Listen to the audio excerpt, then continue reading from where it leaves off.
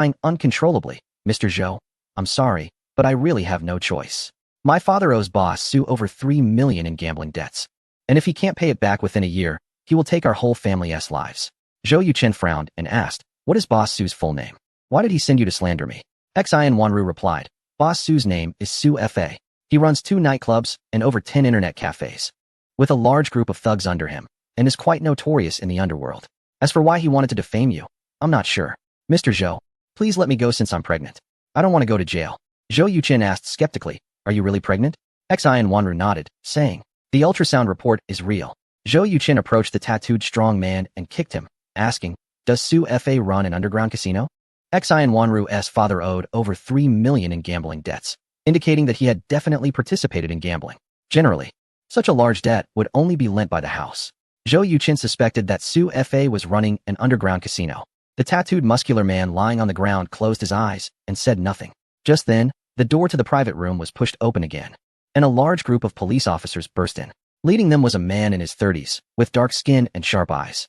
Upon seeing the 8 gangsters lying on the ground, the leading officer showed a surprised expression and said, I am Lu Wenzhong, Deputy Director of the Yunhai Police Bureau, Huangpu Branch. What happened here? Who called the police? Shen Jingyun stepped forward and said, my name is Shen Jingyun, and I called the police. Lu Wenzhong's expression softened considerably, and he asked, Ms. Shen, could you explain the situation in detail? Of course. Shen Jingyun recounted the entire sequence of events in detail. Lu Wenzhong looked at Zhou Yuchen in surprise and asked, did you take them all down? Zhou Yuchen nodded and said, I practiced martial arts for a few days. Director Lu, I am Zhou Yuchen, the technical advisor for the Yunhai Police Bureau. They slandered and defamed me, and when that didn't work, they resorted to violence. I had no choice but to defend myself. A smile appeared on Lu Wenzhong's face as he said, so you are Advisor Zhou. Your name is well known to me. Recently, 90% of the staff at the Yunhai Police Bureau, including Lu Wenzhong, had bought stocks, and this guy made over 100,000. So he was naturally familiar with Zhou Yuchen's name. Zhou Yuchen replied, it's just a name. Lu Wenzhong asked, are their injuries serious? Zhou Yuchen shook his head and said, not serious. Each of them has a broken rib. They just need to go to the hospital for a checkup. With broken ribs? Saying the injuries were not serious made Lu Wenzhong subconsciously associate Zhou Yuchen with being tough. Advisor Zhou, you might not be able to attend this banquet. I understand. I'll go with you. Zhou Yuchen took out his keys and handed them to Shen Jingyun, saying, wife, after dinner, you can go home directly. Shen Jingyun replied, I'll go with you. Lu Wenzhong smiled and said, Ms. Shen, Advisor Zhou is just taking a statement. After it's done, I'll drive him home. Shen Jingyun said, then I appreciate your help. Zhou Yuchen said loudly, everyone, I'm very sorry that a perfectly good class reunion was disrupted by me. To express my apologies and to thank everyone for their righteous actions just now, I will cover all the expenses today. After speaking, Zhou Yuchen turned to Shen Jingyun and said, wife, don't forget to settle the bill. Shen Jingyun nodded and said, got it. Before leaving, Zhou Yuchen glanced at Zheng Shuai. He had a feeling that today's incident was related to this guy. It was possible that he was the mastermind behind it. On the way to the police station, Lu Wenzhong asked, Advisor Zhou, when did you offend Su Fa? Zhou Yuchen raised an eyebrow and said, I don't even know Su Fa. How could I have offended him? I suspect someone is using him to target me. Director Lu, what kind of person is Su Fa? Lu Wenzhong thought for a moment and said, he's a slippery character in the underworld. I've dealt with him before, and I can definitely say he's quite cunning. Last year, during a crackdown, we dismantled an underground casino and seized over 6 million in illegal funds. Everyone knows the casino was run by a certain individual, but we just couldn't find any evidence to prove his involvement, so we had to let it go. Zhou Yuchen replied, I'm not interested in that person. What intrigues me is the one who has slandered me. Lu Wenzhong said, then let's call him in for you to have a chat. Zhou Yuchen nodded and said, if that's the case, that's even better. Lu Wenzhong immediately made a phone call, instructing the other party to bring a few colleagues to apprehend the individual. Chapter 243. Su is anxious upon arriving at the Huangpu branch. Everyone got out of the car. Lu Wenzhong immediately spotted the director, Zhang Xianming, standing at the entrance of the building and quickly approached him, saying, Director Zhang, what brings you here? Zhang Xianming replied irritably, the daughter of a former leader has reported a case, and her future husband is here in person. Of course, I have to show my face. Wenzhong, you haven't offended him, have you? Lu Wenzhong chuckled, Advisor Zhou is just here to give a statement, not a criminal. How could I offend him? That's good, Zhang Xianming said, extending his hand to Zhou Yuchen, who was approaching. Advisor Zhou, hello, I am Zhang Xianming, the director of Huangpu branch. Zhou Yuchen shook his hand immediately and said, Director Zhang, hello. Thank you for your trouble tonight. Zhang Xianming replied, not a problem. This is our duty. Wenzhong, Make sure to take Zhou's statement quickly.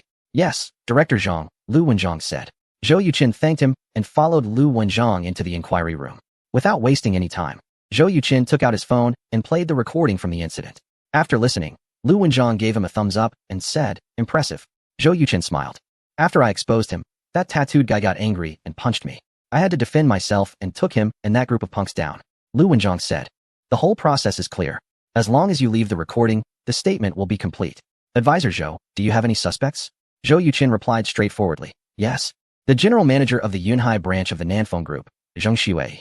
Lu Wenjiang asked, "Why do you suspect him?" Zhou Yuqin sneered. "He has been the kept man of the Nanfeng Group's young lady, Chu Xian, for 5 or 6 years, but he has inappropriate thoughts about my wife. Last time he brought roses to my wife, I scolded him thoroughly. Later, he edited a picture of my wife, trying to meddle in our relationship. I've been busy with my startup and didn't want to deal with him. I didn't expect this guy to pull such a stunt. He's really a piece of work." Lu Wenjiang noted, "It seems you're quite sure it's Zheng Xuwei. What about Xian Wanru? She is responsible for this incident. You could sue her for defamation and damage to reputation without any issues." Zhou Yuqin waved his hand and said, "I promised Xian Wanru that as long as she reveals the person behind this, I won't sue her. In fact, even if she didn't say anything, I wouldn't do anything to her, considering she's pregnant. After all, the child is innocent." Hearing Zhou Yuqin's words, Lu Wenjiang's eyes flashed with admiration. "Advisor Zhou, you're a real man." At that moment, a police officer walked in and whispered something in Lu Wenjiang's ear. Lu Wenjiang nodded and said, "Advisor Zhou, Su has arrived." Zhou Yuqin's eyes flickered. "When can I see him?" Lu Wenjiang stood up and said, "Right now." The two of them walked to the adjacent inquiry room. Upon opening the door, Zhou Yuqin saw Su. In his 50s, he was not tall, with half-white hair and a face full of wrinkles. What impressed people the most was his pair of eyes, which sparkled with a sly glimmer.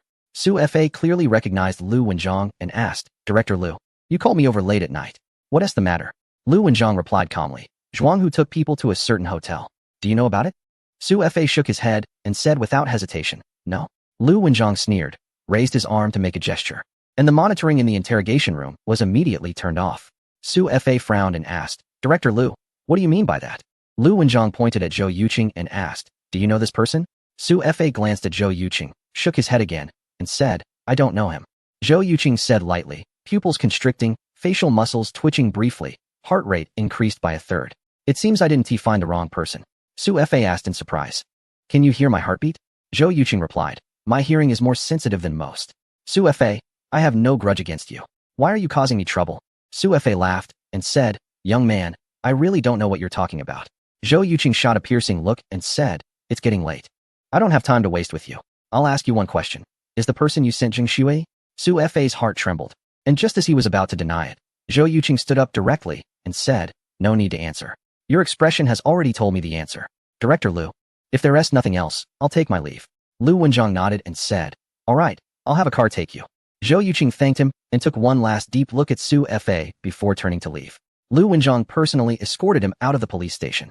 Back in the interrogation room, Lu Wenjiang saw Su Fa's serious expression and couldn't help but chuckle. Zhou Yuqing's display of dominance and strength had shocked even Lu Wenjiang, let alone Su Fa. The aura he exuded was simply terrifying. Lu Wenjiang lit a cigarette and said quietly, "Su Fa, congratulations, you've gotten yourself into big trouble." Su Fa's heart skipped a beat, but his face remained calm as he said, "Director Lu, you're trying to scare me again." "This time it's not a scare," Lu Wenjiang said, staring intently at Su Fa. "Your intelligence system seems to have a problem. I can tell you that Zhou Yuqing is a technical consultant for our police department. His girlfriend is Shun Jingyun, the daughter of our old director Shin Qinggang. In other words, he is the future son-in-law of our old director." Su Fa suddenly stood up, his eyes wide open. He opened his mouth to say something, but the words got stuck in his throat. After a moment, Su Fa forced a relaxed tone and said, "They're just a couple. Maybe they break up tomorrow." Lu Wenjiang sneered, "Don't be ridiculous. Their daughter is already over 3 years old. How could they break up for no reason?" "Su Fa, you've been set up by Zheng Xuwei. He, a man who relies on others for his livelihood, actually dared to have inappropriate thoughts about the daughter of our esteemed director. Even I couldn't help but admire his courage." Su Fa's expression had turned extremely grim. He had indeed conducted a thorough investigation into Zhou Yuqin and knew that he had a girlfriend and a daughter, but he never imagined that the mother and daughter would be the daughter and granddaughter of the formidable figure in the local authority. Now, this individual is the highest-ranking official in the local law enforcement system, and wanting to crush someone like him, a mere insignificant player, would probably be as easy as a word. Chapter 244 Frightening, Su Fa Self-Rescue. Must self-rescue. Su Fa's mind began to race. Lu Wenjiang stood up and said, "Since you don't know about Zhuang Hu, you can go back." Su Fa asked, "Director Lu, when can Zhuang Hu and the others come out?" Without thinking, Lu Wenjiang replied, "Disturbing public order, detained for 15 days." Su Fa was taken aback and said, "Isn't it usually 5 days?"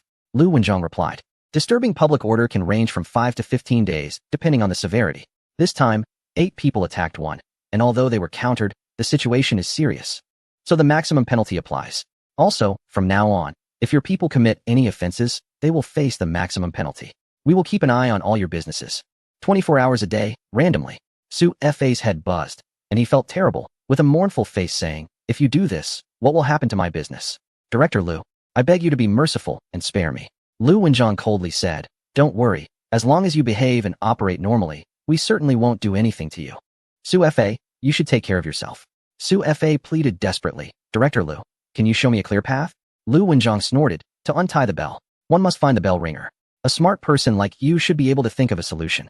Su Fa immediately understood Lu Wenjiang's meaning, pursed his lips, and said, "Thank you, Director Lu, for your guidance. I know what to do now."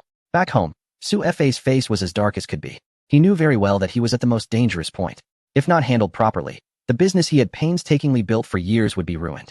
Dead friends don't affect the Taoist. Su Fa pondered for a long time and finally made a decision. Just then, his phone rang. Looking at it was a call from Zheng Xue. "Boss Su, what kind of people have you found? Even a show has so many loopholes." It was supposed to embarrass Zhou Yuqin, but instead, it gave him a big face. "President Zheng, I know the course of events. I'm really sorry. I didn't expect Zhou Yuqin to be so difficult to deal with. What good is an apology? The question now is what to do. I don't want to be implicated. You can rest assured, Zhuang Hu and the others are tight-lipped and won't say what they shouldn't. President Zheng, I know you're very angry. How about this? I have 2 pretty female college students here. Let them help you relieve some stress tonight. Give me 3 more days, and I promise to give you an explanation." Zheng Xue pondered for a moment and said, "All right, I hope to hear good news from you soon." After hanging up, Su Fa immediately arranged for 2 women to go to room 402 of Xingchuan Hotel. This was Zheng Xue's base. Su Fa had sent several beauties to him before, but of course, they were all for a fee. Today was an apology, so there would be no charge. About 2 hours later, Zheng Xue changed his phone card and dialed the police. On the other side, Zhou Yuqin returned home. Shen Jingyun immediately came over. "Honey, are you alright?" "I'm fine. Why are you back so early?" "After you left, I really didn't feel like continuing at the gathering, so I left the hotel." "What about Xiao Yeye? She's sleeping at my parents' place tonight. Does your dad know about this?" "I haven't told him." "Honey, have you found out who's behind this?" "Yes," Shen Jingyun said without hesitation. "Zheng Xue." Zhou Yuqin gave a thumbs up and laughed. "Smart." Shen Jingyun said resentfully, "What a jerk. Honey, this is the second time. We can't just let it go." Zhou Yuqin made a strange expression and said, "Don't worry, someone will take revenge for me." Shen Jingyun asked in surprise, "Who?" Zhou Yuqin replied, "It's the person he hired to slander and defame me." Shen Jingyun was a bit puzzled and asked, "Why would he turn against Zheng Xue?" Zhou Yuqin smiled and said, "I played a trick of using someone else's power to intimidate." Shen Jingyun immediately became interested and said, "Tell me more." Zhou Yuqin recounted his entire experience at the Huangpu substation. After listening, Shen Jingyun thought for a moment and finally understood his meaning. People like Su Fa seem impressive, but in the eyes of someone like Shen Qinggang, they are nothing at all. He must not have known Zhou Yuqin's identity before, otherwise, he wouldn't have dared to act like that. Once Su Fa finds out, he will definitely do everything he can to please the 2 of us. The question is, how to please us? It's simple. The best way is to deal with Zheng Xue and get back at him for us. Zhou Yuqin's strong and domineering behavior at the Huangpu substation was mainly to intimidate Su Fa and clearly convey a message. He is nothing in front of Zhou Yuqin. And all this is based on Shen Qinggang's strong deterrent power. That's why Zhou Yuqin said he played a trick of using someone else's power. "Honey, you're really smart. You're also very clever to guess my intentions so quickly." The 2 looked at each other and smiled. Then, Zhou Yuqin took a shower, changed into a pair of shorts, and walked into Shen Jingyun's study. Seeing her seriously reading the English translation of Harry Potter, Zhou Yuqin hugged her from behind, resting his chin on her fragrant shoulder, and gently asked, "How's the translation going?" Shen Jingyun leaned against his face and said, "Teacher Chen Chu truly deserves to be at the pinnacle of the translation field. Not only is the translation speed fast, but it also gives a sense of being there, fully meeting my expectations." Zhou Yuqin said, "So it sounds like the publication of Harry Potter isn't far off?" Shen Jingyun thought for a moment and said, "At least another month is needed." Zhou Yuqin said, "Then a month later, let's go to the lighthouse country together and have some fun." Shen Jingyan laughed and said, "It sounds like you don't plan to take Xiao Yeye with us." Zhou Yuqin kissed her on the cheek and said, "Isn't it nice for us to have some time alone together in a few days?" Shen Jingyan replied, "If Xiao Yeye knew that her favorite dad said such a thing, she would probably cry for at least 3 days and nights." Zhou Yuqin raised an eyebrow and said, "I won't admit it even if you beat me to death. Honey, stop looking at the screen. I want to talk to you for a while." "Okay." Shen Jingyun agreed immediately, closed her laptop, stood up, and looked at Zhou Yuqin. Only then did she realize he was completely bare. "Could you put on a shirt?" Zhou Yuqin turned his body a few times, proudly saying, "Isn't my figure great?" Shen Jingyun laughed and said, "You practice martial arts all day, yet you don't even have an 8-pack of abs. What's there to be proud of? Abs?" Zhou Yuqin scoffed. "Those are just fake lines developed in the gym, something we martial artists must reject. Just look at those martial arts masters from the Republic era. In their 70s or 80s, they were still skinny but strong. Why? Because we train our tendons, bones, and skin, not just muscles." Chapter 245. Zheng Xuei is caught. Shen Jingyun shot him a glance and said, "I was talking about how it looks, not whether it's useful. Look at how excited you are." Zhou Yuqin replied, "If it's just about looking good, that's easy. Don't say 8-pack abs. I could even give you 12-pack abs." Shen Jingyun didn't believe him and said, "You're just bragging." Zhou Yuqin raised an eyebrow and said, "Let's make a bet. If I can get 12-pack abs, you have to agree to do something for me. Conversely, if I can't, I'll do something for you." Shen Jingyun said, "Fine, let's bet. Show me." Zhou Yuqin took a deep breath, circulated his blood energy, and his muscles instantly swelled. The abdominal muscles moved like ripples in water 3 times before forming 12 unevenly sized muscles. Shen Jingyun was stunned, unable to help but touch them several times, exclaiming, "Wow. Darling, you're amazing." Zhou Yuqin smiled and said, "Once you control the muscles and bones, you can control all the muscles in your body." Shen Jingyun said, "Now turn them into 8-pack abs for me to see." Zhou Yuqin's abdomen shifted again, and the 12-pack transformed into an 8-pack. Shen Jingyun sighed, "Darling, I'm really impressed." Zhou Yuqin casually replied, "This is just a small trick. Honey, it seems I won the bet." "What bet?" Shen Jingyun began to play coy, walking toward the study while saying, "I never bet with anyone." Zhou Yuqin was taken aback and shouted, "Shen Jingyun, you little trickster, just wait for me to punish you." "Ha ha." Shen Jingyun laughed and ran into her bedroom. Just as she was about to lock the door, Zhou Yuqin had already caught up, scooping her up and placing her on the bed. Shen Jingyun continued laughing until Zhou Yuqin pressed down on her, at which point she stopped. "Daddy, what are you going to do?" Shen Jingyun's heart raced, and a nervous expression appeared on her face. Zhou Yuqin gently stroked her hair, his eyes filled with affection, and softly said, "Honey, I love you." Women are emotional beings, and Shen Jingyun was no exception. Hearing Zhou Yuqin's confession, she wrapped her arms around his neck and said, "I love you too." The two gazed into each other's eyes and unknowingly kissed. Everything unfolded naturally. At the same time, Zheng Xuei was in room 402 of the Xingchuan Hotel playing poker with 2 slender beauties. Just as the game reached its most intense moment, the door was suddenly kicked open, and 5 or 6 police officers barged in. When the lights turned on, it revealed that all 3 were completely naked, each holding a piece of clothing to cover their important parts. Zheng Xuei's face was filled with terror. He knew very well that if he was caught for solicitation, the company would definitely kick him out to protect its reputation. And Chu Xian would not only refuse to save him, but might even stamp on him hard. The leading officer shouted, "Put on your clothes immediately." Zheng Xuei got dressed at the fastest speed of his life. The other 2 women were not so fortunate. Their clothes had already been torn apart by a certain individual during a card game before the incident. The police had no choice but to borrow 2 dresses from the hotel owner. The individual approached the leading officer and said with a flattering tone, "Officer, could we have a word?" The officer glanced at him and asked, "What is the matter?" The individual looked troubled and said, "Can we talk privately? I'm not really comfortable." The officer took him into the restroom and said, "If there's something you find inconvenient, you can say it now." The individual pulled out his wallet and took out a bank card, saying, "Officer, you and your colleagues have worked hard. This card has 1,600,000. You can all share it as a token of my appreciation." The leading officer took the card with suspicion and asked, "Is there really 1,600,000 in here?" The individual quickly replied, 1,660,000. The officer nodded and said, "In that case, you've just added another charge of bribing a police officer." The individual was taken aback and exclaimed, "Officer, you." The officer scoffed and opened the restroom door, stepping out and waving the bank card in front of the camera, stating, "The suspect just claimed this card has 1,660,000 and attempted to bribe my colleagues and me. I've recorded this and will submit it upon returning to the station." Enraged, the individual rushed at the leading officer and punched him in the face. The officer was caught off guard and was hit, causing his right cheek to swell visibly and blood to pour from his nose. "What are you doing?" 2 other officers shouted, one grabbing the individual's arm to restrain him. The individual, having acted impulsively, suddenly felt a chill as he realized the seriousness of his actions. If soliciting was merely a fine or a few days of detention, then bribery and assaulting a police officer were far more serious offenses.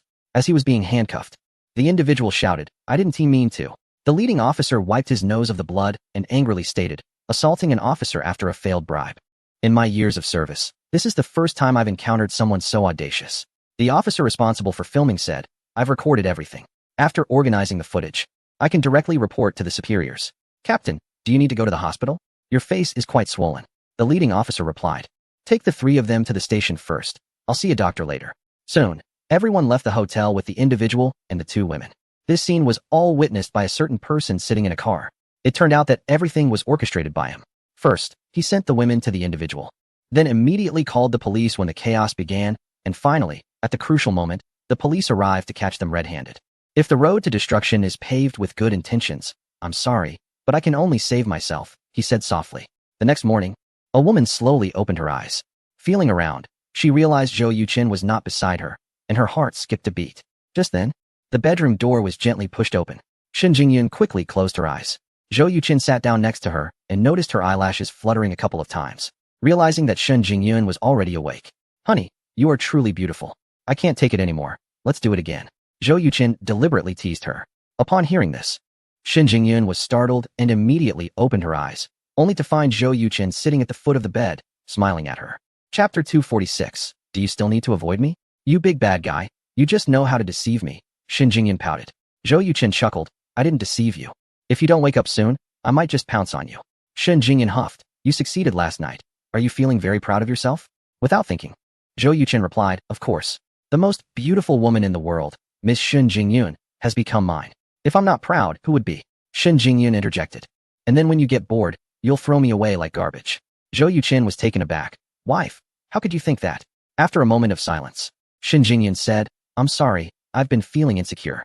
Sensing her unease, Zhou Yuqin held her close and said seriously, don't worry. I swear I will love you for a lifetime. I believe you, Shen Jingyun replied. The two snuggled together, quietly savoring the warmth of the moment. After a while, a burnt smell suddenly wafted in from outside. Zhou Yuqin's expression changed, and he shouted, oh no, my 8 treasure porridge. Quick, go check the kitchen, Shen Jingyun urged. Zhou Yuqin hurried to the kitchen and soon returned with a gloomy face. The porridge I cooked for 3 hours got burnt. You get up and wash up. I'll make something else. Don't bother. Let's go eat out, and then pick up the little girl, Shen Jingyun suggested. Zhou Yuqin nodded. Sounds good. I'm going to get dressed, Shen Jingyun said. Zhou Yuqin responded with an oh, but stood rooted to the spot, not moving an inch. Hubby, can you step outside for a moment? Shen Jingyun teased. Zhou Yuqin pursed his lips. Do you still need to avoid me? I mean, last night we... Shen Jingyun was both shy and annoyed, interrupting him. Zhou Yuqin shrugged. All right, just answer me one question, and I'll step out. What question? Shen Jingyun asked. Zhou Yuqin grinned and asked, were you satisfied with my performance last night? Whoosh. A pillow flew past him. Zhou Yuqin caught the pillow and laughed as he left the room. You shameless rogue, Shen Jingyun muttered, suddenly remembering something. Her face flushed again. 20 minutes later, Zhou Yuqin drove Shen Jingyun out of the neighborhood. They found a nice breakfast spot and casually ordered some food. Just as they were eating, Zhou Yuqin's phone rang. It was an unfamiliar number. Hello, I'm Zhou Yuqin. Who is this? Mr. Zhou, hello, I'm Su Fa. Zhou Yuqin raised an eyebrow. Mr. Su. You really are something. Even my phone number has been obtained. What is the matter? Su Fa replied. Mr. Zhou, I have good news for you. Zheng Shuai was caught last night playing poker with 2 women and got reported. The police caught him red-handed. I heard he even tried to bribe the police. But after failing, he lost his temper and assaulted an officer. Assaulting an officer? Zhou Yuqin squinted his eyes and said, his audacity is really too great. Su Fa replied. Who says otherwise? That police officer went to the hospital. Seems to be just a minor injury. Zhou Yuqin responded with an oh, and said, I understand now. Thank you. Upon hearing those 2 words of thanks, Su Fa immediately felt relieved and said, you're welcome. Mr. Shun, there was a misunderstanding between us before. So please don't hold it against me and don't take it to heart. Zhou Yuqin replied, I've already forgotten. If there's nothing else, Mr. Su, let's leave it at that. This was a double entendre. Su Fa instantly understood Zhou Yuqin's meaning and quickly said, all right. I won't disturb you any longer. After hanging up the phone, Zhou Yuqin smiled and said, honey, it seems your dad's reputation in Yunhai is even more impressive than I imagined. Shen Jingyun took a sip of soy milk and asked, what happened? Zhou Yuqin said, Zheng Shuai was caught for soliciting, bribery, and assaulting a police officer. He'll probably be in detention for at least a year. Shen Jingyun's heart skipped a beat, and she asked, Su Fa? Zhou Yuchen nodded and said, I suspect those two women were arranged by him, intending to seek my forgiveness to avoid being targeted by the local authorities. Shen Jingyun chuckled and said, your tactic of using your father's influence seems quite successful. Zhou Yuchen replied, to be precise, it's extremely successful. I've made up my mind, from now on, if anyone dares to cross me, I'll bring up my dad to scare them. Shen Jingyun laughed and said, I hope when you go home later, you can also call him dad. Zhou Yuchen pursed his lips and began to change the subject. This soy milk is quite good. Shen Jingyun rolled her eyes and said, coward. Zhou Yuchen pretended not to hear and focused solely on his soy milk. After a while, Lu Wenjiang called to discuss Zheng Shui's situation, which was basically consistent with what Su Fa had informed him. Zhou Yuchen said, Director Lu, I spoke with Su Fa 5 minutes ago. Lu Wenjiang chuckled and said, I guess it was he who reported it.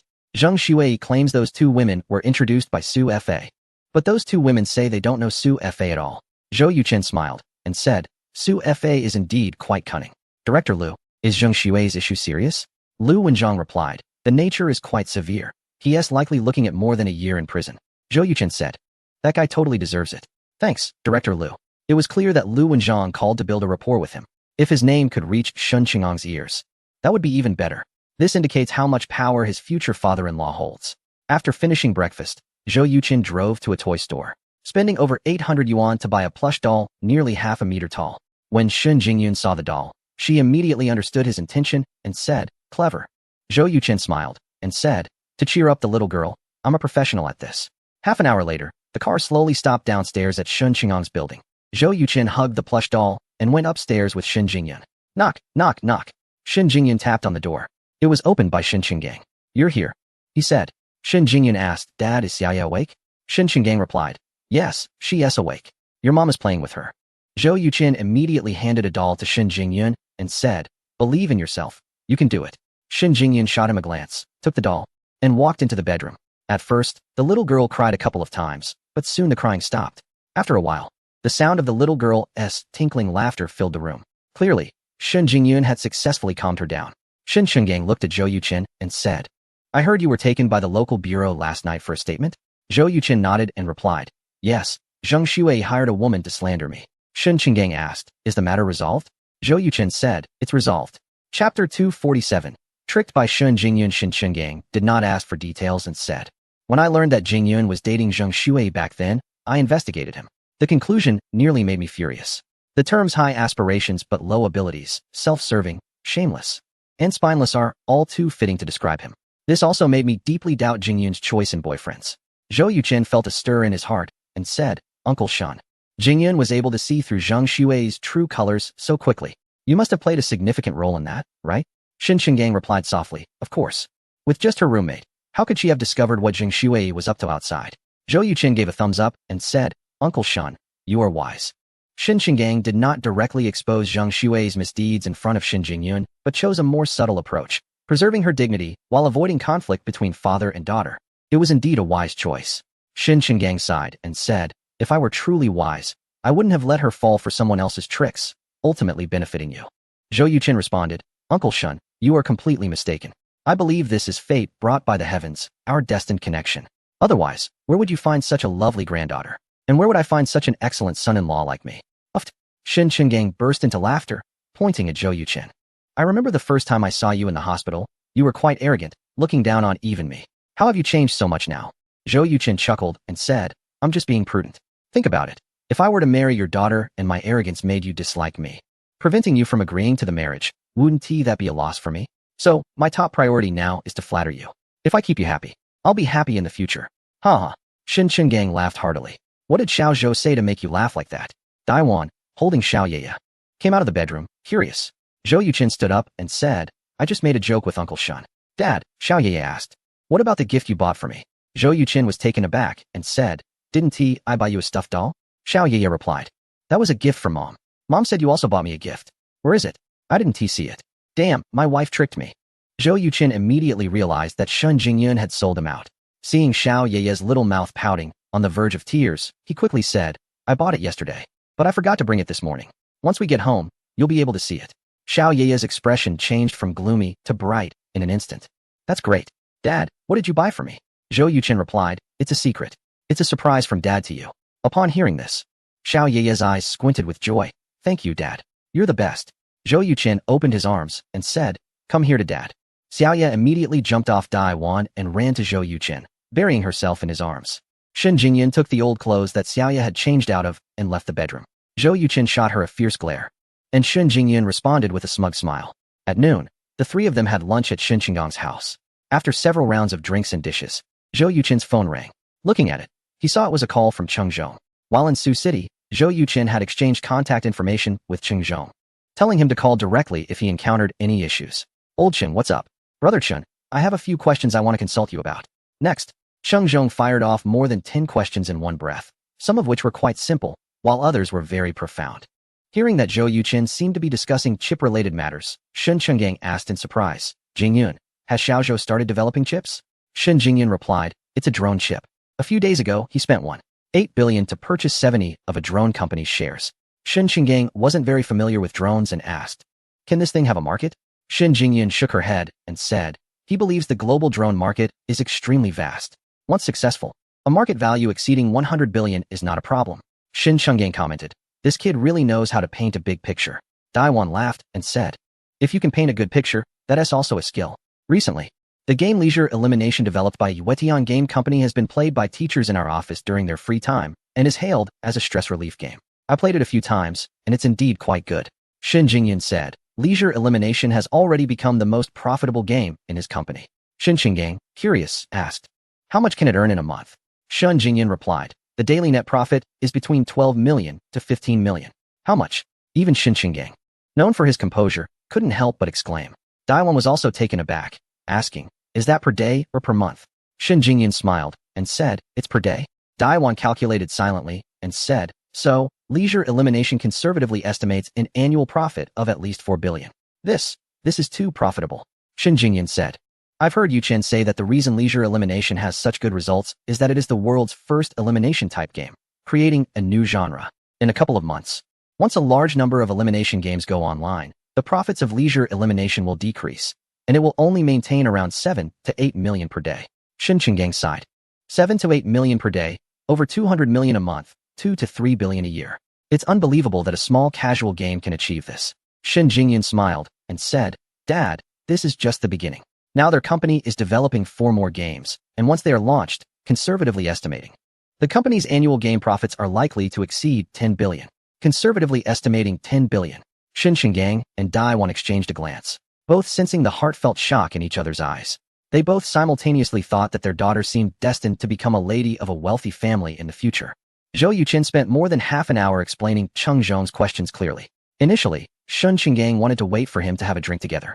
But after waiting for a long time without success, he had to pour himself a drink. After finishing the call, Zhou Yuqin looked at Shen Qinggang, who had been sitting at the dining table, and said apologetically, Uncle Shen, I'm really sorry. I didn't expect them to contact me at this time. Shen Qinggang waved his hand and replied, work is important, I understand. Jingyun mentioned that you invested in a drone company? Zhou Yuqin nodded and said yes. I originally planned to start my own drone company, but unexpectedly met an entrepreneur with the same idea on the flight to the island. They have been in business for 7 years, and their technology is quite mature, so I decided to collaborate with them. I expect the first drone product to be launched in about 6 months. Shen Qinggang said, I am quite interested in drones. Can you tell me what they can do? Zhou Yuqin replied, sure. He then explained the various uses of drones in civilian applications. Chapter 248. Ambitious aspirations. After listening, Shen Qinggang exclaimed, indeed, every field has its experts. I didn't expect the market for drones to be so vast.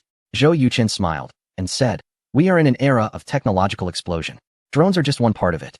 In the future, there will be fields like clean energy, artificial intelligence, and genetic engineering, which will collectively form the 4th industrial revolution. Whoever leads in these areas can guide the world and reshape the global order. This was the first time Shen Qinggang had heard such theories, and he was visibly shocked. Not only him, but even Daiwan and Shen Jingyun sitting on the sofa were equally astonished. Do you think our country can become the leader of the 4th industrial revolution? Shen Qinggang asked. Zhou Yuqin replied solemnly, we must be able to. The previous leading nation guided the 3rd industrial revolution and became the most powerful country in the world.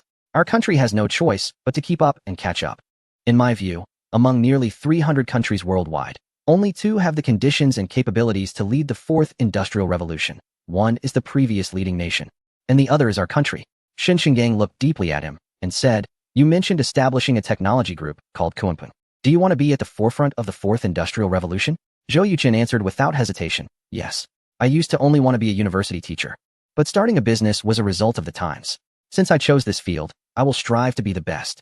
I hope that in the future, Kunpeng Group can become a global leader in technology, realize my personal value, and help our country break free from technological oppression, restoring the glory of the past dynasties. Having arrived in this world somewhat confused with the game system, Zhou Yuqin felt he had to do something meaningful, otherwise, it would be a disservice to the gift he received from fate. Shen Qinggang opened his mouth, but found himself momentarily speechless. Zhou Yuqin's ambitions were so grand that they completely exceeded his imagination. If he truly succeeded, Zhou Yuqin could easily find his place in the history books of their country. After a while, Shen Qinggang picked up a bottle of wine and poured a glass for himself and Zhou Yuqin, saying earnestly, Xiao Zhou, I wish you success. Zhou Yuqin raised his glass, clinked it with Shen Qinggang's, and said, thank you, Uncle Shen. They both tilted their heads back and drank the wine in one go.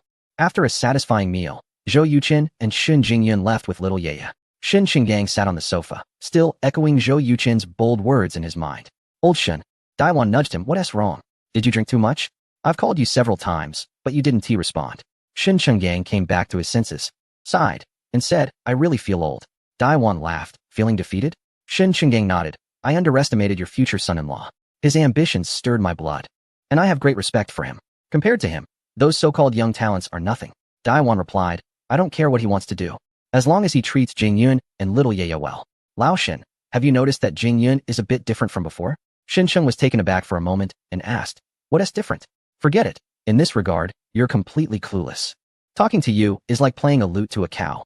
From the moment Shen Jingyun entered the house, her radiant demeanor made Daiwan realize that her relationship with Zhou Yuqin had made significant progress. However, as a mother, especially a university professor, Daiwan felt too embarrassed to ask. Her thought was that if the two really were meant to be, they should quickly get their marriage certificate to avoid prolonged uncertainties. With such an outstanding son-in-law like Zhou Yuqin, Daiwan certainly didn't want her daughter to lose him. After leaving Shencheng's home, Zhou Yuqin and Shen Jingyun took Xiao Yeye to the Xingyuan shopping mall to watch an animated movie. With 40 minutes left before the movie ended, Zhou Yuqin told Shen Jingyun that he was stepping out of the cinema. He entered a newly opened toy store on the second floor, spent a long time choosing, and finally spent over 1,000 yuan to buy a Princess Linsa building block set, which he put in the car. When he returned to the sixth floor cinema, he happened to see the mother and daughter coming out. The three of them strolled around the mall, had lunch, and then drove home. Upon arriving at the underground parking lot, Zhou Yuqin took out the Princess Linsa building block set from the trunk and called out deliberately, Hey, Xiao Yeye, it turns out the gift I brought for you is in the car. As soon as Xiao Yeye heard this, she turned around with a face full of surprise and exclaimed, It's the Princess Linsa building block set. My classmate said it's really fun. Zhou Yuqin, slightly disappointed, said, What a pity, I was hoping to give you a surprise. Xiao Yeye replied, Dad, this is a super big surprise. Zhou Yuqin laughed and said, Let us hurry home and see if Xiao Yeye can put Princess Linsa together. Xiao Yeye clenched her little fist and said, I can definitely do it. Shen Jingyun, who had been silent, finally understood that Zhou Yuqin had left the cinema early to buy the Princess Linsa building block set for Xiao Yeye. He even remembered it. Zhou Yuqin raised his eyebrows at Shen Jingyun with pride, earning him a charming yet exasperated eye roll. The impact of the song unrelated to romance far exceeded Zhou Yuqin's expectations. In less than 48 hours, the song's download count had already surpassed 30 million, topping the charts on 3 major music websites. An increasing number of renowned musicians gave high praise to the song, believing it had created a brand new genre called Summer National Style. As for the fans, they didn't need to say more. They had already elevated unrelated to romance to divine status on various music forums. Zhou Yuqin didn't care how many good reviews the song received. What mattered to him was its popularity. Player, Zhou Yuqin physique, 14. 2. Average person 10. Mentality, 11. Average person 10. Popularity, 2. 82 million attribute points. 33 skills. Martial arts, master level 7. Hacking skills, master level 2. Chip development technology, master level 1. Investment skills, master level 2. Tai Chi visualization, mental skill, loyalty monitoring skill, special skill, culinary skills, proficient level 99. Singing skills, proficient level 99. Items, none. Seeing his popularity increase by over 2.8 million, Zhou Yuqin couldn't help but feel overjoyed. Free song releases could yield a maximum of 1 million in popularity, while charging for songs for charity could earn over 3 million in popularity. The difference was indeed significant. Zhou Yuqin suspected that the high popularity might be due to the donations. This morning, the official website of a charitable organization published a letter thanking a certain teacher for the donations, bestowing upon Zhou Yuqin the title of the most beautiful musician. 30 million downloads equated to 3 million, with 60 of that, or 1.8 million, going to the charitable organization, which was certainly very pleased. Chapter 249, Are You Wuji? Unrelated to love and moonlight, I write an introduction waiting for your return. With a stroke of the pen, waves crash on the shore. Zhou Yuqin was preparing to continue and create a second piece of summer music when he suddenly heard the song Unrelated to Love and Moonlight. Turning around, he saw Shen Jingyun entering while playing the song on her phone. Darling, let me play you a super nice song. Unrelated to Love and Moonlight. Oh, you've heard it before. Of course. Zhou Yuqin stretched out his arm, wrapped it around Shen Jingyun's slender waist, and pulled her onto his lap. What do you think of this song? The melody is ancient and elegant, and the lyrics are delicate and profound. The combination is simply amazing. How did you know about this song? Yang Lei told me. She also mentioned that you have a rival now. I checked. And the creator and performer of Unrelated to Love and Moonlight is called Wuji, while your stage name is Zhou Wuming. Wuji and Wuming. Do you musicians really like to use such peculiar names? Impossible. Only I like names like that in the entire summer country. Now there's one more. Huh. Shen Jingyun suddenly realized something and looked at Zhou Yuqin in surprise. You can't be telling me that you are both Wuming and Wuji? Zhou Yuqin raised his eyebrows and replied, Is that not allowed? Shen Jingyun exclaimed, 3 butterflies, the mouse loves the rice, lilac, and Unrelated to Love and Moonlight are all sung by you? You can sing? Zhou Yuqin chuckled, Of course. I was just bored and recorded a few songs I wrote in the past, just for fun. I didn't expect to be looked down upon by a professional singer a few days ago. So I wrote this song Unrelated to Love and Moonlight. Zhou Yuqin felt there was no need to hide the fact that he released songs under the name Wuji from Shen Jingyun. Darling, you are amazing. Shen Jingyun turned off the music on her phone and said, I listened to Unrelated to Love and Moonlight twice and was amazed by the creator's talent. I didn't expect it to be you. How did you come up with this style? Just thought it out with my brain. Shen Jingyun pressed Zhou Yuqin's hand that was reaching into her clothes and teased, Take your hand away. I'm being serious. Zhou Yuqin withdrew his hand and said, Go ahead, I'm listening. Shen Jingyun continued, You asked me what I wanted to do before, right? I've thought it through. I want to write and sing. Writing can be done step by step, but singing is key. I want to be like you, an invisible, anonymous online singer, and donate all the earnings to the Red Cross. What do you think? Shen Jingyun has always had an attachment to music, as evidenced by her eagerness to be a backup singer for Yang Lei. Now, finding out that Zhou Yuqin has secretly taken up music without affecting their normal life has stirred something in her. Zhou Yuqin smiled. So you want me to write songs for you, and you sing them? Shen Jingyun raised an eyebrow. What? You're not willing? Zhou Yuqin said. Of course I don't want to. If you want my song, you have to show some sincerity. Shen Jingyun asked, What sincerity? Zhou Yuqin revealed a playful expression and said, You're so smart, can't you guess? You're such a lecher. Shen Jingyun scolded, trying to escape. Zhou Yuqin wouldn't let such an opportunity slip away and grabbed her. Soon, strange sounds came from Zhou Yuqin's study, continuing for an hour and a half before stopping. After a while, Zhou Yuqin carried Shen Jingyun into her bedroom with Xiao Yiya. The next morning, Zhou Yuqin went out to practice boxing for over an hour. When he returned home, he took a shower, prepared breakfast, and called Shen Jingyun out. Perhaps due to being overly exhausted the night before, Shen Jingyun's face was full of fatigue, and there were several red marks on her neck. It goes without saying that these were all Zhou Yuqin's doing. Zhou Yuqin, how am I supposed to go out and meet people today? Shen Jingyun pointed at her long neck, displeased. After their relationship broke through the last barrier, the usually composed Shen Jingyun became a bit more casual in front of Zhou Yuqin. Even her tone carried a hint of a playful demeanor. Zhou Yuqin confidently said, This is a symbol of our love, why can't it be seen by others? Also, dear, you need to exercise more. You couldn't handle it after just half an hour. Your stamina is clearly lacking. As soon as he said this, Shen Jingyun seemed to recall the embarrassing scenes from last night. Her face instantly flushed red, and she pouted. You shut up. Zhou Yuqin chuckled. Dear, your shy look is truly captivating.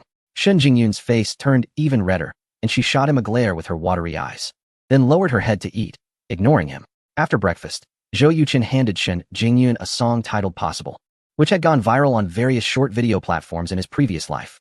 After looking at the sheet music, Shen Jingyun frowned slightly and said, The lyrics are good, but the melody seems a bit simple. Zhou Yuqin explained, A simple melody means it's catchy. As long as you record this song well and upload it to a music site, I guarantee you'll become an instant hit. Shen Jingyun replied, Whether it becomes popular or not isn't important. What matters is whether people like it. Zhou Yuqin laughed. It's the same thing. Will you arrange the music yourself? Or should I help you with it? Shen Jingyun decisively said, I'll do it myself. In the future, you write the lyrics and compose the music, and I'll handle the arrangement and singing. If I let you do everything, it wouldn't be interesting. Zhou Yuchen nodded, you're right. How about we set up a recording studio? Shen Jingyun's eyes lit up, sounds good. But this place doesn't seem suitable. Zhou Yuchen suggested. Then let's buy a standalone villa and choose a room to make it the recording studio. Given the current trend, housing prices are just starting to surge.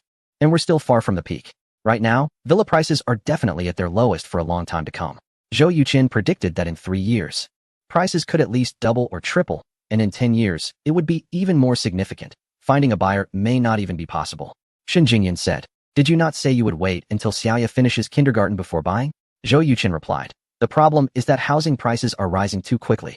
In 2 years, a property worth 100 million could probably sell for 2 to 300 million. Honey, you don't need to worry about this, just leave it to me. Shen Jingyun sighed and said, to be honest, I never even dreamed that one day I would live in a villa. Zhou Yuchen chuckled and said, for years ago, let alone a villa, even having a 40 or 50 square meter apartment in Yunhai felt like a luxury to me. Chapter 250, Choosing a Villa After Breakfast. Zhou Yuchen picked up his phone and called Zhang Xia, asking her to help inquire about some villas that were for sale. Although Zhang Xia was no longer a real estate agent, she still had some connections, so contacting her was definitely a good idea. Sure enough, just 2 hours later, Zhou Yuchen received an email from Zhang Xia. There were a total of 6 villas, each covering more than 5 acres, with building areas ranging from 500 to 300 square meters, complete with gardens and lawns, mostly located within the 3rd ring road. Zhou Yuchen called Shen Jingyun into the study, pointed at the computer screen, and said, dear, choose a villa. We'll go visit them this afternoon. Shen Jingyun was taken aback and asked, are you really going to buy one? Zhou Yuchen smiled and replied, of course. As a billionaire, buying a villa is nothing to me. Shen Jingyun shook her head and said, honey, I feel like you're becoming more and more like a nouveau riche. Zhou Yuchen stood up and pressed her down into the chair, saying, have you ever seen a nouveau riche who cooks for his wife and kids? She and tea, actually. Shen Jingyun couldn't help but laugh, her eyes showing a hint of happiness. After lunch, Shen Jingyun chose a high-neck long dress to cover the strawberry mark Zhou Yuchen had left on her delicate neck. Zhou Yuchen smiled slightly, earning himself an exaggerated eye roll from her. Among the 6 villas recommended by Zhang Xia, Shen Jingyun had her eye on 3, which shared a common feature. They were close to the best elementary and middle schools in the area. Half an hour later, the family of 3 arrived at the entrance of the Fengsong Villa district. Zhang Xia and a woman in her 30s wearing glasses were already waiting there. As they got out of the car, Zhang Xia immediately introduced them. This impressive gentleman is my classmate and boss, Mr. Zhou Yuchen. This stunning lady is our future boss's wife, Miss Shen Jingyun. And this lovely little girl is their daughter, Xiaoya. The bespectacled woman greeted them warmly. Hello, Mr. Zhou, Miss Shen, and little Yaya. My name is Wenju, from Linha Real Estate Agency.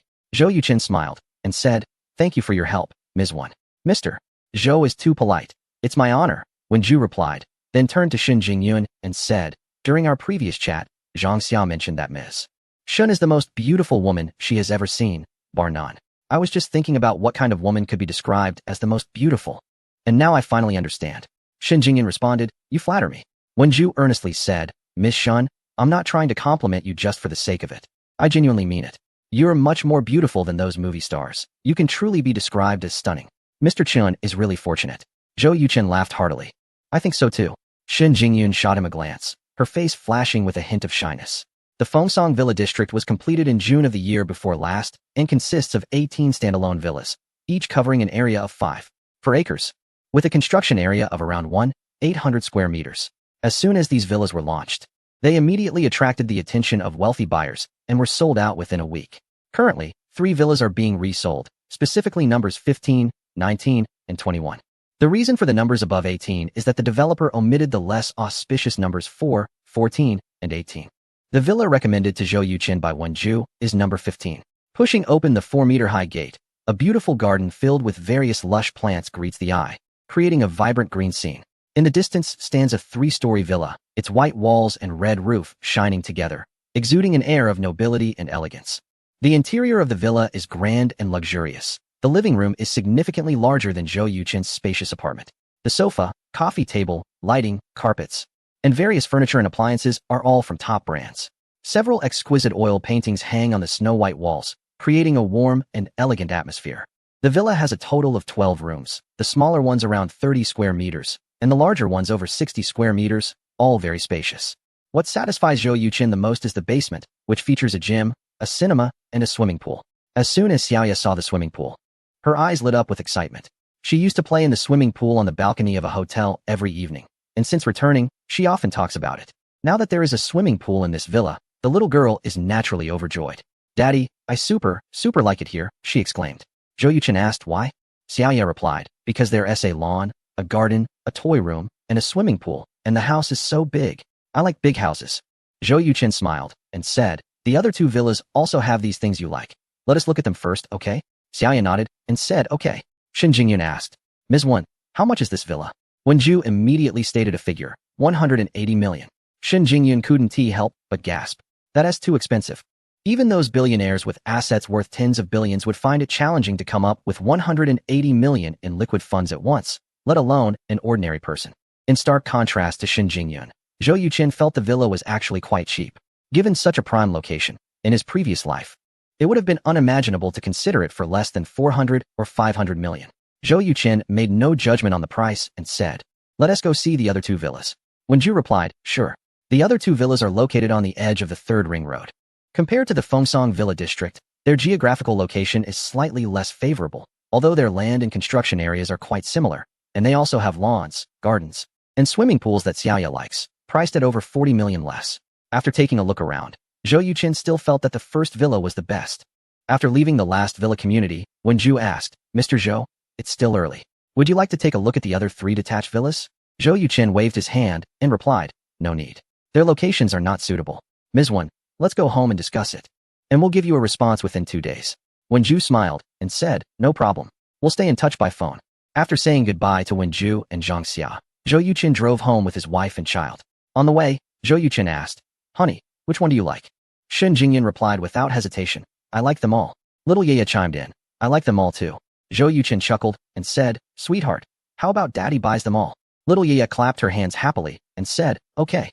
Zhou Yuqin replied, then it's settled. Chapter 251. Are you planning to buy properties? Shen Jingyun felt that Zhou Yuqin didn't seem to be joking. Her expression changed slightly as she asked, are you serious? Zhou Yuqin replied, very serious. Shen Jingyun sat up straight and said, have you lost your mind? Zhou Yuqin laughed, I haven't lost my mind. It's not just these 3 villas. I will also take out loans from the bank to buy other villas in prime locations. In 2 years, I plan to sell them all at double the price. Shen Jingyun was surprised and said, you want to buy properties? Zhou Yuqin nodded and said, yes. Besides Yinhai, I'll also buy traditional courtyard houses in Yindu. Since both places haven't imposed purchase restrictions yet, I want to quickly buy 100 units. Upon hearing Zhou Yuqin's words, Shen Jingyun's heart couldn't help but race. What does 100 units mean? Based on current property prices, it would cost at least 8 billion. If the locations are good, surpassing 10 billion wouldn't be impossible. Honey, are you so sure that the real estate market will skyrocket? What if it drops? Wouldn't you lose a lot? Zhou Yuqin chuckled, the land prices are there. Even if they drop, it won't fall by more than 20%. With the interest on the loans, the most I would lose is 30%, which wouldn't affect me much.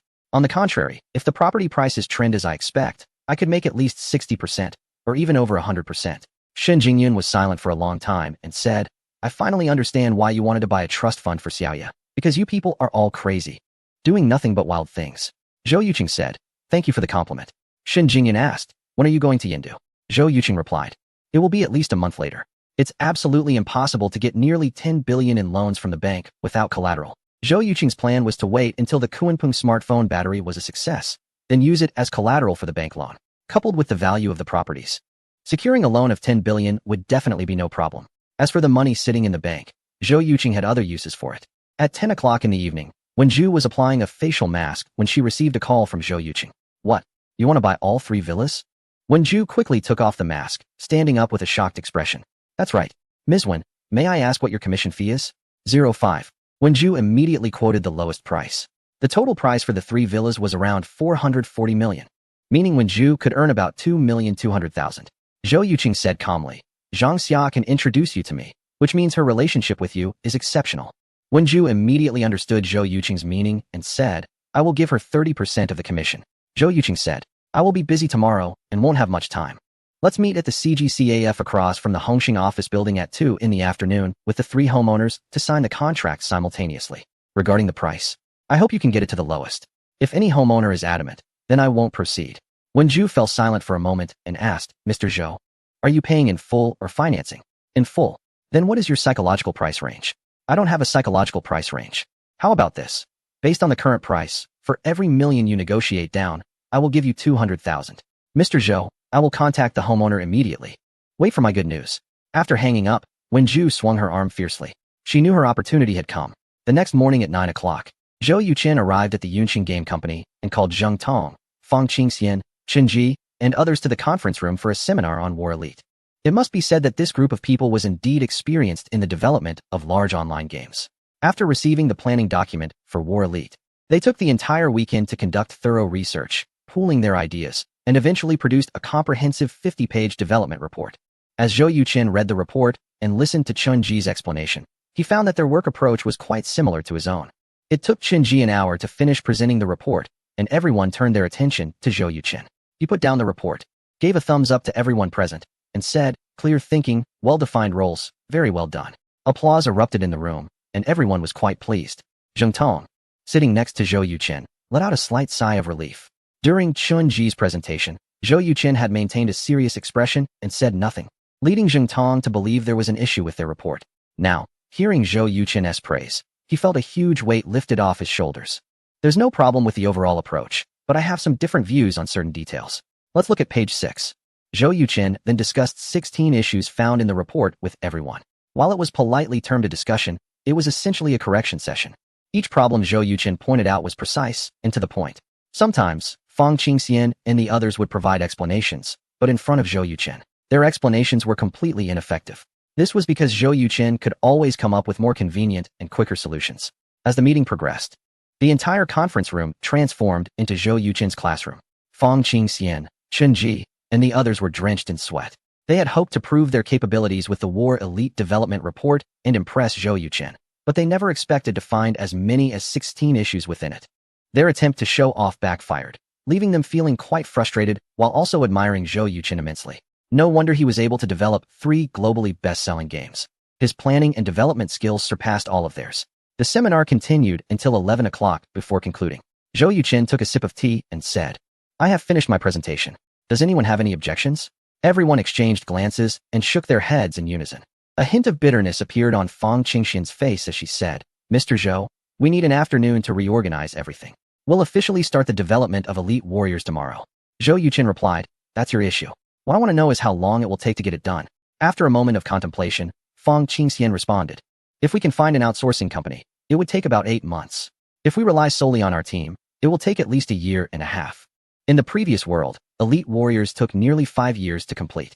However, in this world, thanks to the detailed planning brought by Zhou Yuqin, we won't need to go through trial and error, which is why I'm confident we can finish it quickly."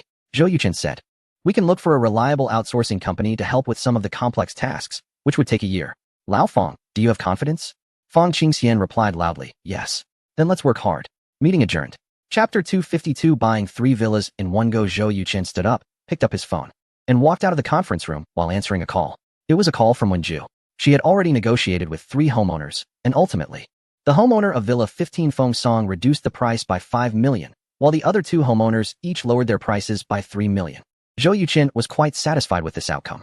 He knew very well that in the current rising housing market, managing to reduce the price by 3 to 5 million was already quite impressive. On the other side, Fang Qingxian, Chen Ji, and others returned to their workstations looking dejected. Zhou Yu sensed that everyone's mood seemed off, so he walked over to Chen Ji and curiously asked, "What happened?" At the gathering on Friday, Zhou Yu and Chen Ji had a drinking contest, each consuming over 2 gin, and both ended up quite tipsy. After that battle, they felt a sense of camaraderie, which is why Zhou Yu chose to ask Chen Ji for news. Chen Ji sighed and said, "The game development report that we were initially so confident about." Zhou Zong only listened to it once and pointed out 16 problems. "Sigh, it's really embarrassing." Upon hearing this, Zhou Yu burst into laughter, his face filled with schadenfreude, and said, "How does it feel? Do you feel very embarrassed and hit hard?" Chen Ji replied somewhat irritably, "You seem quite happy about it?" Zhou Yu said, "Of course. It's better to share joy than to suffer alone." Chen Ji raised an eyebrow and asked, "Have you experienced this kind of setback before?" Zhou Yu corrected him, "Not just before, but often.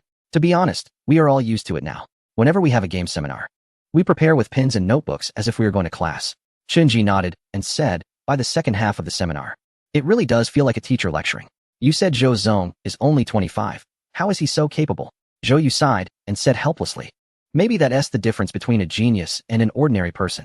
At 2 o'clock in the afternoon, Zhou Yuqin met with Wenju and the 3 homeowners at the Four Seasons CAF, accompanied by 2 legal representatives from Yuechen Game Company. After some polite exchanges, Wenju handed over the printed purchase contracts to the 4 of them. Zhou Yuqin glanced at the figures and tossed the contract to the 2 legal representatives. 10 minutes later, all parties confirmed that there were no issues with the purchase contracts and signed their names. Zhou Yuqin initially wanted Shen Jingyun to sign the contract for Villa 15 Fengsong as well, since they had decided to use this villa as their family home. However, Shen Jingyun refused, stating that she wanted to add her name only after they got married. Seeing her firm attitude, Zhou Yuqin decided not to persuade her further. After all, it was just a matter of time. After signing the agreement, Zhou Yuqin instructed the company's finance department to transfer the money into the homeowners' bank accounts. The journey from Yuechen Game Company to the real estate office only took 15 minutes. Wenju had already contacted the staff there in advance. After everyone arrived, they completed all the formalities in just half an hour. Zhou Yuqin was very satisfied with Wenju's work efficiency. As soon as the 3 homeowners left, he handed over the agency fee and a 20% bonus to her. Wenju restrained her excitement and said, "Mr. Zhou, thank you for choosing me as your real estate agent." Zhou Yuqin smiled and replied, "You should thank Zhang Min." Wenju understood the implication behind Zhou Yuqin's words and said, "I've already arranged to have dinner with her tonight." Zhou Yuqin nodded and said, "It's getting late. I need to pick up my child from school. If there are any future home purchases, we can collaborate again." Wenju responded, "Okay, take care." After Zhou Yuqin drove away, Wenju pumped her fists in excitement. This house transaction was the smoothest one she had experienced since starting her career. In just 2 days, she earned over 4 million, which felt almost like picking up money. Wenju was a shrewd and generous woman, and she knew that she owed this great opportunity to Zhang Min. According to her agreement with Zhou Yuqin, Wenju was supposed to give Zhang Min 30% of the commission, which amounted to 660,000. However, Wenju felt this was a bit insufficient. So she went to the bank and transferred 1 million to Zhang Min's account, then sent her a text message.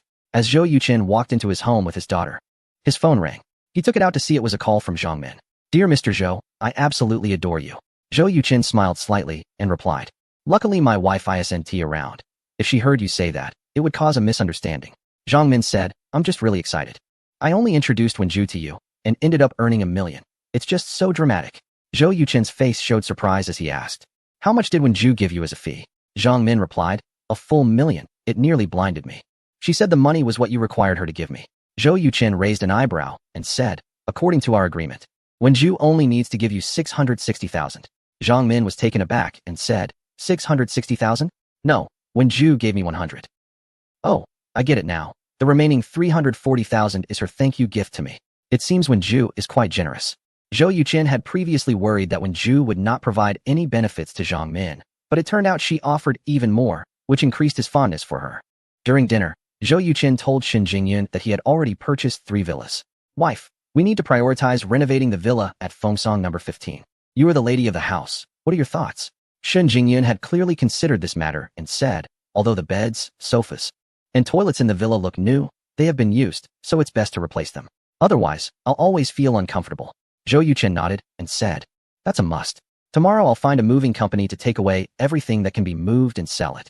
After clearing out the space, the floors will be relaid, and the walls will be repainted, giving the villa a complete makeover inside and out." Shen Jingyun said in surprise, "Is it really necessary to go to such lengths?" Zhou Yuqin replied, "If we don't do it now, it will be very troublesome to make changes after moving in. I think it's best for you to find a reliable renovation company. Design and renovate based on your ideas, using the existing structure." Shen Jingyun thought for a moment and said, "That sounds good. Do you have any specific requests?" Zhou Yuqin replied, "Just make me a large study. The rest doesn't matter." Shen Jingyun smiled and said, "Not only do you need a big study, but you also need an oversized bookshelf. Otherwise, in 2 years, there won't be any space left for your precious books." Zhou Yuqin chuckled and said, "Only my wife knows me well." Chapter 253. Zheng Xui's shock. While Xiaoya was busy battling with her food, she suddenly looked up and said, "Mom, I want a toy house." Shen Jingyun smiled and replied, "Okay, honey, after dinner, let's go to the villa and take a good look." Zhou Yuqing said, "No problem." An hour later, the family of 3 arrived at the villa at Fengsong number 15. This time, Zhou Yuqing and Shen Jingyun examined everything very carefully and discussed for over 2 hours before finalizing a general renovation plan. Shen Jingyun asked, "Should we buy a few paintings to hang in your study?" Zhou Yuqing immediately declined, saying, "Forget it. I'm not interested in paintings." Shen Jingyun pouted and said, "I was planning to hang 2 paintings in the study. Now that you mention it, I feel a bit embarrassed to do so. Zhou Yuqing chuckled. What's wrong? Afraid I'll say you're being pretentious? Honey, you have a bit of a thin skin. Shen Jingyun gave him a glare and replied, compared to you, everyone has thin skin. By the time they returned home, it was already past 10 o'clock at night. Shen Jingyun did not give Zhou Yuqing a chance to cause trouble. She took Xiaya to take a bath and then cuddled with the child to sleep, leaving Zhou Yuqing feeling quite uncomfortable. With no other choice, he had to retreat to the study and picked up a book titled Development and Design of Software Products. During this time, Zhou Yuqing had been reading books on software design. He already had a foundation and, without relying on any system, had reached an advanced proficiency level of 89 through his own efforts. The reason he wanted to elevate his software development skills to a master level was primarily to create a mobile communication software. In his previous life, the most important mobile communication software was an app known for its extensive features, including communication, social networking, payment, mini programs, public accounts, entertainment, and lending, among others. With the powerful traffic generated by this app, its parent company earned hundreds of billions annually, with net profits exceeding a significant amount. Zhou Yuqing certainly did not want to miss out on such a large opportunity. Once his software development skills reached the master level, he would choose a partner to start developing a similar app and a QR code system. The need for collaboration stemmed from the fact that while developing the app was not particularly difficult, attracting users to utilize it was the real challenge. In his previous life, the company became well known due to its near monopoly in the communication field and its cost-ineffective advertising. If Zhou Yuqing were to focus solely on making the app bigger and better, he could definitely achieve that within 3 years, making it indispensable for mobile users in his region. However, Zhou Yuqing did not want to invest all his time and energy into a small application, even if it could bring him considerable wealth. With the all-encompassing development system, Zhou Yuqing had a clear plan for himself to reach the peaks of technology and work on things that others could not tackle, such as GPUs, chips, artificial intelligence, and new energy batteries. Only in this way can Zhou Yuqing feel that his journey to this world was not in vain. Yunhai's first detention center meeting room. Zhang Xuei sat in the chair looking haggard, exuding an air of lifelessness, completely devoid of his former arrogance. Opposite him sat Fan Mingda, the chief lawyer of a prominent group, dressed in a well-fitted suit, his hair meticulously styled, radiating vitality, forming a stark contrast with Zhang Xuei. Taking a pen and a notebook out of his briefcase, Fan Mingda said in a deep voice, "Manager Zhang, please explain the specific situation." Zhang Xuei gritted his teeth and said, "I was harmed by Zhou Yuqing." Fan Mingda furrowed his brow and replied, "What I want to hear is the detailed process of the entire incident, not your subjective judgment." Taking a deep breath to suppress his anger, Zhang Xuei recounted everything that happened that night. He understood that whether he would be sentenced depended crucially on Fan Mingda, so he dared not conceal anything. After listening, Fan Mingda said, "You just mentioned that Su Fa sent you 2 women, right?" "Yes." "Then why do you believe that the one who harmed you is Zhou Yuqing? He shouldn't know which hotel you were at." "Su Fa knows the specific location of the hotel, and he might have been instructed by Zhou Yuqing to betray me."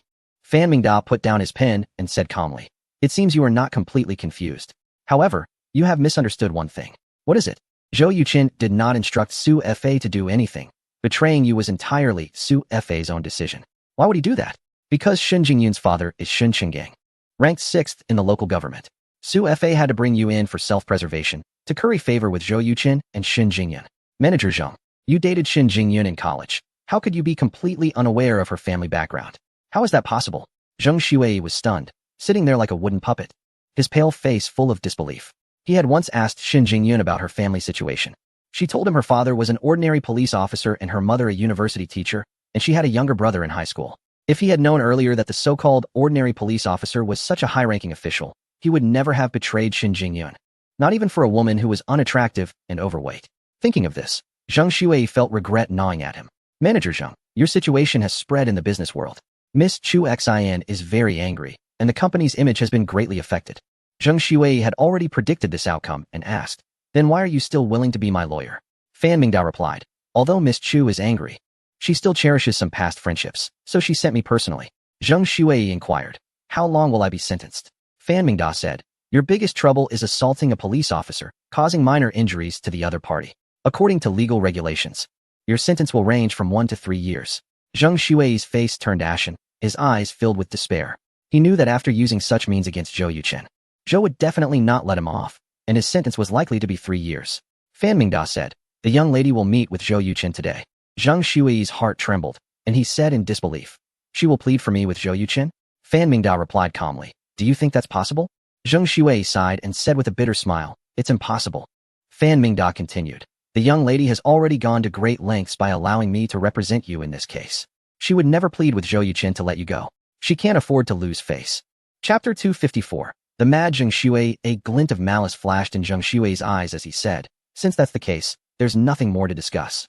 Fan Mingda asked, what do you mean? Zheng Shui replied, Lawyer Fan, please inform the young lady that I have some rather unsavory videos of her on my phone. If anything happens to me, these videos will immediately surface online. Fan Mingda's expression changed dramatically as he said sharply, do you realize what you're saying? Zheng Shui, seemingly insane, gritted his teeth and said, of course I know. It's come to this point. Do you think I have anything left to lose? Fan Mingda looked deeply at Zheng Shui and said, it seems we underestimated you. State your demands. Zheng Shui said, I don't want to go to jail. Without a moment's hesitation, Fan Mingda replied, you're dreaming. Do you think that injured officer will forgive you? This is beyond his control now. Zheng Shui stood up and said, I don't care. I'll only stay in there for a month at most. Otherwise, we'll both be finished.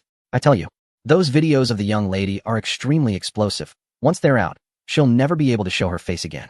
After saying this, Zheng Shui shouted towards the door, I want to go back. Creaking, the door opened. A police officer walked in and took Zheng Shui away. Fan Mingda's face turned ashen. He knew trouble was brewing. After leaving the detention center, Fan Mingda immediately got into his car and called Chu Xian. At that moment, Chu Xian's convoy was less than 10 kilometers away from the Kunpeng mobile phone battery manufacturing plant. The news about Kunpeng Group developing supercapacity batteries and fast-charging technology had spread in the communications industry.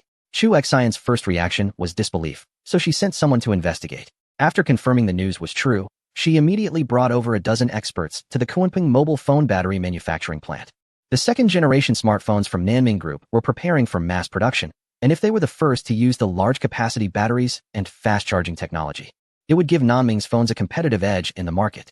Lawyer Fan, there's no need for me to be updated on Zheng Shui's situation. I won't inquire further. Miss, he might have filmed some videos of you. What? Chu Xian's face instantly darkened to the extreme. Did he threaten you? Yes. Zheng Shui said if he goes to prison, he will immediately upload those videos online, ensuring you both go down together. Bastard. Chu Xian couldn't help but curse, her eyes blazing with fury. She never imagined that Zheng Shui, who had always been submissive, would dare to film her. Fortunately, Chu Xian was no ordinary person. After her anger subsided, she took a deep breath to calm herself as much as possible. Are you sure he has videos of me? Not certain. But I believe it's better to be cautious than to dismiss it. Chu Xian's wild behavior was no secret within Nanming Group and the communications industry. If Zheng Shui really had the videos and uploaded them online, then Chu Xian would be completely finished. I cannot continue to be threatened by someone. Lawyer Fan. He is an orphan, and there are not many who can fully earn his trust. I will investigate his circle and buy that video. Please be quick. Understood. After hanging up the phone, Chu Xian's expression was as dark as water. Zheng Shui's actions made this proud heiress of the Nanming Group feel an unprecedented sense of humiliation. She silently vowed that once she obtained the video, she would make Zheng Shui pay an incredibly tragic price. Soon, the convoy arrived at the Kunpeng mobile phone battery manufacturing plant. When Chu Xian got out of the car, her face had returned to its usual aloofness. Hee, President Chu. It's nice to see you again, Zhou Yuqing greeted with a smile. Chu Xian looked Zhou Yuqing up and down, extended her hand, and said, President Zhou, you truly surprised me. Zhou Yuqing shook her hand and quickly withdrew, saying, it is an honor for me and the Kunpeng Group to receive President Chu's recognition. After exchanging pleasantries, Chu Xian straightforwardly asked, President Zhou, has your production line achieved mass production? Zhou Yuqing replied, the first production line was just completed yesterday and has begun operation. Chu Xian said, I would like to take a few batteries directly from the workshop for testing. You should have no objections, right? Zhou Yuqing smiled and said, of course not. Without even having a cup of tea, Chu Xian, accompanied by Zhou Yuqing, went to the workshop. They took more than 10 batteries from the production line and entered the laboratory. More than 10 experts from the Nanming Group, working in pairs, conducted performance and safety tests on the Kunpeng mobile phone batteries. Half an hour later, the testing concluded, and the results showed that the battery capacity reached 4,000 mAh, with safety performance far exceeding that of mobile phone batteries on the market. A smile finally appeared on Chu Xian's face as she said, it seems I lost our bet. Zhou Yuqing replied, the bet is not important, cooperation is what matters. As one of the largest mobile phone manufacturers in the region, Nanming Mobile is about to launch its second-generation smartphone. The first generation sold 85 million units, and if they choose to use Kunpeng batteries and chargers, it would undoubtedly be the best news for Zhou Yuqing. Moreover, once the Nanming Group switches to these batteries, other groups are sure to follow suit, thus opening up the market. This is also why Zhou Yuqing personally came to accompany Chu Xian. Chu Xian took out a check for 10 million and handed it to Zhou Yuqing, saying, "Cooperation is important, and the bet is equally important. I, Chu Xian, am not someone who cannot afford to lose." Zhou Yuqing took the check and smiled, saying, "Thank you very much." Next, Chu Xian had the experts she brought test the fast-charging technology. A lithium battery that was completely dead was charged to full capacity in just 28 minutes. And it even had an automatic power-off feature, ensuring no safety issues even if the charger was forgotten. This left Chu Xian and the more than 10 experts from the Nanming Group utterly shocked. This rapid charging technology can truly be described as unparalleled. Chu Xian said, "Mr. Zhou, I think we need to discuss cooperation matters." Zhou Yuqing pointed to Wang Guangzhong beside him and said, "If Ms. Chu is interested in selecting us as the battery supplier for the Nanming mobile phone, you can directly contact Mr. Wang. All matters regarding Kunpeng batteries are handled by him." Chu Xian glanced at Wang Guangzhong and said, "It seems Mr. Zhou trusts Mr. Wang very much." Zhou Yuqing smiled and said, "If you don't suspect someone, you can trust them." Chu Xian replied, "Then I will need Mr. Wang's guidance in the future." Wang Guangzhong said, "You're joking. If anyone should be looking after the other, it should be you and the Nanming Group looking after us." "Ms. Chu, Mr. Zhou, it's already noon. Shall we go have a meal?" Chapter 255, Zhu Xian. The unconventional woman Zhu Xian is an unconventional woman. She asked, "Is there a canteen here?" Wang Guangzhong was taken aback and replied, "Yes." Zhu Xian said, "I want to try the food in your factory's canteen." Wang Guangzhong glanced at Zhou Yuqing, who smiled and said, "Ms. Zhu is our first client. Her requests must be fulfilled." Wang Guangzhong said, "Then I'll have the chef prepare some dishes." Zhu Xian waved her hand and said, "No need. I prefer large pot dishes." Zhu Xian often uses the method of observing a company from the small details. Departments like canteens, logistics, and security are easily overlooked, yet they can truly reflect a company's management level. Zhou Yuqing's eyes flashed with surprise and admiration at Zhu Xian's choice. He had previously thought of her as a spoiled young lady, but her series of actions today shattered his impression of her. She was efficient and decisive, showing that her position as the deputy general manager of the Nanming Group was not merely due to her being Zhu Nanming's daughter. The group arrived at the factory's dining area, where employees had already lined up in 4 long queues. Zhu Xian approached the serving window and glanced at the food. Wow! There were 4 meat dishes and 4 vegetable dishes, along with milk and fruits. It was much more lavish than the meals at their mobile phone manufacturing plant. Wang Guangzhong didn't pretend to queue to showcase their strict management, but directly handed a plate to Zhu Xian and the others. Everyone selected their favorite dishes and found an empty area to eat. Zhou Yuqing and Zhu Xian sat alone at a corner table. "Ms. Zhu, is there something on your mind?" Zheng Xue asked. Zhu Xian replied succinctly, "Zheng Xue." Zhou Yuqing appeared to understand and said concisely, "Su Fa is worried that I will retaliate against him, so he sold Zheng Xue out." Zhu Xian asked, "Is there any possibility of releasing him?" Zhou Yuqing shook his head and replied, "Soliciting is not a big deal. The key issues are the bribery and assaulting a police officer charges, which changed the nature of the entire incident.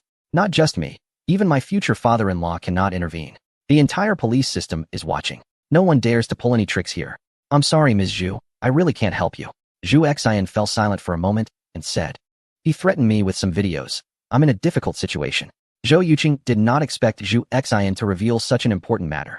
This was quite a show of trust. "Are you sure?" he asked. "Not confirmed," she replied.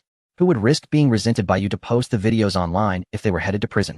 Even if there is someone, it certainly wouldn't exceed 3 people. Even if we find that person, who can guarantee that Zheng Xue doesn't have backups? When he gets out of prison, I will still be in trouble." Zhou Yuqing looked at her deeply and smiled. "Ms. Zhu is joking. If we can't resolve even this small trouble, I'm afraid the Nanming Group wouldn't have come this far." Zhu Xian narrowed her eyes and said, "First it was Su Fa, now it's me. Mr. Zhou, your strategy of using others to achieve your goals is truly remarkable." Zhou Yuqing smiled and said, "Zheng Xue is just a clown. I don't care about him at all. So his life or death is of no importance to me." After finishing lunch, Chu Xian and her team toured the Kunpeng smartphone battery manufacturing plant before leaving.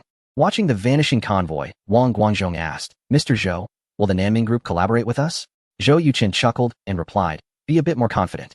Just remove the question mark." Lao Wang, spread the news that Chu Xian visited our smartphone battery manufacturing plant. Wang Guangzhong immediately understood Zhou Yuqing's intention and said, "I'll take care of it right away." That evening, Lang Yan, the deputy general manager of the Xingchen Group, who had met Zhou Yuqing once before, called. "Mr. Zhou, have you developed large-capacity batteries and fast-charging technology?" Zhou Yuqing scoffed at Lang Yan's question. Although he had not officially announced the successful testing of the batteries and chargers, The news had already spread like wildfire in the smartphone industry. With the vast information network of the Xingqian Group, how could they possibly be unaware? Mr. Lang, today, General Chu led a team of experts to our Kunping smartphone battery manufacturing plant. After testing, it was confirmed that our battery capacity is 4,000 milliamp hours. With a charging time of just 30 minutes, we can begin mass production in 3 days at most. Truly, heroes emerge from the youth. Mr. Zhou, is General Chu planning to equip the second-generation Nanming phone with your Kunping batteries? She only has that intention. As for whether we will collaborate, that is still undecided. Mr. Zhou, I plan to lead a team to visit you tomorrow. I hope you will welcome us. Of course, the Xingqian and Nanming phones are the top-selling models in the region, and they are our potential major clients. How could we not welcome you? Lang Yan laughed heartily 3 times and said, then it settled. After finishing the call with Lang Yan, before Zhou Yuchen could hang up, the phone rang again. It was an unfamiliar number. This is Zhou Yuchen. May I ask who you are? Hello, Mr. Zhou. I am Rin Jiuzhou from Shaguang Communications Group. Upon hearing this name, Zhou Yuchen showed a hint of surprise. He couldn't understand why Rin Jiuzhou would contact him, as there had been no business dealings between them. Oh, it's Mr. Rin. What can I do for you? Mr. Zhou, I heard that you have developed large-capacity batteries and super-fast charging technology. We would like to visit your factory tomorrow, if that's convenient for you. Zhou Yuchen raised an eyebrow and asked, Mr. Rin, has your company also entered the smartphone manufacturing industry? We have developed the first generation of Shaguang smartphones and are currently looking for suitable battery suppliers. Realizing he couldn't hide anything from Zhou Yuchen, Rin Jiuzhou decided to be straightforward. Mr. Rin, you've truly surprised me. I bet the Xingqian Group and Nanming Group will have headaches over this. This matter has not been disclosed to the public yet, so we kindly ask Mr. Zhou to keep it confidential. No problem. However, Mr. Lang from a certain group will visit our manufacturing plant tomorrow. If your company also comes, this secret might be difficult to keep. How about tomorrow evening? Good. I will be waiting for your arrival then. After hanging up the phone, Zhou Yuchen displayed a brilliant smile. The arrival of Ms. Chu from a certain group successfully attracted the attention of both the aforementioned group and another communications company. As long as one of these 3 companies agrees to cooperate, the other 2 will have no other options. This is because the performance of the chips used by everyone is basically similar, with only differences in the appearance of the phones. If one party has the support of a certain smartphone battery and fast charging technology, while the other 2 do not, the outcome will be obvious. Chapter 256, Abundance Honey, what has you so happy? Share it with me. Shun Jingyun, wearing her favorite light red sheer nightgown, walked out of the bedroom after putting Xiaoye to sleep. Zhou Yuchen's eyes lit up as he stepped forward to wrap his arms around Shun Jingyun's slim waist. Smiling as he said, the phone battery has found a market. Of course I'm happy. That's great news. Which company? Nanming Group, Xingqian Group, and Shaguang Communications Group. I know about Nanming Group and Xingqian Group, but what's going on with Shaguang Communications Group? They have been developing smartphones, and they should have made significant progress now. Haha. As long as these 3 companies use my Kunpeng batteries, other smartphone manufacturers in the region will come to negotiate cooperation, and I will monopolize the entire phone battery and charger market. The question is, when that day comes, can your production capacity keep up? My factory can produce a maximum of 200,000 phone batteries a day, which definitely won't be enough. What will you do then? Acquire other battery factories? Zhou Yuchen shook his head and said, those who seek to monopolize often face dire consequences. I plan to partner with 3 reliable large-scale battery manufacturers. I will provide the technology, and they will do the manufacturing for me. As long as we can guarantee over 800,000 units a day, that will be enough to meet the market demand. But your profits will decrease significantly. Reduced profits mean reduced pressure for me. The Kunpeng phone battery is just a test for me. When the time is right, I will develop batteries for new energy vehicles. So you've been planning this for a while. Of course. Honey, enough about these trivial matters. I'm feeling a bit uncomfortable right now. Shun Jingyun asked with concern. Where are you feeling uncomfortable? Zhou Yuchen replied, there. After saying that, he picked up Shun Jingyun and rushed back into his bedroom. The next morning, Zhou Yuchen received a delegation led by Lang Yan at the Kunpeng battery manufacturing plant. Like Chu Xian, Lang Yan also brought a group of experts to conduct performance and safety tests on the batteries and chargers on the production line. At 8 p.m., Shaguang Communications Group CEO, Xiang Qinghong, arrived with 6 experts in a casual manner. After confirming that the batteries and chargers were fine, Xiang Qinghong placed an order for 10 million units, with delivery in 3 months, giving Zhou Yuchen a big surprise. After Shaguang Communications Group placed their order, Nanming Group and Xingqian Group followed suit with their own orders. Their confidence was much higher than that of Shaguang Communications Group, with order quantities reaching 30 million. Zhou Yuchen informed them that he didn't have that much production capacity, but he could collaborate with their battery manufacturing plants, with a profit-sharing ratio of 70-30 in favor of Zhou Yuchen. Without hesitation, Nanming Group and Xingchen Group agreed. Kunpeng Group immediately dispatched 2 teams of elite personnel to upgrade the battery production lines of both companies. Of course, Zhou Yuqin would never let them know the core technology involved. Even if he knows, it doesn't matter. He has already applied for domestic and international technology patents long ago. At the first detention center, Fan Wenda, dressed in a suit, met with Zheng Xue again. Zheng Xue is to be sentenced tomorrow and has been very anxious these days. He thought Chu Xian had ignored his threats and was prepared to fight to the death with him. Now seeing Fan Wenda, Zheng Xue finally breathed a sigh of relief. Have you taken care of it? Fan Wenda raised an eyebrow and asked, taken care of what? Zheng Xue replied coldly, you know the answer but are asking anyway. Is it interesting? Fan Wenda said, Zheng Xue, you must have heard the saying that money can make the devil push a millstone. To be honest, we have bought that video from Qiufeng for 3 million. Zheng Xue's expression changed drastically. That's impossible. Qiufeng is Zheng Xue's secret lover. They grew up together as childhood friends, and he trusts her the most. Fan Wenda continued, since I know Qiufeng's name, you should be able to judge the truth of this matter. After all, 3 million is enough for Qiufeng to live comfortably for several years. Zheng Xue took a deep breath and said, even if Qiufeng gave you the video, what can you do? I still have several backups. Fan Wenda shook his head and said, you really won't give up until the end. The so-called several backups are just 3. One is on a network drive, and the other 2 are on encrypted USB drives. Am I right? Zheng Xue's face paled. You. Fan Wenda added, there's one more thing. We have found out that you used your position in the company to accept bribes from others, and the amount is extremely large. We will sue you for commercial crimes. No, you can't do this to me. Zheng Xue was completely panicked, his eyes filled with fear and despair. Fan Wenda stood up and said, I'm here today mainly to remind you that you need to change your lawyer and mentally prepare yourself for the possibility of dying in prison. After saying that, Fan Wenda strode out. Behind him, Zheng Xue's desperate cry echoed, I want to see Chu Xian. Fan Wenda stopped, turned back, and coldly said, you will have plenty of time for such daydreams ahead. The successful development of high-capacity mobile phone batteries and fast-charging technology has made Kunpeng Group a sensation in the industry. In addition to a few major companies, more than 10 mobile phone manufacturers have come to discuss cooperation. Zhou Yuqing welcomed everyone, but had to place their orders behind the 3 major companies. Wang Guangzhong calculated that these orders would allow Kunpeng Group to make a profit of 30 billion. Meanwhile, the total assets of the Kunpeng battery manufacturing plant were only about 20 billion. Overnight, Zhou Yuqing became a rising star in the communications market, reaping substantial profits. Consequently, more than 10 battery manufacturers lost orders and faced the risk of bankruptcy. Zhou Yuqing originally planned to find another battery manufacturer for outsourcing, but was stopped by Wang Guangzhong and others. They believe that the future belongs to smartphones, and as long as they maintain a technological edge, orders will keep coming in. Since there is no shortage of orders, why share 30% of the profits with others?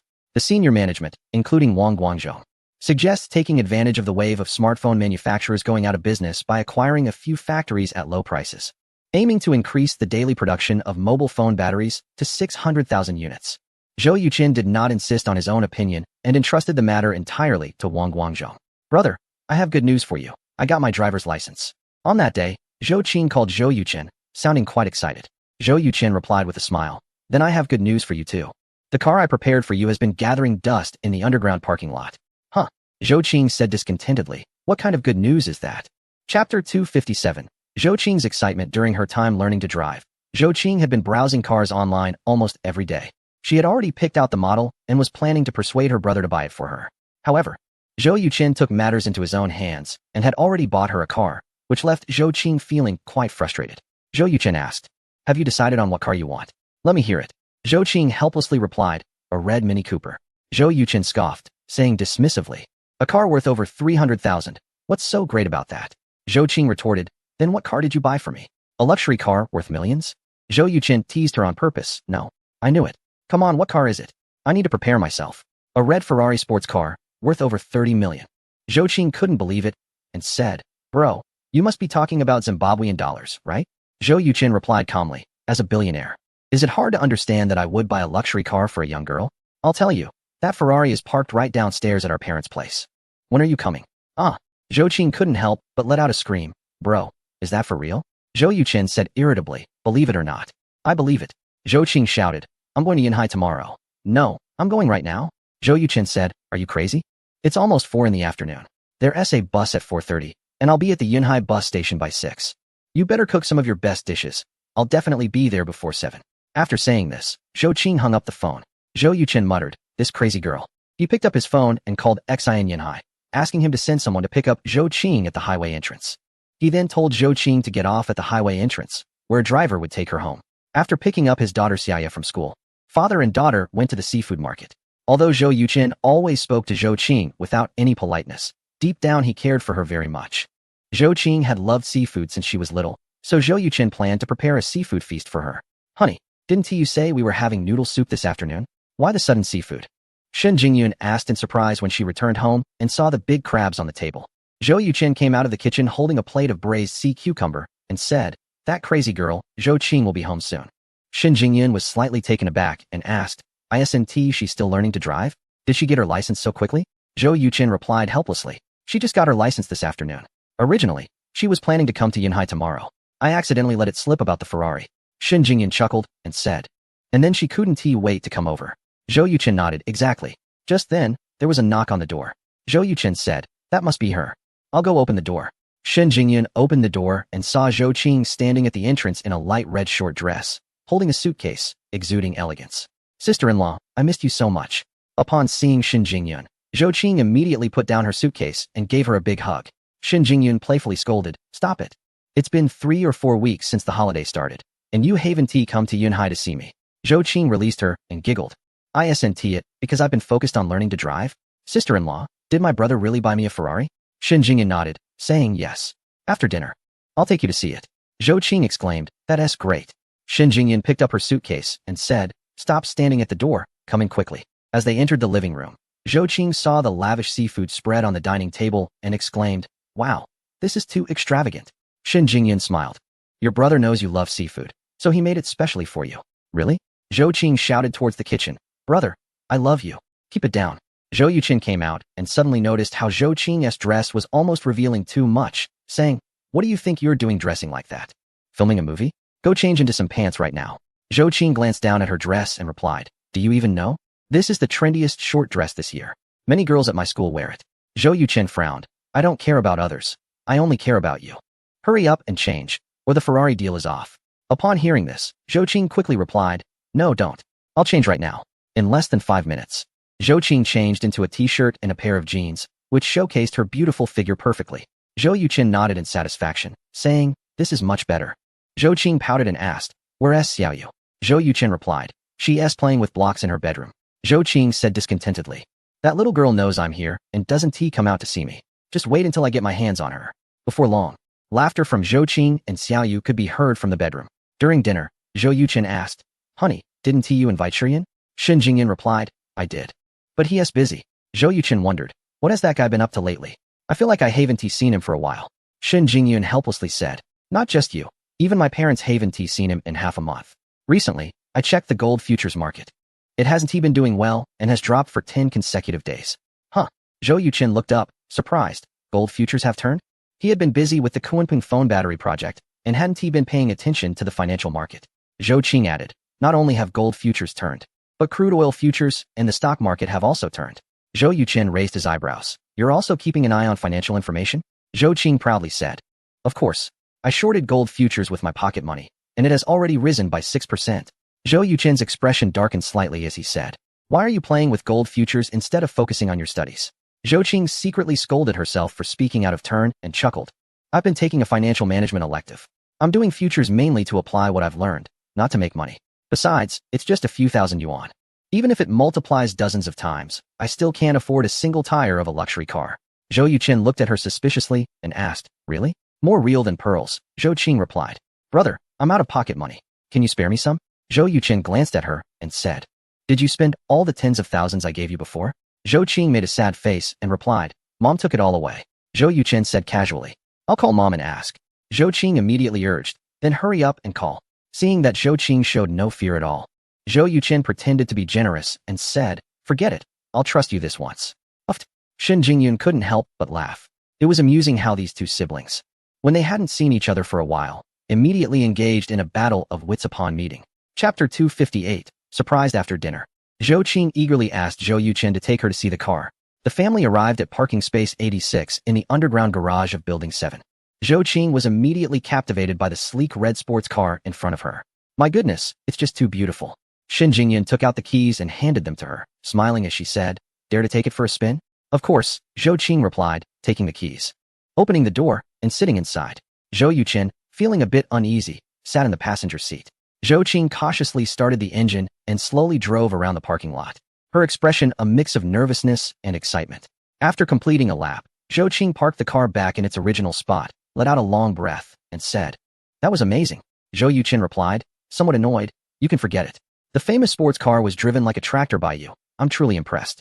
Zhou Qing huffed and said, "Give me 2 days, and I'll dare to drive it at 200. Zhou Yuqin retorted, "Stop bragging.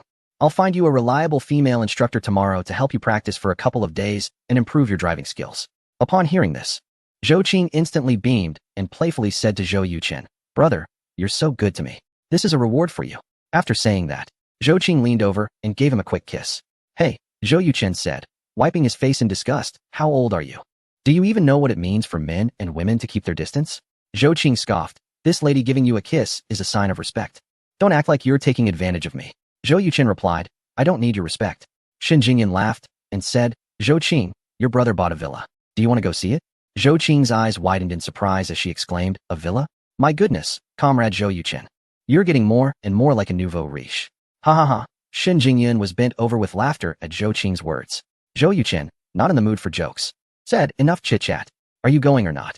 Zhou Qing immediately replied, "Yes, we must go. I've never been in a villa before." Little Ye chimed in with a sweet voice, "Auntie, the villa Daddy bought is really, really big, with a lawn, garden, and swimming pool. I love it there." Zhou Qing asked, "Then why haven't you moved in?" Little Ye replied, "Because a lot of uncles are renovating it." Recently, Zhou Yuqin had entrusted the villa renovation entirely to Shin Jingyan. She found a reliable design team that completed the blueprints in 2 days. Then, they hired the top renovation team in the area at a high price to transform the house according to the plans. Every evening, Zhou Yuqin would drive Shin Jingyun and Little Ye to the villa to check on the progress. Based on the current pace, it was estimated that it would be finished in about a month. Half an hour later, Zhou Yuqin drove the 3 ladies to Villa Fengsong number 15. As soon as they entered the door, Zhou Qing was like a child in a candy store, praising everything around her nonstop. After walking around, Zhou Qing looped her arm through Zhou Yuqin's and used her charming tactics, saying, "Brother, I don't want a flat anymore. I want a villa in the future." Zhou Yuqin nodded, replying, "No problem. Whenever you get engaged, I'll gift you a villa." Zhou Qing said, "That's too late." Zhou Yuqin retorted, "If you have no one to accompany you, would you dare live in such a large place by yourself? Aren't you even a little scared?" Suddenly, some scenes from movies flashed in Zhou Qing's mind, making her shiver. She said, "Forget it. Let's pretend I didn't say anything." Shin Jingyan smiled and said, "Zhou Qing, there are plenty of rooms here. You can choose one. You can design it yourself while it's being renovated." Zhou Qing's eyes lit up and she said, "Sister-in-law is the best. I'll go choose now." Shin Jingyan replied, "I'll accompany you." After a selection process, Zhou Qing ultimately chose a room of about 40 square meters on the east side of the 2nd floor. Meanwhile, Shin Shiyan was at the airport seeing off Qin Yuyu. Besides him, there were 2 young men of similar age.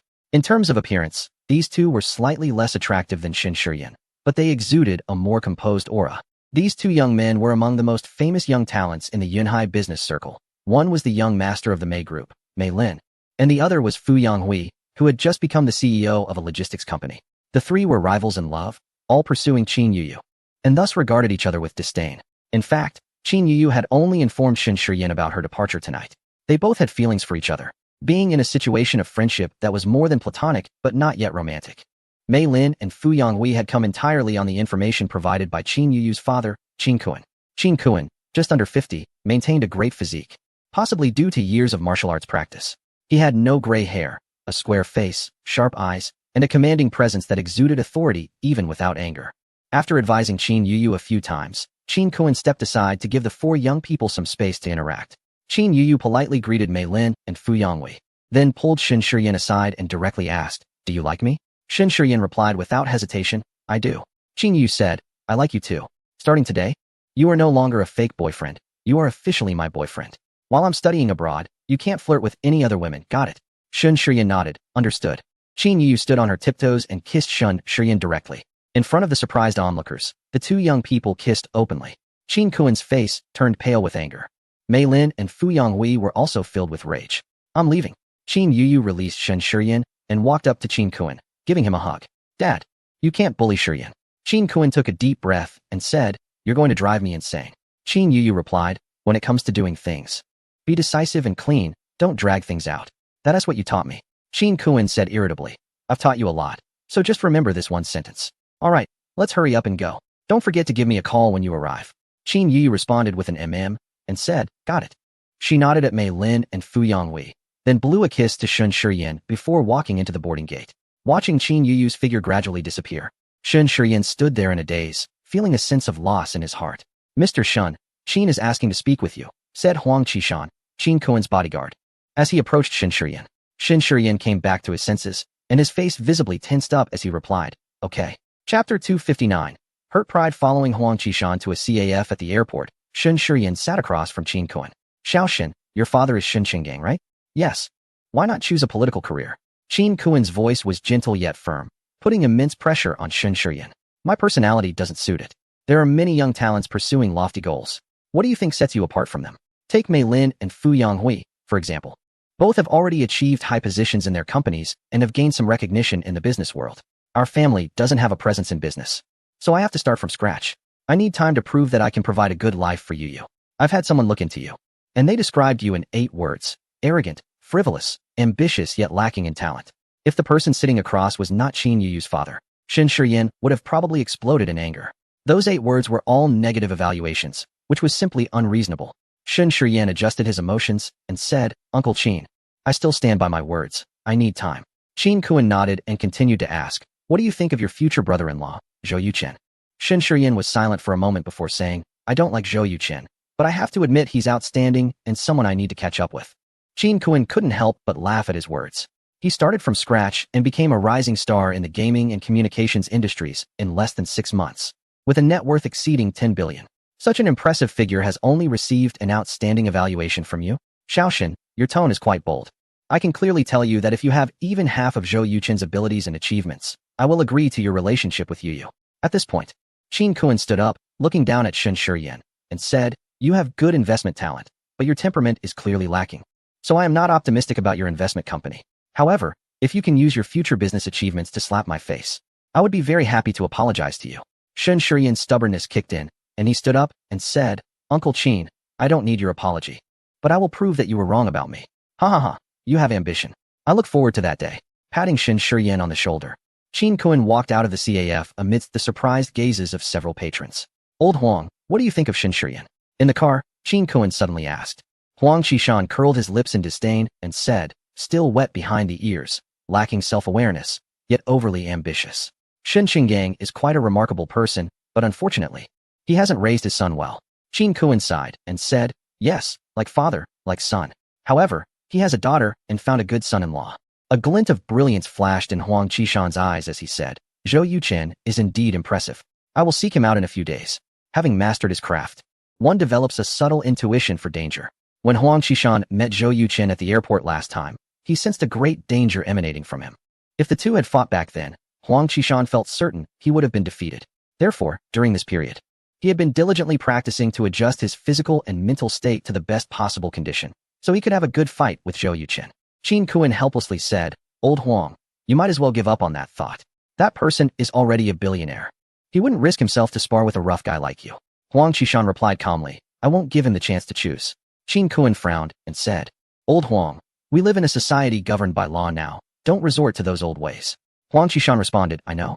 To outsiders, the two appeared to have a boss-bodyguard relationship, but in reality, Huang Qishan was Qin Kuan's legitimate junior, having grown up together, closer than real brothers. Huang Qishan was passionate about martial arts, a true martial arts enthusiast. In his youth, he was bold and reckless, offending a gang leader. His girlfriend was killed by a truck while trying to save him. Huang Qishan avenged her by destroying that gang leader and then spent 12 years in prison.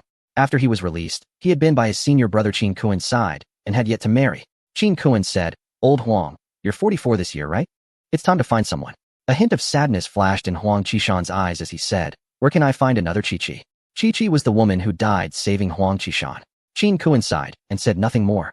After being humiliated, Shun Shiyan stayed in the CAF for 20 minutes before finally coming out.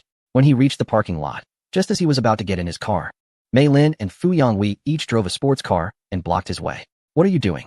Shun Shiyan frowned. Mei Lin got out of the car and sneered. Shun Shiyan, do you think you deserve Yuyu? Shun Shiyan was not easy to provoke either, In an extremely displeased tone, he said, "Whether or not I deserve Yu is not up to you to decide, but up to Yu. I'm glad that Yu thinks I deserve her, which is why she is my girlfriend.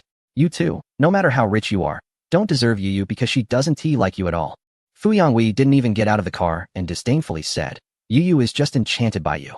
Once she realizes that the only thing you have going for you is a wealthy father, she'll definitely leave you." Exactly, Mei Lin chimed in, a person in their 20s, lacking both charm and career. If it weren't for having a high-ranking father, what difference would there be between you and trash? Shun Shiyan retorted. "I think that statement suits you too quite well." Mei Lin angrily said, "You." Shun Shiyan interrupted him. "Good dogs don't block the way. Hurry up and get lost. I won't waste time with you two love-struck losers." Fu Yonghui and Mei Lin wanted to say more, but a honking sound came from behind them. A taxi driver poked his head out and shouted, "Are you guys leaving or not?" It was then that Mei Lin realized her sports car was blocking the road, with 4 or 5 cars lined up behind it. Left with no choice, Fu Yonghui and Mei Lin drove away. Shun Shiyan angrily cursed, looking down on others. The competition among the three seemed to put Shun Shiyan in an absolute advantage. But in reality, only he knew that their sharp words had quite an impact on him. Chapter 260, Drunkenness at 1 a.m. Shun Jingyun's phone suddenly vibrated. Ever since she had her baby, she had set her phone to silent mode at night to avoid waking the child. "Hello, Shurtu, is there something wrong?" Shun Jingyun stepped out of the bedroom to answer the call. "This is Hu Zhe, the owner of the Huiguang bar. Are you Shin Xiao?" "No." "Shin Shiyan's sister?" "That's right." "Mr. Hu, why do you have my brother's phone?" "Ms. Shun, your brother has had too much to drink. I had no choice but to look for your number in his contacts to call you. Thank you for letting me know. I'll go pick him up now." After hanging up, Shin Jingyun walked into Zhou Yuqin's study and pushed the door open. At that moment, Zhou Yuqin was deeply engrossed in a book. Hearing the noise, he turned to look at Shin Jingyun. "Dear, what time is it? Why are you still awake?" Shin Jingyun replied, "Honey, Shurtu is drunk at Huiguang bar. Can you help me bring him back?" As soon as Zhou Yuqin heard this, he immediately stood up and said, "I'll go right now." Shin Jingyun asked, "Do you know where Huiguang bar is?" Zhou Yuqin replied, "Huiguang bar is the most famous bar on Yunhai Entertainment Street. I haven't been there, but I've heard plenty about it." "That's great. Be careful and come back quickly." "Don't worry." Zhou Yuqin made an okay gesture, put on his shoes, grabbed his keys, and left. Half an hour later, Zhou Yuqin entered Huiguang bar.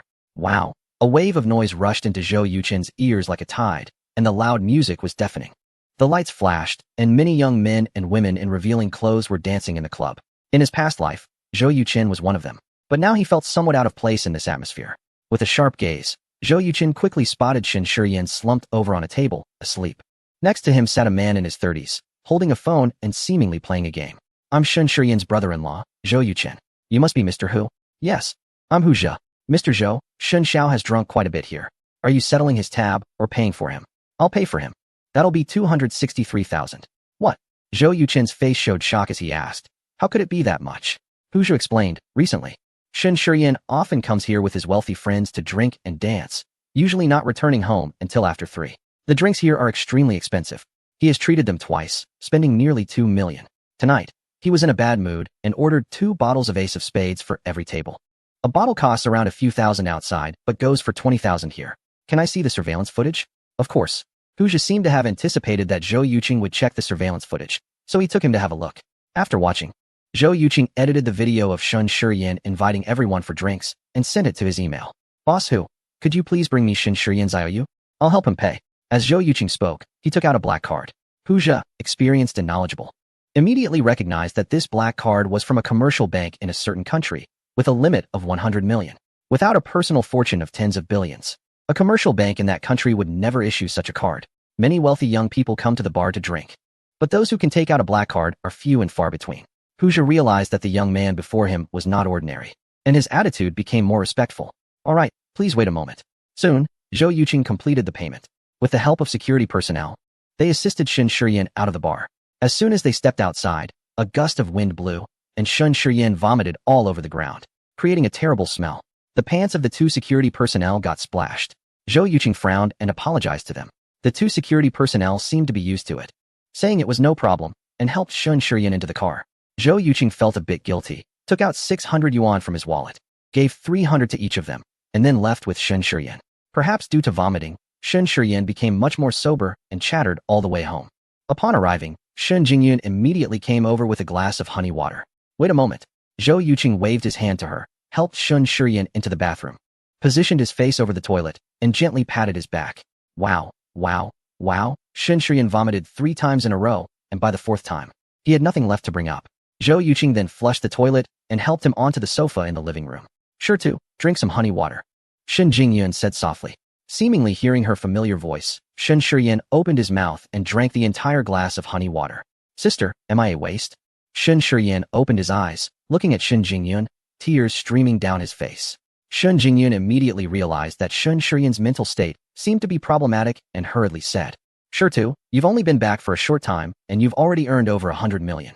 If you're a waste, then I must be even worse than a waste. Shen Shiyan shouted loudly. I could earn so much money because Zhou Yuqing provided me with the funds. Sister, do you know? I hate him. I really, really hate him. Shen Jingyun looked at Zhou Yuqing, who shrugged and showed a helpless expression. Sure to. Why do you hate Zhou Yuqing so much? Shen Shiyan cried even harder, saying, because Zhou Yuqing is too outstanding. So outstanding that I feel like a fool in front of him. Shen Jingyun picked up a tissue, wiping his tears while saying, Sure to. You are you. And he is he. We don't compare ourselves to him. Shen Shiyan shook his head and said, Sister, do you know? Today I met Yo-Yo's father. He looks down on me, belittling me to the point of being worthless, and says that as long as I have half the ability and achievements of a certain individual, he will agree to my relationship with Yu. Ha ha ha. Hearing that, I couldn't help but want to slap him hard. Shen Jingyun frowned slightly and said, This person is really annoying. Shen Shiyan replied, He is indeed very annoying, but the problem is I can't do it. It took that individual only 4 or 5 months to become a rising star in the gaming and telecommunications industries, with a fortune exceeding billions. And what about me? Even if I had 4 or 5 years, I still couldn't achieve that. Sister, I don't want to lose Yu. I really, really like her. Shen Jingyun quickly said, Sure to. As long as you are willing to work hard, you will definitely be able to be with Yu. Chapter 261. Shen Jingyun's defense is broken. Whether it was Shen Jingyun's comfort that had an effect, Shen Shiyan cried for a while before falling asleep. Zhou Yuqing helped him onto the bed in the guest room and said, Dear, it's getting late. You have to work tomorrow, so hurry up and sleep. Shen Jingyun glanced at the heavily intoxicated Shen Shiyan and said, It's the first time I've seen him like this since he was little. Zhou Yuqing chuckled and asked, What's wrong? Feeling sorry for him? Shen Jingyun replied irritably, He's my younger brother. How could I not feel sorry for him? Zhou Yuqing shrugged and said, Do you know how carefree your younger brother is outside? Shen Jingyun was taken aback and asked, What do you mean? Zhou Yuqing said, Let us go outside and talk. The two went to the living room, where Zhou Yuqing pulled out the bill that Shen Shiyan had signed at a bar and waved it in his hand. 3 rounds of drinks, 2,630,000. Shen Shiyan has truly demonstrated what it means to spend money like water. 2,630,000. Upon hearing this number, Shen Jingyun was stunned, her first thought being impossible. However, seeing the bill in Zhou Yuqing's hand, she couldn't help but feel a flicker of doubt. I've already paid it off for him. Take a look. Shen Jingyun took the bill from Zhou Yuqing and began to read it carefully. After finishing, a layer of frost settled on her beautiful face, a clear sign of extreme anger. Shen Jingyun never imagined that Shen Shiyan would play so recklessly. Going to the bar 3 times and spending 2,630,000 was completely beyond her acceptance. After all, this was a sum that an ordinary family would take a lifetime to earn. I'll go wake him up.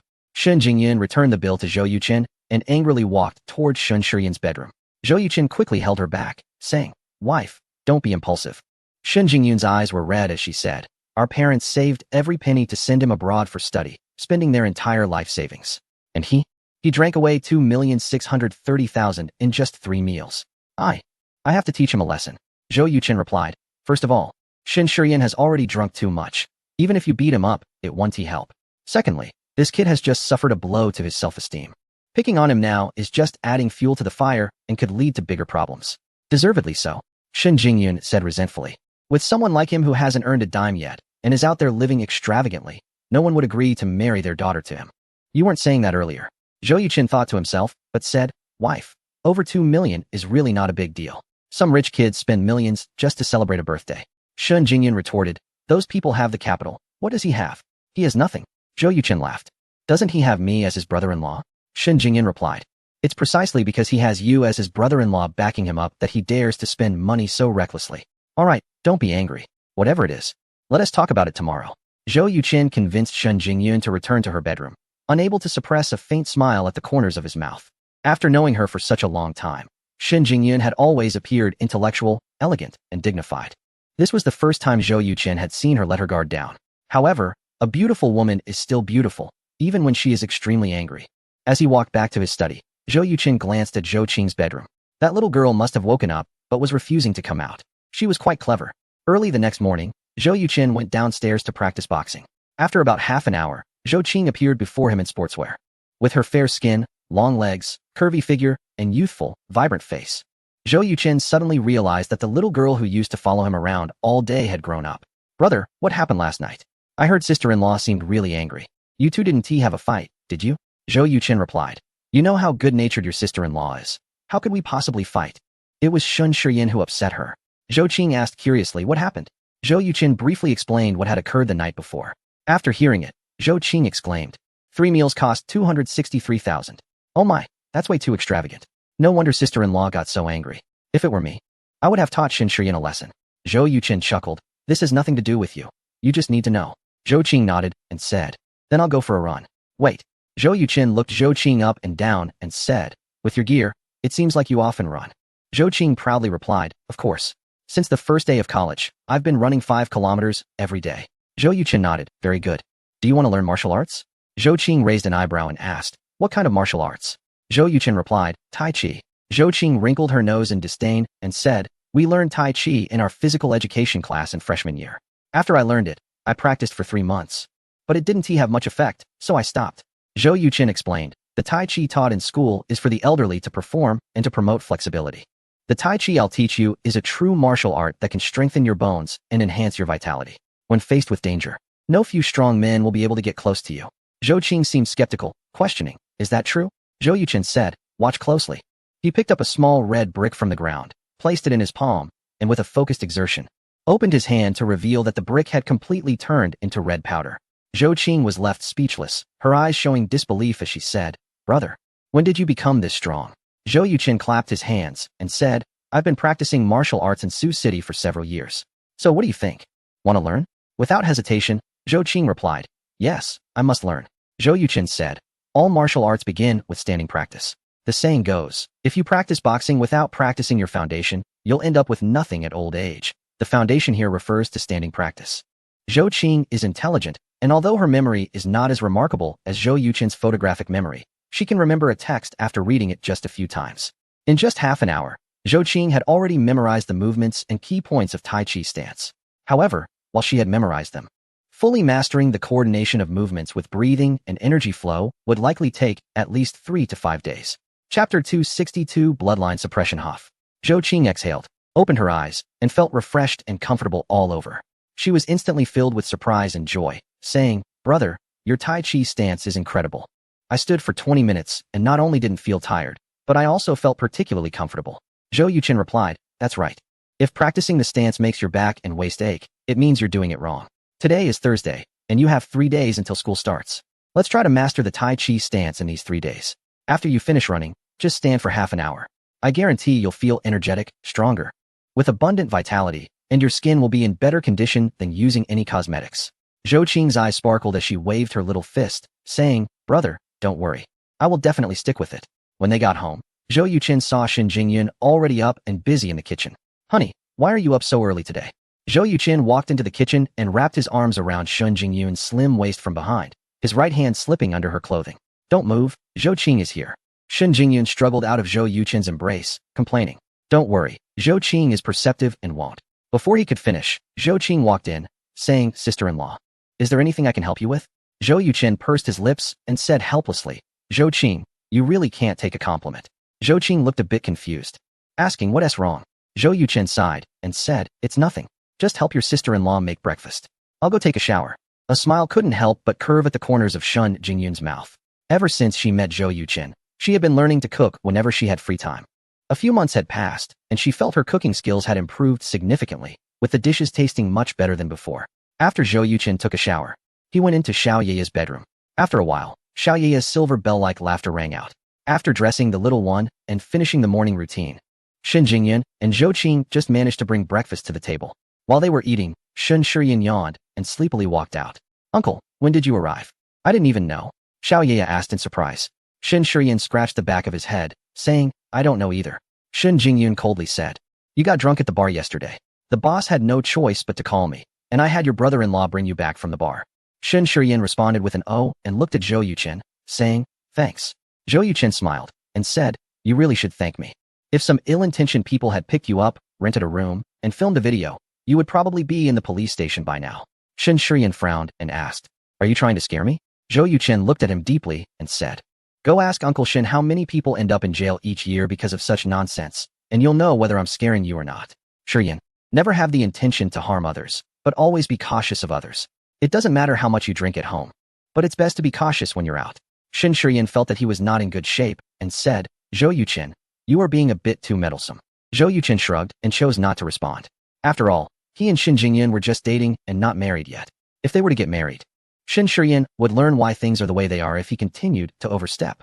After a night to calm down, Shen Jingyun stood up and told Shen Shiyan, you go wash up first, then come for breakfast. Shen Shiyan glanced at Zhou Yuchen and said, seeing someone makes me lose my appetite. I'm not eating. Shen Jingyun calmly replied, I don't want to repeat myself. Having grown up together, Shen Shiyan was very familiar with his sister's temperament. The moment he saw her calm yet threatening eyes, he couldn't help but shiver, muttering an oh while his mind raced, trying to figure out what he had done to upset her. Seeing Shen Shiyan obediently head to wash his hands, Zhou Yuchen couldn't help but smile inwardly, thinking, there really is something to bloodline pressure. Dad, Mom, I'm full, little Yaya said, patting her little belly habitually. Shen Jingyun pointed to the remaining 1/3 of milk and gently asked, can you finish your milk? Little Yaya replied, Mom, I really can't drink anymore. Zhou Yuchen laughed and said, then let me have it. Upon hearing this, little Yaya immediately handed the milk cup to Zhou Yuchen. After finishing the milk, Zhou Yuchen said, honey, take your time eating. Zhou Qing and I will take little Yaya out. Shen Jingyun asked in surprise, Zhou Qing is going too? Zhou Qing smiled and said, sister-in-law, I'm studying computer science and I'm planning to visit my brother's gaming company. Shen Jingyun replied, I was thinking of taking a day off to take you shopping. Zhou Qing said, please don't take a day off. I don't want to affect your work. Let's go shopping next weekend. Shen Jingyun nodded and said, okay, dear, drive slowly. Zhou Yuchen made an okay gesture and said, don't worry. Soon, Zhou Yuchen, holding little Yaya, and Zhou Qing, dressed in business attire, left. Once the three were gone, only Shen Jingyun and Shen Shiyan were left in the house. Unable to withstand Shen Jingyun's gaze, Shen Shiyan quickly finished his sandwich, grabbed the cup, and gulped down the milk, saying, that feels good. Sis, what's going on? Shen Jingyun asked, do you often go to the Huiguang bar? Shen Shiyan replied, not often. I've only been there 7 or 8 times, always with those rich kids. You know, it's not easy to get money from them. I have to be on good terms with them. Shen Jingyun took out a bill and placed it in front of Shen Shiyan, saying, you spent nearly 3 million on drinks over 2 visits. Last night, you spent over 700,000 and treated each table to 2 bottles of something called Ace of Spades. Stone, you are really generous to outsiders. Shen Shiyan's expression changed, and he picked up the bill to take a look, frowning and saying, is this from Zhou Yuchen? Humph, meddling in my business. I don't need him to help me pay my debts. Shen Jingyun retorted directly, since you look down on him so much. Then pay back the 2,630,000 along with the previous debts. Don't have any financial dealings with him in the future. Shen Shiyan was taken aback and said, sister, what do you mean? Shen Jingyun replied, do you not understand my meaning? You used his 50 million to earn your first pot of gold, and then invested his money into your own gold futures. Yet, not only do you fail to thank him, but you also refer to him as Zhou Yuchen with disdain and prejudice. Tell me, what exactly does he owe you that makes you treat him this way? Shen Shiyan was momentarily speechless by Shen Jingyun's words. Chapter 263. A crazy decision. Shen Jingyun continued. You two switch places for a moment. If you had a younger brother-in-law who borrowed money from you for investment, but doesn't respect you at all, constantly calling your name, how would you feel? Shen Shiyan pursed his lips and said, sister, so you're just trying to vent your anger for him. Shen Jingyun replied sharply, I'm embarrassed by your actions. What you're doing makes it hard for me to hold my head high in front of the Zhou family. Shen Shiyan completely broke down, standing up with anger on his face. Sister, to be honest, do you think I can't succeed in starting a business at all? Shen Jingyun stood up as well. Although she was 10 centimeters shorter than Shen Shiyan, her presence was incredibly strong as she said in a deep voice. The people who want you to succeed the most in this world are me and our parents. But your actions give me no hope of success at all. Let us not talk about anything else, just this expenditure of over 2 million. Tell me, how much investment have you actually brought in with this money? Shen Shiyan replied. To attract big investments, these small amounts of money are necessary. Shen Jingyun was so angered that she laughed. 263,000 is a small amount? Then tell me, how many 263,000s do you need to attract your so-called big investments? 2, 3, or 10? Shen Shiyan's momentum weakened significantly as he said, you don't understand at all. Shen Jingyun countered, I may not understand investments, but I know that to borrow money from others, you must demonstrate your ability and value, and make others believe that you can help them earn more money. If you go to a bar and treat people, even if you drink until you're sick, no one will lend you money. She continued. Also, let me ask you again, have you thought about what you would do if the investment fails? Shen Shiyan confidently replied. I want to fail. Shen Jingyan said, do you think you're a financial genius? Even the best investors Wu Ti claim that their investments are guaranteed to succeed. Take Zhou Yuchen, whom you always look down on. Why did he buy $1 billion in trust funds for Xiaoya? Why did he establish Yuechen Gaming Company and Kunping Group? It's because he can't guarantee that he will win in the financial market, so he prepared a fallback plan.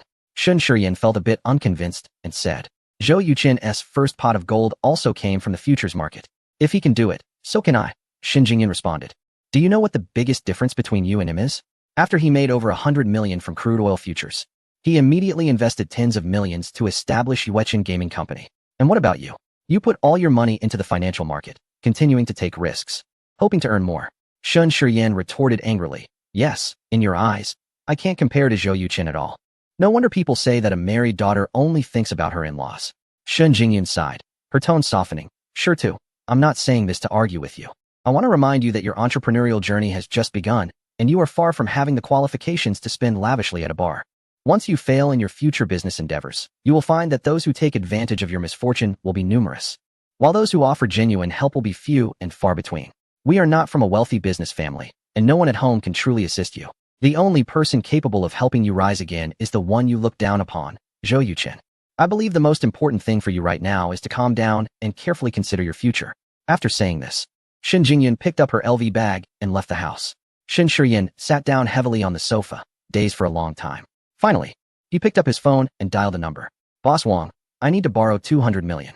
What collateral do I need to provide? A cheerful voice came from the other end. Young Master Shen, what are you talking about? You want to borrow money. There's no need for collateral. Just give me an address, and I'll come over right away. I guarantee that the money will be transferred to your account once you sign the contract. What is the interest rate?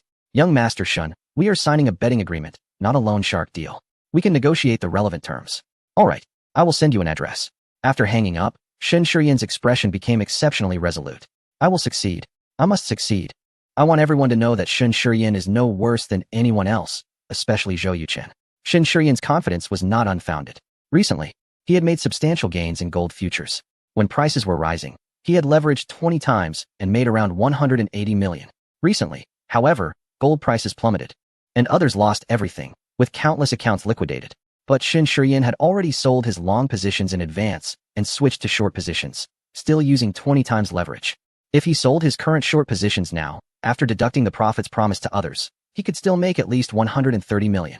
However, this amount did not impress Shen Shiyan at all. This morning, Shen Jingyun's words had left him feeling very uncomfortable.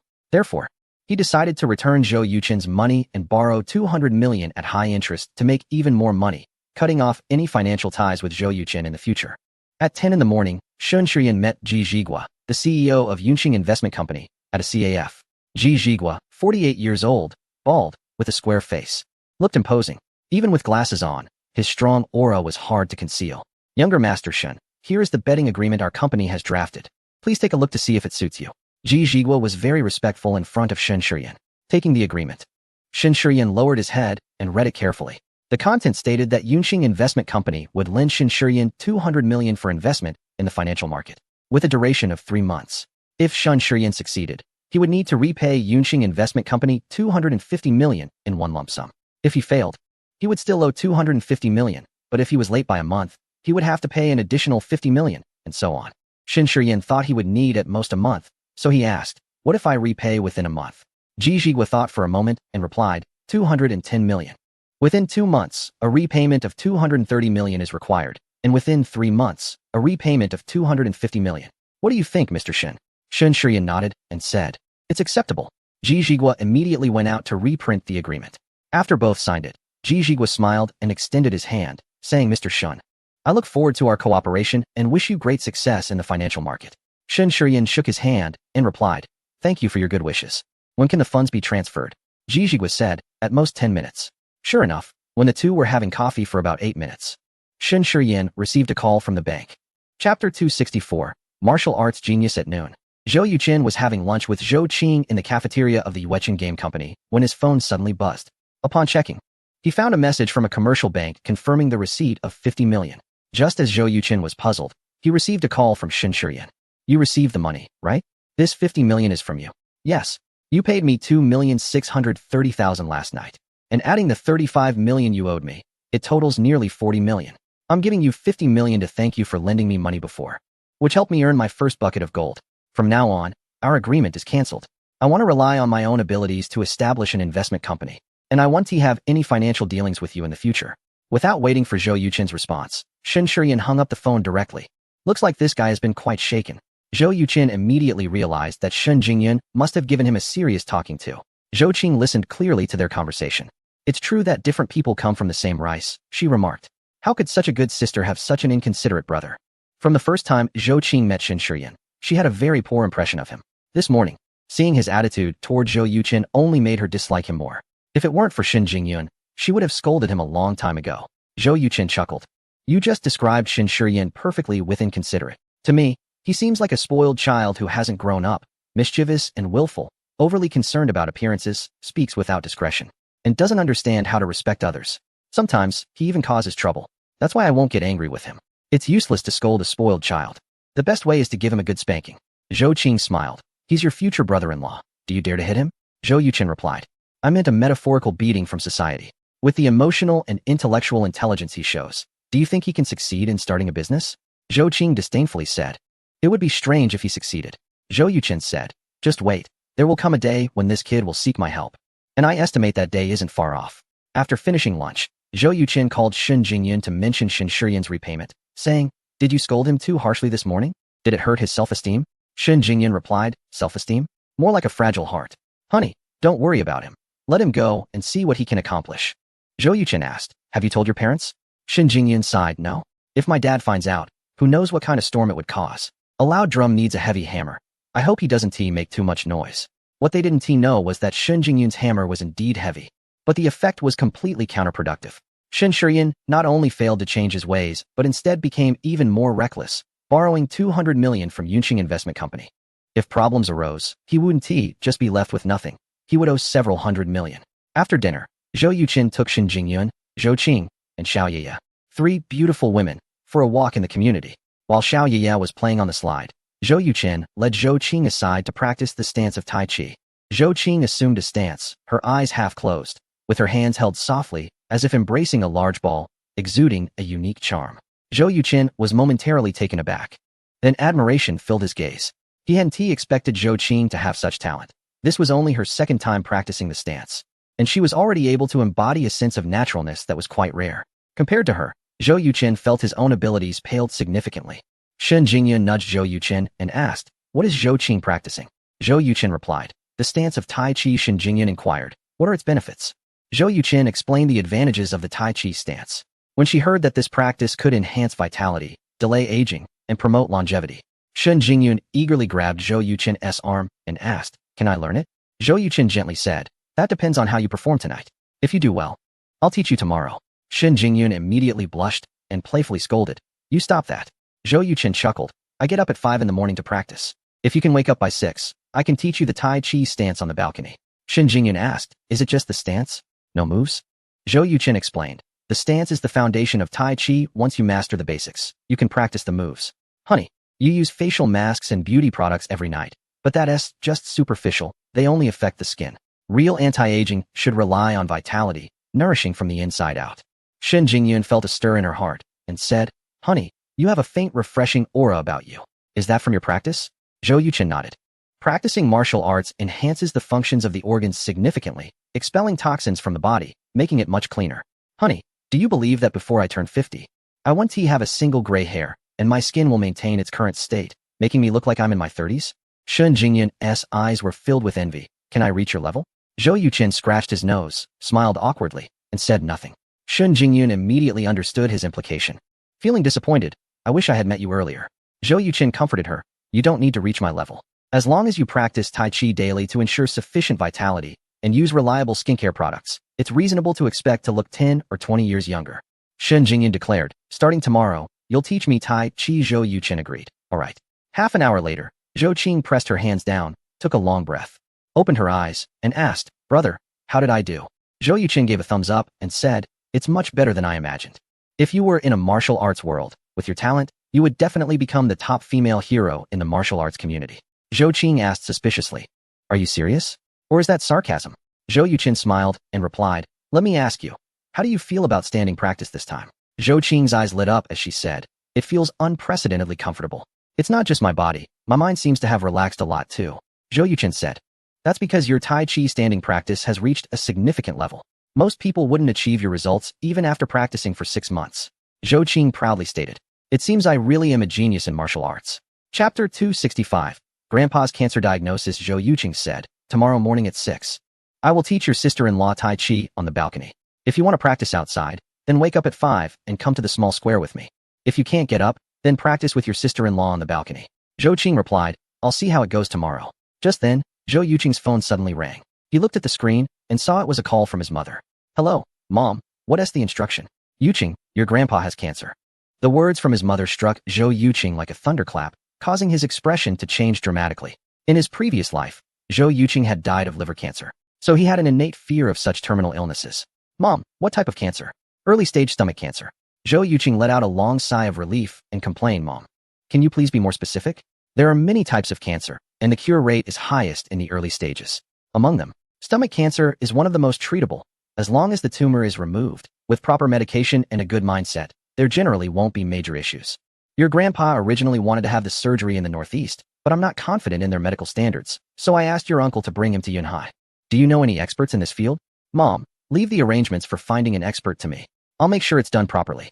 Please have Grandpa fly over as soon as possible, and it would be best if Grandma could come too. After the surgery, let them stay in Yunhai for a few months to recover before returning to their home province." "All right, it's settled then." After hanging up, Zhou Qing nervously asked, "Brother, did Grandpa really get cancer?" Zhou Yuqing replied, "It's early-stage stomach cancer. As long as the surgery is thorough, he can fully recover." Shen Jingyan said, "My dad is classmates with the director of the First People's Hospital in Yunhai." Zhou Yuqing's eyes lit up and he said, "That's great. I'll call Uncle Shun to help arrange a more comfortable room." As a senior leader in the Yunhai city government, arranging a hospital room and finding an excellent expert would just take a word from Shen Qinggang, especially since he was classmates with the hospital director, Guo Xingping. At 10 o'clock that night, Shen Qinggang sent Zhou Yuqing a text message with Guo Xingping's phone number, asking him to contact him once he confirmed the hospitalization date. "Mom, I have everything sorted out here. When will Grandpa and the others arrive?" "They'll land at Yunhai Airport at 10 o'clock the day after tomorrow." "Who is accompanying Grandpa?" "Your grandma, your eldest uncle, and your second uncle. Then my dad and I will go pick them up, have lunch, and head to the hospital in the afternoon. The sooner we can get Grandpa's surgery done, the better for everyone." "Okay, your dad and I will go to Yunhai tomorrow. Can Dad find the residential area?" On the other end of the line, Zhou Qingjian's voice came through. "Your father isn't that confused yet." Zhou Yuqing said, "Then please drive slowly. I need to go to Sioux City tomorrow. If there's nothing urgent, you can take Zhou Qing to school in the afternoon to pick up Xiaoya." Zhou Qingjian immediately agreed, "No problem." The next morning, Zhou Yuqin was teaching Shen Jingyun the standing posture of Tai Chi on the balcony. To Zhou Yuqin's surprise, Shen Jingyun's aptitude for practicing martial arts was even better than Zhou Qing's. After only 10 minutes of practice, she found the key and entered a state of flow. Zhou Qing said softly, "Bro, it seems like sister-in-law's stance is quite good." Zhou Yuqin replied, "Your sister-in-law's martial arts talent is a bit better than yours. Zhou Qing, go practice on the other side and don't disturb her." Zhou Qing nodded and said, "Got it." After confirming that Zhou Qing's Tai Chi stance was also fine, Zhou Yuqin closed the balcony door and went into the kitchen to prepare breakfast. "Honey, this Tai Chi stance feels so comfortable. After waking up, I feel particularly clear-headed," Shen Jingyun said with a look of surprise as she walked up to Zhou Yuqin half an hour later. Zhou Yuqin smiled and said, "That means your Tai Chi stance is correct. As long as you keep at it, your energy and vitality will continue to increase." Shen Jingyun happily replied, "That's great." After breakfast, Shen Jingyun hurried off to work. There was a leadership inspection happening at her workplace today, so she needed to get there early. Zhou Yuqin took Xiaoya to school and then headed straight to Suzhou. There was an issue with the chip design at the Tianjiang Drone Group, and Zhou Yuqin needed to go there. At home, only Zhou Qing remained. However, she didn't stay long and went off to practice driving with a female instructor Zhou Yuqin had found for her. Upon entering the chip design room at Tianjiang Drone Group, Zhou Yuqin glanced at their progress and frowned. It was too slow. Their progress was much slower than he had anticipated. However, this was to be expected. Cheng Zhong and Yuan Taiching had not even reached an advanced level, so making it this far was already quite good. As a master-level chip technology expert, Zhou Yuqin found their problems rather elementary. In just 10 minutes, he easily resolved the issues, leaving Cheng Zhong and Yuan Taiching both impressed and a bit embarrassed. Since he was there, Zhou Yuqin decided to lead the chip design team forward. Under his guidance, they completed a workload that usually took 3 days by 4 p.m. that day. Everyone was amazed by Zhou Yuqin's capabilities. Brother Chen, you are truly impressive. Wei Nanbei praised Zhou Yuqin in the general manager's office. Zhou Yuqin raised his cup and took a sip of tea, saying, chip design is a very complex task that requires the entire team's effort. Nanbei, I think you need to hire a reliable chip expert at a high salary for the company. Cheng Zhong and Yuan Tieching's skills are not sufficient to continue with the next steps. Wei Nanbei said, but Brother Chen, aren't you a very reliable chip expert yourself? Zhou Yuqin shook his head and replied, I have 2 companies to run and really can't spare the time and energy to focus on chip research here. All you need to do is find a talented chip designer who can follow my design approach step by step, and they will definitely succeed. Wei Nanbei Dao, I will go to find a headhunting company tomorrow. Chip design is not something that can be done in a day or 2. I need to recruit a few more experts. Brother Chun, I might need you to supervise and test their capabilities then. Zhou Yuqin smiled and said, no problem. Not staying in Sioux City for dinner, Zhou Yuqin drove straight back. On the way, he received a call from Wang Guangzhou. What? The young lady Lin Shishu from the 9 Stars Group is coming tomorrow? How sudden? The 9 Stars Group is the highest valued group in the world. Involved in industries such as mobile phones, computers, automobiles, pharmaceuticals, food, aviation, and more, with a public market value of up to $800 billion. And countless subsidiaries controlled in the background. It can be said that if the 9 Stars Group stomps its foot, it would cause a huge earthquake throughout the entire region. Chapter 266. Visit from the 9 Star Group. The head of the 9 Star Group is named Lin Xingrong, who is 80 years old this year and reportedly in poor health.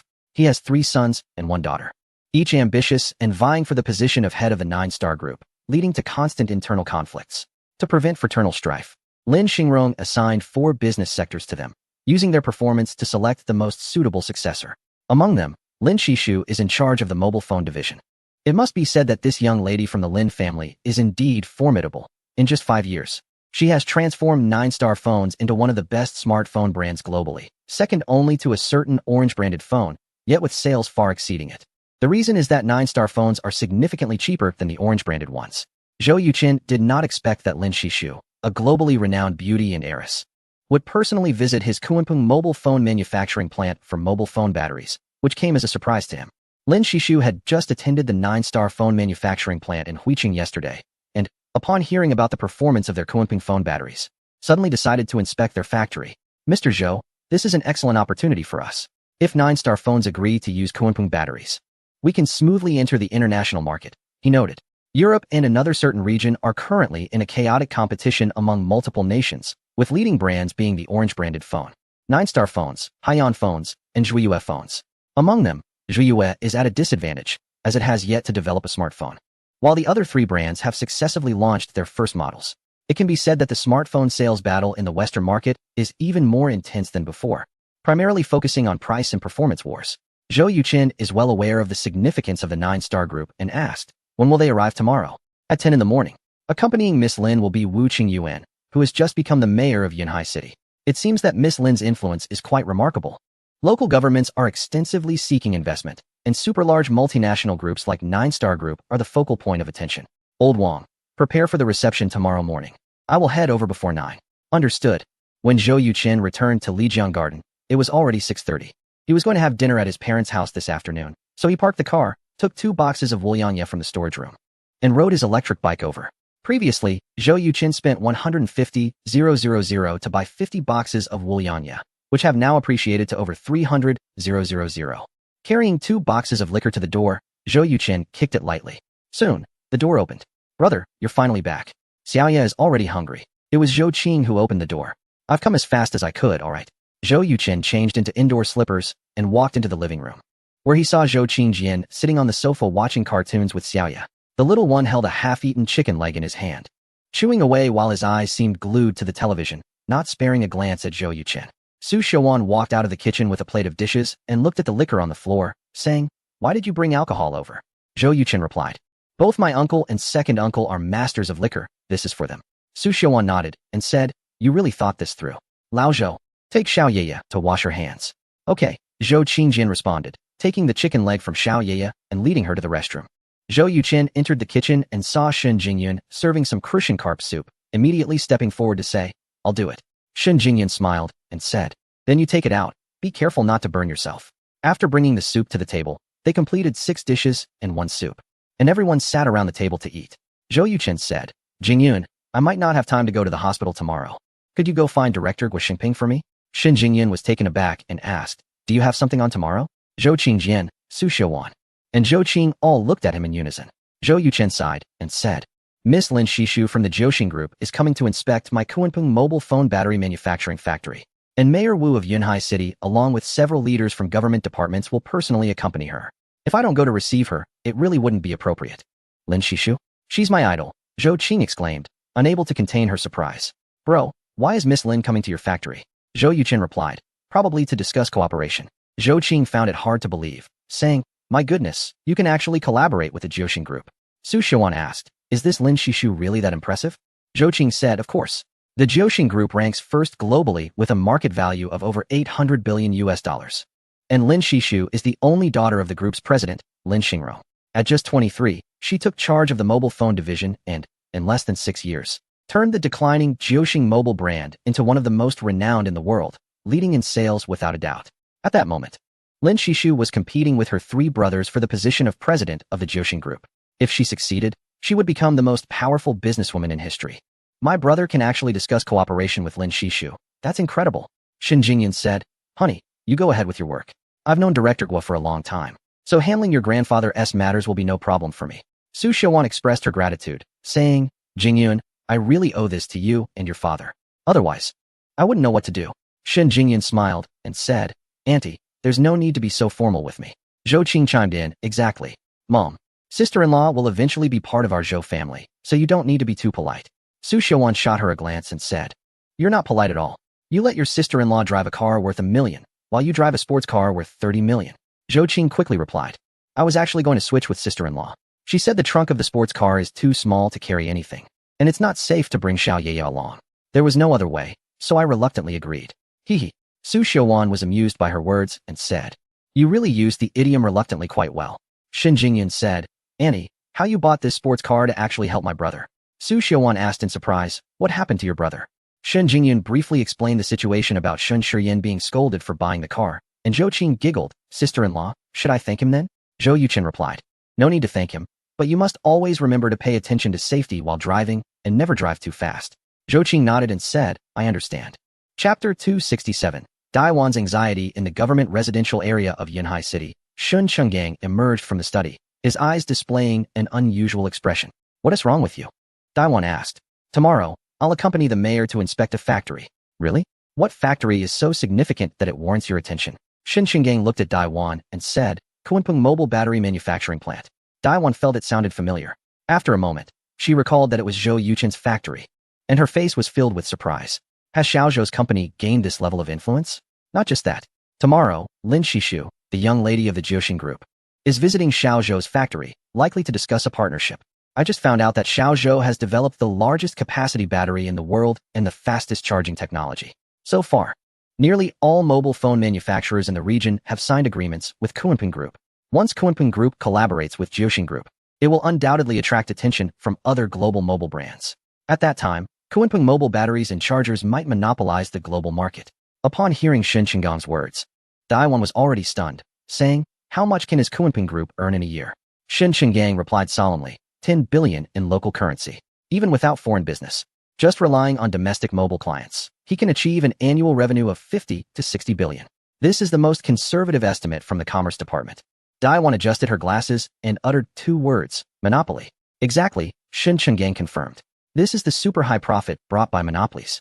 Unless other battery manufacturers develop batteries and chargers with equivalent performance, Kunpeng batteries are very likely to monopolize the global mobile battery industry. Originally, I wasn't required to accompany the mayor, but after he learned about my relationship with Xiao Zhou, he called me along. Daiwan took a deep breath, suppressing her shock, and said, Lao Shun, logically speaking, Xiao Zhou's entrepreneurial success is a good thing, but why do I suddenly feel a bit anxious? Shen Chenggang sighed. Who wouldn't he feel that way? This kid is rising too quickly, to the point where it's hard to accept. Your anxiety stems from the worry that Xiao Zhou, having achieved success at a young age, might change his mindset, succumb to external temptations, and end up harming Jingyun and Xiaoya. Exactly, Daiwan agreed. At just 25, Starting from scratch, he has built a fortune of billions in less than half a year. Not to mention Xiao Zhou, even someone in their 50s or 60s, seasoned by life, might struggle to maintain their mindset. Shen Chenggang pondered for a moment and said, once Xiao Zhou's grandfather finishes the surgery, let us visit him in the hospital and also meet his parents. Daiwan nodded. It's about time we met them. Typically, it should be the male side proposing a meeting between the parents. However, this situation was special. Zhou Yuqin had asked Shen Chenggang for help in finding a hospital. Knowing this, both Shen Chenggang and Daiwan felt it was only right to visit the old man. This is a perfect opportunity to meet with Zhou Yuqin's parents and subtly inquire about their attitude towards their daughter. The next morning at 9 o'clock, Zhou Yuqin arrived at the Kunpeng battery manufacturing plant. Wang Guangzhong had already cleaned the premises inside and out, and a 30-meter-long red carpet was laid out in front of the office building. Mr. Zhou, do you think there's anything inappropriate? It's already great. Lao Wang. No need to be too nervous. Today, it's the 9-star group that is actively seeking our cooperation rather than us desperately wanting to work with them. So we hold the main control. That's true, but after all, the other party is the 9-star group, ranked first in global assets. If I weren't a bit nervous, that wouldn't be possible. Zhou Yuqin patted Wang Guangzhong on the shoulder and chuckled. Just watch. One day, our Kunpeng group will definitely surpass the 9-star group and become an even greater entity. Seeing Zhou Yuqin's determined gaze and confident expression, Wang Guangzhong suddenly felt a surge of passion and said, Mr. Zhou, I believe you can do it. Zhou Yuqin raised an eyebrow and replied, it's a must. In a black domestic Changjiang sedan, Wu Qingyuan sat in the back seat, seriously looking at the documents. This was a report compiled by the Yunhai Business Department regarding Zhou Yuqin and the Kunpeng Group. It included not only the development process of the Kunpeng battery manufacturing plant, but also a biography of Zhou Yuqin. Wu Qingyuan was 52 this year, at a strong and capable age, with slightly thinning hair, thick eyebrows, warm and gentle eyes, exuding a strong scholarly aura. Everyone knew that at Wu Qingyuan's age, as long as he didn't make any mistakes, advancing to the next level was almost guaranteed. Therefore, everyone cooperated very well with his work. Old Shen, you should be quite familiar with this young man Zhou Yuqin, right? Putting down the materials, Wu Qingyuan turned to look at Shen Chenggang, who was sitting straight beside him, and smiled as he asked. Shen Chenggang nodded and said, he is dating my daughter. Wu Qingyuan asked, when will they get married? Shen Chenggang replied helplessly, that's up to them. I can't decide. Wu Qingyuan chuckled. Young talents like Xiao Zhou are hard to find even with a lantern. You could push them a bit. Shen Chenggang said, Mayor, why are you suddenly concerned about these two young people? Wu Qingyuan waved his hand and said, just joking. Zhou Yuqin is a student of my father, so we have some connections. My father dedicated his life to teaching and has many students. Not to mention, his judgment of people has never been wrong.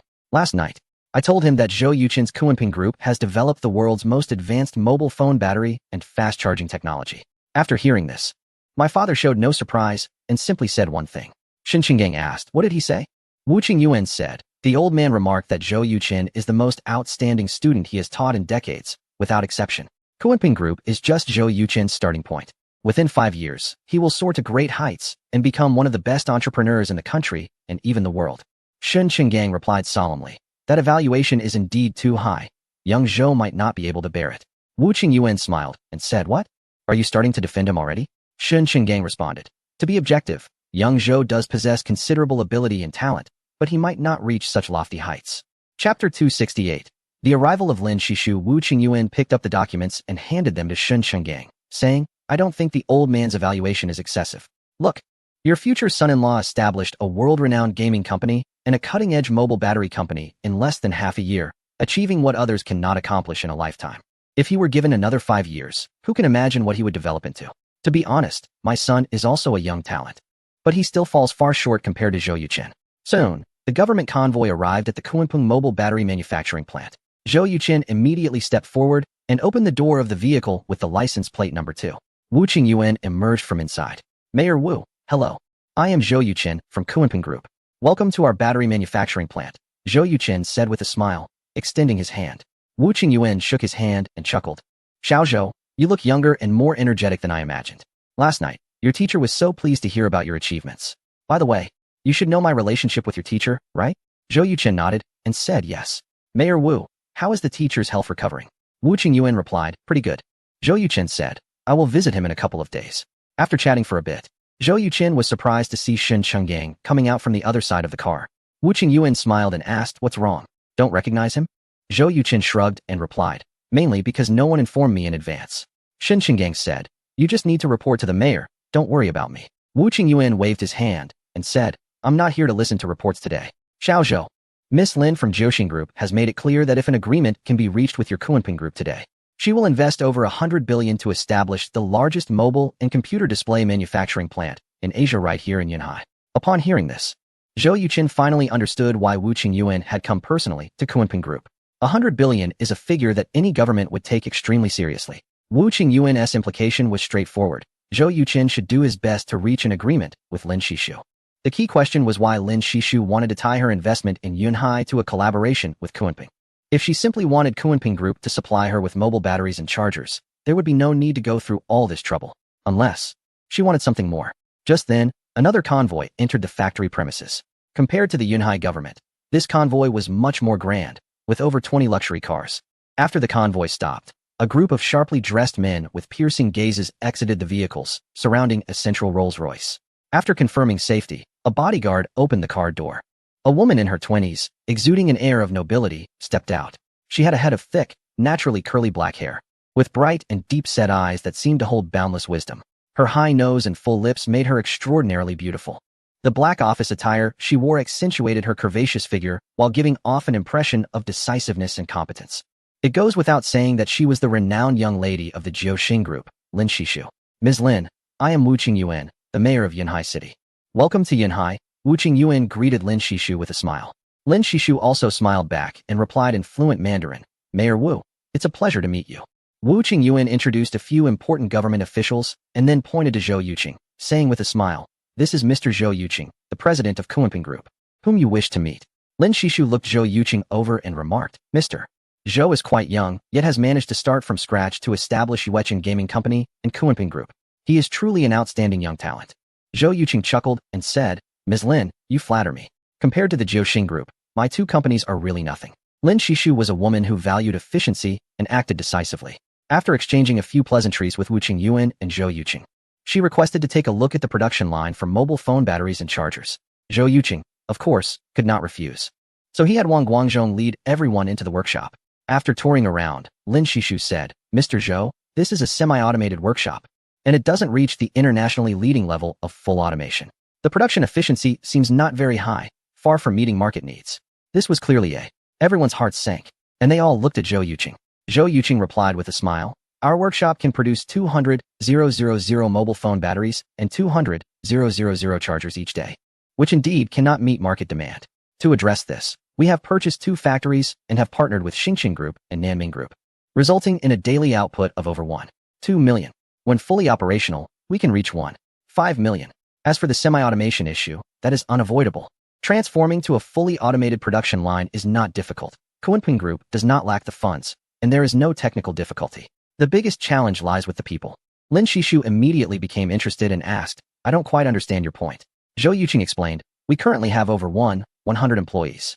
If we switch to a fully automated production line, more than 900 employees would be laid off, affecting over 900 families. Therefore, unless I find a way to accommodate them, this will always be a semi-automated workshop. At this point, Zhou Yuqing paused and added, I know this may sound a bit ridiculous to Ms. Li, but we must bear the social responsibilities we are obligated to, even if it comes at a cost. This statement not only alleviated the awkwardness regarding Kunpeng Group's technology, but also successfully positioned it as a socially responsible conscientious enterprise, earning the admiration of Wu Qingyuan and others. Xin Chenggang let out a slight breath, and his tightly furrowed brows relaxed. Lin Shishu looked deeply at Zhou Yuqing and immediately sensed that although this person was young, he seemed rather challenging to deal with. I heard that most mobile phone companies in a certain country have reached cooperation agreements with your company, and it seems that the Kunpeng phone batteries and chargers are set to dominate the entire market in that country.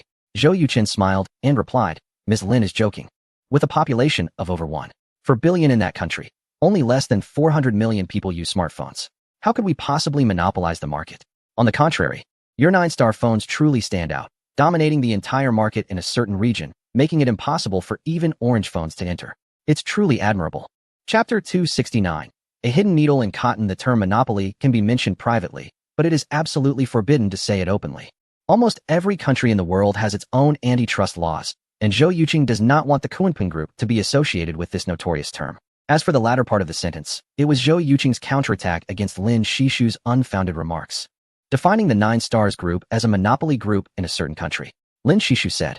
Our Nine Stars Group welcomes any brand of mobile phone to enter this country and compete with us.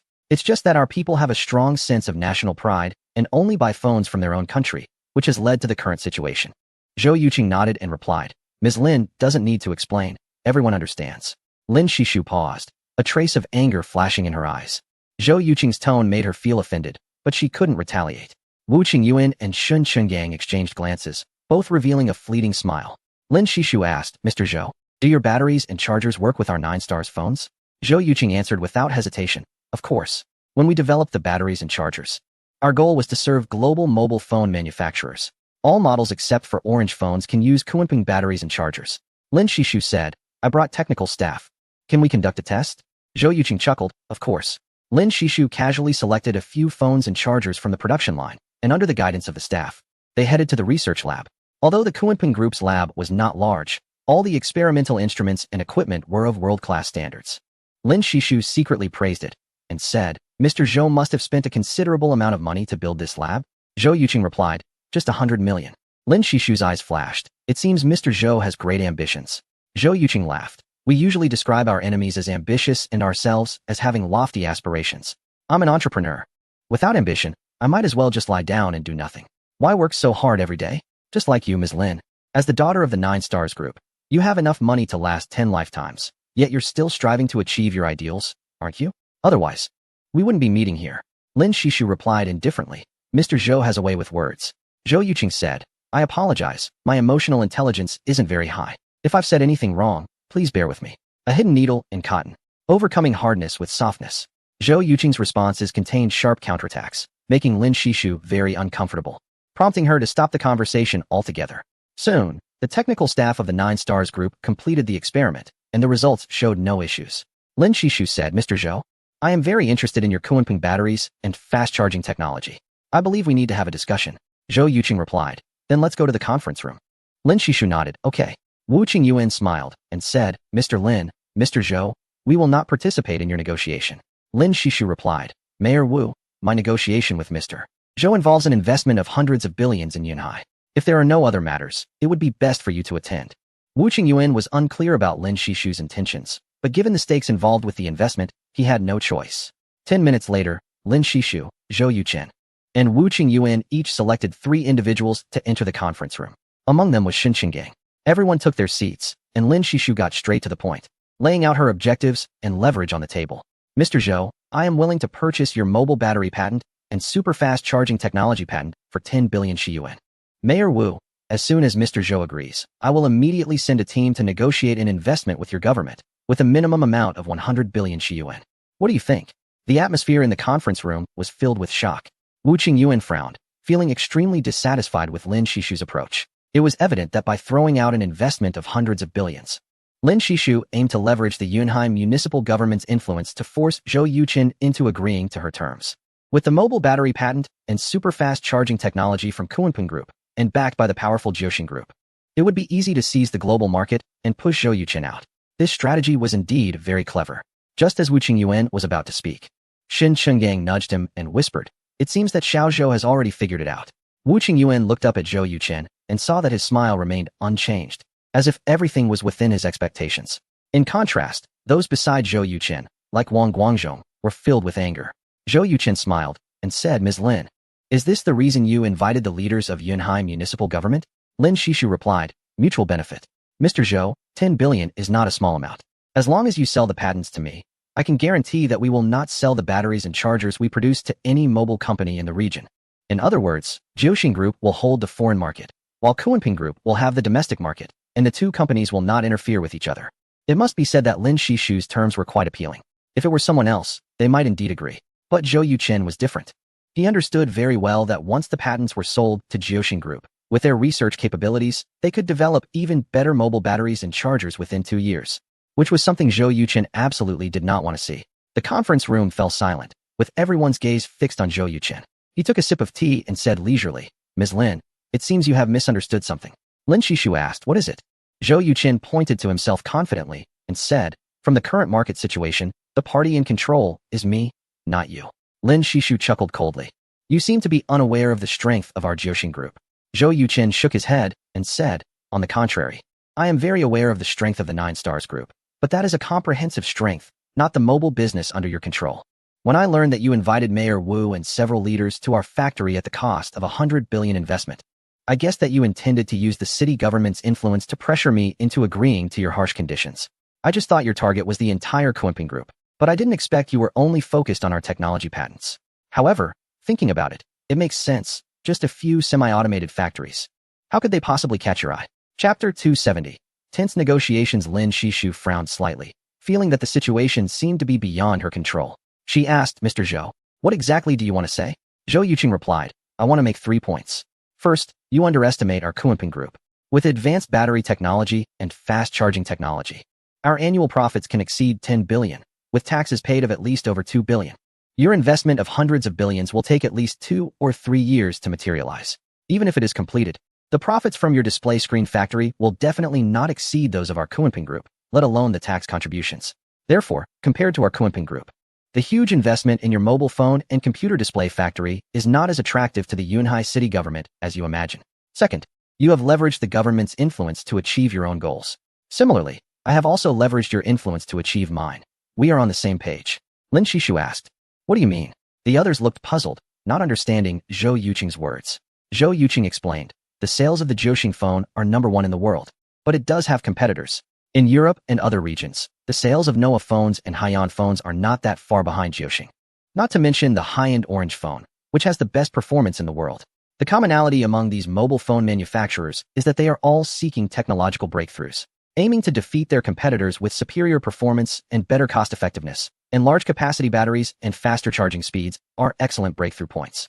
Ms. Lin, the moment you entered the Kunpeng phone battery manufacturing plant, relevant photos and videos had already landed in the inboxes of the presidents of Noah Group, Haiyan Group, Excellence Group, and Orange Group in your region. My goal is simple, to use your influence to give them a sense of urgency, prompting them to cooperate with our Kunpeng Group as soon as possible. Upon hearing Zhou Yuqing's words, everyone suddenly understood. Brilliant.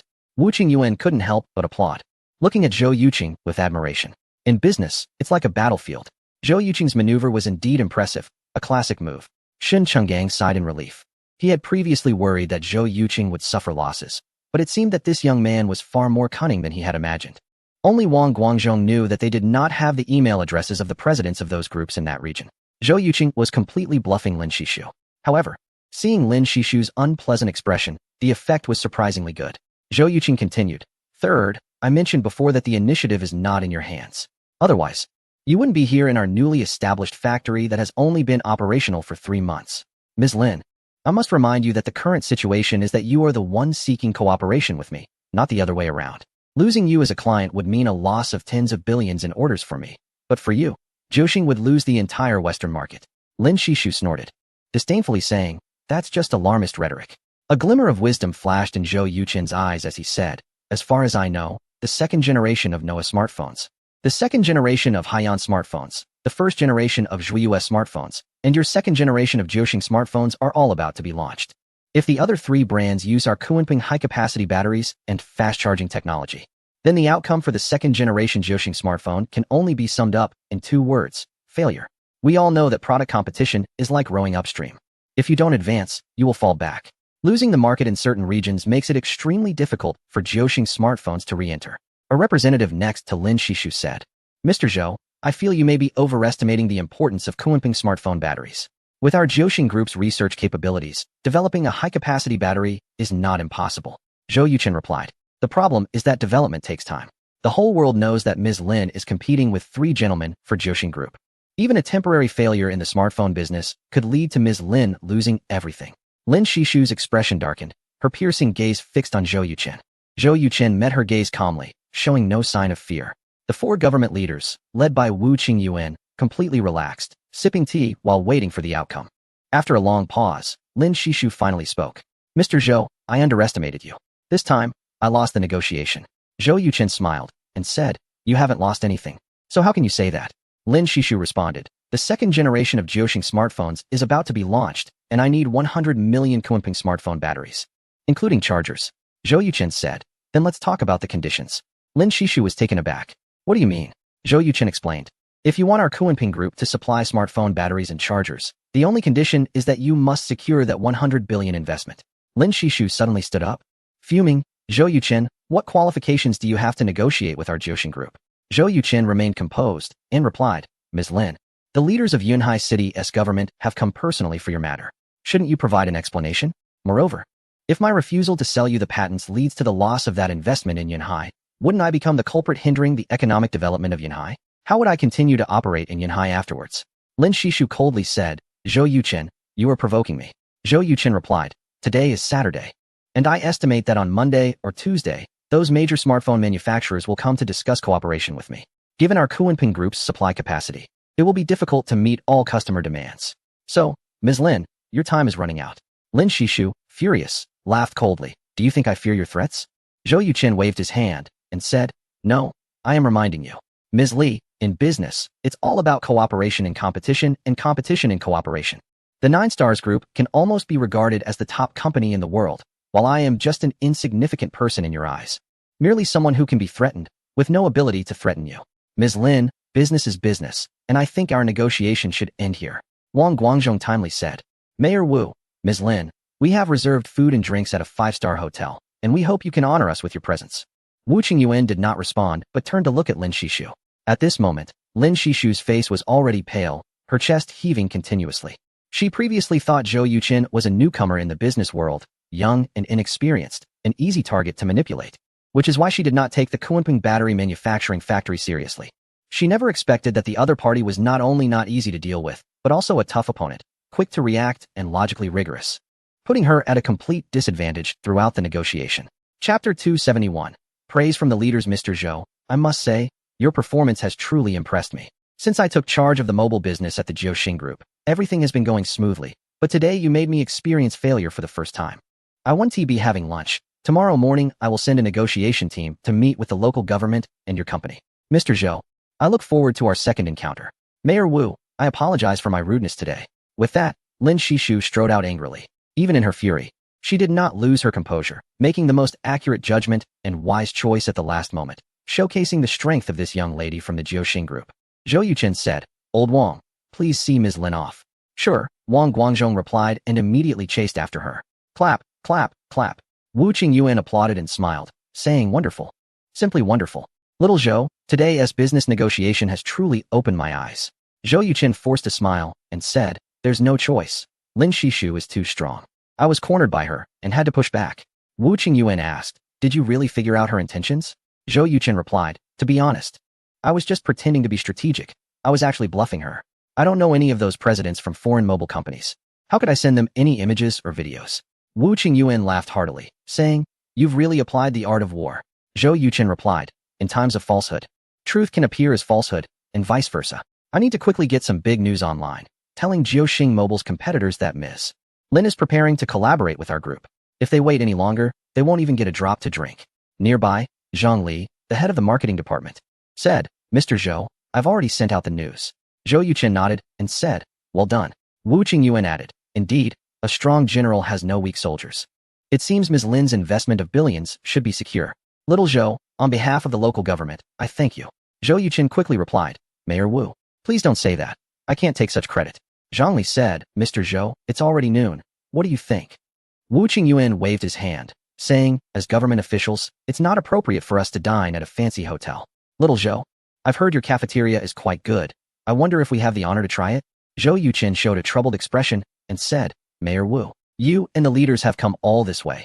It's not quite fitting for us to treat you with simple cafeteria food. Wu Qingyuan replied, there's nothing inappropriate about it. I actually enjoy cafeteria food. Old Shin, what do you think?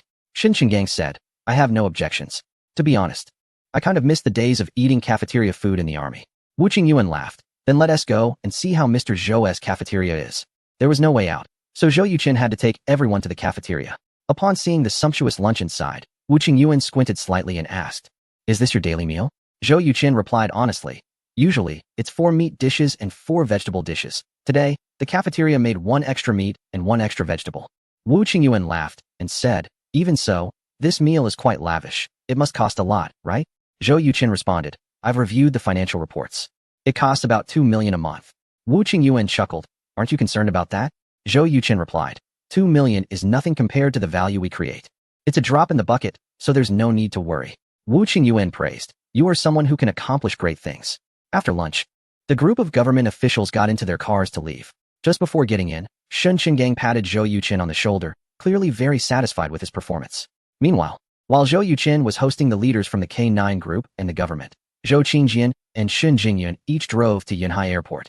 Zhou Yuqin intended to send a company driver to pick them up, but Shun Jingyun thought it would be too much trouble, so she drove herself.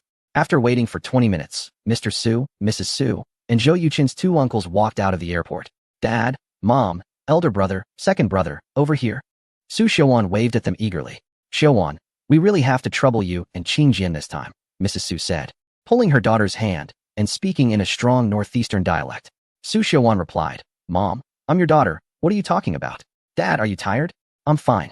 Although Mr. Su had stomach cancer, he showed no signs of fatigue. Instead, he appeared energetic and spoke loudly. Zhou Qing cleared his throat and said, Grandpa, Grandma, Uncle, second uncle, I want to formally introduce you. This stunning beauty is my future sister-in-law, Shun Jingyun, and this adorable little one is my brother and sister-in-law's daughter, Xiao Yeye. Everyone turned to look at Shun Jingyun and Xiao Yeye. Shun Jingyun politely greeted the four elders without any pretense. Xiao Yeye, with her big dark eyes, said, Great-grandpa, great-grandma. Uncle, second uncle, hello? Hello, Xiao Yeye. Mrs. Su waved at her first, then turned to Shun Jingyun and said, I heard Xiaowan say on the phone that Xiaoqing has found a heavenly beauty for a girlfriend. Jingyun, meeting you today. I think you are even more beautiful than a fairy. Xiaoqing must have done a lot of good deeds in his past life to marry someone like you. Shun Jingyun replied, Grandma, please don't say that. I'm feeling a bit shy. Through their brief interactions, Shun Jingyun realized that Mrs. Su was the one in charge of the Su family. Mr. Su, along with Uncle Su Hongliang and second Uncle Su Hongguang, were all robust northeastern men with serious personalities. As they chatted, they walked to the parking lot. The ladies all got into Shun Jingyun's car, while the men boarded Zhou Qingjian's vehicle. On the way, Zhou Qingjian said, Dad, elder brother, second brother, Xiao Chen asked me to apologize to you. Originally, it was just the two of us coming to pick you up, but unexpectedly, an extremely important client arrived at his factory, and he had to attend to them, so he couldn't make it. Su Binglin raised an eyebrow and asked, What is Xiao Chen doing now? Su Hongliang and Su Hongguang also perked up their ears. Su Xiaowan only mentioned over the phone that Zhou Yuqin had made quite a bit of money from his startup and even bought a large flat for them. But she didn't provide any specific details. Zhou Qingjian continued, Xiao Chun has started two companies, one called Yuechen Gaming Company and the other called Kunping Group. Chapter 272. The billionaire Su Hongliang, who had been silent, asked in surprise, Is it the game company that developed Fruit Hero? Zhou Qingjian smiled and said, Big brother plays games too? Su Hongliang shook his head and replied, I don't play, but many young people in our unit do. The Su family has two generations of military personnel.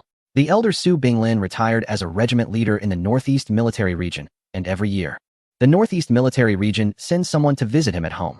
Su Hongliang and Su Hongguang are also military men who retired together. The former was assigned to a power supply company in Jilin province, while the latter joined a railway group. Due to their upright characters and lack of understanding of social niceties, both have only held the position of section chief after 20 years of service. Su Binglin happily said, Indeed, after great hardships, there will be blessings. Su Hongguang added, Dad, this is the result of Xiao Chen's hard work. If it were an ordinary person, they would have been devastated after such a blow. Su Binglin nodded and said, That's right. Qingjian, I heard from Xiaowan that your hospitalization was due to the relationship with your future in-laws. What do they do? Although Su Binglin only met Shun Jingyun briefly and said nothing, her polite demeanor and graceful presence were definitely not qualities that just any family could cultivate. Zhou Qingjian replied, Jingyun's father is Shun Chenggang, who was once the director of the Yunhai Police Department and is now a direct leader of the police department, ranking 6th in the city government. Su Binglin was shocked and said, That should be a deputy ministerial level official, right? Zhou Qingjian nodded. That's correct. Su Binglin became anxious. Xiao Chen isn't going to become a son-in-law to the Shin family, is he? Zhou Qingjian laughed and said, Dad, you're overthinking it. Next, Zhou Qingjian briefly explained the situation between Zhou Yuqin and Shun Jingyun. After hearing it, Su Binglin remarked, I feel like their story could be made into a movie. Qingjian, have you met Jingyun's parents? Zhou Qingjian replied, Not yet. Su Binglin said, The child is already 4 years old. What is Xiao Chen waiting for? Isn't he afraid his wife will run away? Zhou Qingjian explained, Xiao Yu meant to get married before the new year. Su Binglin said, That's good. The group did not go directly to the hotel, but first returned home to get acquainted with the place. Grandma Su exclaimed, What a big house. How much did this cost? Zhou Qing smiled and said, Grandma, this house is 256 square meters and worth 40 million. My brother and sister-in-law live not far ahead, and their place is even bigger, over 300 square meters. Grandma was delighted and said, Xiaochen is really successful. Su Xiaowan added, Mom, once Dad finishes his surgery, you should stay here for a while.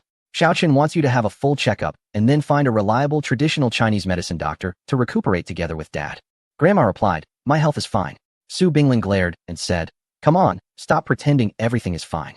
Xiaowan, your mother has high blood pressure and often feels dizzy. She also has rheumatoid arthritis. Her joints hurt terribly whenever it rains. The elderly lady snorted and said, High blood pressure and rheumatoid arthritis are both stubborn ailments that can't be cured. If doctors could treat them, I would have gone long ago. Shen Jingyun advised, Grandma. The medical facilities in Yunhai are the best in the country. We can consult experts. Even if they can't cure it, relieving some pain would still be good. The elderly lady shook her head, saying, There's no need to waste money on this. Shen Jingyun smiled and replied, Grandma, money isn't important. Your and Grandpa's health is what matters most. You might not know yet, but Yu Chen is now a super wealthy billionaire. A few million or tens of millions are nothing to him, let alone the money for your treatment. Billionaire. The elderly lady was shocked to hear Shen Jingyun's words. Su Binglin, Su Hongliang, and Su Hongguang all showed expressions of disbelief. Not only them, but even Zhou Qingjian and Su Xiaowan only knew that their son had made a lot of money, but they weren't clear on the specifics. Zhou Qingjian couldn't help but ask, Jingyun, is it true that Xiaoqing has really become a billionaire? Shen Jingyun nodded, saying, Yuchen's Kuanping Group has developed the world's most advanced large-capacity mobile phone battery and fast-charging technology. Almost all mobile phone manufacturers in the country have placed orders with him, with a total value exceeding $1 billion. Plus, the annual profit of Yuechen Gaming Company is also over $3 billion, so Yuchen is definitely a billionaire now. Su Binglin murmured. How many zeros are in a billion? Our family has struck gold. At noon, the family arrived at Longhu Grand Hotel. While they were eating, Zhou Yuchen called Shen Jingyun. Is everything okay on your side? It's fine now. The government officials just left, and I'm coming to find you. Let's meet at the hospital instead. We'll finish eating soon and should be able to arrive in less than an hour. No, I'll go to the hotel to pick up Grandpa and take him to the hospital. You and Xiaoya should finish your meal and go home. Hospitals are too dirty and have too many viruses. It's better for the little girl not to go to avoid getting sick. With today's phones being quite lacking in privacy, their conversation was overheard by everyone. Su Binglin said, Jingyun, Xiaoqing is right. You and Xiaoya shouldn't go. Zhou Yuchen asked, Honey, was that Grandpa speaking just now? Yes. You can talk to Grandpa. Shen Jingyun handed the phone to Su Binglin. Grandpa, it's been 5 years since I've been able to visit you, Grandma. And Uncle in the Northeast. I really shouldn't have waited so long. Let us not mention the past. We all know. Are you driving? Yes. I should arrive at Longhu Grand Hotel in about 20 minutes. Then we'll talk when you get to the hotel. Drive slowly and be careful. Okay. 20 minutes later. Zhou Yuchen arrived at the hotel. By this time, everyone had finished their meal. Zhou Yuchen felt very grateful towards his grandfather's family. 5 years ago, when he was wrongfully accused and his parents were facing the toughest times, they all rushed from the Northeast to support him, staying for 2 months. To hire a good lawyer for the case, his uncles each contributed 100,000 to Zhou Qingjian. This was definitely a lifesaver at that time. Otherwise, Zhou Yuchen's sentence might not have been just a short year. Grandfather, grandmother, uncle, and second uncle, I've missed you all so much. Walking into the private room, Zhou Yuchen opened his arms and hugged each of them. Seeing Zhou Yuchen become a billionaire and still being so close to them made Su Binglin and the others very happy as well. Grandfather, early-stage cancer is usually not noticeable. It's truly a blessing that you went for a checkup at this time, Zhou Yuchen said, looking at Su Binglin, whose hair had turned mostly gray. Su Binglin laughed heartily and said, What checkup? I just ate too much seafood and had diarrhea for 2 days. No medicine worked. I couldn't take it anymore. So I went to the hospital for a checkup, and unexpectedly, they found cancer. Zhou Yuchen smiled and said, This is what they call good people getting good rewards. Chapter 273 Admission. After chatting for a while, Zhou Yuchen glanced at the time and saw it was already 2 o'clock. He asked Shen Jingyun to take Xiaoya home while the others headed to the hospital. Upon arriving at the First People's Hospital of Yunhai, Zhou Yuchen called Guo Xingping. Guo Xingping instructed him to take his family directly to room 6 on the 16th floor of the inpatient department, and he would arrive shortly. Zhou Yuchen thanked him and took the elevator straight to the 16th floor. Hello, nurse. I'm Zhou Yuchen here to complete the admission procedures. Mr. Zhou, please wait a moment. A beautiful female nurse looked at the shift handover record and said, You are in room 6. I'll take you there. No need, I'll handle it. A middle-aged man in his 50s, wearing glasses and exuding authority, approached. The female nurse was startled and quickly replied, Okay, director. It was clear that this man was Guo Xingping. Zhou Yuchen immediately extended his hand and said, Director Guo, I'm Zhou Yuchen. Thank you very much for your help. Guo Shengping shook his hand and smiled. Xiao Zhou, no need to be polite. You are old Shin's future son-in-law. Just call me Uncle Guo. He then said, let us go. I'll take you there. Then I'll trouble you, Uncle Guo. The group followed Guo Shengping into room 6. The room was about 20 square meters, furnished with 2 beds and a private bathroom, complete with air conditioning, a television, and a microwave. The environment was quite nice. Guo Shengping said, this is the best single room in our hospital. It can't compare to home, but it's much better than a regular ward. Of course, the cost will also be higher. Zhou Yuchen nodded and said, I understand. Uncle Guo, please don't reduce the fees just because of old Shun. I'm not short on money. You can charge whatever the hospital needs. Guo Shengping laughed. With your wealth, this amount really isn't much. He then asked, did you bring the CT scan? Yes. Su Hongliang quickly took the scan from the box and handed it to Guo Shengping. Guo Shengping stood by the window, facing the sunlight, and examined it carefully. Everyone's hearts immediately tightened. Although doctors in Jixing had determined that the old gentleman's stomach cancer was completely treatable, it was still cancer, and it was impossible not to worry. Guo Shengping set the CT scan down and smiled. Old gentleman, you truly have great fortune. Although this is indeed stomach cancer, it is at a very early stage. How can I describe it? It's like a small grass that has just sprouted, and you discovered it right away. As long as we remove the sprout and the root, and then find a good traditional Chinese medicine practitioner for 3 months of treatment, you'll basically be fine. Upon hearing this, everyone let out a long sigh of relief. Zhou Yuchen said happily, that's wonderful. Uncle Guo, please help me find a reliable traditional medicine practitioner. Guo Shengping replied without hesitation. We have hired a master of traditional medicine named Kang Haiqian at our hospital. He sees patients every Friday. After the surgery, the old gentleman will definitely need to stay in the hospital for observation for a few days. I'll arrange it so you can go see Master Kang for some herbal medicine on Friday. Zhou Yuchen said, Uncle Guo, I really don't know how to thank you. Guo Shengping smiled and replied, there's no need for you to thank me. If anyone should be thanked, it should be your future father-in-law. This guy managed to get a bottle of special liquor from somewhere, and it's really tempting. When I have some free time, I'll go to his place and finish that special liquor. Zhou Yuchen couldn't help but think, could it be the bottle I gave him? After Guo Shengping left, the brothers Su Hongliang and Su Hongwang packed their luggage. Zhou Qingjian said, this is all thanks to Jing Yun's father. Xiaoqing, shouldn't your mom and I go thank him? Zhou Yuchen thought for a moment and replied, let's wait until Grandpa is discharged from the hospital. Su Xiaowan frowned slightly and asked, Xiaoqing, what do you really think of Jing Yun? You've been living together for several months. Why haven't you gotten engaged yet? Let me tell you, if you have any improper thoughts and do something to let Jing Yun down, your dad and I won't spare you. Zhou Qingjian nodded and added, that's right. We only recognize Jing Yun as our daughter-in-law. The elder lady chimed in, Xiaoqing, although I met Jing Yun for the first time, I can tell she's a well-mannered and intelligent girl, with looks, temperament, and character that are truly exceptional. If it were ancient times, she could easily be a queen. She definitely deserves you. Moreover, since you already have a daughter, you must give her an explanation. Su Binglin, Su Hongliang, and Su Hongwang all nodded in agreement, although they didn't say much. Their intentions were very clear. As for Zhou Qing, there was no need to ask. She was already very close to Shin Jingyun. Zhou Yuchen smiled and said, it seems everyone is very satisfied with Jingyun. Zhou Qing rolled her eyes and said, of course. Brother, don't blame me for being too blunt. A woman like my sister-in-law, with a good family background, looks, and character, has rich young men chasing her like it's a flood. If it weren't for Xiaoyu, you probably wouldn't even have the chance to be with her. Zhou Yuchen glared at her and told everyone, I am planning to propose. Su Xiaowan asked when. Zhou Yuchen replied, after we return from the lighthouse country. Zhou Qing's eyes lit up and she asked, brother, are you and sister-in-law going to travel to the lighthouse country?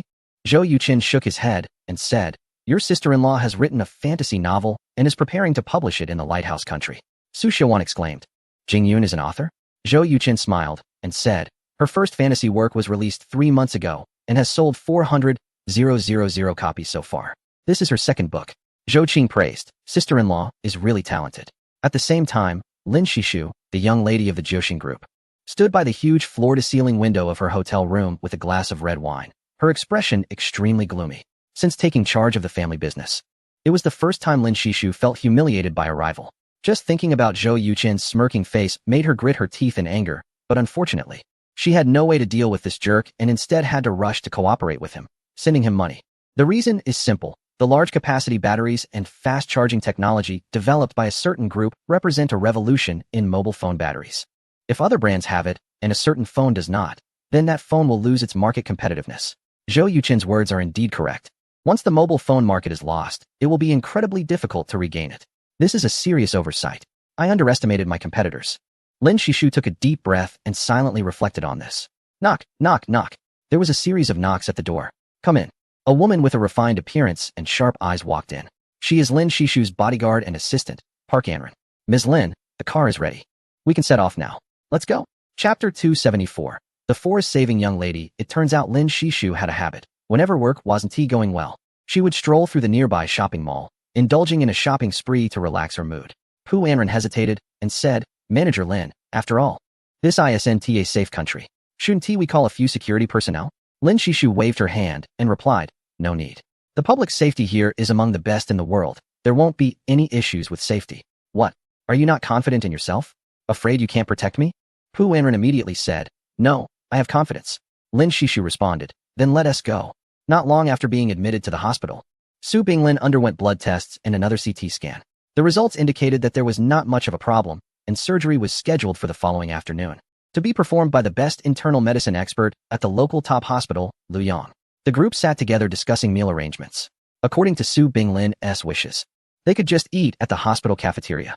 Su Xiaowan immediately disagreed, believing the cafeteria food lacked nutrition and wouldn't aid in recovery. In the end, Zhou Yuqin made the decision to bring in 2 drivers from a local company to stay near the hospital and deliver meals to the elderly gentleman. If anything happened, they could also call them. Soon, the 2 drivers arrived. Zhou Yuqin took them to a nearby garden to familiarize them with the route. On the way back to the hospital, he ended up with a takeout box in hand. This was a special dinner prepared by Shun Jingyun for the elderly gentleman. The others could simply go out to eat. After dinner, Shun Hongliang stayed to keep watch, and everyone returned to the garden. Zhou Yuqin was tasked by Su Xiaowan to go to the mall to buy some vegetables, seafood, and daily necessities. After shopping, as he was heading to the underground parking lot, he suddenly heard a woman's angry voice not far away. Who are you? Why are you trying to kill me? Zhou Yuqin felt that the woman's voice sounded somewhat familiar, so he hurriedly moved toward the source of the sound. Ahead, a woman was wielding a dagger, struggling against 2 masked men. She was covered in blood and staggering, clearly injured. The 2 masked men were silently chasing Lin Shishu. At that moment, Lin Shishu had completely lost the imposing demeanor of the young lady from a prominent company. Her beautiful face was filled with distress. Her high heels had long been kicked off, and she was barefoot, trying to evade the 2 assassins. Fortunately, Lin Shishu had been running for years and had practiced taekwondo. Otherwise, she would have already succumbed to the 2 killers. Zhou Yuqin, save me. Seeing Zhou Yuqin rushing toward her, Lin Shishu couldn't help but feel overjoyed and quickly called for his help. Wow, it's Lin Shishu. No wonder her voice sounds so familiar. Despite their not-so-great relationship, she was still a major client, and he felt compelled to help. Zhou Yuqin quickened his pace and, in less than 3 seconds, reached Lin Shishu, pulling her behind him, directly facing the 2 assassins. Shit! The leading assassin cursed as he lunged forward, his dagger striking towards the chest of Zhou Yuqin like a bolt of lightning. His movements were swift, precise, and ruthless, revealing him to be a top-tier assassin. Seeking death, Zhou Yuqin sneered coldly, accurately seizing the assassin's wrist and exerting force to crush it. The assassin let out a terrible scream as the bones in his wrist shattered, causing the dagger to fall to the ground. In the next moment, Zhou Yuqin delivered a knife-hand strike to the assassin's neck. The scream abruptly stopped, and the assassin collapsed to the ground, unconscious. Seeing this, another assassin roared and charged at Zhou Yuqin. Zhou Yuqin raised his leg and kicked out, striking the assassin's chest and sending him flying 5 meters away, with at least 3 or 4 ribs broken. The assassin spat out a mouthful of blood, struggled a couple of times, and then lay still. Lin Shishu was completely stunned. She never expected that the young Zhou Yuqin would be such a formidable martial artist, effortlessly taking down 2 assassins. My assistant is in danger. Lin Shishu regained her senses and shouted. Zhou Yuqin stomped his right foot, unleashing his strength, and his body shot forward like a cannonball, propelled by a strong gust of wind. By the time Lin Shishu ran over, the 2 assassins had followed in the footsteps of their fallen comrade and lay on the ground. Park Anran was drenched in blood and had already passed out. Zhou Yuqin took out his phone and called the authorities. At that moment, several security personnel from the underground parking lot rushed to their side. These 4 assassins. Find them and keep an eye on them. I've already called the police. They will be here shortly. Zhou Yuqin instructed the leading security officer. Understood, sir. Can you leave your contact information? Zhou Yuqin provided his contact details to the security personnel and turned to Lin Shishu, saying, your assistant has lost too much blood. It needs to be addressed immediately, or she could be in life-threatening danger. Are you staying here to wait for the police, or coming with me to the hospital? Without hesitation, Lin Shishu replied, to the hospital. Zhou Yuqin said, I'll go get the car. Soon, he drove his vehicle over and lifted Park Anran into the car. He asked the security personnel for some gauze, alcohol, and cotton swabs, handing them to Lin Shishu and instructing, try to stop her bleeding. Lin Shishu nodded, saying, got it. On the way to the hospital, Zhou Yuqin suddenly felt uneasy. He glanced in the rearview mirror and noticed an off-road vehicle speeding towards them, causing his expression to change dramatically. Buckle up, Zhou Yuqin shouted, flooring the accelerator. The engine roared as the car's speed surged to 160 kilometers per hour. Lin Shishu, holding Park Anren, turned to look at the approaching off-road vehicle, her eyes flashing with determination. It was around 9 p.m., and while the roads weren't as congested as during peak hours, there were still many vehicles. Zhou Yuqin skillfully maneuvered through the traffic, utilizing his superior reflexes. In just 3 minutes, they managed to shake off the off-road vehicle that was following them. Zhou Yuqin called the police again, informing them that Miss Lin Shishu from the Jiuxing Group was heading to the First People's Hospital of Yunhai and was being followed by an unknown vehicle. He urged them to send officers to the hospital for protection immediately. The name of Jiuxing Group from Han Country was well known, not just among the police, but even among ordinary people from Xia Country. The police did not dare to delay and quickly dispatched forces to the First People's Hospital of Yunhai. By the time Zhou Yuqin arrived at the hospital, 6 police cars were already on standby. After parking the car, Zhou Yuqin opened the door, picked up Pu Anren, and ran towards the emergency room while shouting to the police, I'm going to find a doctor to save people. The one behind is Miss Lin Shishu from Jiuxing Group. Please protect her. If there are any issues, you can ask her directly. Chapter 275. How to handle the aftermath. The leading police officer was named Hu Xin, the deputy captain of the 2nd Criminal Investigation Team. His reaction was swift. He immediately dispatched 2 officers to follow Zhou Yuqin, while the other officers surrounded Lin Shishu, who had just exited the vehicle.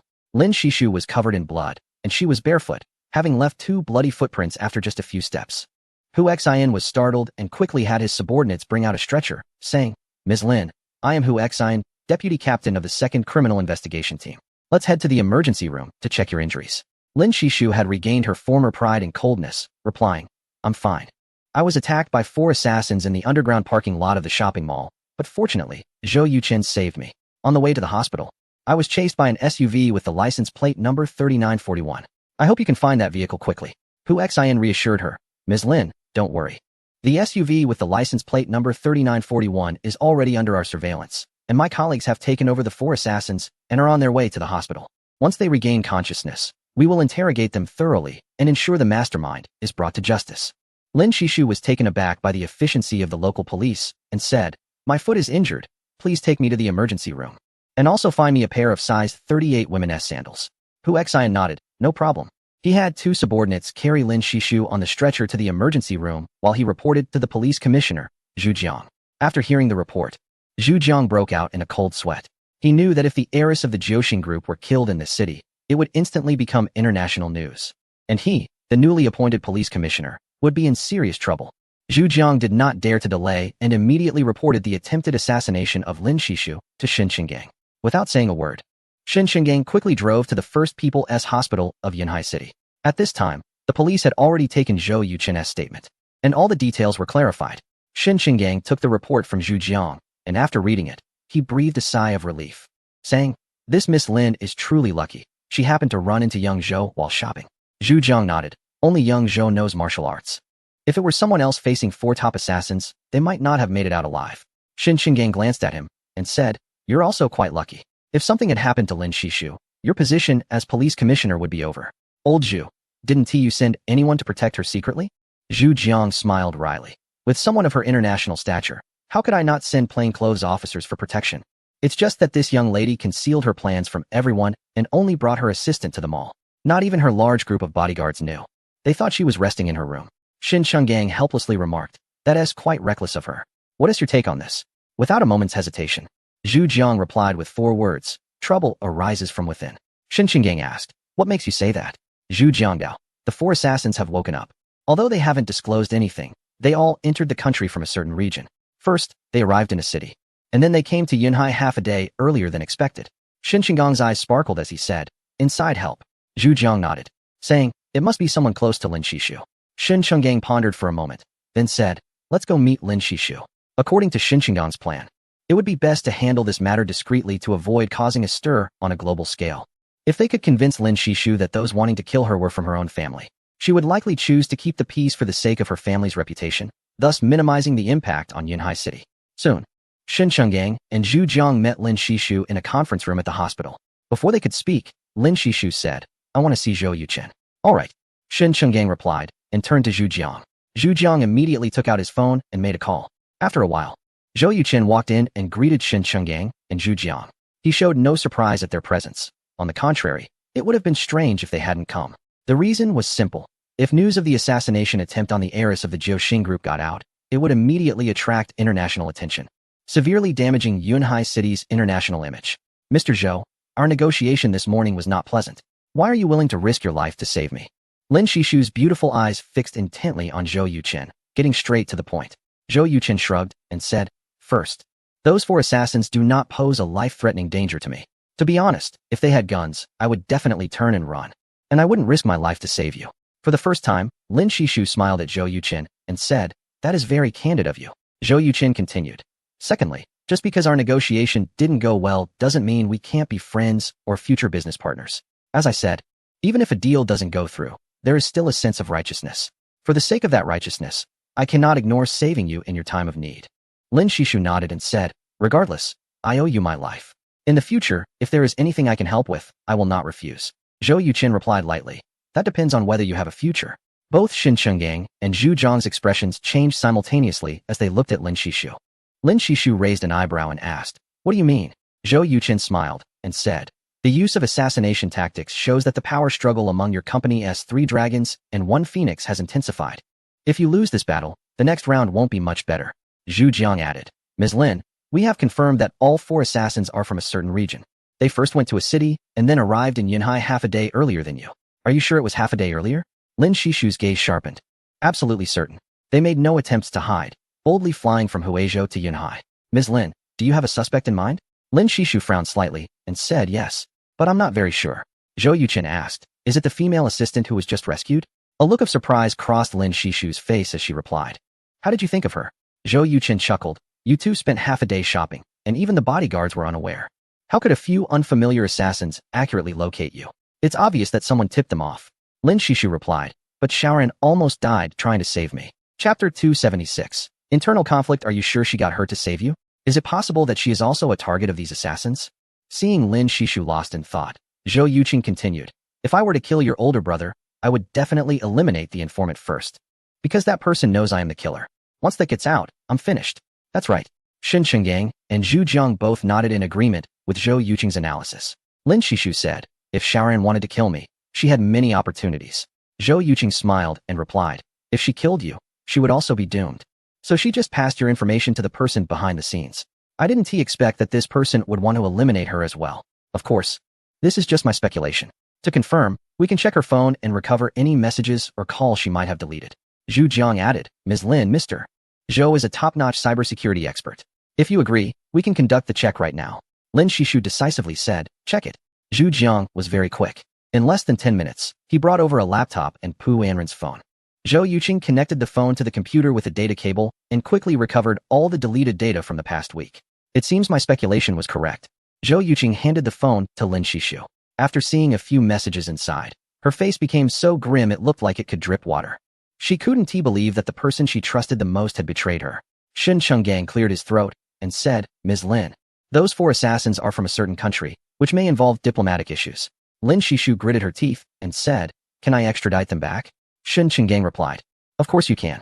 Ms. Lin, I think it's best to handle this incident discreetly. What do you think?" Lin Shishu nodded and said, "I agree. Everyone, my bodyguards have arrived. If there is nothing else, I'll head back to the hotel." Zhu Jiang said, "Ms. Lin, given the unexpected events tonight, our police will send someone to protect you in the shadows. Please don't mind." Lin Shishu replied, "I certainly don't mind. I really appreciate everyone today. I will return to take care of some matters tomorrow morning. As for the investment issue and the cooperation with the Kunpeng Group, I will leave my team to negotiate with you." Shin Chenggang said, "Welcome, Ms. Lin, to invest in our city. I believe our cooperation will achieve a win-win result." "I hope so." Lin Shishu turned to Zhou Yuchen and extended her hand, saying, "Mr. Zhou, I look forward to seeing you next time." Zhou Yuchen shook her soft, fair hand briefly before quickly pulling it back, saying, "I hope our next meeting won't be like this morning." Lin Shishu couldn't help but smile. Previously, she had a very poor impression of Zhou Yuchen, but now she suddenly realized that he wasn't that annoying after all. Shin Chenggang, Zhu Jiang, and Zhou Yuchen accompanied Lin Shishu to the car. As he watched the car slowly leave, Zhu Jiang let out a long sigh and said, "Finally, we've passed through this without any major issues. Xiaozhou, I owe you one tonight. If anything had happened to Lin Shishu in Yunhai, I would have been in big trouble." Zhou Yuqin chuckled wryly and replied, "I don't know if I should call it bad luck or good fortune. My mom sent me to the mall to buy something, and I just happened to run into Lin Shishu being chased. Looking back, it feels even more dramatic than those movie plots. If it weren't so late, I would definitely bought a lottery ticket. Who knows? I might have hit the jackpot." Zhu Jiang laughed heartily, patting him on the shoulder. "You're already a billionaire. What do you need a few million from a lottery for? Better leave the chance for others." Shen Qinggang then asked, "How's the investigation on that SUV going?" Zhu Jiang's expression grew serious as he replied, "There were 3 people in the SUV. They abandoned the vehicle and fled when they reached the edge of the 3rd ring road." Shen Qinggang remarked, "I feel like they're not all from the same group." Zhu Jiang nodded, "I have that feeling too. When 3 dragons and 1 phoenix are vying for power, it's not just one dragon that makes a move." Shen Qinggang said, "Internal strife often leads to disaster. It seems having too much money isn't necessarily a good thing." After saying this, he glanced at Zhou Yuqin. Zhou Yuqin scratched his nose and said, "Uncle Shun, let us hold off discussing this until my company reaches the market value of Jiuxin Group." Haha. Zhu Jiang gave him a thumbs up. "That's the spirit. Old Shun, I'll take care of the rest. You guys go get some rest." Shen Qinggang nodded. "Thank you for your hard work." After Zhu Jiang left, Shen Qinggang inquired about Su Binglin's condition. Zhou Yuqin replied, "My grandfather is quite lucky. It's only the early stage of gastric cancer, nothing serious. He can have surgery tomorrow. Uncle Shun, we owe you for this. Otherwise, we would have had to fight for a hospital bed." Shen Qinggang waved his hand. "It's nothing major. Are your grandparents satisfied with Jingyan?" Zhou Yuqin smiled. "Of course, they're 100% satisfied. This afternoon, they even held a meeting to urge me to marry Jingyan soon." Shen Qinggang felt a stir in his heart. "What are your thoughts on that?" Zhou Yuqin knew Shen Qinggang wanted him to express his stance, so he said, "In a while, I need to accompany Jingyun to the Lighthouse Country to find a reliable publisher for her new book. After we return, Jingyun's birthday will be coming up, and I plan to host a birthday party for her, inviting some relatives and friends. During the party, I intend to propose to her. Uncle Shun, I hope you won't oppose this." Shen Qinggang replied, "As for young people's affairs, I won't interfere. I just hope you won't let her and her mother down." Zhou Yuqin smiled. "You can rest assured about that. Other than Jingyun, I have no interest in any other woman." Shen Qinggang said, "Remember what you said. It's getting late. You should head back." Zhou Yuqin asked, "Uncle Shun, how did you get here? Do you want me to give you a ride?" Shen Qinggang waved his hand. "No need. I came with the driver."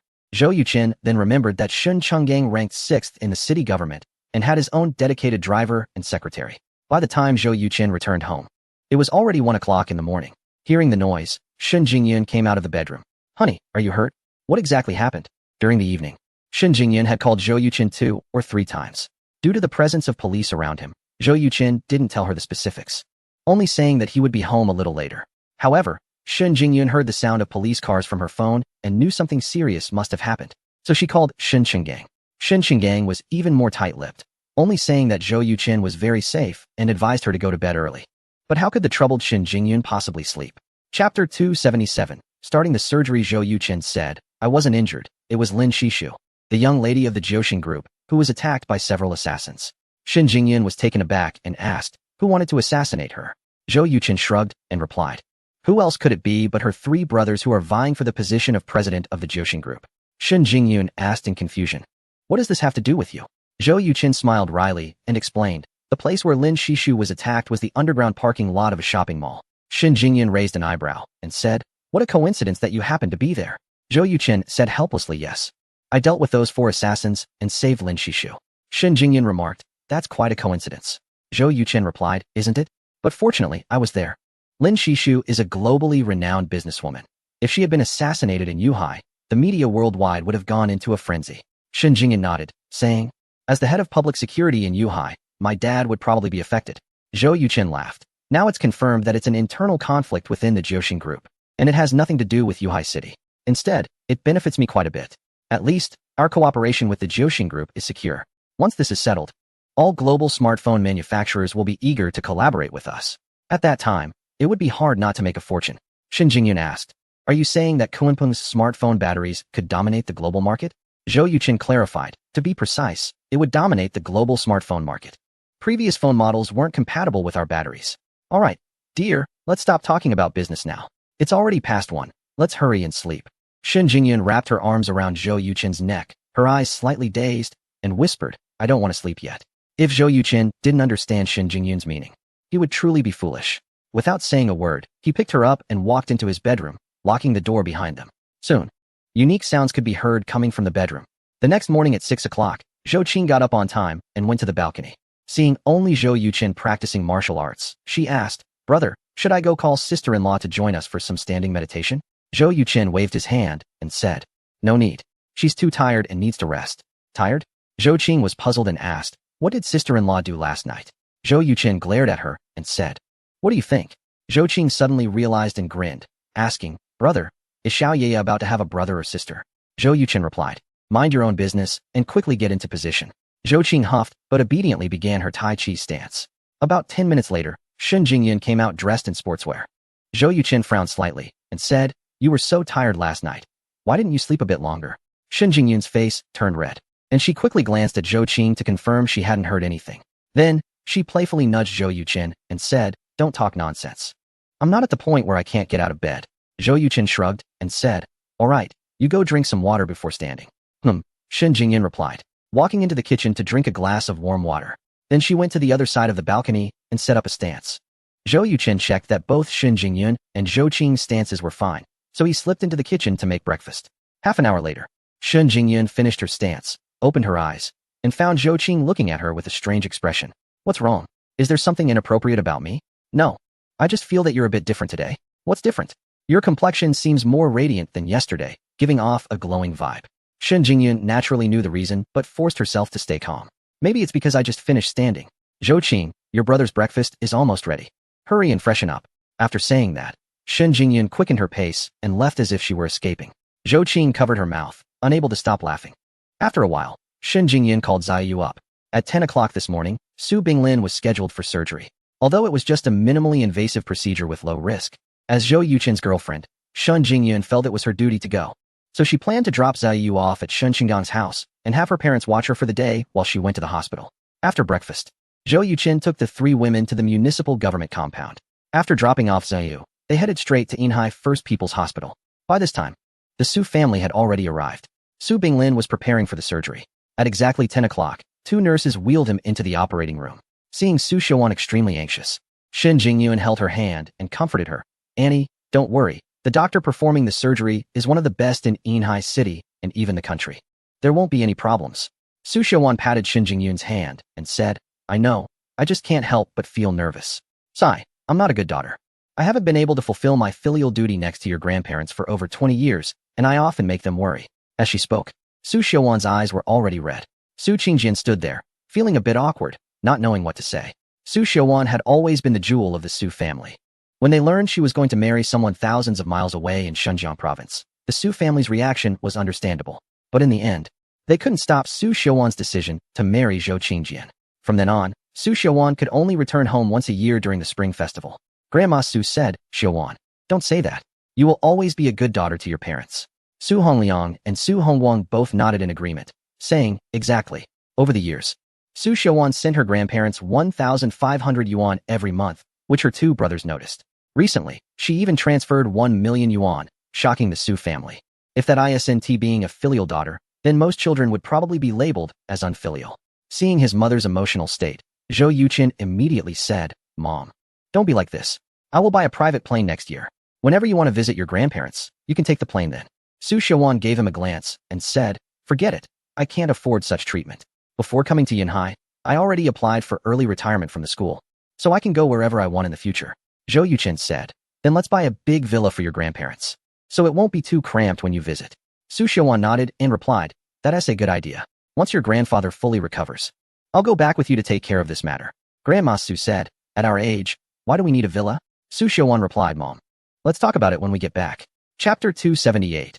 A day of reckoning. Seeing his brother effortlessly pull their mother out of her guilty feelings, Zhou Qing quietly gave him a thumbs up. Su Binglin's surgery was very straightforward, taking only half an hour to complete. "Dr. Lu, what is my grandfather's current condition?" The lead surgeon, Lu Yang, removed his mask, revealing a handsome face. At just 32 years old, he was already highly skilled, having published over 30 influential papers and being praised as a genius in internal medicine by many senior experts. Before the surgery, Zhou Yuqing had slipped him a red envelope containing over 10,000. Lu Yang unhesitatingly placed it in his drawer. which left Zhou Yuqing with a less favorable impression of him. The cancerous tissue has been completely excised. However, the anesthesia has not yet worn off, so you will need to wait a bit longer. I will prescribe 2 months' worth of medication, and you must ensure that your grandfather takes it on time. Come back for a checkup in 2 months. If there is no recurrence, we can basically confirm that there won't be any issues. Of course, to be safe, it's best to have a CT scan every 3 to 4 months for the next 2 years. Okay, thank you, doctor. By the way, Mr. Zhou, I need to inform you that the money in your red envelope has already been applied to your grandfather's hospital fees. I don't need the money and do not accept red envelopes. With that, Lu Yang left directly. Zhou Yuqing was slightly taken aback and admired his back with a glimmer of appreciation. Zhou Qing remarked, "This Dr. Lu is really impressive. Brother, don't you feel awkward?" Zhou Yuqing shot her a glance and replied, "You talk too much." After waiting for about 40 minutes, Su Binglin was wheeled out by 2 nurses. One of the nurses said, "The old gentleman may need to sleep for a while after returning to the ward. Wait until he wakes up before feeding him. If there is anything, please go to the nurse's station." Su Hongliang took the gurney and nodded. "All right, thank you." On the way back to the ward, Zhou Yuqing received a call from Wang Guangzhou. "Mr. Zhou, the Jiuxing Group has reached a verbal agreement with us to purchase 80 million mobile phone batteries and chargers. Their investment negotiations with the government are also underway. As you suggested, we will sign the contract together when the time comes." "Very good. Is our production capacity sufficient?" "It's not. Just now, several other international mobile phone manufacturers called me, and they will come over on Tuesday to discuss cooperation. If their order quantities match those of Jiuxing Group, we definitely won't be able to keep up with production." Hearing this, Zhou Yuqing felt a headache coming on. "What are you planning to do about it? Are you going to continue buying factories?" Wang Guangzhou replied helplessly, "Mr. Zhou, we have already purchased 2 large factories and owe the bank 50 billion. If we buy more, the bank may not even approve our loan. We were thinking of finding subcontractors to help us with production." Zhou Yuqing acknowledged with a sound, "I emphasize 2 aspects, safety and quality." Wang Guangzhou replied, "Understood." Just after finishing a call with Wang Guangzhou, before Zhou Yuqing could put his phone away, another call came in from Wei Nanbei. "Hey, Chen-gu. We've found 12 capable chip research and development experts through a headhunting company. We're conducting interviews tomorrow at 2 p.m. Do you have time to assess their actual skills? Send their information to my email, and I'll be there on time tomorrow." "Okay." Putting away his phone, Zhou Yuqing noticed everyone was looking at him. Feeling a bit embarrassed, he said, "There are quite a few things to handle." Old Lady Su said, "Xiao Chen, you're a big boss now. It's normal to have a lot on your plate. Your grandfather has just finished the surgery, so go ahead and take care of your matters." Zhou Yuqing replied, "Grandma, these are all matters for the next day or 2. I don't need to go to the company right now." But today was destined for Zhou Yuqing to be caught off guard. As soon as he finished speaking, his phone rang for the 3rd time. It was a call from Zheng Tong. "Chen-gu, something has happened. Our server for Leisure Puzzle is under a significant hacker attack. You'd better come over right away." "Can it hold up?" "They are using a Trojan program we've never seen before, trying to overload the server. If we can't eliminate these Trojans, our server will crash in at most 3 hours. I'm on my way." After hanging up, Zhou Yuqing felt a bit awkward and said, "Grandma, uncle, second uncle, sorry, there's an issue at the company that I need to attend to right away." Old Lady Su smiled. "Go ahead and take care of it." Zhou Qing said, "Brother, I'll go with you." Su Xiaowan frowned slightly, saying, "Your brother is busy with important matters. What are you going for?" Zhou Qing replied, "Mom, I'm studying computer science, and I want to see the network battle between hackers and anti-hackers. It's very beneficial for me." Su Xiaowan looked at Zhou Yuqing, who said, "Let Zhou Qing gain some experience too." Su Xiaowan said, "All right then. Zhou Qing, don't disturb your brother while he is working, understood?" Zhou Qing nodded vigorously, "Understood." At that moment, the elevator arrived at the 16th floor. Both uncles helped the old man into the hospital room. Zhou Yuqing and Zhou Qing rushed to the Yuechen Game Company. Upon arriving at the company, they entered the network security department. At this time, many people had already gathered there. Almost all the leaders of the various research groups were present, not to mention the company executives. The head of the network security department was named Ma Jun, sharing the same name as the male protagonist in a certain movie set in a coastal city. But unlike that character, he was not tall, rather unremarkable in appearance, and wore large black-framed glasses due to severe myopia. On the surface, Ma Jun seemed like an underachiever, but in reality, he possessed exceptional hacking and network protection skills, reaching at least a proficient level of 50 according to system standards. The salary level Zhou Yuqing set for him was second only to Zheng Tong, higher than that of the heads of those departments. Since the launch of the game, the team led by Ma Jun has successfully defended against dozens of cyber attacks without involving the senior management. This time, it seems they could no longer hold on and had to report to the leadership. "Ma Jun, what is the situation?" Ma Jun's expression was extremely serious as he replied, The attackers are using a new type of Trojan virus, which is launching a massive assault on our firewall. We have tried various methods, but we cannot withstand its attacks, and all antivirus software has proven ineffective. This virus has already breached 36 of our defenses, and the onslaught is becoming increasingly fierce. Zheng Tongdao added. We have confirmed that this new type of cyber virus likely originated from abroad. At this moment, servers of several other gaming companies are also under attack. After assessing the situation, Zhou Yuqin pondered for a moment and said, I will handle it. Chapter 279. Virus Warfare. Sitting in front of a computer, Zhou Yuqin began his extraordinary operation. His hands danced over the keyboard, creating countless illusions, moving almost twice as fast as the programmers present, and lines of code appeared like bamboo shoots after a rainstorm. With master-level hacking skills, Zhou Yuqin was the best in the world in both network attacks and defenses. No one could compare with him. After observing for a while, Zhou Yuqin discovered that this new type of network virus was extremely powerful. If the network defense of the gaming company was likened to a wall, then this virus was like a power drill attacking a weak point in that wall. Once it drilled through, countless viruses would swarm in, breaching the inner defenses. Zhou Yuqin's task was to identify the weak points under attack and quickly patch them up, preventing the virus from penetrating. Seeing Zhou Yuqin's actions, Ma Jun's eyes lit up, and he immediately ordered everyone to patch the weak points in the wall. The virus's offensive momentum came to a halt, making no progress for half an hour. Ma Jun swung his arm in excitement and said, we held it off. Zhou Yuqin replied solemnly, holding it off isn't enough. We must find a way to eliminate it. Zheng Tong added, Brother Chun, 5 or 6 online games have already stopped operations due to the virus's attacks. PengPai Network Company announced on their homepage that they were researching this new type of network virus and had developed a response plan, stating that they would update their antivirus software within 24 hours.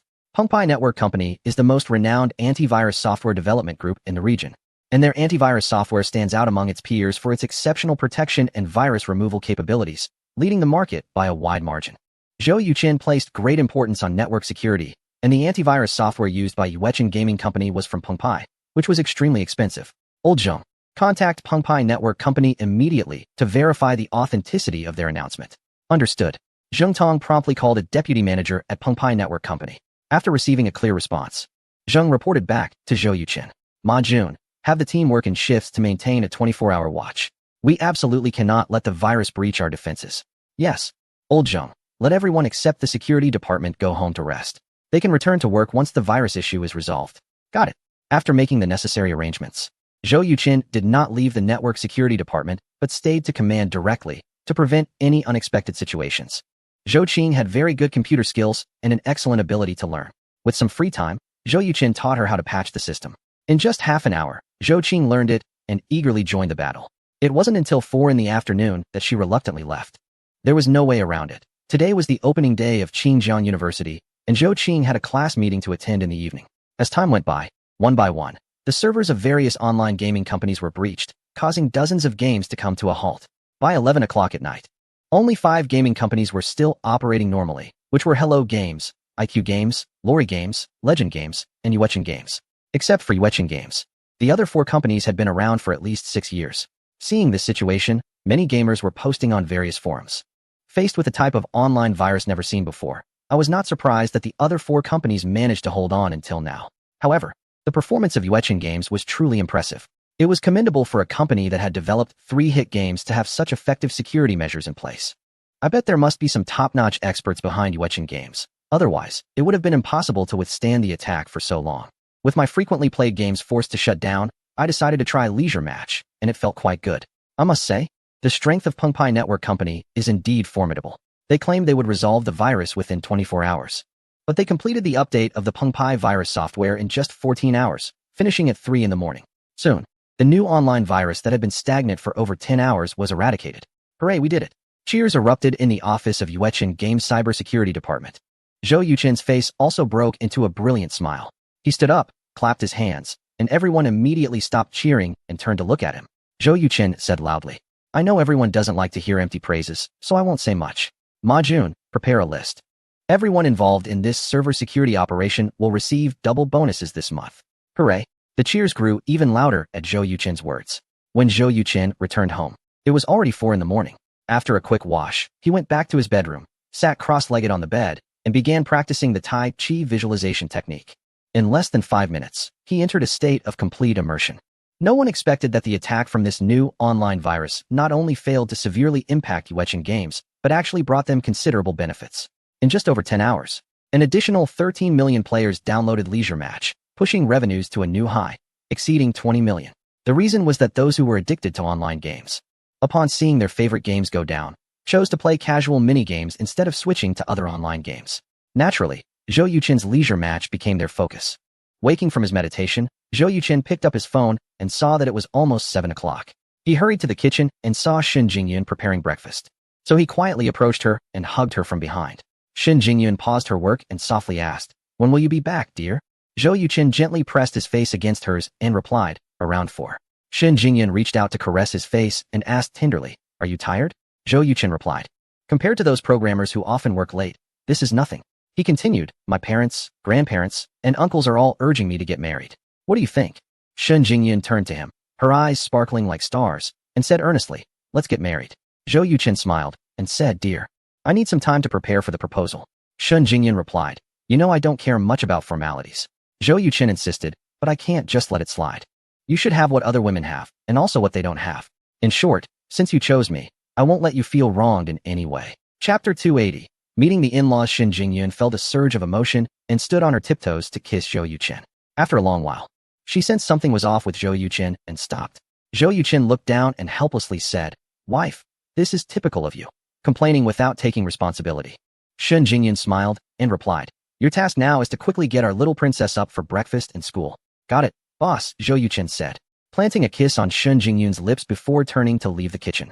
A happy smile appeared on Shen Jingyun's face. Entering the bedroom, Zhou Yuchen saw their daughter still asleep. He leaned over the bed and whispered in her ear, "Sweetheart, it's time to wake up."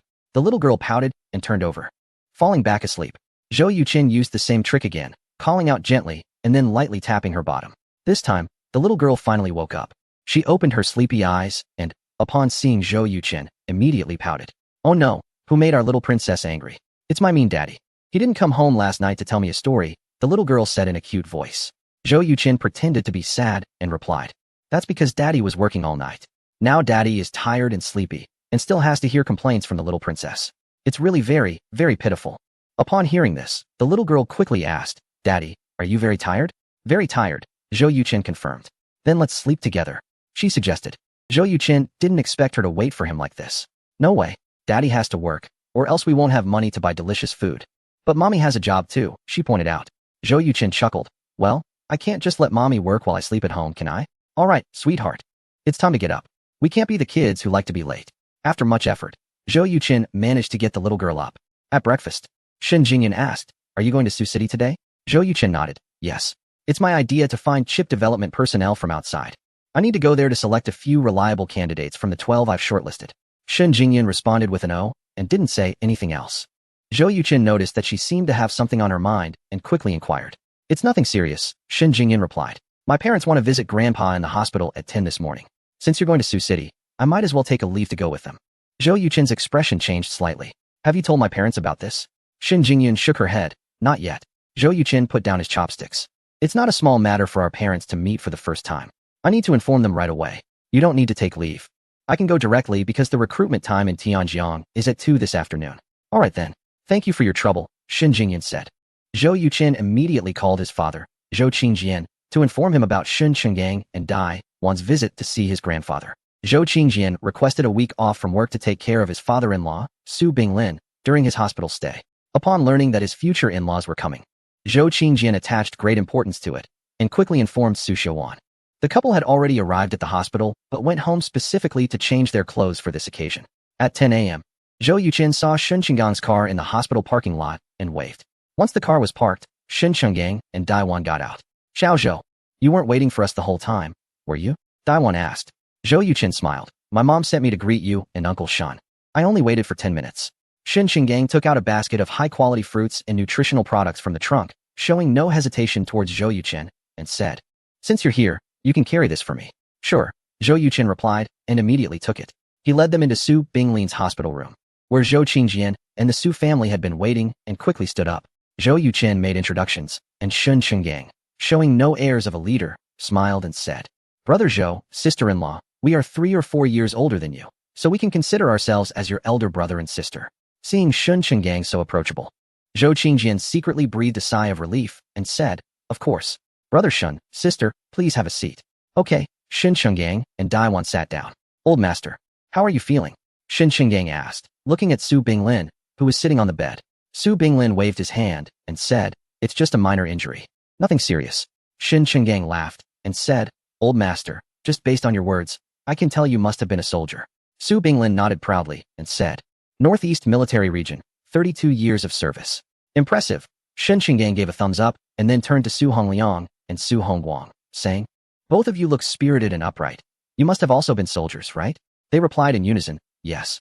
Shin Chenggang said, "I served for 4 years too.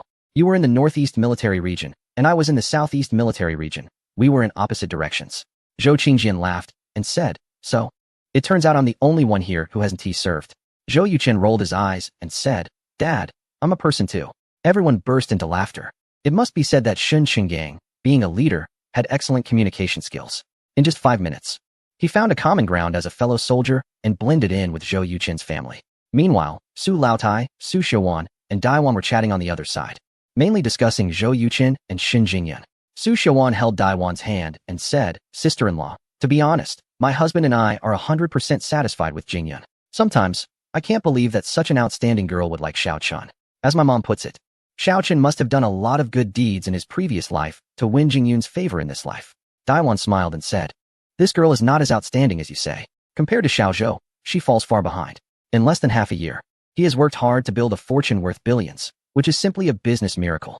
What is even more commendable is that the first thing he did after making money was to set up a trust fund for his child, which fully demonstrates his sense of responsibility towards his family." Su Xiaowan glanced at Zhou Yuchen and said, "Are you talking about him?" Zhou Yuchen immediately replied, "How could it not be me? I have absolutely no complaints about my wife and child. It was this way before, it is this way now, and it will be this way in the future." Chapter 281. Zhou Yuchen's assurance. Su Xiaowan said, "Since you made a promise in front of us, you must keep it. If you can't," Su Binglin interjected, "break his legs." Zhou Yuchen helplessly replied, "Grandpa, you're already so old, yet you're still as fierce as ever." Ha ha. Laughter filled the hospital room again. Zhou Qingjian seriously said, "Brother Shun, sister-in-law, what we hope for the most now is for Xiaochen and Jingyun to get married soon and establish their own family. I wonder if you have any opinions?" Shin Chenggang smiled and said, "We are certainly happy to see those two kids together." Zhou Qingjian happily responded, "That's great. Brother, sister-in-law, you can rest assured.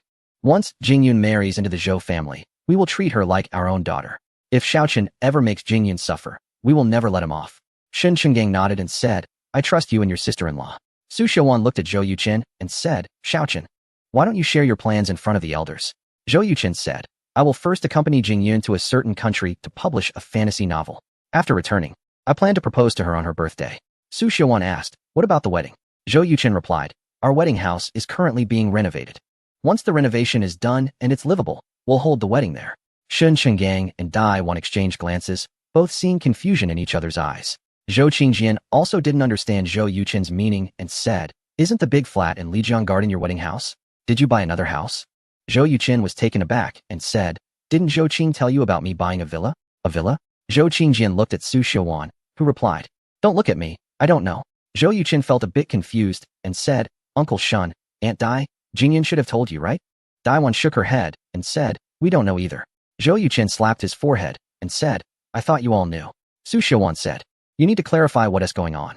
Zhou Yuchen explained, "A while ago, taking advantage of the low housing prices, I bought 3 villas at once. Jingyun liked villa number 15 in Fengsong Villa District because there are many good schools nearby, making it convenient for kids to go to school. So we decided to make it our future wedding house. Right now, this villa is being renovated according to Jingyun's design.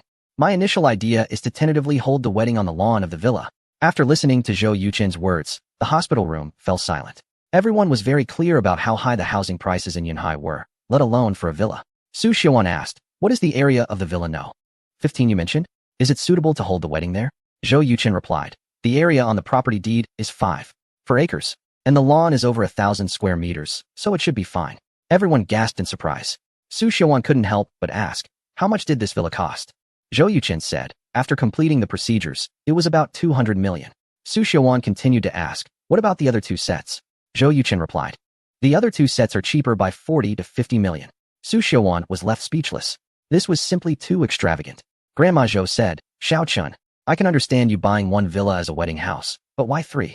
Zhou Yuchen smiled and said, Grandma, the other two villas are not for living. They are for selling. I have high hopes for the real estate market in the region and plan to buy some properties in major cities like Yindu, Yinhai, and Pengcheng. When the prices go up, I will sell them and profit from the difference. This is a business move, not just buying a house to live in. Zhou Qingjian frowned and asked, how many sets are you planning to buy? Zhou Yuchen replied, at least over 100. Zhou Qingjian's eyes widened in shock. Isn't that going to cost over 10 billion? What if your judgment is wrong? Zhou Yuchen rubbed his nose and said helplessly, Dad, today doesn't seem to be the right time to discuss this. Shen Qinggang said, it's okay, I would also like to hear your perspective. Zhou Yuchen pondered for a moment and said, the rise in housing prices is a natural outcome of national development, involving numerous economic issues, which could take days to discuss. I'll just share my plan. With the economic growth, the number of billionaires will increase, and their demand for quality living will rise accordingly. I want to take advantage of the current situation in Yindu, Yinhai, and Pengcheng before any purchase restrictions are issued and before the speculators react, to buy some top-tier properties. Once the prices soar, I will sell them to these super-rich individuals. This shouldn't take more than 3 years. If my judgment is correct, I could earn at least 70 or even more than double on each property. If I'm wrong, I might lose around 20 on each one. Based on an investment of 15 billion, if I win, I could earn between 10 to 15 billion. If I lose, I might lose 2 to 3 billion. So, why wouldn't I pursue such a good business opportunity? After this statement, the hospital room fell silent again. To Zhou Yuchen, the figures of 2 to 3 billion, which seemed unattainable to everyone else, appeared trivial. The gap in perspective was simply too wide for them to continue the conversation. Zhou Qingjian sighed and said, your business has grown to a level we can't even imagine. The future path is for you to walk on your own. I just hope you don't forget that there are people at home who need your protection. Zhou Yuchen smiled and said, Dad, this is why I set up a trust fund for Xiaoya. Even if I fail in my future ventures and accumulate massive debts, it won't affect this trust fund. It's the last line of defense I'm leaving for her and her mother. Haha. I'm confident this line of defense will never need to be used in my lifetime. Zhou Qingjian replied, I hope so. Shun, big sister, are you satisfied with Xiao Chen's plan? Shen Qinggang chuckled and said, with our daughter about to live in a villa worth 200 million, how could we not be satisfied? Zhou Yuchen said, Uncle Shun, Aunt Dai, please don't tell Jingyun about my proposal on her birthday in advance. Otherwise, there won't be any surprise. Shen Qinggang and Dai Wan exchanged glances and replied in unison, sure. The couple came to the hospital not only to visit Su Binglin, but also primarily to understand the Zhou family's attitude towards their daughter. After the communication this morning, they finally felt completely at ease. Chapter 282. All are reassured on the way back. Zhou Qingjian, Su Xiaowan, and Zhou Yuchen personally escorted the two to the parking lot. Just before getting in the car, Su Xiaowan and Dai Wan held hands and talked for more than 10 minutes before reluctantly parting. Along the way, Dai Wan wore a smile on her face. Shen Qinggang glanced at her and asked, are you reassured? Dai Wan nodded and replied, I'm reassured. Shen Qinggang asked, what do you think of our two in-laws? Dai Wan adjusted her glasses and said, the male-in-law may not be good with words, but he is upright and has a straightforward way of speaking and doing things, quite similar to your character. The female in-law seems to be influenced by a military family. She has a generous personality, is not petty, but her temper is not explosive. Moreover, she is articulate and has clear logical thinking, which makes chatting with her enjoyable. As for Xiao Zhou's grandfather and two uncles, they are even more typical of a military style. I truly feel at ease with Jingyun marrying into such a family. What about you? What do you think? Shen Qinggang smiled and said, I knew it was fine from the first glance after I entered. Dai Wan asked, intuition? Shen Qinggang nodded. Character reflects in one's appearance. After being a police officer for a lifetime, I can tell a person's quality just from their face, eyes, and demeanor. Xiao Zhou's family, every single one of them, has a righteous gaze and an upright aura. Especially Su Leoi, he definitely does not tolerate any nonsense. Haha. I now understand why they would drop everything and travel a long distance to help Xiao Zhou in his most difficult times. Having such loyal relatives is Xiao Zhou's fortune. Dai Wan said, don't forget, they all have the surname Su. Xiao Zhou's own relatives might not be so easy to get along with. Get along? Shen Qinggang's eyes sparkled. After knowing Xiao Zhou for so long, can't you see his character? He is exceptionally good to his own family, but when it comes to others, he can be described as forceful and domineering. Lin Shishu, the young lady of Jiuxin Group, is already a globally renowned female tycoon. Yet she was so infuriated by Xiao Zhou during negotiations that she left without even eating. Even so, she still had to choose to cooperate with the Kunpeng Group. The scene shocked even me. 5 years ago, when the Zhou family dealt him a fatal blow in court, do you think Xiao Zhou would still want to get along with them? Don't dream about it. If it weren't for his father, I estimate Xiao Zhou would have taken action against his relatives. Is Zhou Yuchan a good-natured person? The answer is no, based on what he has done before. Zhou Yuchan can be described as audacious. However, he is very clever and always manages to achieve his goals within reasonable and legal boundaries. Even the police have no way to deal with him. Daiwan nodded and said, if that's the case, then that's even better. Betraying one's family is too despicable, and I wouldn't want my daughter to associate with such a person. On the other side, after seeing off Shun Chenggang and Daiwan, Zhou Yuchen checked the time and said, Dad, can you find the way to Xiaoya's kindergarten? Zhou Qingjian replied, of course. Do you have something to do this afternoon? Zhou Yuchen nodded and said, I need to go to a city for a trip, and I'm not sure when I can come back. Without hesitation, Zhou Qingjian said, during this time, just leave the child to me. I'll handle the pickup and drop off. Su Xiaowan chimed in, I'll go along too. Zhou Yuchen replied, okay, I'll pick her up when I have time. If I really can't make it, then you can take her. Su Xiaowan curiously asked, Xiaoqing, what are you going to that city for? Zhou Yuchen explained, I've invested in a drone company there, and I'm going to recruit talent in chip technology. Su Xiaowan pressed, how many companies do you actually have? Zhou Yuchen held up 3 fingers and said, just 3. I won't say more, I have to go. Su Xiaowan reminded, drive carefully. Watching Zhou Yuchen's car slowly leave, Zhou Qingjian remarked, this kid is really getting more impressive. Su Xiaowan proudly said, of course. Old Zhou, what do you think of our 2 families? Zhou Qingjian replied, better than I expected. They don't look down on us, and they don't put on airs. They have their own way of speaking and doing things. I have to admit, a big leader is indeed a big leader. They took control of the conversation as soon as they entered the room. Compared to them, we are quite far behind. Su Xiaowan nodded, saying, it doesn't matter how the Shun family treats us. The key is not to let Xiaoqing be wronged. Zhou Qingjian raised an eyebrow and said, do you think your son is the type to suffer in silence? His presence is no less than Shun Lao's. Su Xiaowan was taken aback, really? I didn't notice that. Zhou Qingjian replied, you're his mother, so of course, you wouldn't notice. Go ask your 2 brothers, they will definitely feel it. Su Xiaowan waved her hand, saying, that's not important. No matter how capable Xiaoqing is, he is still my son. If he misbehaves, I will discipline him. Zhou Qingjian gave a thumbs up and said, wife, you're powerful. After arriving in the city, Zhou Yuchen casually found a restaurant for lunch and then went to the Tianjiang drone group to meet Wei Nanbei. At that moment, Wei Nanbei and the other 3 founders, Yu Bo, Zhang Jiani, and Geng Yinyang, were discussing the recruitment process for the afternoon. Brother Chun, do you have any methods to determine their skill levels? Wei Nanbei asked. Zhou Yuchen replied, my method is quite simple. Give them 3 written test questions. The first 2 are problems that Cheng Zhong and the others couldn't solve, and the last one is a challenging question. If someone can answer all 3 questions correctly, then I can be 100% sure that they are a genius in chip development. If they only get 1 or 2 right, they can still be considered talented. If they get none right, then there's no need to discuss further. Wei Nanbei's eyes lit up, and he happily said, that's great. Brother Chun, only you, as a chip master, could come up with such an assessment method. The other 3 nodded in agreement. Zhou Yuchen smiled and said, don't flatter me. Hurry up and find a computer. I'll try to finish the questions in 40 minutes. All right, Wei Nanbei replied, and brought Zhou Yuchen a laptop. Zhou Yuchen began typing away on the keyboard. After about half an hour, he managed to complete 3 questions. Wei Nanbei, who was just starting out in chip development, was completely bewildered after reading the questions Zhou Yuchen had posed. Especially the 3rd question, he didn't even understand the wording. There were several terms he had never even heard of. Wei Nanbei smiled wryly and said, Chen Gu, isn't this a bit too difficult? Zhou Yuchen patted him on the shoulder and replied, we're looking for someone with a capability level higher than Cheng Zhong and the others. If the candidates are of similar or lower ability, what is the point of this recruitment? Wei Nanbei nodded and said, that's true. Chapter 283 3 questions, Zhou Yuchen said. There are still 10 minutes until the agreed time. Are they all here? Wei Nanbei replied, they are all here, in the conference room. Zhou Yuchen said, then let's not waste time. Let them get started right away. Okay, Wei Nanbei agreed and walked into the conference room with Zhou Yuchen, carrying the exam papers. The 12 candidates stood up in unison. Zhou Yuchen used loyalty value detection on all of them, finding that it was around 10% for each.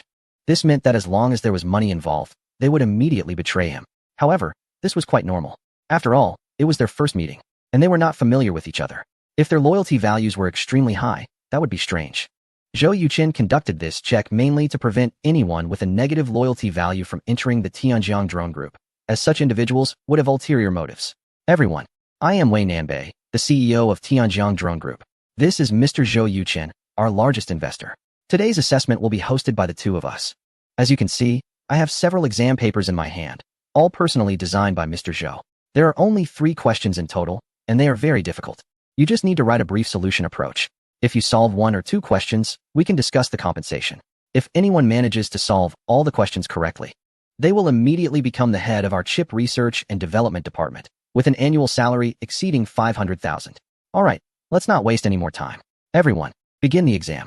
One candidate asked, Mr. Wei, is there a time limit? Wei Nanbei held up 2 fingers and said, 2 hours. If you really can't come up with anything, you can submit your paper early and leave. Is that clear to everyone? All 12 candidates nodded in agreement. Wei Nanbei instructed them to sit down with 1 seat in between and distributed the pens and exam papers. Zhou Yuqin played a game for 20 minutes in the conference room. He looked up and noticed that everyone was frowning in thought, except for one man in his 30s. With dark skin and an unremarkable appearance, who was writing furiously. Could he be writing randomly? Zhou Yuqin stood up and walked over to take a look. The man had already finished the first question and was working on the second. Zhou Yuqin couldn't help but ask, may I see your answer? The man seemed slightly displeased at being interrupted, but handed over his answer sheet to Zhou Yuqin. After just a minute of looking, Zhou Yuqin realized that this man was a genius in chip research and development.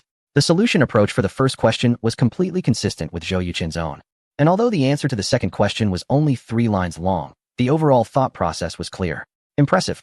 In less than half an hour, he solved 2 problems that others had struggled with for several days. Such ability definitely reached an expert level. Zhou Yuqin glanced at the name on the exam paper, Huang Xiaowei, and said softly, I understand your solution approach for the second question now. No need to write any more. Just go straight to the third question. Huang Xiaowei was taken aback, nodded, and said, all right. Zhou Yuqin returned to his original position and said to Wei Nanbei beside him, Huang Xiaowei is a genius among geniuses. Wei Nanbei's face was filled with surprise as he replied, that's great. Zhou Yuqin said, you keep an eye on things, and I'll go check the chip development department. Wei Nanbei nodded and said, okay. Upon arriving at the chip development department, Zhou Yuqin found that Cheng Chong and Yuan Taiching were not working, but sitting together drinking tea. When they saw Zhou Yuqin enter, they ignored him completely, not even greeting him. Zhou Yuqin, being the person he was, understood their thoughts immediately. He walked up to them, sat down directly, picked up an empty cup, and poured himself a drink. The decision to recruit a chip development leader was mine. Do you have significant objections? Cheng Chong replied without hesitation, yes. Zhou Yuqin asked why? Cheng Chong said, Old Yuan and I have worked diligently in the company for 5 years. Why should it be someone else? Zhou Yuqin took a sip of tea and said, then let me ask you, do you think a company's R&D department values experience more or capability? Cheng Chong pursed his lips, unable to come up with a retort. Zhou Yuqin continued, when a company's technical R&D department only looks at experience and ignores capability, it is not far from bankruptcy. I gave the candidates 3 questions today. The first 2 were problems you and Old Yuan have encountered before. And the last one is a difficult question I just made up. If you doubt it, you can give it a try. If you solve the last question, your annual salary will be directly raised to 500,000. Cheng Chong asked, will Wei agree? Zhou Yuqin replied, this is my decision. Cheng Chong stood up and said, all right, I'll go now. Yuan Taiching said, I'll go too. The 2 walked briskly into the conference room and repeated Zhou Yuqin's words. Wei Nanbei had long known that they were unhappy and had spoken to them before, but the effect was not very good. Zhou Yuqin's method of using assessments to make them realize the gap between themselves and top chip development talents was indeed a clever approach. So, without further ado, Wei Nanbei handed the pen and test papers to the 2. Cheng Chong and Yuan Taiching each found a spot and began to work seriously. Wei Nanbei quietly observed them and noticed that they had been sitting for half an hour without writing a single word. Meanwhile, Huang Xiaowei had started writing 10 minutes prior. At that moment, a candidate stood up and said, I'm ashamed. I can't solve any of these 3 questions. Excuse me, Wei Nanbei said. I'm sorry for making you come here for nothing. The first candidate's withdrawal was like a trigger. After a while, 7 more candidates left one after another. As a result, only 4 out of the 12 candidates remained. Until the end of the exam, these 4 did not give up. Wei Nanbei collected the test papers and asked, have you completed the last question? Although he asked about 4 people, Wei Nanbei's gaze was fixed on Huang Xiaowei. Sure enough, the other 3 shook their heads. Only Huang Xiaowei frowned and said, I've only completed half of it. There's a problem that stuck me for a while. Oh, it seems I might have a solution now. Without saying a word, Wei Nanbei handed the paper back to him and said, then continue. Huang Xiaowei replied, okay. Wei Nanbei smiled and added, if you 3 also have a burst of inspiration, you can continue as well. The 3 candidates looked at each other and shook their heads again, revealing a hint of a wry smile. Chapter 284. Only 2 left. Wei Nanbei took out his phone and called Zhou Yuqin. Soon, Zhou Yuqin arrived. After explaining the situation, Zhou Yuqin glanced at Huang Xiaowei, who was fully absorbed in answering questions, and silently praised him, saying, Nanbei, give me the other 3 papers. Wei Nanbei handed the papers to Zhou Yuqin. Zhou Yuqin looked them over and instantly assessed the capabilities of the three individuals, saying, Mr. Zhu Yongchun, I'm sorry, but you do not meet our company S requirements. Zhu Yongchun, 40 years old, was well presented and had held important positions in a large chip group. Wei Nanbei had high hopes for him, but Zhou Yuqin dismissed him outright. I think it's unreasonable to only have these three questions, Zhu Yongchun said. Zhou Yuqin smiled and replied, without rules, nothing can be accomplished. The other two candidates had the right thought processes for the first two questions, but your answers have nothing to do with the questions at all. Mr. Zhu, the Chip RD department is the most technical department, and it cannot tolerate any falseness. This middle-aged veteran probably thought that since most competitors had left, he could outsmart the situation and cling on until the last moment, hoping to enter the drone group through another route. His answers seemed lengthy and well-written, but they were completely off the mark. Such a person might excel in office politics, but should steer clear of technical research. Zhu Yongchun was upset and said, I've worked in the chip industry for 20 years, and this is the first time someone has accused me of being false. Zhou Yuqin's expression darkened immediately. He picked up Zhu's paper and coldly said, You filled out the answers, yet they have nothing to do with the questions I posed. Tell me, if this ISNT falseness, what is it? Your behavior isn't a matter of capability, it's a matter of ethics. If you were to join the Drone RD department, you would likely create internal strife, and who would then focus on research? Everyone present looked at Zhu Yongchun with changed expressions. Zhu never expected Zhou Yuqin to show him no courtesy at all, and he became furious, saying, You wait, Zhou. I will spread the word about how you insulted me today throughout the chip industry, and let your company gain some notoriety. Zhou Yuqin replied, Insult? Mr. Zhu, do you enjoy labeling others? I stated that you were false and had moral issues, which is a fact, not an intentional insult.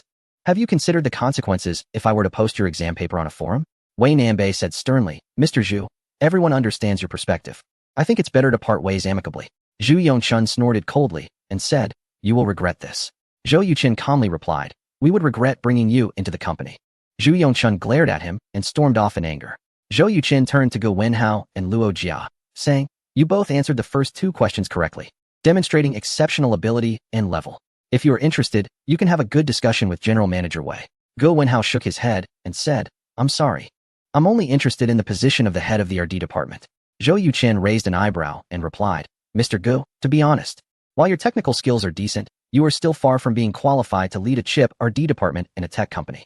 You need to continue learning and researching seriously. A flash of anger crossed Ge Wenhao's eyes, but he didn't lose his temper like Zhu Yongchun. He said, I don't believe these three questions can truly test my abilities. Sorry, goodbye. Arrogant, ambitious, yet lacking talent. Zhou Yuqin mentally assessed him with those 8 words and made no effort to retain him as he left. Seeing that only 2 candidates were left out of 12, Wei Nanbei felt a bit anxious and asked, Mr. Luo, will you stay with our company? Luo Jia, 33 years old, graduated from a technology university, and had worked at the Ziguang Chip Group's branch in Yunhai for 5 years. After offending his superior, he was framed and dismissed from the company. Due to the blemish on his record, major tech companies in Yunhai refused to hire him. The pressures of a mortgage, children's education, and daily life forced Luo Jia to look for opportunities in cities near Yunhai. The other 11 candidates were recruited through headhunters, while only Luo Jia came in proactively. How much salary will I receive? Luo Jia asked directly. Wei Nanbei looked at Zhou Yuqin, as only Zhou Yuqin knew Luo Jia's true capabilities. Picking up Luo Jia's test paper and reviewing it again, Zhou Yuqin said, I saw that you wrote part of the answer to the third question. Why didn't you continue? Luo Jia replied, I couldn't be sure if my ideas were correct. Zhou Yuqin nodded and said, Once Mr. Huang finishes his answer, you can share your thoughts with everyone. How about that? Luo Jia asked, Does this relate to my salary? Zhou Yuqin replied, It pertains to your first month's salary. To become a formal employee, you must complete a 1-month probation period. Luo Jia said, All right, I accept. Just then, Huang Xiaohui stood up excitedly and said, I've got it figured out. Wei Nanbei said, Mr. Huang, please hand in your paper. Huang Xiaohui raised an eyebrow and asked, Can you understand it? Wei Nanbei mentally labeled Huang Xiaohui as lacking emotional intelligence, but smiled and said, Of course I can't understand it, but Brother Chen definitely can. Upon hearing this, Huang Xiaohui handed the paper to Zhou Yuqin. Zhou Yuqin smiled at him, took the paper, and looked it over for about 3 minutes, saying, The method is a bit clumsy. Even if dozens of RD personnel worked nonstop for 24 hours, it would still take at least a month to complete. Huang Xiaohui's expression changed, and he said, Is there a simpler method? I don't believe it. Zhou Yuqin replied, You'll find out soon enough. Lao Cheng, Lao Yuan, have you finished?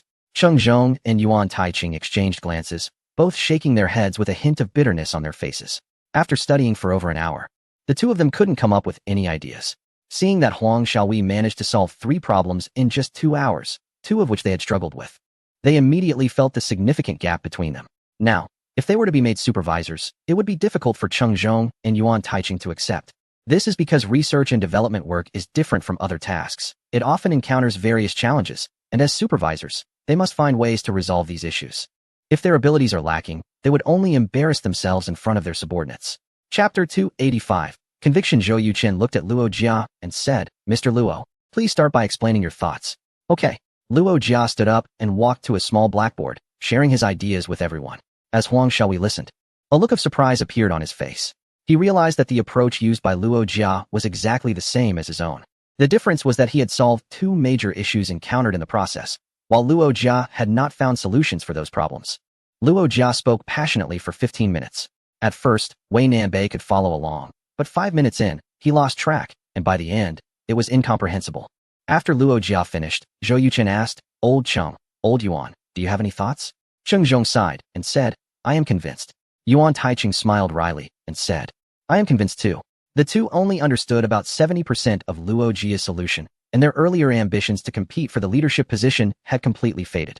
Zhou Yuqin remarked, Mr. Luo's ideas are completely consistent with Mr. Huang's.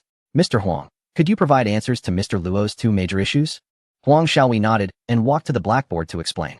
When he reached a particularly impressive point, Luo Jia couldn't help but applaud.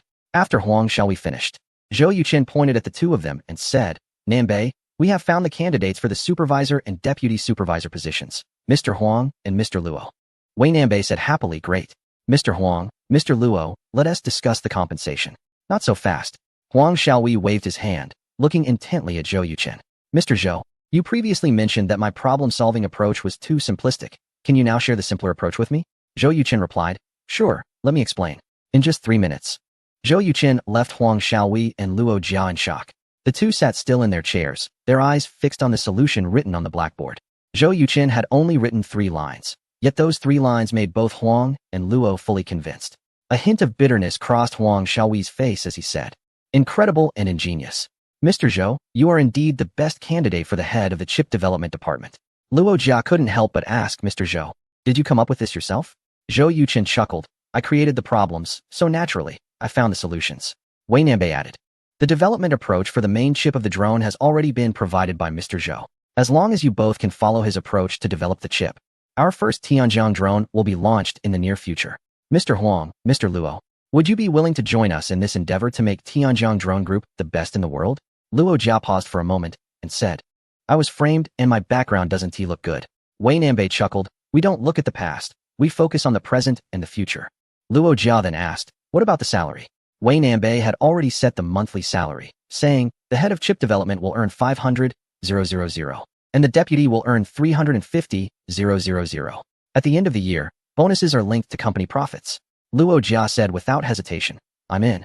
With an income of over 30,000 a year, it's significantly better than her previous company, so Luo Jia naturally wouldn't pass up such a good opportunity. Wei Nanbei happily said, Mr. Luo, welcome aboard. What about Mr. Huang? Huang Xiaowei shrugged and replied, I have no issues.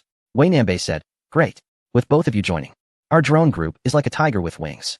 Zhou Yuqin clapped his hands and said, Nanbei, my task is done. You all discuss the contract. I'm heading back. Wei Nanbei hurriedly said, Brother Chun, let us have a meal together. Zhou Yuqin helplessly replied, I still have a lot to handle over there. Let us eat another day. After declining Wei Nanbei's invitation, Zhou Yuqin drove back. Upon reaching Yanhai, he didn't go straight home but stopped by the Kunpeng battery manufacturing plant.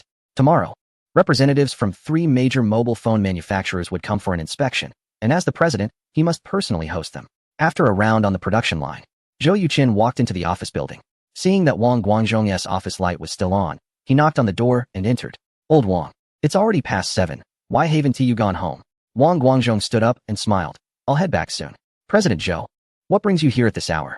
Zhou Yuqin helplessly replied, I went to Sioux City in the afternoon and thought I'd stop by the plant. Have you eaten? Wang Guangzhong shook his head and said, not yet. Zhou Yuqin suggested, then let us go have a meal together. Wang Guangzhong agreed, sure. After tidying up some documents, the two drove to a well-known noodle restaurant, each ordering a bowl of noodles with garlic. Old Wang, how is the outsourcing situation? There are over 20 factories wanting to produce batteries and chargers for us. I've organized a team to conduct on-site inspections at each factory, and by the afternoon at the latest, All the information will be compiled. That's good. Old Wong, we can earn a little less, but the quality must be guaranteed. Lithium batteries have certain risks. If there's a problem, we're done for. President Zhou, our battery safety inspections are much stricter than similar products. So there won't be any issues. Then I'm relieved. After finishing the noodles, the two parted ways. Dad, is that you back? As soon as he walked through the door, Xiao Ye's voice came from the bedroom. Zhou Yuchen changed his slippers and replied, Yes, Daddy is back. Sweetheart, you're still awake? Xiao Ye said, I can't sleep. Daddy, will you tell me a story? Okay, I'll be right there. Zhou Yuchen walked into the bedroom, and Shun Jingyun got off the bed, helplessly saying, I've been trying to soothe her for half an hour, but she's getting more energetic. I'm really at a loss. Honey, I have work to finish, so I'll leave the little one to you. Zhou Yuchen kissed her and said, Go ahead. After Shun Jingyun left, Zhou Yuchen got into bed and held Xiaoyu in his arms. He gently patted her little bottom and said, This is what you get for not going to sleep. Xiaoyu snuggled like a little pig in Zhou Yuchen's embrace and said, Daddy, I want to hear a story. Zhou Yuchen replied, Then close your eyes. Xiaoyu agreed and immediately shut her eyes. Zhou Yuchen chose a story from 1001 Nights from his past life and began to tell it. In just 10 minutes, Xiaoyu fell asleep. Chapter 286. Stirring discord. Zhou Yuchen planted a kiss on her small face and quietly left the bedroom, heading into Shun Jingyun's study. Shun Jingyun turned around, surprised, and asked, Is the little girl asleep? Zhou Yuchen nodded and said, You've already taken 90 steps, just 10 more to go. Shun Jingyun sighed and smiled bitterly. The problem is, I can't take those last 10 steps. Zhou Yuchen replied, Then leave it to me. I'll try to come home early in the future. Shun Jingyun shook her head and said, Xiaoya is almost 4. I'm planning to let her sleep on her own. Is it too early? Many kids sleep separately from their parents at 3. All right, you're the boss, you call the shots. From your tone, it seems you don't quite agree. I agree. But with one condition. After separating rooms, you have to move into my room. Then I won't separate from Xiaoya. Once something is said, it's like spilled water. It's too late to take it back. Zhou Yuchen stepped forward and hugged Shun Jingyun, saying fiercely. Shun Jingyun grabbed Zhou Yuchen's mischievous hand and said, Honey, don't do that. I haven't finished my work yet. What can you finish? Half an hour later. I'll wait for you. Shun Jingyun certainly knew what Zhou Yuchen meant. And a charming blush appeared on her beautiful face. The springtime was boundless, a night of revelry. The long battle between Zhou Yuchen and Shun Jingyun lasted for 90 minutes, ultimately ending with Shun Jingyun's surrender. The next day, Zhou Yuchen took Xiaoya to school and headed straight to the Kunpeng battery manufacturing plant. It was unclear whether the representatives from the 3 major international phone brands had conspired beforehand, but they all arrived together. After confirming the performance of the Kunpeng batteries, Zhou Yuchen and the others began negotiations with them. At this point, Zhou Yuchen realized that they had come together to unite against Kunpeng Group, pressuring him to lower the prices. Zhou Yuchen showed no leniency and stated directly, Ladies and gentlemen, our supply capacity is severely insufficient. Even if all production lines run 24 hours, we cannot meet the current market demand, so I will only cooperate with one of your 3 groups, while the other 2 may have to wait for 6 months. We have already set the prices, and whoever signs the cooperation agreement with us first will have priority for our high-capacity batteries and chargers. I believe you all understand what I mean. So let's end today's negotiation here. As soon as he finished speaking, the meeting room fell silent. Everyone knew that Zhou Yuchen was openly employing a tactic of sowing discord, but surprisingly, the strategy worked exceptionally well.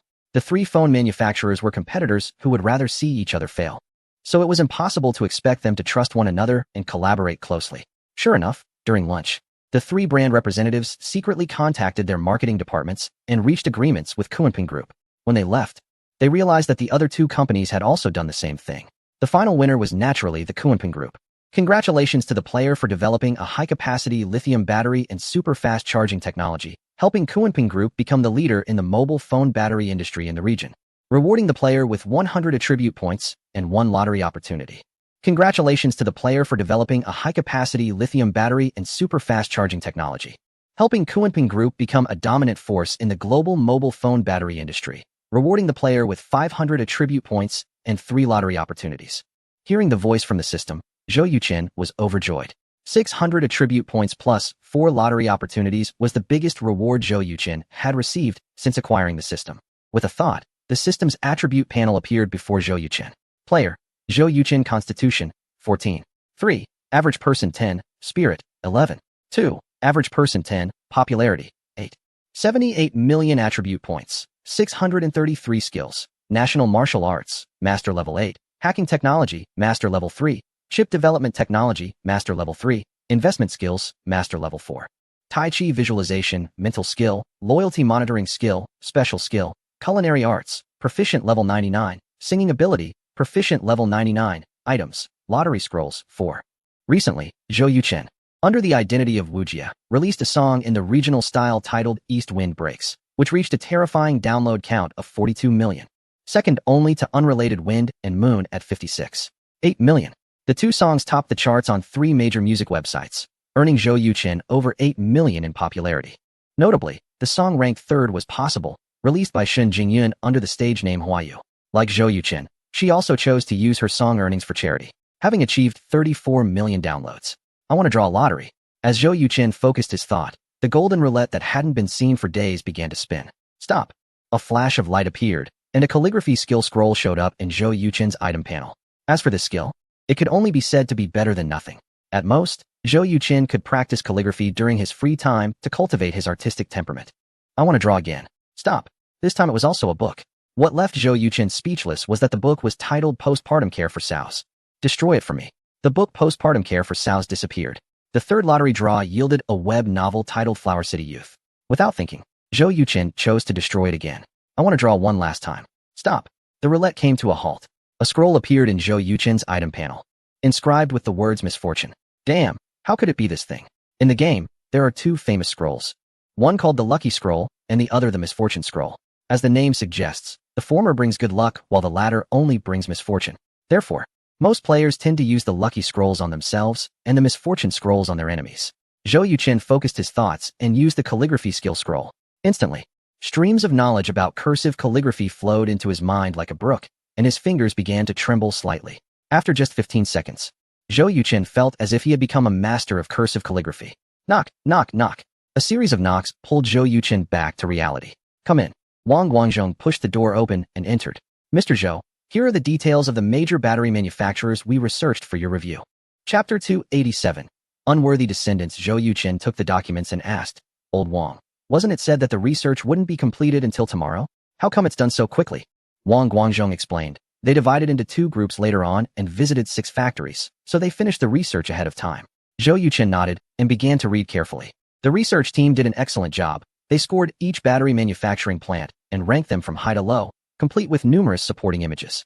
After finishing, Zhou Yuchen returned the documents to Wang Guangzhong and said, You all discuss it and let me know the results by noon tomorrow. Wang Guangzhong replied, Okay. At 6:30 p.m., Zhou Yuchen bought some high-end fruits and went to his parents' home. Since Zhou Qingjian took over the task of picking up Xiaoya from school in the afternoon, and they needed to prepare dinner for Su Binglin in advance, everyone decided to have dinner at Zhou Qingjian and Su Xiaowan's home. Dad. Upon seeing Zhou Yuchen, Xiaoya immediately dashed over with her little short legs. Sweetheart. Zhou Yuchen bent down, opened his arms, and hugged Xiaoya. Then he pretended to be knocked over and sat down on the floor. Ouch, sweetheart. When did you get so strong?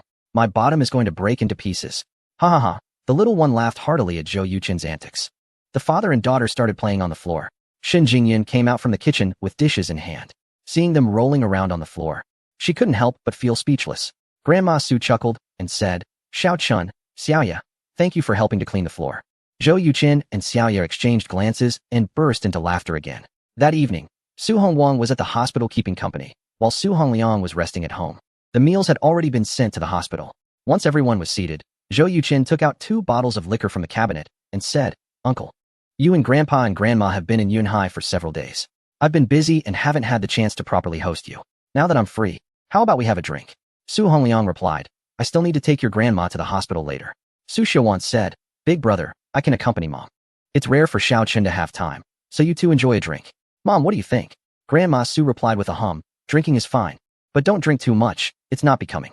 Su Hongliang nodded, all right. Just 20 minutes later, Zhou Yuchen understood what his grandmother meant. His uncle, who usually didn't talk much, after downing 2 drinks, suddenly became chatty, speaking nonstop. He and his father Zhou Qingjian couldn't find a chance to interject. Su Hongliang praised Zhou Yuchen profusely, saying he was ambitious and capable, much better than Su Xiangxiu. Su Xiangxiu was Zhou Yuchen's cousin, who had been too playful in school and didn't manage to get into college. Zhou Yuchen initially wanted to ask about Su Xiangxiu's situation, but unexpectedly, before Su Hongliang could finish his 3rd drink, he had already laid his head down on the table and fallen asleep. From the beginning to the end, the whole process took less than 40 minutes, and he drank less than half a gin of alcohol. Zhou Yuchen touched his nose and helplessly said, Grandma, When did Uncle S' drinking capacity become so poor?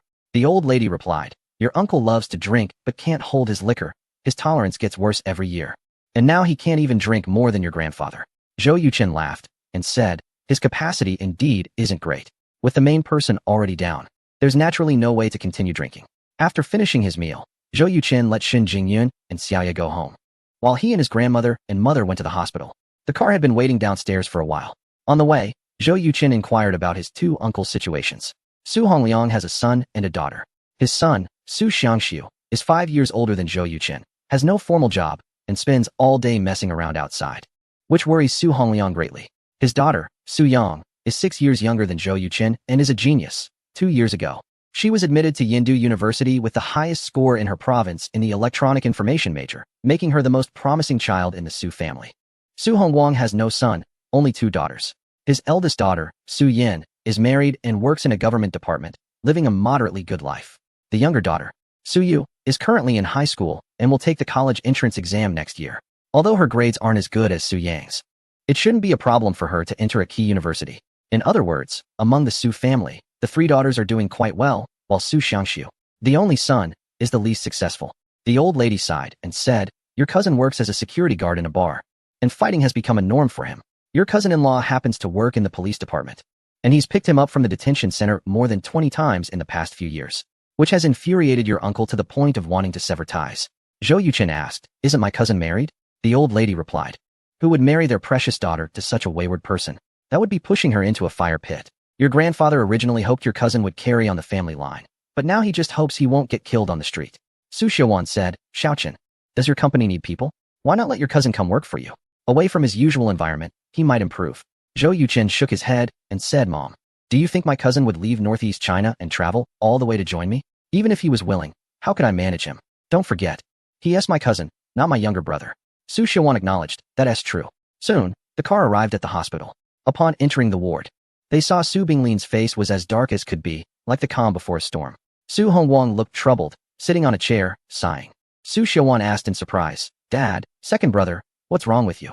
Su Binglin couldn't contain his anger any longer and said, 10 minutes ago, Chang Liang called and said that Xiangxiu had a conflict with a rich second generation and smashed their luxury car. They called the police and had him arrested. Chang Liang is the son-in-law of Su Hongguang, whose full name is Zhang Changliang. Su Xiaowan asked, what kind of car was it? Su Hongguang said, a Rolls-Royce worth millions. The other party wants Xiang Su to compensate with a new car, otherwise, he will face imprisonment. By the way, where's elder brother? I can't reach him on the phone. Su Xiaowan replied, elder brother drank too much and is sleeping in bed. Dad, don't worry, money is not the issue. Su Binglin said solemnly, 10 million. Your elder brother will never be able to repay in his lifetime.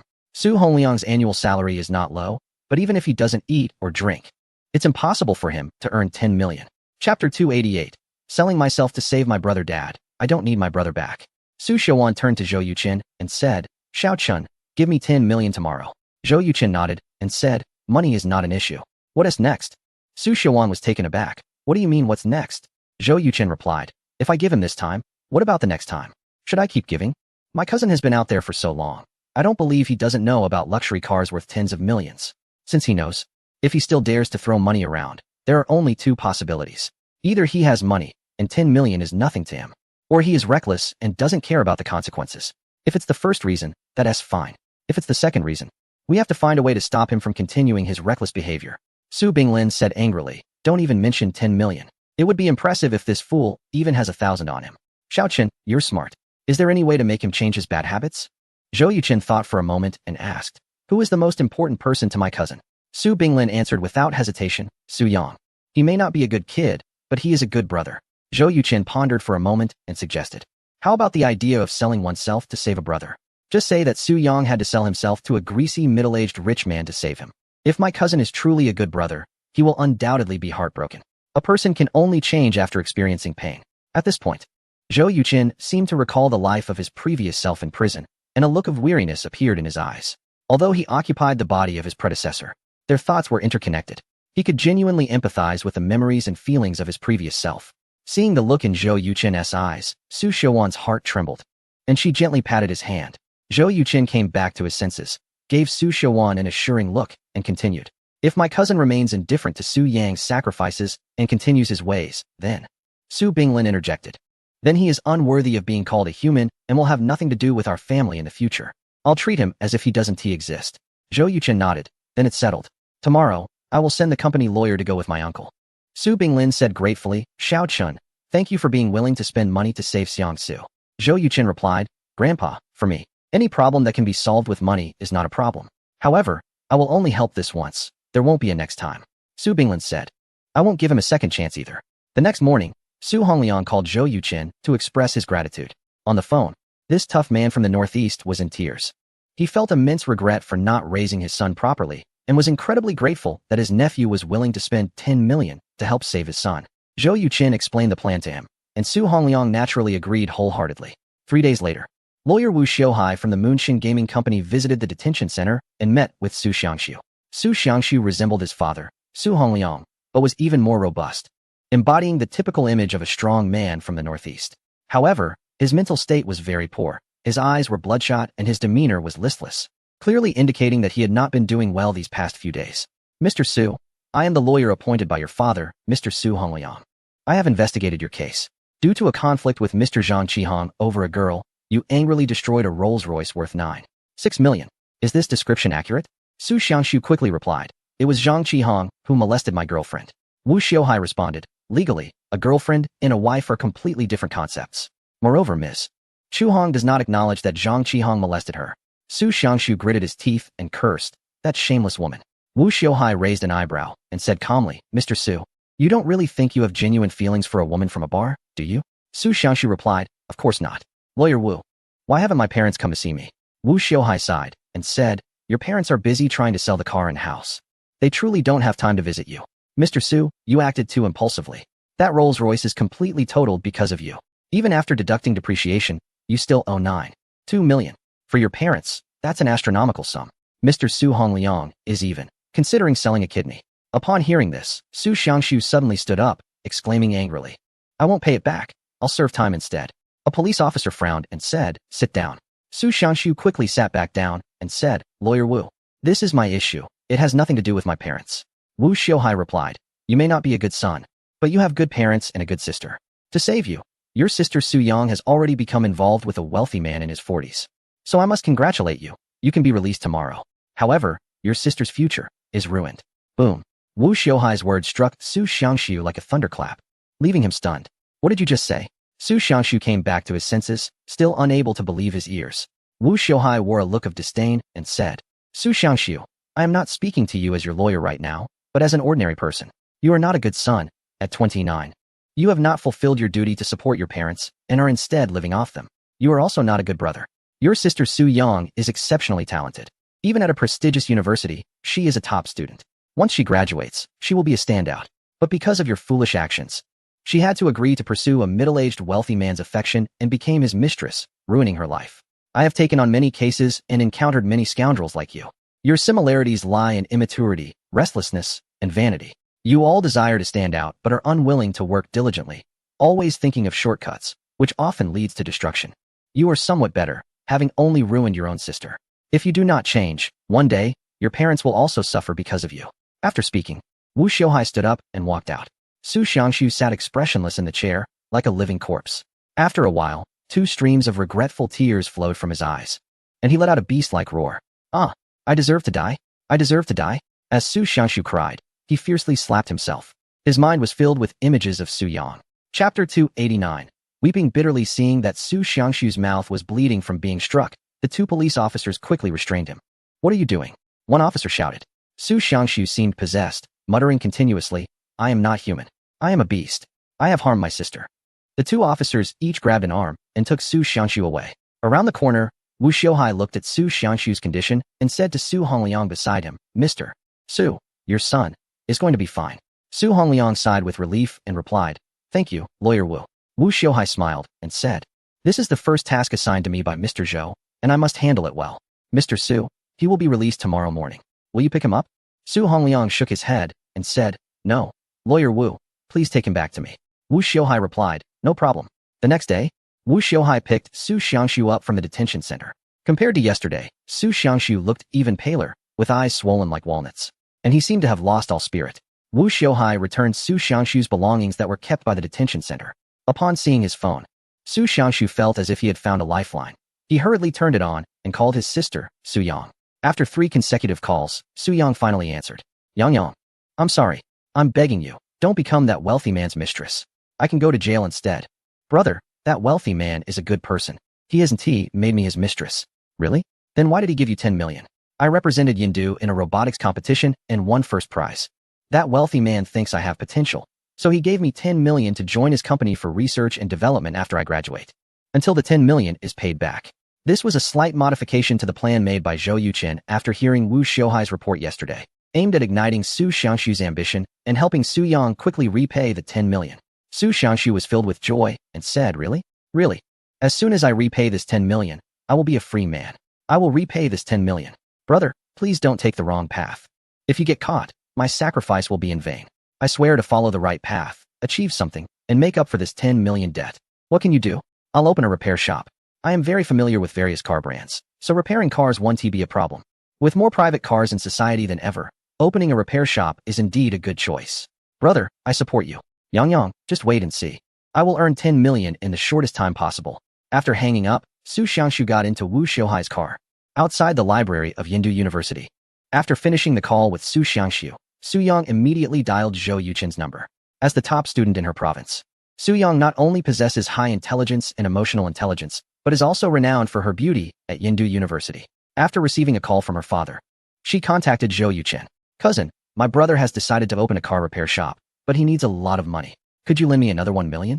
Zhou Yuchen, who was accompanying his grandmother for a checkup at the hospital, chuckled and asked, Yang, are you sure you can pay it back?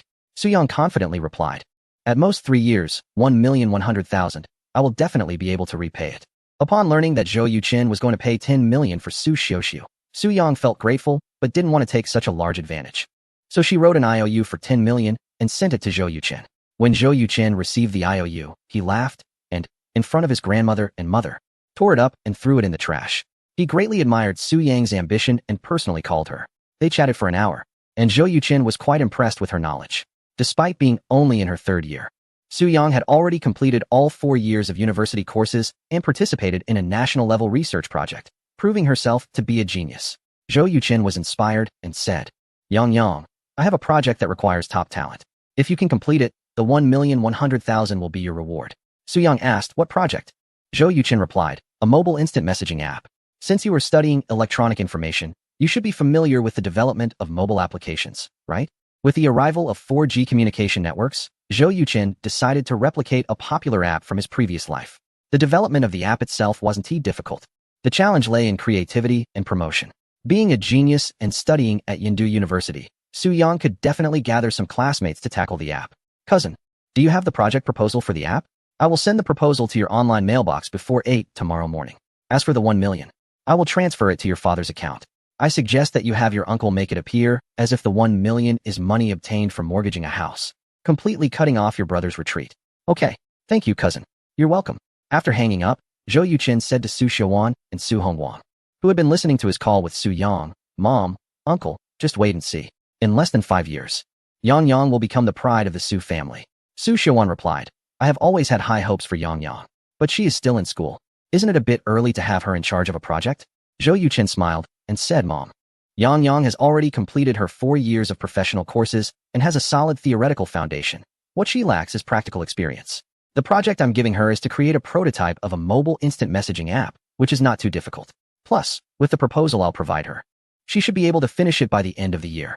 Su Xiaowan said, As long as it doesn't interfere with her studies, that's fine. Zhou Yuchen smiled and said, Being responsible for the development of a major project is something any student would aspire to. It can only benefit their learning, not harm it. So you don't need to worry.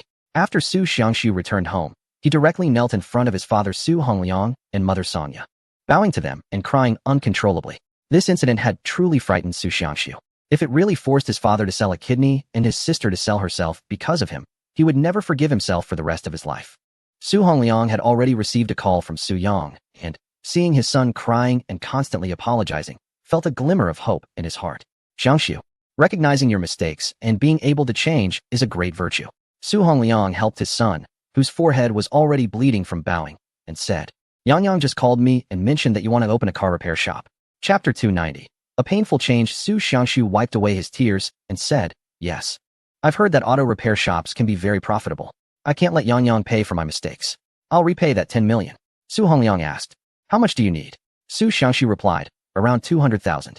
Su Hongliang frowned and said, a small auto repair shop? Su Xiangshu nodded and said, once I earn some money, I'll look for a place to open a large auto repair shop. Su Hongliang shook his head and said, how can a small auto repair shop earn 10 million? I'll give you 1 million. Just start a large auto repair shop. If you're going to do it properly. Su Xiangshu was surprised and asked, Dad, where did you get so much money? Songya said, your dad and I decided to mortgage our house to the bank. We can probably get around 600,000. We have another 400,000. So we can make up 1 million. Su Hongliang smiled and said, Xiangshu, you've always been smart. As long as you're willing to work diligently, I believe you can succeed. At this moment, Su Xiangshu was completely stunned. He never expected that even after causing such a huge mess, his parents were still willing to take out their life savings to help him start a business. And what about him? Aside from causing trouble and relying on his parents, he had never brought anything to the family. Su Xiangshu felt like an utterly despicable person. Thud. Su Xiangshu knelt down again, hugging Su Hongliang's legs and crying loudly. I was wrong. I'm a beast. I'm sorry for you, and I'm sorry for Yang Yang. Su Hongliang and Song Yao exchanged glances, both showing a relieved expression. It seemed that their son truly regretted this time. A month later, a large auto beauty and repair shop named Baoqi grandly opened in Jishur, quickly gaining fame in the automotive circle for its excellent service and low prices. Zhou Yuqin's grandmother was in much better health than his grandfather Su Binglin. Most of her indicators were suitable, with only a small portion having some issues. However, considering her age, these problems were not significant. Su Binglin stayed in the hospital for 6 days. Zhou Yuqin consulted the old Chinese medicine doctor recommended by the hospital director, who prescribed some herbal medicine for both him and his grandmother before they were discharged.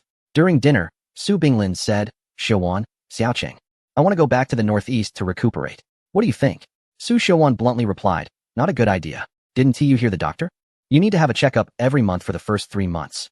Su Binglin said, I can have the checkups at the hospital in Jiqing. Su Xiaowan put down her chopsticks and said, I'm not at ease. Dad, my request isn't high. Just stay with me for 3 months. After the 3rd checkup, if everything is fine, you can stay here or go back to the northeast. I promise I won't interfere. Zhou Yuqin smiled and said, Grandpa, my mom has already completed her retirement procedures. You and Grandma should give her a chance to honor her parents. Su Binglin knew his daughter was looking out for him. He sighed and said, all right. Zhou Yuqin looked at his second uncle Su Hongwang and said, second uncle, after you return to Jiqing, could you help me with something? Su Hongwang asked, what is it? Zhou Yuqin replied, help me choose a villa for my mom, one that is ready to move in, with a construction area of about 2,000 square meters. Su Hongwang, who works in a construction company, is very familiar with real estate. Having him help find a suitable villa is undoubtedly the best choice. Su Hongwang couldn't help but laugh. A construction area of 2,000 square meters is not considered big? I'm really impressed. Old Madam Su asked, Xiao Chun, why do you want to buy a villa? Su Xiaowan said, this is my idea. Dad, Mom, this villa is for you as a retirement home. Later, we can have my older brother and second brother find 2 reliable caretakers to take care of you. Now that I'm retired, I will also visit you in Jiqing regularly. Su Binglin widened his eyes and said, we're not old enough to stop working and can't walk anymore. Su Xiaowan replied, Dad, you are already over 80, so please don't be stubborn. In the past, I didn't have the means to support you. But now that Xiao Chun is a big boss, I want to give you the best life in your later years. Second brother, don't you agree? Su Hongwang nodded and said yes. If I had money, I would do the same. Mom and Dad, the matter of buying the villa is settled then. I've never lived in a villa before, and as long as I'm not working, I'll take my wife and kids there to enjoy this luxurious life. Su Xiaowan smiled and said, second brother, the villa is up to you. Make sure to satisfy Mom and Dad. Su Hongwang patted his chest and said, no problem. Seeing their son and daughter decide on the matter directly, the elderly couple could not refuse and accepted it readily. After a lifetime of hard work, it is certainly impossible for them not to look forward to a future villa life. After dinner, Zhou Yuqin and Shun Jingyun took little Ye to check on the renovation progress of the villa. From the current situation, it looks like it can be completed in about half a month. Back home, Zhou Yuqin coaxed little Ye to sleep, then hurried to Shun Jingyun's study, picked her up, and rushed into his bedroom. After a passionate moment, Shun Jingyun lay in Zhou Yuqin's arms and softly said, honey, when are we going to the lighthouse country? Zhou Yuqin thought for a moment and said, just give me another week. Recently, Zhou Yuqin has been busy with the expansion of Kunpeng phone battery production. They have confirmed 4 large battery subcontractors, and the production lines are being urgently modified, expected to be completed by next Monday. Once completed, the daily production of Kunpeng phone batteries and chargers will exceed 4 million, which will be enough to meet market demand. Zhou Yuqin places great importance on the quality of batteries and chargers, so he plans to personally lead the technical department for thorough testing after the production line modifications are finished. Shen Jingyun said, "Honey, if you're too busy, you don't have to accompany me." Zhou Yuqin firmly replied, "That won't do. The security in the lighthouse country is very chaotic. I can't rest easy if you go alone. I want to take little Yaya with us." "Why did you suddenly change your mind?" "Xiao Yaya is too young and not by my side, so I always feel a bit uneasy." "All right, then let your dad take care of getting a passport for Xiao Yaya, and we can see what this most powerful country in the world is like as a family of 3. "That's great. Thank you, dear." "How should I thank you?" "Oh, dear, I really can't take it anymore. Please let me rest." Half an hour later, Zhou Yuqin said to the exhausted Shen Jingyun, "Wife, you rest well. I'll take care of the little girl." Shen Jingyun just hummed in response and fell asleep. Zhou Yuqin covered her with a light blanket and quietly walked out of the bedroom. Chapter 291. Gold Futures Plummet Entering the Study. Zhou Yuqin picked up a book on software applications to read. He had already submitted the planning proposal for the MXIN app to Su Yang. After reviewing it, Su Yang felt that developing this app wouldn't be difficult. The real challenge lay in how to ensure compatibility with various phone models. Just hearing this, Zhou Yuqin knew that Su Yang was truly knowledgeable. In his previous life, the compatibility issue of the MXIN app with different phone models was also the biggest challenge faced by their development team. However, Zhou Yuqin already had a solution. As long as he completed the broad framework of the MXIN app, conducted the necessary testing, and promoted it, he would find partners to collaborate with. During this time, Zhou Yuqin had someone investigate the 2 major telecommunications companies in the region, Hello Communications Group and IQ Communications Group. The major shareholders behind these 2 giants in instant messaging were foreign consortiums. Hello Communications Group was controlled by foreign consortiums holding 54%, while IQ Communications Group was slightly better, with 46% held by foreign entities. Zhou Yuqin wanted to strengthen and expand MXIN, and he needed to leverage the power of these 2 instant messaging giants, following the promotional path of a small penguin in his previous life. The issue was that both telecommunications groups seemed to have plans to enter the mobile communication market, and there was currently intense internal debate going on. If Zhou Yuqin rashly sought cooperation with one of these companies, he might risk being swallowed up by them. Therefore, figuring out how to break the deadlock was something Zhou Yuqin had been pondering the most lately. Unfortunately, he had not come up with any good solutions and could only take it step by step, focusing on getting the app developed first. To quickly elevate his software development skills to a master level, Zhou Yuqin purchased a comprehension scroll from the system, valid for half a month. Now, his software development skills were at 99% proficiency, just a step away from mastery. While Zhou Yuqin was engrossed in his studies, the gold futures market experienced another dramatic drop that evening, with a maximum decline of an astonishing 3%. This marked the second such occurrence in a week. Looking at the waterfall-like chart of gold futures, Shen Shiyan's expression turned extremely grave. It seemed that fate was conspiring against him. After he borrowed 200 million with a 20-fold leverage to enter the gold futures market, the once promising gold prices suddenly took a 180-degree turn and plunged, nearly hitting the margin call threshold. Shen Shiyan believed this was merely an accident and that gold prices would surely rise again. So he borrowed 50 million from a financial company to solidify his margin. In the following days, the gold futures market stagnated, leaving Shen Shiyan in a state of anxiety. Finally, when it broke out of the stagnation, it resulted in a significant drop. Seeing his margin once again in a precarious state, Shen Shiyan didn't dare to delay and quickly sought help from the wealthy friends he had made. 50 million? Shen, don't joke around. I can't even come up with 5 million. I only have 3 million on hand. If you need it, I can transfer the money into your account tomorrow. It's already past 4 in the morning. How can I send you the money now? Besides, I don't have 20 million on hand. After making a round of calls, Shen Shiyan couldn't borrow a single penny and couldn't help but recall what Shen Jingyun had said. Damn, these guys are really unreliable. What should I do? Shen Shiyan hesitated for a moment and finally mustered the courage to dial that phone number he was reluctant to call. Hey, Shiyan, it's so late, what's up? A gentle voice came from the other end. It was Zhou Yuqin. I want to borrow 100 million from you to get through this tough time. What happened? The gold futures market suddenly plummeted, and I suspect they are trying to shake off retail investors. I'm about to hit the liquidation point, and I urgently need some money to top up my margin. Zhou Yuqin quickly opened the gold futures chart and broadly agreed with Shen Shiyan's assessment, asking, how can I send you the money? True friendship shows in tough times. Shen Shiyan was so moved, he almost cried, saying, you are a black card holder. You can directly transfer 100 million into my account. Okay, I'll send it right over. Zhou, no, brother-in-law, thank you. Before he could finish, Shen Shiyan suddenly fell silent. Shiyin, what's wrong? Damn, have you been forcibly liquidated? Looking at the rapidly fluctuating curve on the computer after the crash, Zhou Yuqin felt that things seemed to be going south. I'm finished, Shen Shiyin said, and directly hung up the phone, worried that this guy might do something drastic. Zhou Yuqin quickly called him back. He dialed 3 times in a row, but Shen Shiyin didn't pick up. By the 4th call, the phone was already turned off. Zhou Yuqin didn't dare to delay. He went to his bedroom and shook Shen Jingyun, who was in a deep sleep, awake. Honey, what's wrong? Shen Jingyun asked. Her eyes still hazy. Zhou Yuqin said in a deep voice, the gold futures just crashed. Your brother was forcibly liquidated. I called him, but he turned off his phone. I'm worried something might happen. I need to go check on him. As soon as Shen Jingyun heard this, she lost any trace of sleepiness and, disregarding that she was in her night clothes, sat up urgently. The problem is, we don't know where he is. Zhou Yuqin was taken aback and asked, isn't he at your place? Shen Jingyun shook her head. Ever since we had that argument, he moved out. He doesn't respond to my calls either. Zhou Yuqin frowned. I suspect Shiyin is determined to make a fortune to prove you wrong. That's why he isn't answering your calls. Honey, quickly ask Aunt Dai. Maybe she knows where Shiyin is. Okay. Shen Jingyun agreed, and immediately dialed her mother's number. Dai Wan indeed knew, and after understanding the situation, she informed Shen Jingyun of Shen Shiyin's residence. As Zhou Yuqin changed his shoes, he said, Honey, take care of Xiao Yiya. I'll go find Shiyin right now. Shen Jingyun's eyes were red, and she said, can you ask Annie to come over? I want to go with you. All right. Seeing that Shen Jingyun was in such a terrible state, Zhou Yuqin agreed and immediately called his mother, Su Xiaowan. Just 5 minutes later, Su Xiaowan arrived and said, be careful. Thank you, Auntie. Shen Jingyun hugged Su Xiaowan and then left with Zhou Yuqin. When they arrived at the upscale community where Shen Shiyin lived, they found that Shen Chenggang and Dai Wan had already arrived. Although the elderly couple often scolded Shen Shiyin, their concern for him was no less than Shen Jingyun's. And perhaps even more. Dad, Mom is sure to inside.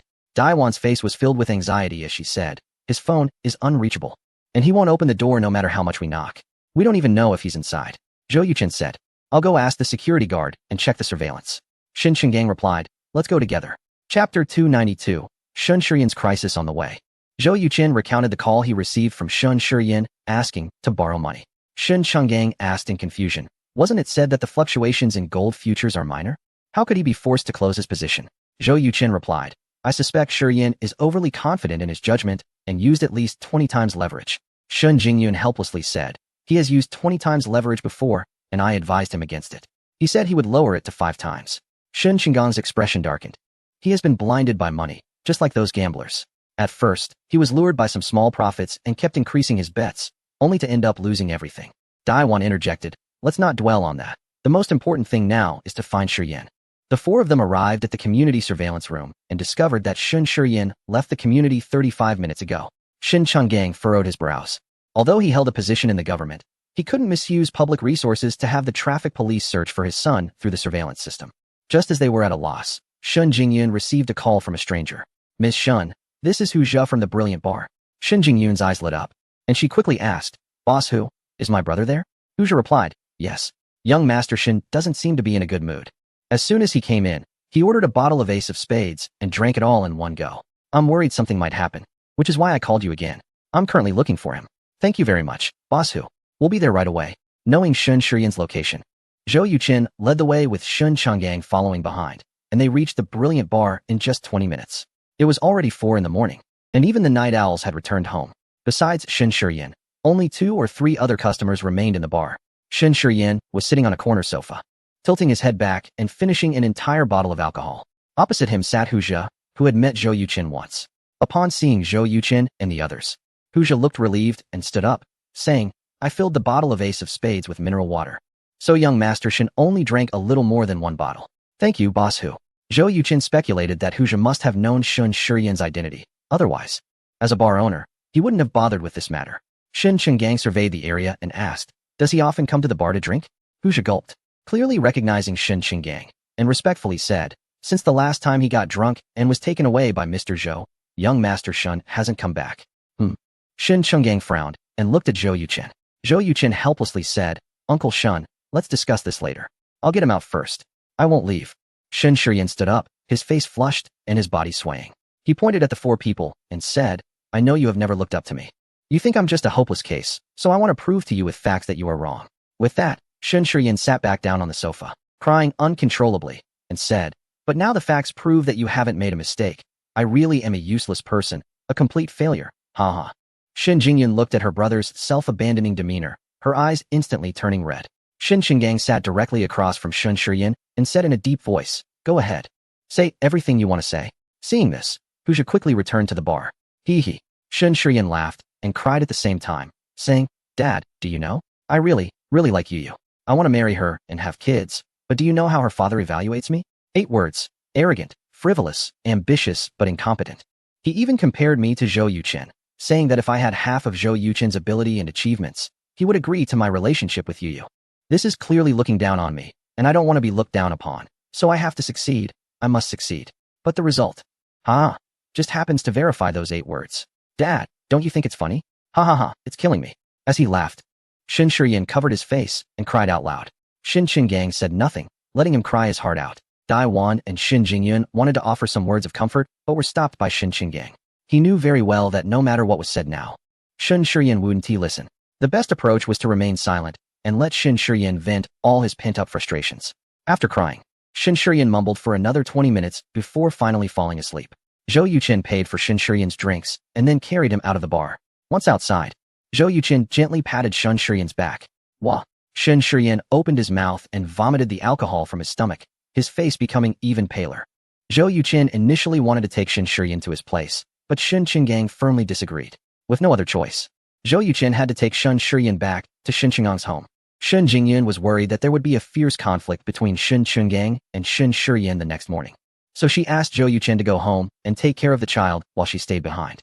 After Zhou Yuchen left, Shin Qinggang sighed and said, looking at Shitu, "This time he probably not only lost everything, but might also owe quite a bit of money." Shin Jingyun replied, "Dad, you don't have to worry. I asked Yuchen, and he said that forced liquidation usually happens around 10%, which means Shitu shouldn't lose everything, and it's impossible for him to owe money." Shin Qinggang sneered and said, "Shitu is someone who seeks quick success. Are you sure he didn't borrow money?" Shin Jingyun's expression changed, and she said, "I did hear him mention wanting to borrow money from those rich second-generation kids, but it seems no one lent him any." Shin Qinggang said, "That group of wealthy second-generation individuals are all quite shrewd. It's normal for them not to lend money to Shitu. If they did lend him money, one might even worry if there's a hidden agenda. What concerns me most now is that he might seek loans from those investment firms outside. As the saying goes, experience speaks volumes." Shin Qinggang quickly guessed the situation. As for those so-called investment firms in society, even an ordinary person knows they are just high-interest loan sharks in disguise. Borrowing money from them often leads to dire consequences. Daiwan hesitated and said, "Shitu shouldn't be foolish enough to go that far, right?" Shin Qinggang replied solemnly, "I hope I'm just being overly cautious." Shin Jingyun said, "Dad, Mom, you don't need to worry.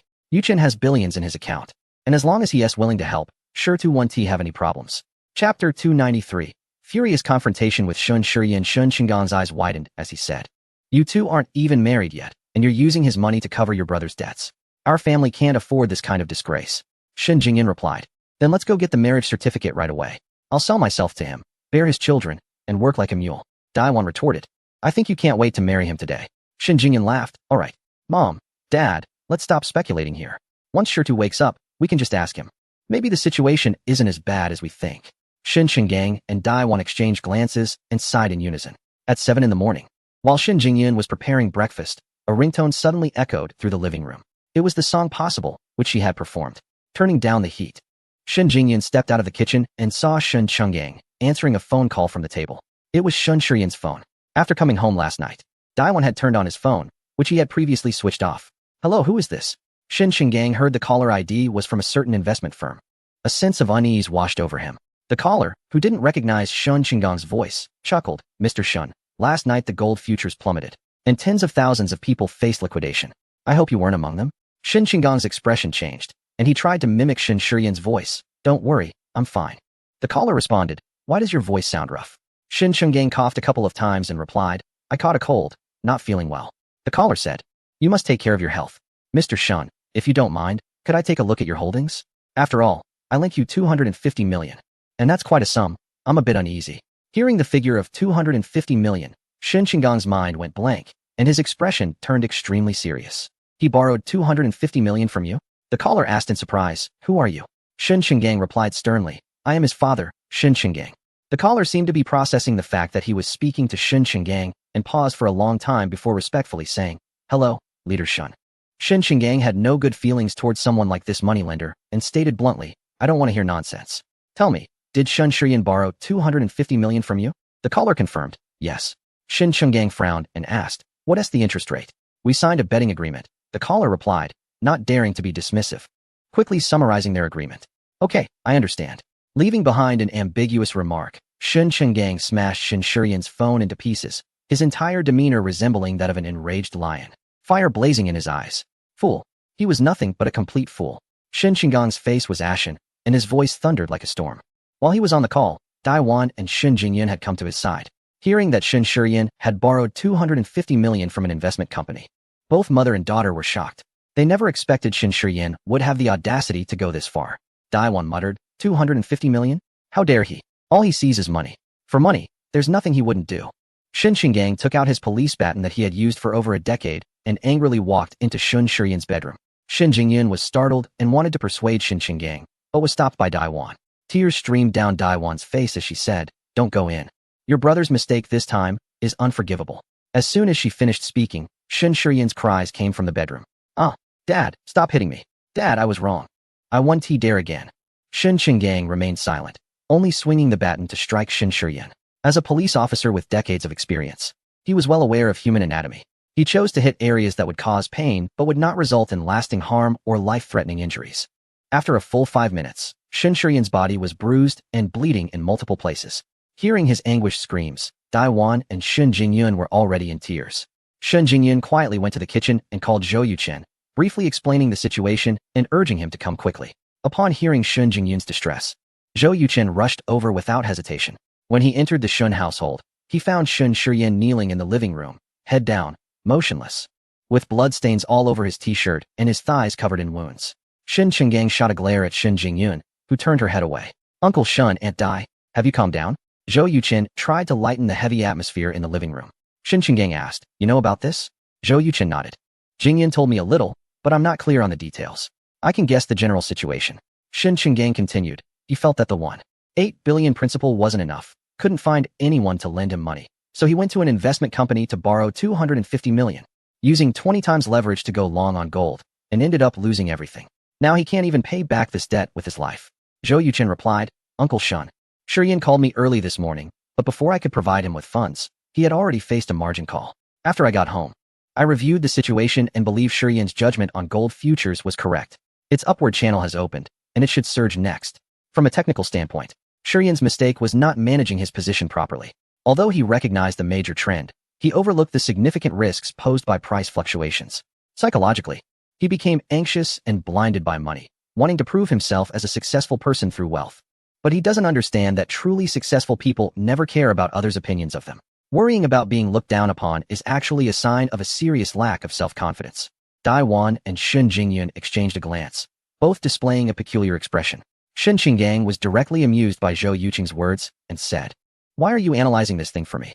Zhou Yucheng replied earnestly, Uncle Shun, the capital market is unpredictable. When successful, one must summarize experiences. When failing, one must learn lessons. Only in this way can investors make greater progress in the future. Future? Shen Qinggang pointed at Shen Shiyan and said, he lost 430 million in one go and owes others 300 million. This fool can't even pay it back by selling everything he owns, so what future is there? At that moment, Shen Shiyan had completely lost his former spirited demeanor, looking dazed and wooden, like a log, saying nothing and offering no defense. Zhou Yucheng smiled and said, Uncle Shun, I promised you and Aunt Dai that I would support Shiyan. 2 or 300 million is nothing. Today, I will settle Shiyan's accounts. Chapter 294, a lesson for my brother-in-law Shen Qinggang's side, and said, you and Jingyun are not married yet. And our family is asking you to come up with nearly 300 million to pay off this scoundrel's debts. Your aunt and I truly feel ashamed. But apart from you, we can't find anyone else to help. Zhou Yuchen replied, Uncle Shun, this money is not just a gift. Shiyan must do something for me. Shen Shiyan finally raised his head and asked, what is it? Zhou Yuchen said, buy properties. I want you to purchase some quality real estate in prime locations in 4 first-tier cities, Yinhai, Yindu, Pingcheng, and Guangxing, such as courtyard houses, villas, and so on. For each place, you need to write a detailed report on the properties you like and your predictions for future prices. I will personally visit later. Once confirmed, I will only provide the down payment. You will need to handle the bank loans. Got it. Shen Shiyan asked, you want me to act as a real estate agent? Zhou Yuchen smiled exactly. Once it's done, I will pay you a fee as a commission. As for the other money you owe me, I will bring it up when necessary. You have half a month for each city. Is there any problem? Shen Shiyan bit his lip and said, no problem. Can you advance me 50 million? The gold futures have started an upward trend, and I believe I can make a significant profit. Shut up. Shen Chenggang exploded in anger. Daiwan also showed rare signs of anger. At this point, Shen Shiyan still refused to change his ways, which was simply outrageous. Shen Shiyan did not look at his parents. He just stared at Zhou Yuchen. Zhou Yuchen smiled. I completely agree with your assessment. But why should I give up such a great opportunity to make money to you? To be honest, I also have high hopes for the future of gold futures. I have already put 1.5 billion into the futures account and applied for 10 times leverage, purchasing all long positions right before today's closing. I conservatively estimate that the gold price will increase by 10% within a month, so my target is a profit of 1.5 billion. Shiyan, you are a professional in financial investment. What do you think my chances of success are? How big is the risk? Shen Shiyan showed a bitter expression and replied. The risk is minimal, and the success rate is over 90%. It's just, Zhou Yuchen interjected, just that I'm too conservative, right? Shen Shiyan said, yes. Zhou Yuchen calmly stated, this is where we differ. You have never experienced poverty and have never felt the pangs of hunger. So you have a spirit of adventure and lack a sense of bottom-line thinking. I, on the other hand, am afraid of being poor and do not want to experience the embarrassment I faced right after getting out of prison. Therefore, every move I make in the financial market considers the worst-case scenario, leaving myself an opportunity to make a comeback. In fact, the injury you suffered today is nothing. Although Uncle Shen hit you, he still maintained his rationality in his anger. Your superficial wounds will heal in a week with some ointment. I am different. I once spent 4 years as a human punching bag, the kind of professional sparring partner who can only take hits without fighting back. At first, I lacked experience and often ended up bleeding from the beatings. Even then, I had to endure a barrage of insults from clients. As I gained experience, I fought 4 or 5 matches a day to earn money, averaging 3 hours of being beaten up each day. In over 3 years, I managed to save up 400,000, primarily from the tips I received after clients had their fun. I had no dignity, no respect. I lived like a dog. If you don't believe me, you can ask at the Longway Fitness Center in Sioux City. Just mention my glorious story, and everyone will know my name. Hearing Zhou Yuchen's words, Shen Chenggang, Daiwan, and Shen Jingyun were all deeply shocked. It was as if they could see a young man in his 20s being beaten in the ring, filling them with sympathy. Shen Shiyan felt the most impact. The first time he met Zhou Yuchen, he was a wealthy man who exuded strength, which made Shen uncomfortable. After a few more encounters, his discomfort only grew. To learn that such a billionaire had endured such humiliation was truly unexpected for Shen Shiyan. Zhou Yuchen continued, but I always believe that the grievances I endure today will lead to the glory I achieve tomorrow. That's why I've been studying diligently. Even when I returned home bruised and battered, I would spend 3 to 4 hours studying because I had no other options. Learning was my only path to change my fate. Today, I can't claim to be extremely knowledgeable, but I have at least a good grasp on a couple of fields. I am well-versed in financial investment, business management, game development, chip design, hacking techniques, mobile battery manufacturing, drones, web applications, software development, and more. These skills truly transformed me from the lowest level of society into a billionaire. Shiyan, I'm not saying this to brag, but to tell you that your starting point is much higher than mine. However, your overly carefree nature, love for face, and desire for enjoyment have shown the very traits that entrepreneurs should avoid. The reason for your investment failure isn't due to a lack of ability, but rather your character. If you cannot let go of your pride and are not prepared to endure hardships, then I advise you to reconsider starting a business. Shen Shiyan remained silent for a long time, then asked, have you been wanting to tell me this for a while? Zhou Yuchen nodded, yes, but I knew it wouldn't make a difference. You are Jingyun's brother, and if you had the potential of a successful entrepreneur, I would have invested in you long ago. Shiyan, don't you like Qin Kuan's daughter? Do you know how thick-skinned Qin Kuan had to be when he started his business? How much he suffered?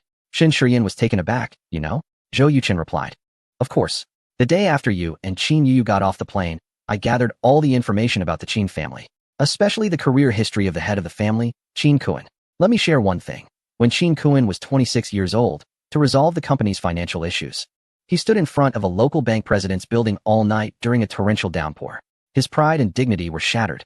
But what he received in return was just a light-hearted remark from the president. I was just joking with you. I didn't expect you to take it seriously. At that time, Qin Kuan's worth was around 50 million, equivalent to about 3 billion today. If it were you, could you set aside your pride and self-respect to do what Qin Kuan did?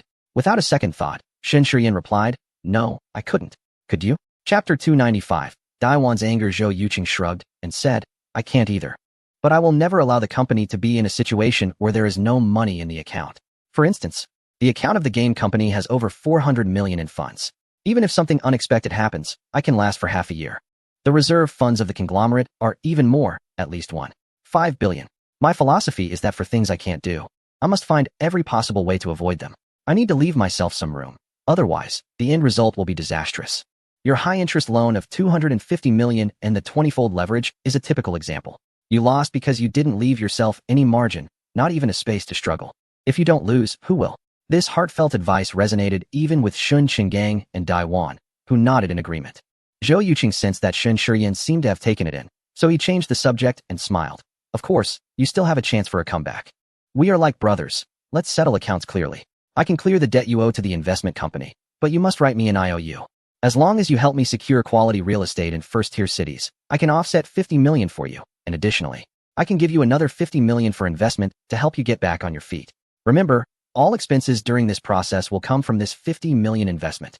How much you can get depends on your own ability. Shen Shiyan's eyes lit up and said, a gentleman's word. Zhou Yuqing rolled his eyes and replied, stop with that. The agreement clearly stated in black and white that I lent you 50 million, and you were to call me brother-in-law.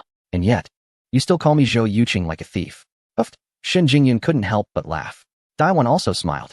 Only Shen Qinggang remained serious, though he was quite satisfied with Zhou Yuqing's handling of the situation.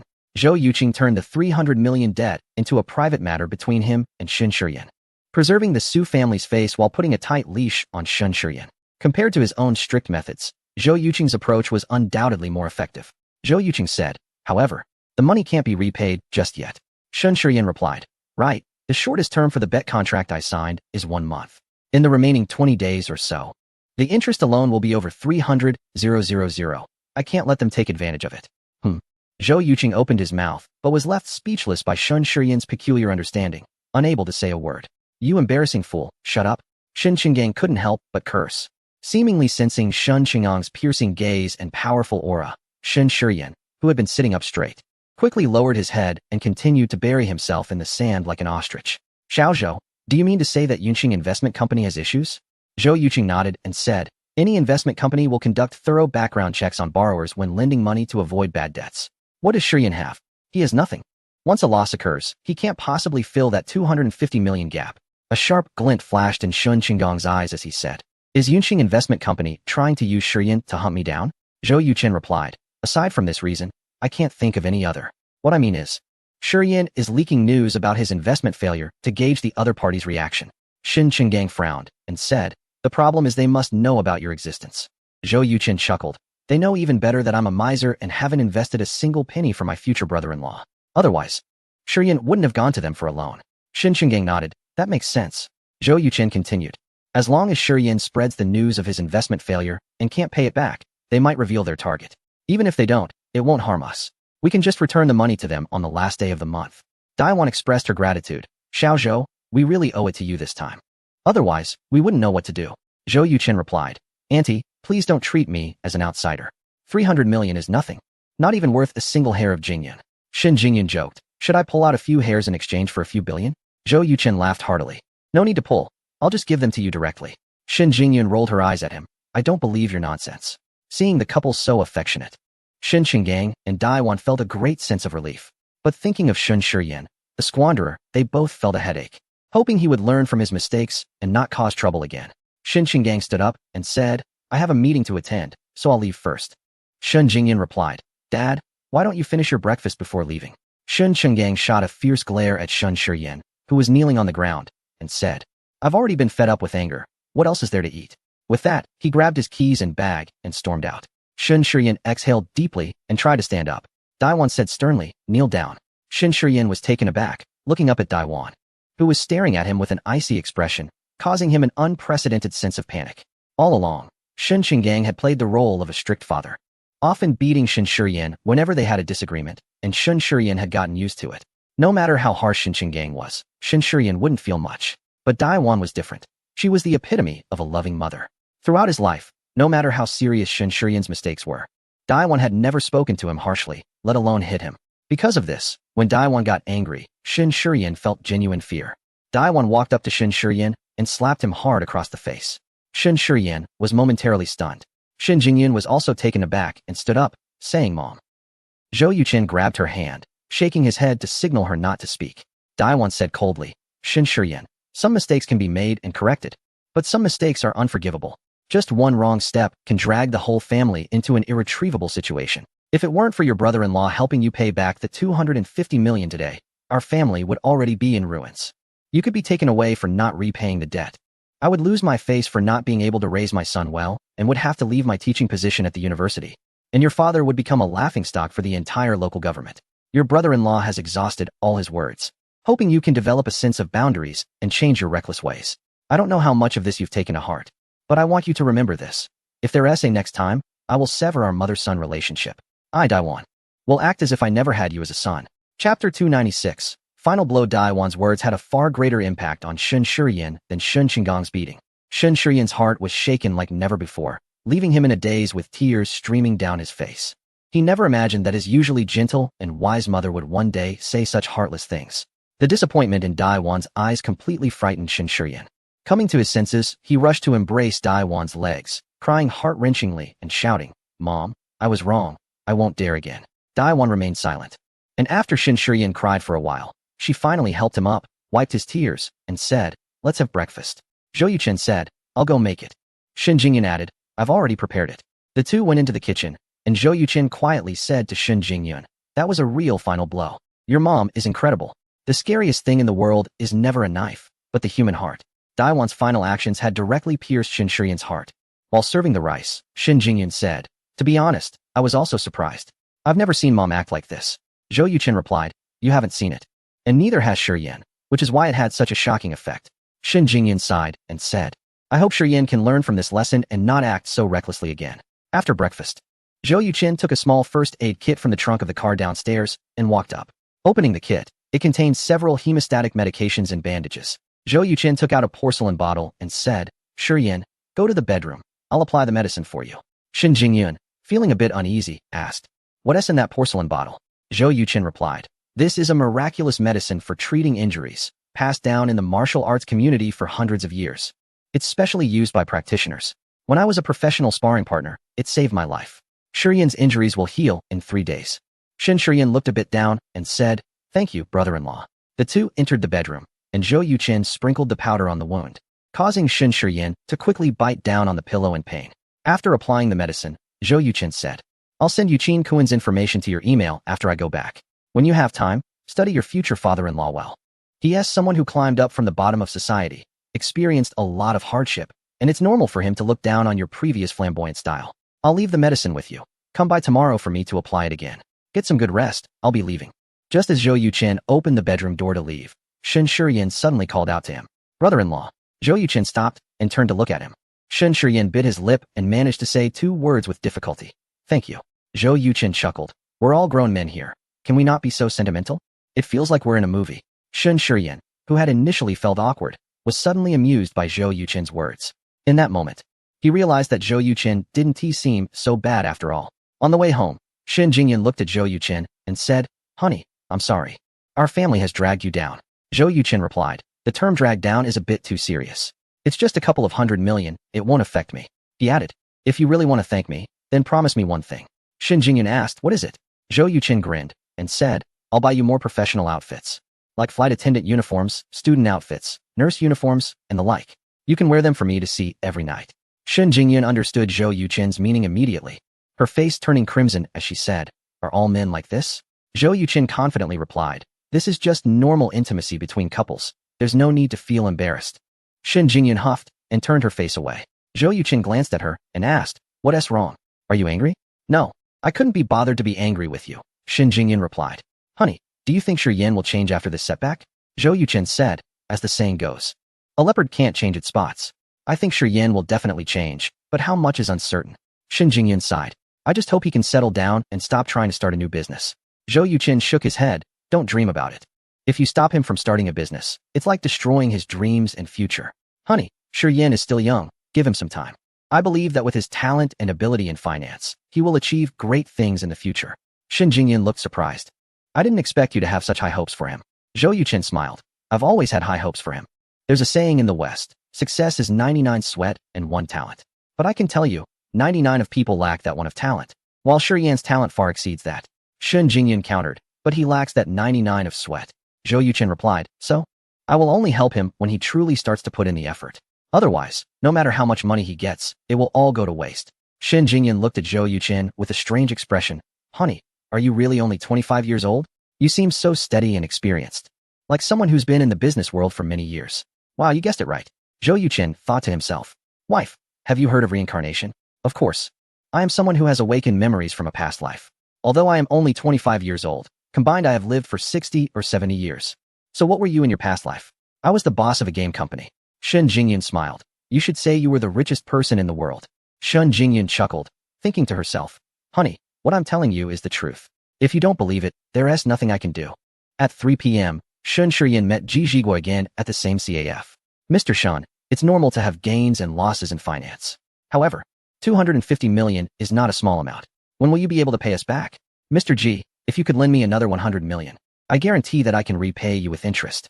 Ji Zhiguo was slightly taken aback, seemingly not expecting Shen Shiyan to be so stubborn, still fantasizing about turning the tables. He chuckled and said, Mr. Shen, we are not a bank. 250 million is already the maximum we can lend you. Shen Shiyan responded with a reckless attitude, saying, then I have no money to pay you back. If it comes to worst, I can just go to prison. Ji Zhiguo quickly replied, Mr. Shen, you are being too harsh. We know your brother-in-law is Zhou Yuchen. As long as he is willing to help, not to mention 250 million, even 5 billion would not be a problem. Chapter 297. So that's how it is. Shen Shiyan's expression darkened instantly as he said, if he was willing to give me money, would I need to borrow from you?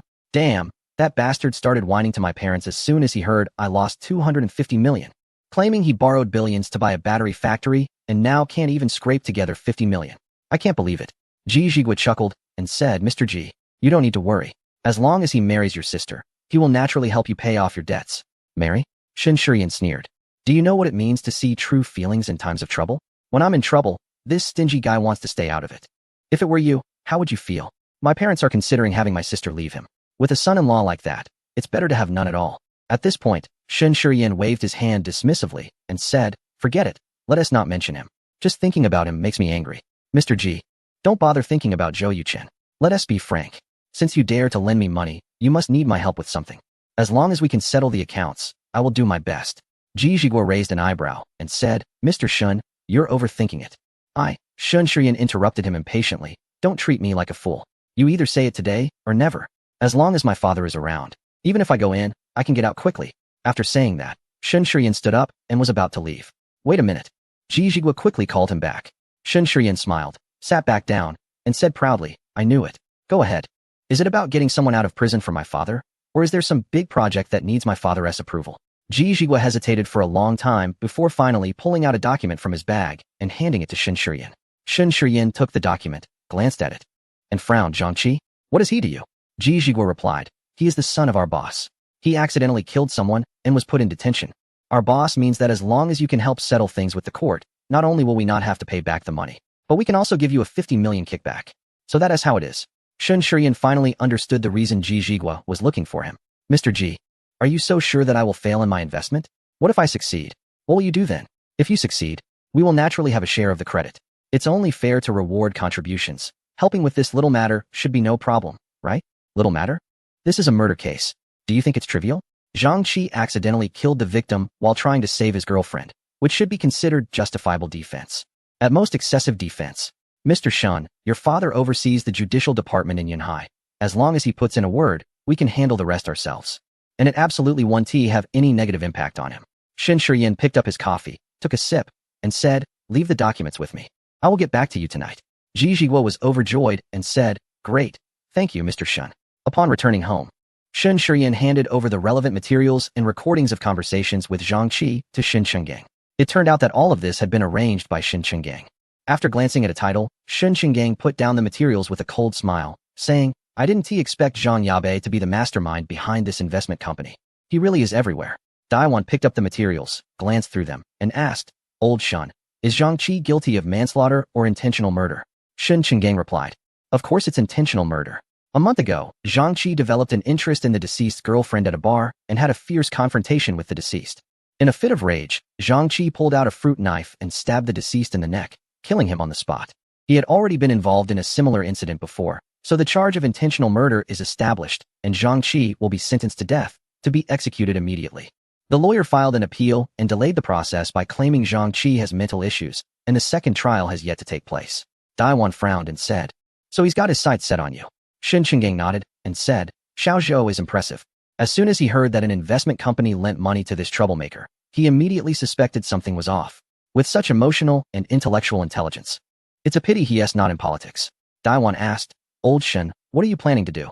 A cold light flashed in Shen Chenggang's eyes as he replied, "Immediately return the money to the investment company, and then handle Zhang Qi's murder case fairly. Anyone who dares to act with favoritism will face consequences. Humph. Since Zhang Yabe dares to play tricks on me, I will make him pay a heavy price." At that moment, Shen Chenggang fully displayed his decisiveness and authority as a high-ranking official in Yunhai City. Shen Shiyan shrank back and didn't he dare to say a word. Daiwan said, "I'll give Xiao Zhou a call." Shen Chenggang replied, "Let me do it." Zhang Yabe is not an easy opponent. It's best if Xiao Zhou accompanies us when we return the money. Otherwise, I won't feel at ease. Upon receiving Shen Chenggang's call, Zhou Yuqin agreed without hesitation. Naturally, as the future son-in-law, he had to make a good impression on his future father-in-law and uncle. The next day, Zhou Yuqin and Shen Shiyan arrived at the CAF 20 minutes early, accompanied by 4 plainclothes police officers. Shen Shiyan ordered each of them a coffee and seated them at a table by the window. After a while, Ji Zhigua and 5 or 6 strong men escorted a distinguished-looking middle-aged man in his 50s into the CAF. Zhou Yuqin recognized the man at a glance. It was Zhang Yabe, the president of Yabe Group. Zhang Yabe scanned the room, first glancing at Zhou Yuqin, then focusing on the plainclothes officers, his brow slightly furrowing as if he had seen through their identities. Without any pleasantries, Zhang Yabe took a seat directly across from Zhou Yuqin and Shen Shiyan, his gaze sharp as a knife, creating an imposing atmosphere alongside the strong men standing behind him. Shen Shiyan had never encountered such a situation before, and his heart began to race uncontrollably. Zhou Yuqin remained as steady as a mountain, picked up his coffee, took a sip, and said, "Shiyan, who did you borrow the money from?" Shen Shiyan pointed to Ji Zhigua and replied, "This is General Manager Ji." Zhou Yuqin acknowledged with an O, then directly skipped over Zhang Yabe and looked at Ji Zhigua, saying, "General Manager Ji, we have brought the money, and you should have the agreement and the IOU as well, right?" Ji Zhigua did not speak, but turned his gaze towards Zhang Yabe. Bang! Zhou Yuqin slammed his hand on the table, his presence fully unleashed, his eyes colder than Zhang Yabe's, staring fiercely at Ji Zhigua, and said, "I'm asking you a question. Did you not hear me, or are you mute?" Chapter 298 Negotiation. Shen Shiyan did not expect Zhou Yuqin to be so domineering, and his initially anxious mood quickly calmed down. Zhou Yuqin's actions also startled Ji Zhigua, who asked, "Who are you?" "Zhou Yuqin, my future brother-in-law," Shen Shiyan replied. "Future brother-in-law?" Ji Zhigua scoffed. "Then Mr. Zhou probably doesn't have the qualifications to sit here." Shen Shiyan immediately responded, "He is the one I invited. And today, everything will be decided by him, including the repayment of your 260 million debt." Zhou Yuqin said, "Repaying debts is a matter of principle. We won't default. But I don't understand. What is this gentleman and those muscular men behind him here for? Are they trying to rob us?" Zhang Yabe, who had been silent, finally spoke up, saying, "I am Zhang Qi's father, Zhang Yabe. Mr. Zhou, you don't need to play any intimidation tactics. They want to work on me. I can offer 500 million in exchange for one word from Director Shen. What do you think?" Shen Shiyan replied, "I told my father about what General Manager Ji instructed me last night, and you can probably guess the outcome. Mr. Zhang, I'm very sorry, but my father did not agree and gave me a stern lecture." Zhang Yabe's eyes turned red as he said hoarsely, "I only have one son, Zhang Qi. If he dies, I can do anything." Shen Shiyan was startled by the murderous aura that Zhang Yabe exuded, instinctively leaning back. Zhou Yuqin reached out to support his back and said, "Mr. Zhang, what do you mean? Are you threatening us?" Zhang Yabe coldly replied, "I just want my son to live." Zhou Yuqin said, "Whether he can live is up to the judge and the lawyer. Our relationship is only about that 260 million. We repay the debt, you collect the money. Is there a problem?" Zhang Yabe, like a tiger ready to pounce, showed a fierce expression, but said, "Mr. Zhou, Mr. Shen, consider it a request from me, Zhang Yabe." Zhou Yuqin sighed, "Mr. Zhang, what you're doing is really pointless. As far as I know, Zhang Qi South Second Court hearing is at the end of this month, which is 15 days away, and our deadline for repayment is 20 days from now. If you don't want it now, we can give it after the trial ends. As for self-defense or excessive defense, my future father-in-law can't handle that. Even if he could, he wouldn't go against his principles to do such things." At this point, Zhou Yuqin took out his phone, activated the recording function, and placed it on the table. He said, "Now I'll ask one last time. Mr. Zhang, Mr. Ji, The 260 million that Shun Shiyan owes you. I have brought it. Will you accept it or not? Accepted. Zhang Yabe gave him a deep look and waved to Ji Zhigua. Ji Zhigua took out the agreement and 2 promissory notes from his bag and handed them to Shun Shiyan. After Shun Shiyan confirmed there were no issues, he nodded at Zhou Yuchen. Zhou Yuchen took out 3 checks and handed them to Ji Zhigua, saying, checks issued by a commercial bank. The password is 123456. You can verify their authenticity. Zhang Yabe said, no need. We can still determine the authenticity of the check. Zhou Yuchen stood up and said, then the cooperation between Shun Shiyan and your company ends here. I hope there won't be a next time. Shiyan, let's go. All right. Shun Shiyan followed Zhou Yuchen out of the CAF. The 4 plainclothes police officers immediately followed them. As they passed by Zhang Yabe's table, the leading officer shot him a harsh glare. Once they left, Zhang Yabe lit a cigarette, picked up his phone, and sent a message. The message contained only 2 words, take action. Soon, a reply came back with 2 words, right away. Zhang Yabe extracted his SIM card, broke it in half, and said softly, since you refuse to drink the good wine, let me serve you a cup of punishment wine. Cough, cough, cough. After saying this, Zhang Yabe covered his mouth and began to cough violently. Ji Zhigua quickly handed him a handkerchief. Zhang Yabe took the handkerchief and directly spat out a mouthful of blood. It turned out this guy was already in dire straits, which was why he had to resort to all means to save his only son. Otherwise, the empire he worked so hard to build would have no successor. On the way home, Shun Shiyan rolled down the car window and burned the IOU. Zhou Yuchen said irritably, can you show a little public morality? Shun Shiyan replied, I am now free of debt. Zhou Yuchen chuckled and said, free of debt? Mr. Shun, don't forget, I still have an IOU from you for 260 million. Shun Shiyan shrugged nonchalantly and said, no problem. I'll have my sister find an opportunity to steal that IOU and burn it in the future. Zhou Yuchen said, you seem to have a good plan. How do you think you performed in this negotiation? Shun Shiyan paused for a moment and said with a wry smile, very poorly. That Zhang Yabe looks like a madman, and I'm a bit afraid of him. Brother-in-law, aren't you afraid at all? Zhou Yuchen smiled and said, did you forget? I'm a consultant for the technical department of the police. Don't say just one Zhang Yabe. Even 10 Zhang Yabes are nothing but a bunch of insignificant characters in my eyes. However, one must always be cautious. Zhang Yabe cares so much about his son, and whether his son lives or dies completely depends on whether Uncle Shun is willing to relent. I'm worried this guy might take desperate measures. Shun Shiyan's expression changed drastically and said, are you implying that he might kidnap us to threaten my dad to give in? Zhou Yuchen nodded and said, it's not impossible. Shun Shiyan said, then the most dangerous one might be Xiaoyu. Zhou Yuchen's eyes flashed with intensity and said, today your sister will take Xiaoyu to the amusement park. Shun Shiyan quickly said, then we should hurry to the amusement park. Zhou Yuchen raised an eyebrow and said, aren't you afraid? Shun Shiyan said without hesitation, not afraid. My sister and Xiaoyu's safety is the most important. Zhou Yuchen gave him a thumbs up and praised, a real man. Dingling. At that moment, Shun Shiyan's phone rang with a text message alert. He picked it up to see it was from Ji Zhigua. Zhang Yabe had a terminal illness and had sent someone to kidnap Zhou Xinyue. Shun Shiyan was momentarily confused and asked, who is Zhou Xinyue? Zhou Yuchen rolled his eyes and said impatiently, Zhou Xinyue is Xiaoyu. How could you not know that? Damn it, Shun Shiyan cursed, quickly dialing Shun Jingyun's number, anxious as he said, Zhang Yabe is going to kidnap Xiaoyu. Zhou Yuchen glanced at him and smiled faintly. Chapter 299. Turning the tables. Hey, sure to. Are you done with your work? Sis, someone is trying to kidnap Xiaoyu. You should take her to the nearest police station quickly. Don't worry, those people have already been caught. Huh? Shun Shiyan looked at Zhou Yuchen in confusion. Zhou Yuchen leaned closer to his phone and said, honey, when will you arrive at the amusement park? In about 20 minutes. What a coincidence, I also need about 20 minutes. Then let's meet at the east entrance of the underground parking lot. Sure. After hanging up, Shun Shiyan frowned and thought for a while, as if realizing something. Did you suspect they would kidnap Xiaoyu all along? Zhou Yuchen smiled and replied, yes. Their people have been under our surveillance. It turned out that Shun Qinggang had called Zhou Yuchen last night at 11, saying he had sent someone to investigate Zhang Yabe's situation and found out that this guy had cancer and didn't have much time left. Zhou Yuchen immediately made a judgment that Zhang Yabe might take risks for his only son.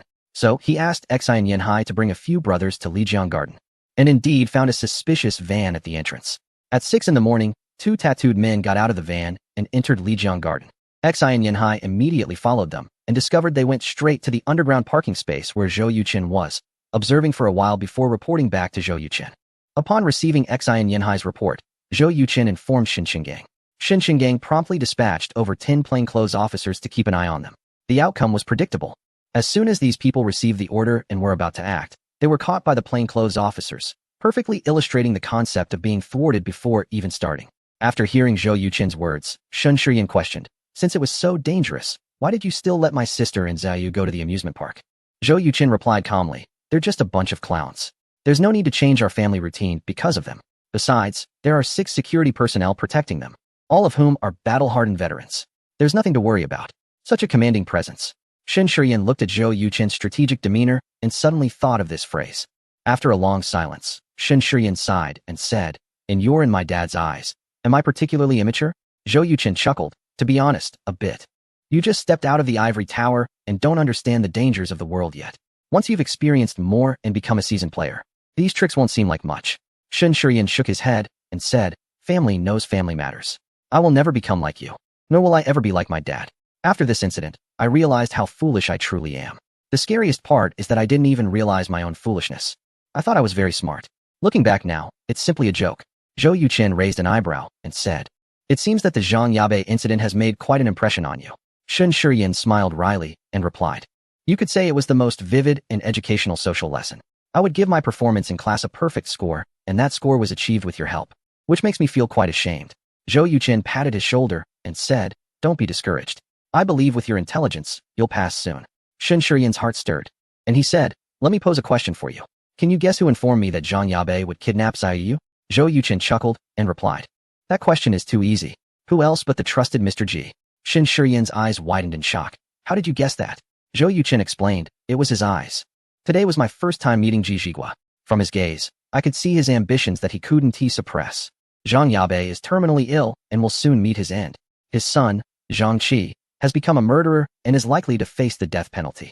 Given this situation, how could Ji Zhigua, the vice president of Yabe Group with a promising future, possibly engage in kidnapping children alongside Zhang Yabe?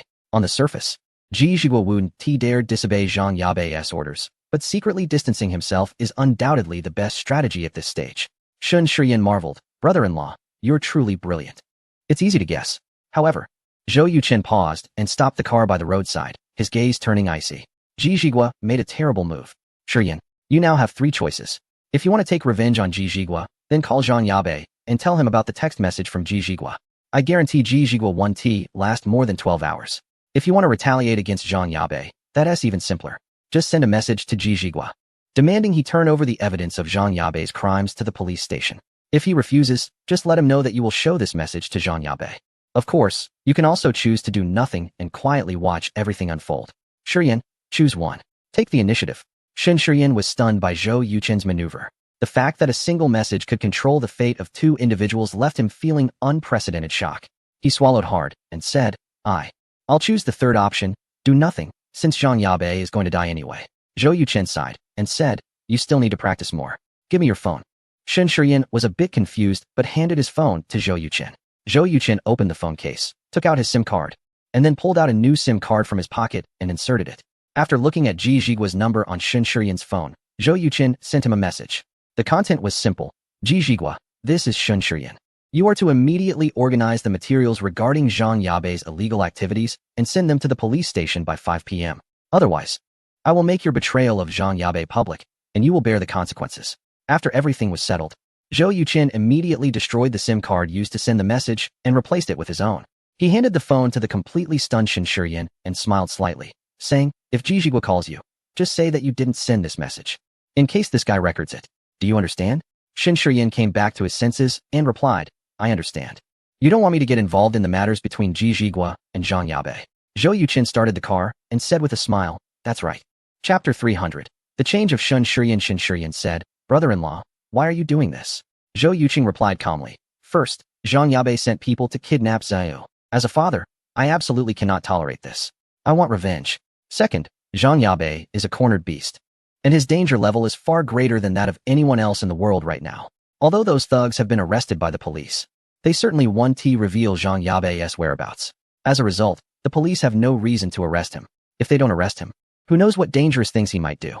Shiyan, you must remember, we cannot let anyone have the chance to harm our loved ones. Otherwise, you will regret it for the rest of your life." Shen Shiyan remained silent for a long time and finally said, "I remember." At this moment, he fully accepted Zhou Yuqin's perspective and no longer had any thoughts of contesting with him. Upon arriving at the east entrance of the underground parking lot of the amusement park, Shen Shiyan received a call from Ji Jigua. Mr. Shun, I'm helping you. You can't do this to me. Mr. Ji, what do you mean?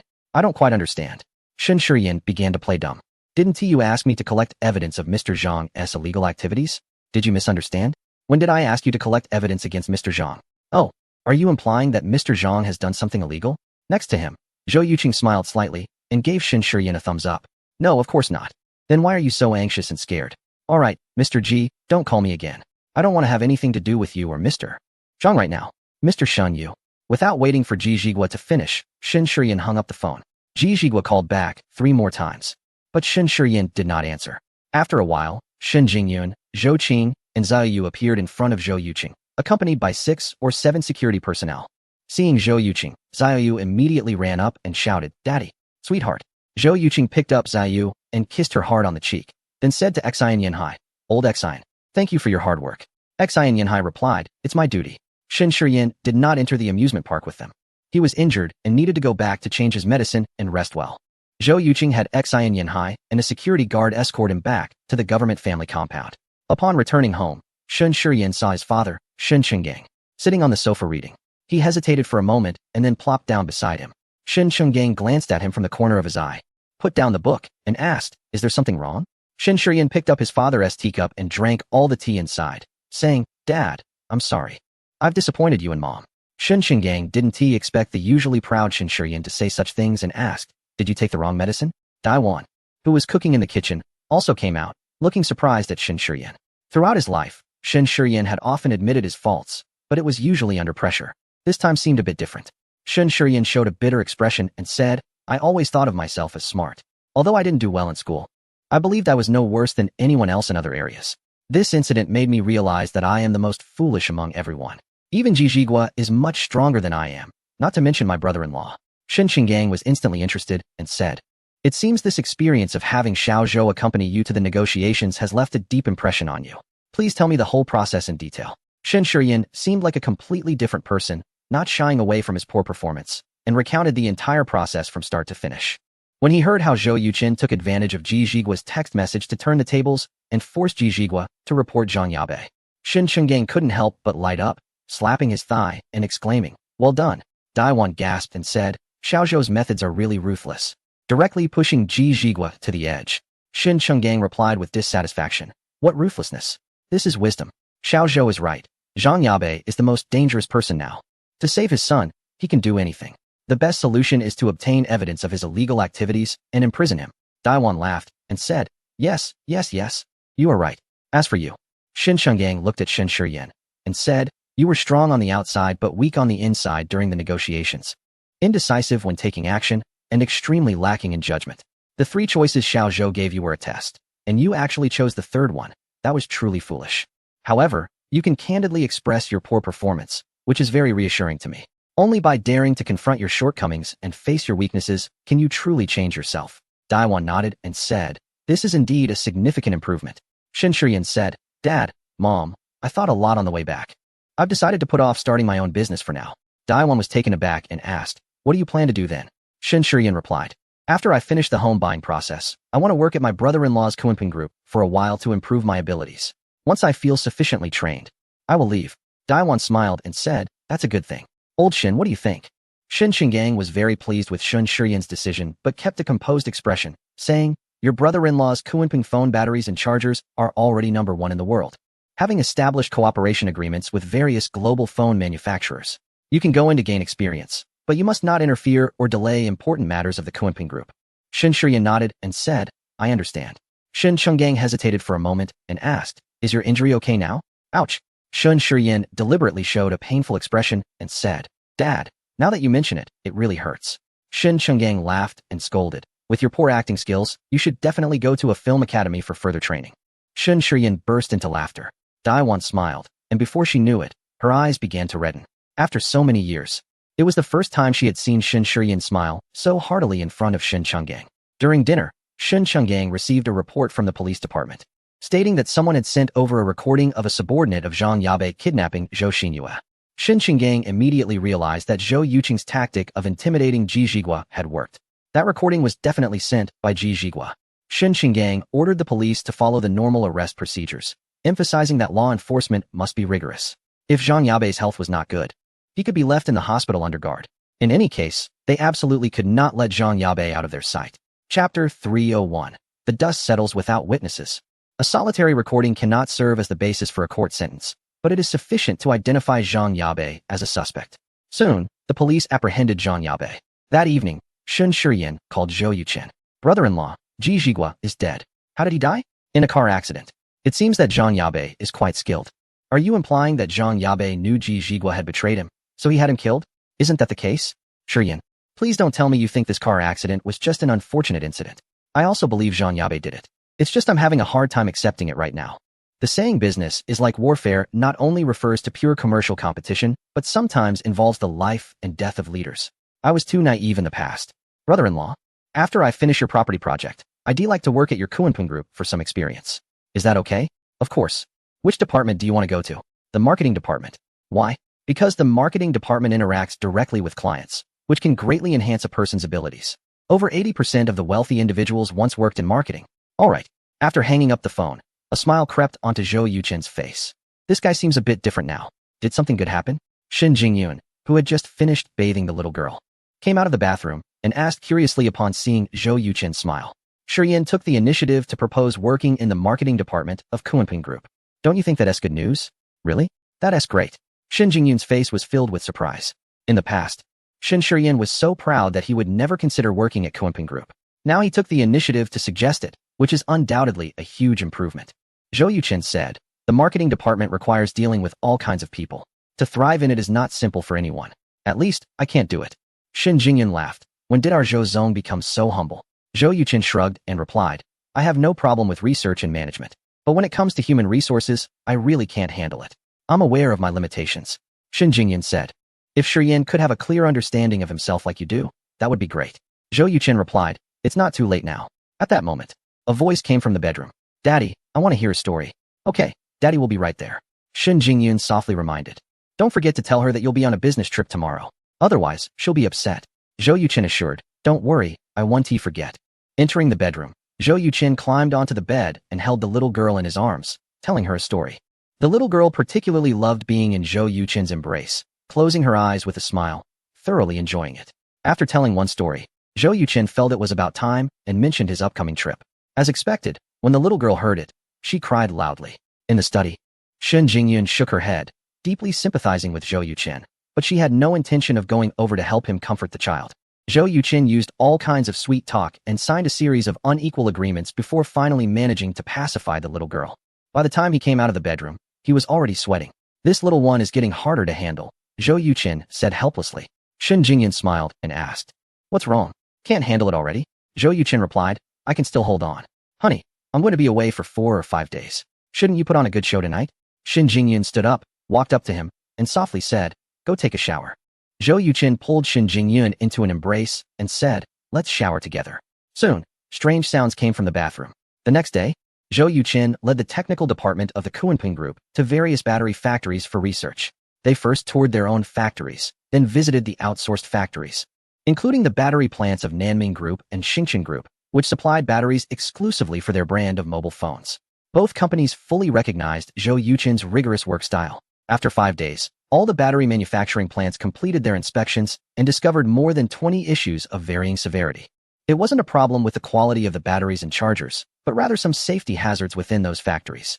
After compiling the findings, Zhou Yuchen immediately sent out a list of hazards, demanding that they resolve these issues within a week. It's important to note that these factories were involved in the supply of batteries and chargers. If something went wrong, it could potentially cause Kunpeng Group to breach contracts, which Zhou Yuchen absolutely could not tolerate. The factory owners took Zhou Yuchen's safety concerns very seriously and immediately began making corrections. They had no choice. They were even more worried about the breach of contract issues than Kunpeng Group. The reason was simple. According to the agreement signed by both parties, if the factory failed to deliver on time, they would have to compensate Kunpeng Group for their losses. Just the penalty fees between Kunpeng Group and those mobile phone manufacturers would be enough to ruin them, leaving them no option but to take it seriously. With the work successfully completed, Zhou Yuchen treated his colleagues who accompanied him on the business trip to a celebratory meal. By the time he returned home, it was already 11 o'clock at night. Shin Jingyun had just put the little girl to sleep and was surprised to see Zhou Yuchen had brought back a suitcase. Honey, how much did you buy? She asked in astonishment. Zhou Yuchen chuckled and said, I mainly bought some local specialties to give to my parents and your parents tomorrow. Shun Jingyun opened the suitcase and found it full of food items. Didn't you buy anything for the little girl? She asked. Zhou Yuchen replied, how could I not? There are 2 more suitcases in the trunk and on the seats, one of which is filled with toys for her. I'll go get them. Shun Jingyun said helplessly. You only needed to buy 1 or 2 toys. Why did you buy so much? In Xiaoye's room, there was no more space left. Zhou Yuchen said, it's okay. When we move to the villa, we'll set up a separate room for her, and there will be enough space for more toys. Shun Jingyun replied, somewhat annoyed. You're just spoiling her. Zhou Yuchen confidently replied, she is my precious daughter. If I don't spoil her, who will? After saying that, he went downstairs and brought back 2 suitcases. Zhou Yuchen asked Shun Jingyun to organize some things while he took some clothes and headed into the bathroom. When he came out after showering, Shun Jingyun had already packed everything. The suitcase only had a few of Zhou Yuchen's clothes and some stationery left. Shun Jingyun asked in confusion, honey, why did you buy those writing supplies? Are you practicing calligraphy? Zhou Yuchen nodded and said, tomorrow I'm going to visit my teacher, Professor Wu Zhenhua. His son is the mayor of our city. If I give my teacher something expensive, he definitely won't accept it. After thinking it over, I've decided to give him a piece of my own calligraphy work. Chapter 302 Masterful Calligraphy. After mastering the skills of semi-cursive script, Zhou Yuchen had never practiced in a real-world setting. The day before yesterday, Wu Zhenhua called him and invited him to dinner at his home. Zhou Yuchen naturally agreed, but he couldn't go empty-handed. Besides being an economist, Wu Zhenhua also had a great passion for calligraphy and was a member of the National Calligraphy Association. Therefore, Zhou Yuchen spent a considerable amount of money on what could be considered the best brushes, ink, paper, and inkstones available, intending to create a piece to present to Wu Zhenhua. Shun Jingyun smiled and said, that's a nice thought, but can your calligraphy truly stand out? Since I've known you, I've never seen you practice writing. Zhou Yuchen confidently replied, I'm proficient in music, chess, calligraphy, and painting. A mere piece of calligraphy is nothing to me. Shun Jingyun immediately became interested and said, I'll grind the ink for you, and you can write. How about that? Zhou Yuchen said, then I'll trouble the beautiful Shun. Half an hour later, everything was ready. Zhou Yuchen stood at the table, picked up the brush, dipped it in the ink, and without any hesitation, he gracefully wrote 10 large characters on the paper: clouds and cranes, 1,000 years of longevity, ancient pines, evergreen for 10,000 ages. The characters were lively and elegant, flowing smoothly, while the structure between each character was meticulous and orderly. After finishing, Zhou Yuchen took out the seal he had prepared earlier and stamped it in the lower right corner, smiling as he said, Dear, I noticed there are a few pieces of calligraphy hanging on your parents' wall, so you must be somewhat familiar with calligraphy. How about giving it a critique? Shun Jingyun didn't hold back and walked to the table to examine it seriously. She said, it's fluid and graceful, expansive and powerful. The dynamic and static elements are well combined, and the meaning connects with the form. This can definitely be considered a masterpiece. The pieces at our home were bought by my mother for over 200,000, including 2 semi-cursive scripts. In comparison, they don't match up to yours. Zhou Yuchen gave a thumbs up and said, the phrase meaning connects with form shows that you have a good understanding of semi-cursive script. Shun Jingyun said, honey, write another piece for me. I'll take it to my mom tomorrow for her to critique. Zhou Yuchen asked, what should I write? Without hesitation, Shun Jingyun replied, Su Dongpa Shui, Jiao Gu Tu, when will the bright moon appear? My mom loves this poem. Zhou Yuchen smiled wryly and said, it has a lot of characters. I'll need a bigger piece of paper. Let me get one. Shun Jingyun quickly provided Zhou Yuchen with a larger piece of rice paper. Fortunately, the table was big enough. Otherwise, the paper wouldn't fit. Zhou Yuchen didn't start writing immediately. Instead, he closed his eyes slightly to adjust his emotions. Large-scale calligraphy works are not easy to write. A moment of carelessness could ruin everything. So top calligraphers often seek a feeling before they begin. After about 3 minutes, Zhou Yuchen opened his eyes, picked up the brush, dipped it in the ink, and fully immersed himself in the creation of this timeless moonlit poem. Watching Zhou Yuchen's gentle and wise gaze, his graceful movements, and his natural expression while writing, Shun Jingyun felt a surge of intense affection in her heart. From the moment Zhou Yuchen picked up the brush to the final seal, the entire process was seamless, without the slightest pause. How is it, darling? Zhou Yuchen asked proudly. Shun Jingyun did not look at Zhou Yuchen's masterpiece. Her gaze was dreamy, her face like spring water, as she leaned in to embrace his neck and called out, hubby. Zhou Yuchen was not oblivious, seeing his wife's expression. He could no longer hold back, putting down the brush and lifting Shun Jingyun into his arms. A thrilling battle spread from the study to the living room and finally concluded in the bedroom. The next morning at 10 o'clock, Zhou Yuchen went to a fruit shop to buy some high-quality fruits, bringing along his calligraphy work, and arrived at the new community where Wu Zhenhua lived. The new community was an older neighborhood, located just over 1,000 meters from Yunhai University, making it a popular choice for many teachers. Wu Jinhua had taught at Yunhai University for 24 years and had lived in the new community for the same duration. Even after retirement, he had not moved away. Knock, knock, knock. Zhou Yuqin knocked on Wu Jinhua's door. Creak. The door opened, revealing a face as beautiful as a fairy. It was Jiang Wanyue, whom Zhou Yuqin had met in the hospital. Brother Zhou, please come in. Zhou Yuqin was surprised to see Jiang Wanyue there, paused for a moment, and smiled. Sister Jiang. Hello. Upon entering the living room, Zhou Yuqin saw Wu Jinhua. Compared to their encounter at the hospital, Wu Jinhua looked noticeably better. Teacher, I'm very sorry. I should have come to see you earlier. Wu Jinhua waved his hand and said, I've heard, you've been very busy lately. And your company has achieved great results. Well done. Zhou Yuqin placed the fruits and his calligraphy work on the coffee table and smiled. To receive such praise from you means I must be doing quite well. Wu Jinhua laughed heartily. A graceful middle-aged woman came out of the kitchen holding a fruit platter and said, Dad, this must be your most proud disciple, little Zhou, right? Wu Jinhua replied, That's right. Little Zhou, this is your Aunt Zhu. Zhou Yuqin had heard that the mayor's wife was surnamed Zhu, so he quickly stood up to greet her politely. Aunt Zhu, hello. Zhu Li set down the fruit platter and smiled. No need for formalities, just sit down. Wu Jinhua glanced at the gifts Zhou Yuqin had brought, frowned, and said, Yuqin, why did you bring something when you came to my place? Are you being so formal with your teacher? Zhou Yuqin replied, Teacher, this is my first time visiting you. I should at least bring some fruit. It's not about being formal, it's a matter of etiquette. Wu Jinhua asked, What about this calligraphy? You must have spent quite a bit on it. Zhou Yuqin smiled and said, Teacher, this calligraphy is indeed from a master. And it's his first work. I know you particularly like calligraphy, so I brought it along. Wu Jinhua said unhappily, no matter whose work it is. You should take it back. In this regard, you should learn from Wanyue. With his outburst, the atmosphere in the living room immediately became tense. Jiang Wanyue sensed that the situation was not good and wanted to ease the atmosphere. Zhou Yuqin smiled and said, Teacher, what if I told you that this calligraphy master is actually me? What would you think? Wu Jinhua was taken aback and asked, You wrote this? Zhou Yuqin rolled his eyes and replied, Teacher, could you please not look at me with such a skeptical gaze? During my time in Sioux City, I had nothing to do, so I practiced running script every night in my rental room. A few years later, I suddenly realized that my running script was almost catching up to that of a renowned master, so I stopped practicing, afraid to continue. Huffed. Zhu Li and Jiang Wanyue couldn't help but burst into laughter. Wu Jinhua was also at a loss whether to laugh or cry, and said, You kid, just keep bragging. Chapter 303, Everyone's Admiration. Zhou Yuqin stood up and said, You'll know soon enough if it's bragging. Let me show you. Jiang Wanyue suppressed a smile as she picked up the calligraphy work brought by Zhou Yuqin and gently opened it. The 10 large characters Yun, He Qian Yin Shou. Song Song Wan Gu Qing appeared before Wu Jinhua's eyes. Wow! Wu Jinhua exclaimed, quickly putting on his reading glasses from the coffee table and examining it seriously. Zhu Li seemed to have some knowledge of calligraphy as well and praised, flowing like clouds and water, even with the forms broken, the essence remains. Truly great characters. Seeing the astonished expressions on their faces, Jiang Wanyue couldn't help but glance down.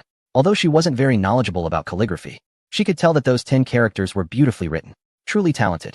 Jiang Wanyue thought to herself. Wu Jinhua checked the signature and indeed saw Zhou Yuqin's name. But his eyes were still filled with doubt. Yuqin, you didn't have someone else write this and just used your name, did you?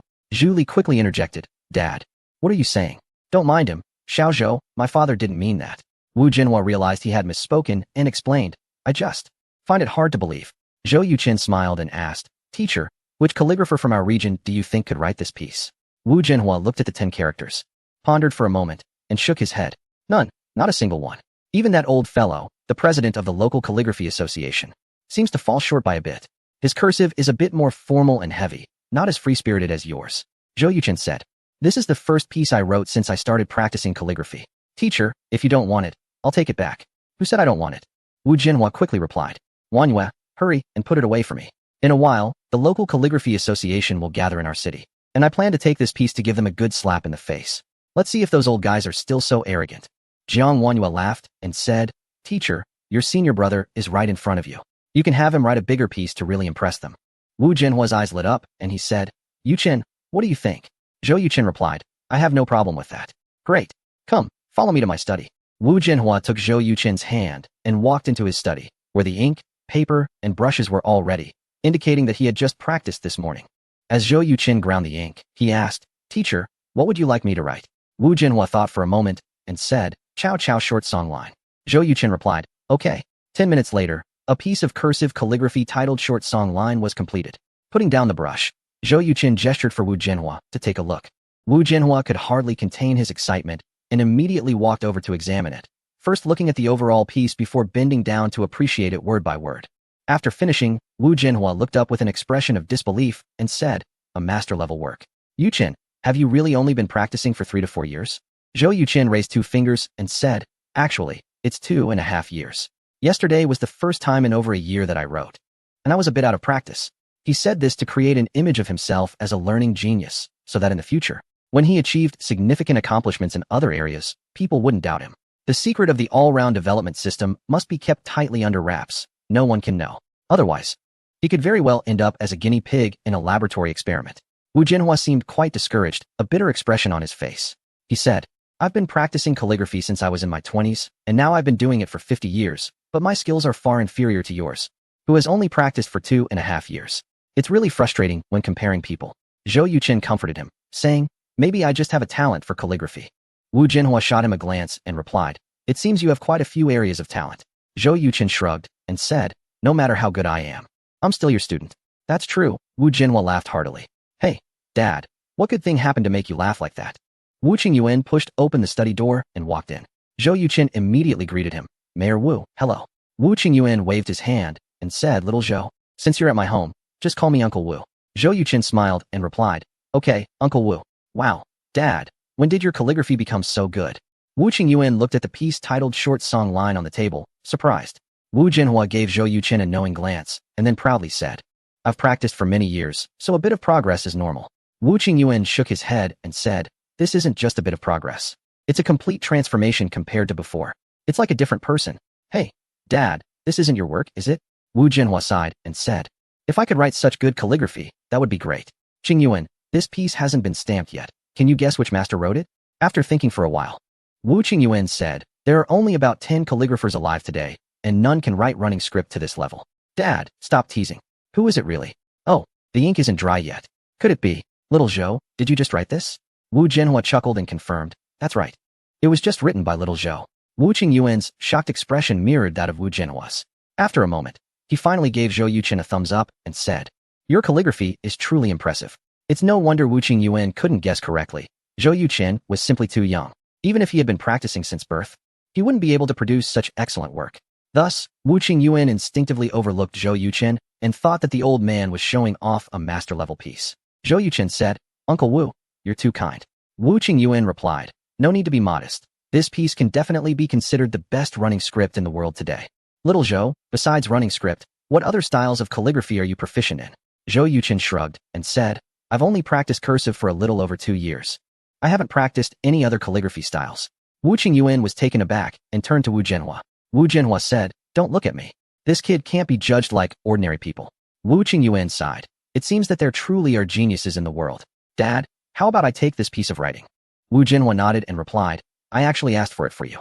However, you'll have to wait until I've participated in the Summer National Calligraphy Association and shown it off a bit before I can give it to you." Wu Qingyuan laughed and said, "Since it's for showing off, why not just leave your own seal on it directly?" Chapter 304. Refreshing cognition. Wu Jinhua's eyes lit up as he said, "Yuchan, what do you think?" Zhou Yuchan replied, "Teacher, it's up to you." Wu Jinhua happily said, "Great. It's finally my turn to shine at this gathering." Wu Qingyuan looked at Zhou Yuchan with admiration in his eyes and said, "Xiao Zhou, if you don't start a business, just with this calligraphy skill, you could probably make a decent amount of money." Zhou Yuchan replied, "Cursive script emphasizes the concept of being casual. Once it's tied to money, I might find it hard to be casual. Therefore, I will only give my calligraphy to friends and family, and absolutely won't sell it in society, except for charity events." Wu Jinhua praised, well said. Wu Qingyuan's admiration deepened. Carefully rolling up Short Song, Wu Jinhua handed it to Wu Qingyuan to have it framed. The three of them stepped out of the study and chatted over tea in the living room. Zhu Li and Jiang Wanyue busied themselves in the kitchen preparing meals. Wu Qingyuan had already heard from Wu Jinhua about Zhou Yuchan's insights on the future of the global economy and found it quite enlightening. Today, taking advantage of the opportunity, he engaged in in-depth discussions with Zhou Yuchan. Zhou Yuchan spoke freely in front of Wu Qingyuan, focusing on the trends and directions of technological development in his country. Mainly, Wu Qingyuan asked questions, Zhou Yuchan answered, and Wu Jinhua occasionally interjected. "Xiao Zhou, you've achieved remarkable success in the online gaming and lithium battery sectors. And you've also invested in a drone company. I'm very curious about your plans going forward. What I truly want to do is chip research and manufacturing. This is a huge market, worth trillions of dollars, and it is also the biggest obstacle to technological development in my country. For both public and private reasons, I will strive in this direction. The authorities have already begun to pay attention to issues related to chip research and manufacturing, preparing to increase support for domestic chip companies in terms of funding and technology. If you want to establish a chip company, you can apply for low-interest loans from the bank. I will. Meanwhile, Shun Qinggang and Dai Wan were seriously appreciating the calligraphy, Shui, Jiao Gu Tu. When will the bright moon appear? Brought by Shen Jingyun. As a veteran detective who has spent his life in law enforcement, Shun Qinggang was undoubtedly skilled at investigating cases, but he struggled with the art of calligraphy. He alternated between looking at the calligraphy on the wall and Shun Jingyun's piece. In comparison, he felt that Shui, Jiao Gu Tu, when will the bright moon appear, was more fluid and natural. Dai Wan was different. As a professor in the Chinese department at Yinhai University, she had developed good calligraphy skills, excelling in cursive and regular script, and was somewhat known in the calligraphy community. However, compared to Zhou Yuchan's cursive script, her calligraphy level fell far short. Dai Wan said, Xiao Zhou is truly a genius in calligraphy. No, he should be called a genius among geniuses. Shen Qinggang curiously asked, what level is his calligraphy at? Without hesitation, Dai Wan replied, the best in the country. Even Shen Qinggang, usually composed, couldn't help but widen his eyes in surprise, exclaiming, how is that possible? Dai Wan said, I also think it's impossible, but the fact is just that. Jingyun, is this really written by Xiao Zhou? Shen Jingyun nodded and replied, yes. I asked him to write it, and I saw him write it with my own eyes. Even the ink was ground by me. Dai Wan sighed and said, Xiao Zhou's talent is truly admirable. Hearing such high praise from her usually proud mother, Shen Jingyun felt quite proud and said, Mom, to be honest, sometimes I really feel like I don't deserve him. Dai Wan smiled and said, then let me be honest with you too. At first, I thought Xiao Zhou was a bit too ambitious for you. In terms of family background and education, you are much stronger than him. But now, the facts prove that no matter who Xiao Zhou marries, it's not considered ambitious, because his talent and ability are enough to match any woman. As long as he is given time, he can create miracles in any field. Shen Qinggang nodded, deeply agreeing with Dai Wan's words. Since the day Zhou Yuchen came into their lives, he had repeatedly redefined Shun Qingang's understanding of talent. Zhou Yuchen was proficient in so many areas, each one far surpassing that of an ordinary person. From martial arts, financial investment, game design, chip technology, hacking skills, mobile battery technology, to drone technology. And now he had even emerged as the top calligrapher in the region. It was simply unbelievable. If Shen Shiyan had even one skill that exceeded Zhou Yuchen, Shen Qinggang wouldn't have to worry about him at all. Dai Wan carefully put away the calligraphy work and placed it in her bedroom. Shen Jingyun asked Mom, where is Shirtu? What has he been busy with lately? Dai Wan replied, he has been looking for a house for Xiao Zhou in the city. Shen Jingyun asked, does Shirtu come back often? Dai Wan nodded, saying, he comes back almost every afternoon for dinner. The last incident hit him hard. He seems like a different person now, more composed. I looked at the research materials he brought back, and they were very well written. As long as he is willing to work hard, that's good. I hope he can keep it up. When are you going to the Lighthouse Country? Next week. The security situation in the Lighthouse Country isn't very good. You must be careful, especially at night. If you can avoid going out, don't go out. Mom, don't worry. Yuchen will bring a few security personnel with him, all of whom are from special forces. One of them can take on several people. In addition, Yuchen has also contacted a local travel company, and they will ensure our safety. That's good. At 3 in the afternoon, Zhou Yuchen picked up Shen Jingyun and Xiao Yeye and took them home. Dinner was at Su Xiuan's house.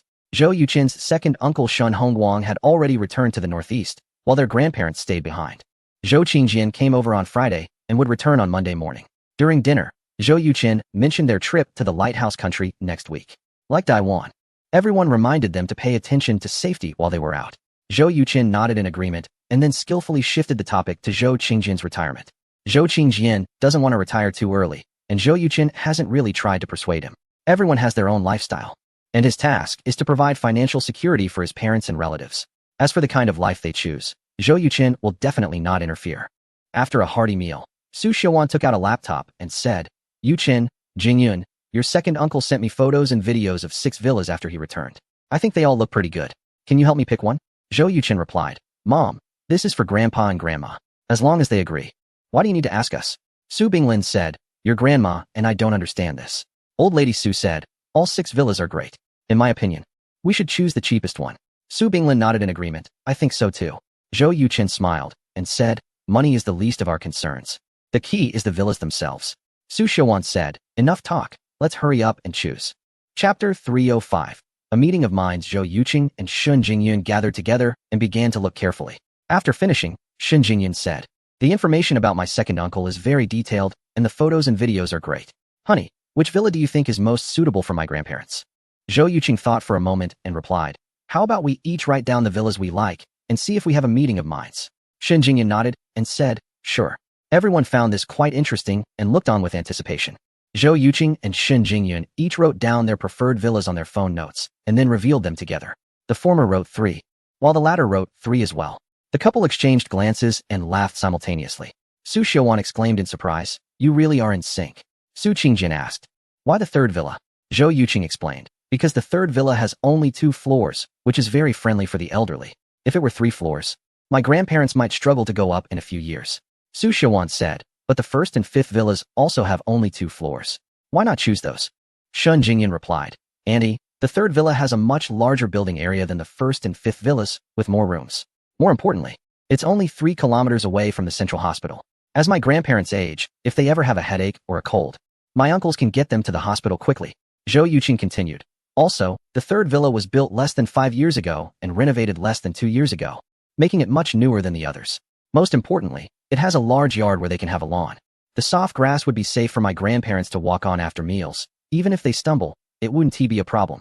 Su Xiaowan happily commented, "After hearing you, the third villa does seem the most suitable." Old Mrs. Su murmured, "Its price is also the highest." Zhou Yuqing laughed, "Grandma, do you know how much the house you live in now costs?" Old Mrs. Su was taken aback. "Can it really compare to the third villa?" Su Xiaowan interjected, "Mom, this house was bought for around 44 million, while the third villa is about 52 million, not too far off." Old Mrs. Su gasped, 44 million? My goodness, that is too expensive. Zhou Yuqing replied, "Grandma, that's already quite cheap. If my mom were to sell this house now, she could easily get 50 million, making a profit of 6 million. The prices will only keep rising." Old Mrs. Su sighed, "I still think the Northeast is the best for the two of us." Su Binglin nodded, "After a lifetime of hard work, we can't even afford a toilet in a house. How has the world changed so much?" Zhou Yuqing recalled how ordinary people in his past life had become slaves to housing costs, spanning 3 generations, and couldn't he help but sigh. When things are good, the people suffer. When they're bad, the people suffer. Throughout history, this has never changed. Back at home, Shin Jingyan gave Xiaoya a bath. After cleaning up, Zhou Yuqing walked into the bedroom and cuddled with Xiaoyu to sleep. The two of them had clearly defined roles now. One was responsible for the bedtime preparation, while the other was in charge of putting the child to sleep. For some unknown reason today, the little one was unusually excited. Zhou Yuqing told 3 stories in a row before finally settling her down. Quietly entering Shun Jingyun's study, Zhou Yuqing found her searching for good restaurants in a certain city. He couldn't help but laugh. "Honey, stop searching, it's useless." Shun Jingyun was taken aback and turned to ask, "Why?" "Because the cuisine in the West is at least 2,000 years behind ours.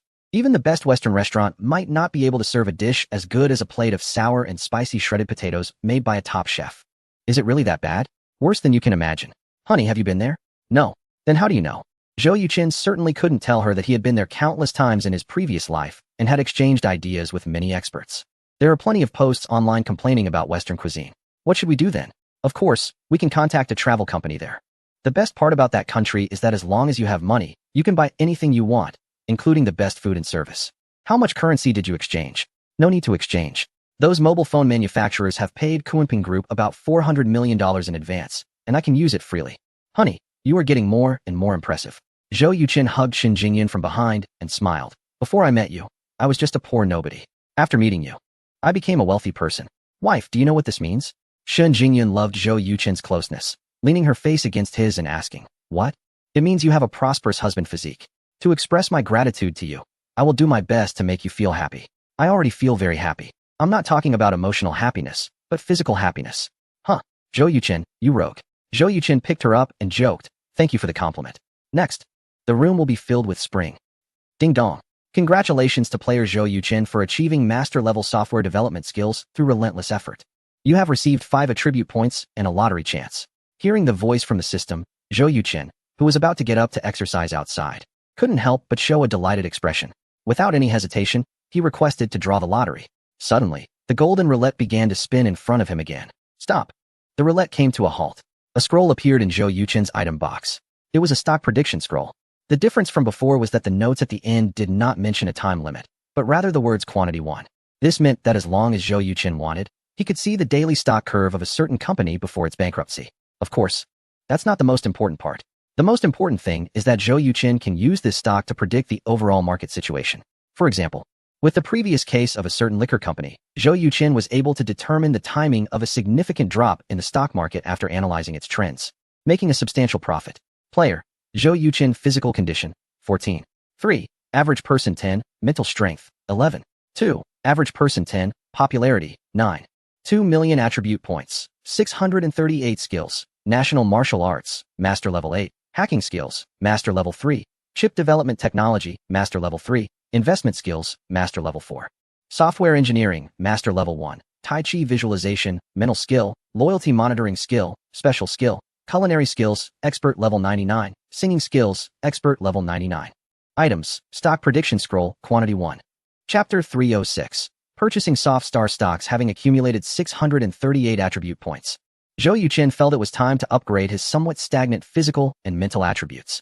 With this in mind, he decisively allocated all 438 points to his mental attribute, while the remaining 200 points went to his physical attribute.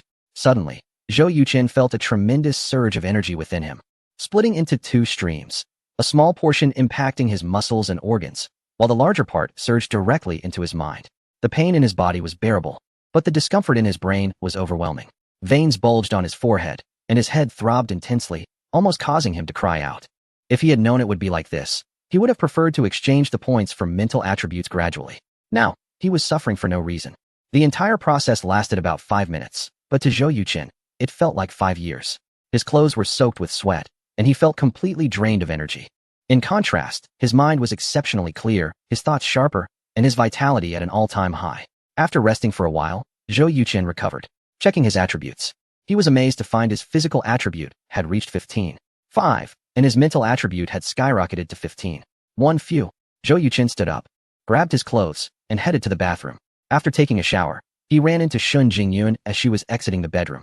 Since learning Tai Chi, standing meditation, she had been standing on the balcony for half an hour every morning at 6. Each time she finished, she felt invigorated and her work efficiency significantly improved. Honey, don't move, Shun Jingyun said.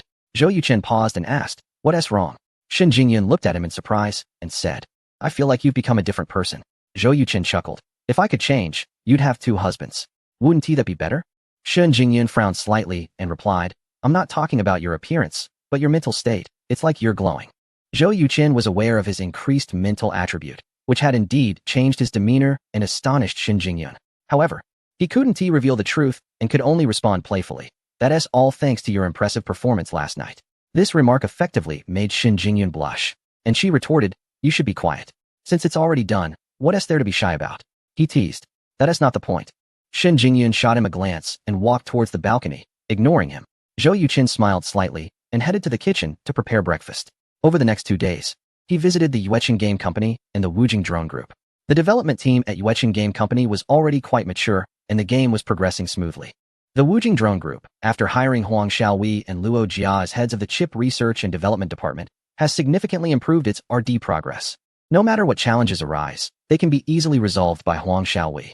Wei Nanbei was very pleased and praised both of them in front of Zhou Yuqin. In the evening, aside from exercising with Shun Jingyun every night, Zhou Yuqin focused all his energy on researching the stock market in a certain country. After thorough consideration, he ultimately decided to use the stock market prediction scroll on the Softstar Group. The Softstar Group is similar to a well-known tech company from the past, primarily engaged in the development, manufacturing, and provision of computer software services. Its representative products include the Softstar operating system and the Word Series software, making it the largest computer software provider in the world. The difference is that the market value of the Softstar Group is significantly higher than that of its counterpart during the same period, reaching an astonishing $530 billion. Zhou Yuqin chose the Softstar Group because the industry he would be involved in later would not greatly affect its operations. If he had chosen a chip company, it could drastically alter future trends, rendering the hard-earned stock prediction scroll ineffective. The fluctuations were indeed alarming. The system only provided a 25-year stock price curve for the Softstar Group, with the largest fluctuations occurring 3 times, the most recent being now. The Softstar Group is expected to surge approximately 60 in the next 2 months, with its market value exceeding $800 billion. However, it will soon experience a continuous decline for 6 months, with a drop of up to 70, plummeting from over $800 billion to $260 billion, stabilizing thereafter, and then slowly rising, surpassing $1 trillion in 5 years and $2 trillion in 8 years. What could be the reason for such a drastic decline in the Softstar Group? Could it be a financial crisis? Zhou Yuqing had experienced 2 financial crises in the past. During the first, the average drop in the stocks he purchased was 58, and during the second, it was even worse, exceeding 75. Fortunately, he did not leverage his investments, or else his entrepreneurial dreams would have been ruined. The Softstar Group is arguably one of the most stable companies in the world, and its decline raises concerns of a potential financial crisis. If a global financial crisis were truly on the horizon, it would undoubtedly present a great opportunity for Zhou Yuqing. Even if it doesn't happen, it doesn't matter. Zhou Yuqing decided that upon arriving in that country, his first task would be to find a reliable bond company to purchase shares in the Softstar Group. This versatile development system did not specify a limit on the amount of capital that could be invested, so Zhou Yuqing was cautious not to invest too much, lest it affect the stock price curve of the Softstar Group. His second task would be to observe the situation in that country and assess the likelihood of a financial crisis occurring. On Wednesday at 10 a.m., Zhou Yuqing, Shen Jingyun, and their child boarded an international flight to New York, accompanied by Xian Yanhai and 3 of the best security personnel. There's no need to mention Xian Yanhai. The other 3 are just as formidable. Naturally, the 7 of them are seated in first class, with money in hand. Zhou Yuqing never skimped on himself or those around him. This is Xiaoya's 3rd time flying, and she is still incredibly excited. Once the plane is airborne, she becomes even more animated, dancing with joy, and Shen Jingyun finds it impossible to calm her down. After more than 10 minutes, she finally settles down, causing Zhou Yuqing to apologize to the surrounding passengers several times. Fortunately, there aren't many passengers in first class, and they all have high standards, so no one is bothered by Xiaoya's behavior. Otherwise, Zhou Yuqing would have been in trouble. Shen Jingyun is quite displeased with this and scolds Xiaoya a bit. Xiaoya feels a bit wronged, pouting her lips as if they could hold a sesame oil bottle. She looks at Zhou Yuqing, seemingly hoping he would support her. But Zhou Yuqing turns his head away, pretending not to see. Chapter 307: A Financial Talent regarding the education of Xiaoya. Shen Jingyun did not expect much from Zhou Yuqing, who was quite indulgent towards his daughter, so she had set some ground rules with him early on. When Shen Jingyun was teaching Xiaoya, no matter how much Xiaoya cried or threw a tantrum, Zhou Yuqing was not allowed to protect her. Today, Xiaoya was indeed in the wrong, and Zhou Yuqing naturally did not intervene. Xiaoya was very perceptive, seeing that her father was not coming to her aid. She immediately wiped away the tears in her eyes and obediently admitted her mistake to Shen Jingyun. Zhou Yuqing couldn't help but chuckle inwardly, thinking how clever the little girl was. The flight from Yunhai to a certain city takes 18 hours, and even adults find it a bit challenging, let alone children. Fortunately, Shen Jingyun had prepared in advance and downloaded more than 10 animated films onto her laptop, which kept Xiaoya from causing any trouble. There were 3 other kids in the cabin, and seeing that Xiaoya had cartoons to watch, they all clamored to join in, leaving their parents quite helpless. Zhou Yuqing called them over to watch with Xiaoya. Soon, the 4 little ones became great friends, their laughter filling the air. Zhou Yuqing took out a hefty book titled Fundamentals of Semiconductor Manufacturing Processes and began to read it earnestly. This book was in English, authored by a pioneer in lithography, and mainly discussed the components of lithography machines. While the content was somewhat basic, it was well suited for a novice like Zhou Yuqing. However, he did not intend to tackle lithography machine development as his next skill to master. He understood that developing a lithography machine was a massive project. Even with the help of understanding scrolls, it would take him 10 to 20 years to manage everything by himself.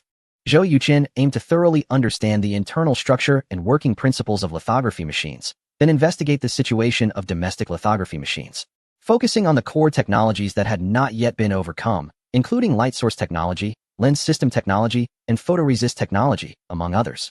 With Zhou Yuqing's strong learning ability and the assistance of a comprehensive development system, he believed he could achieve his goal in just a few years. Feeling bored, Shen Jingyun picked up a collection of Western fairy tales. Recently, she had been organizing the stories that Zhou Yuqing had told Xiaoya, which had added up to 52 pieces. However, Shen Jingyun's English proficiency was not sufficient to translate these stories into English, so she consciously started reading storybooks entirely in English. "Excuse me, sir, my name is Chris Smith. May I introduce myself?" A gentle voice spoke in Zhou Yuqing's ear. He looked up to see a man in his 30s with blonde hair and gold-rimmed glasses, who was the father of one of the children watching cartoons. Zhou Yuqing had not noticed when he had sat down across from him. "Mr. Smith, nice to meet you. My name is Zhou Yuqing." Zhou Yuqing shook his hand and greeted him with a smile. Smith looked at the book in Zhou Yuqing's hands and said, "Are you an employee of a semiconductor company? I noticed you have been engrossed in that book for a whole hour." Zhou Yuqing shook his head and said, I'm just interested in semiconductors. I don't work in that industry. Smith responded with an O, saying, I see. Mr. Zhou, thank you so much today. If it weren't for your animated film, I might have been driven crazy by little Jack. Zhou Yuqin glanced at his son and remarked, that little guy is quite cute. Chris Smith was very talkative, with excellent responsiveness and expression skills, and a high emotional intelligence. He quickly became friendly with Zhou Yuqin. Upon learning that Smith was a senior executive at a financial institution on Wall Street, Zhou Yuqin raised an eyebrow and said, Chris, I believe I saw online that the institution you work for went bankrupt about a week ago. Smith shrugged and replied, that's also why I'm out traveling. But it's okay. I've already found a new job at an investment company, and I can start as soon as I return. Zhou Yuqin asked. The news said that the reason for the bankruptcy was the failure of several internet tech companies. Is that true? Smith thought for a moment and said, that's partly true. The other part is real estate.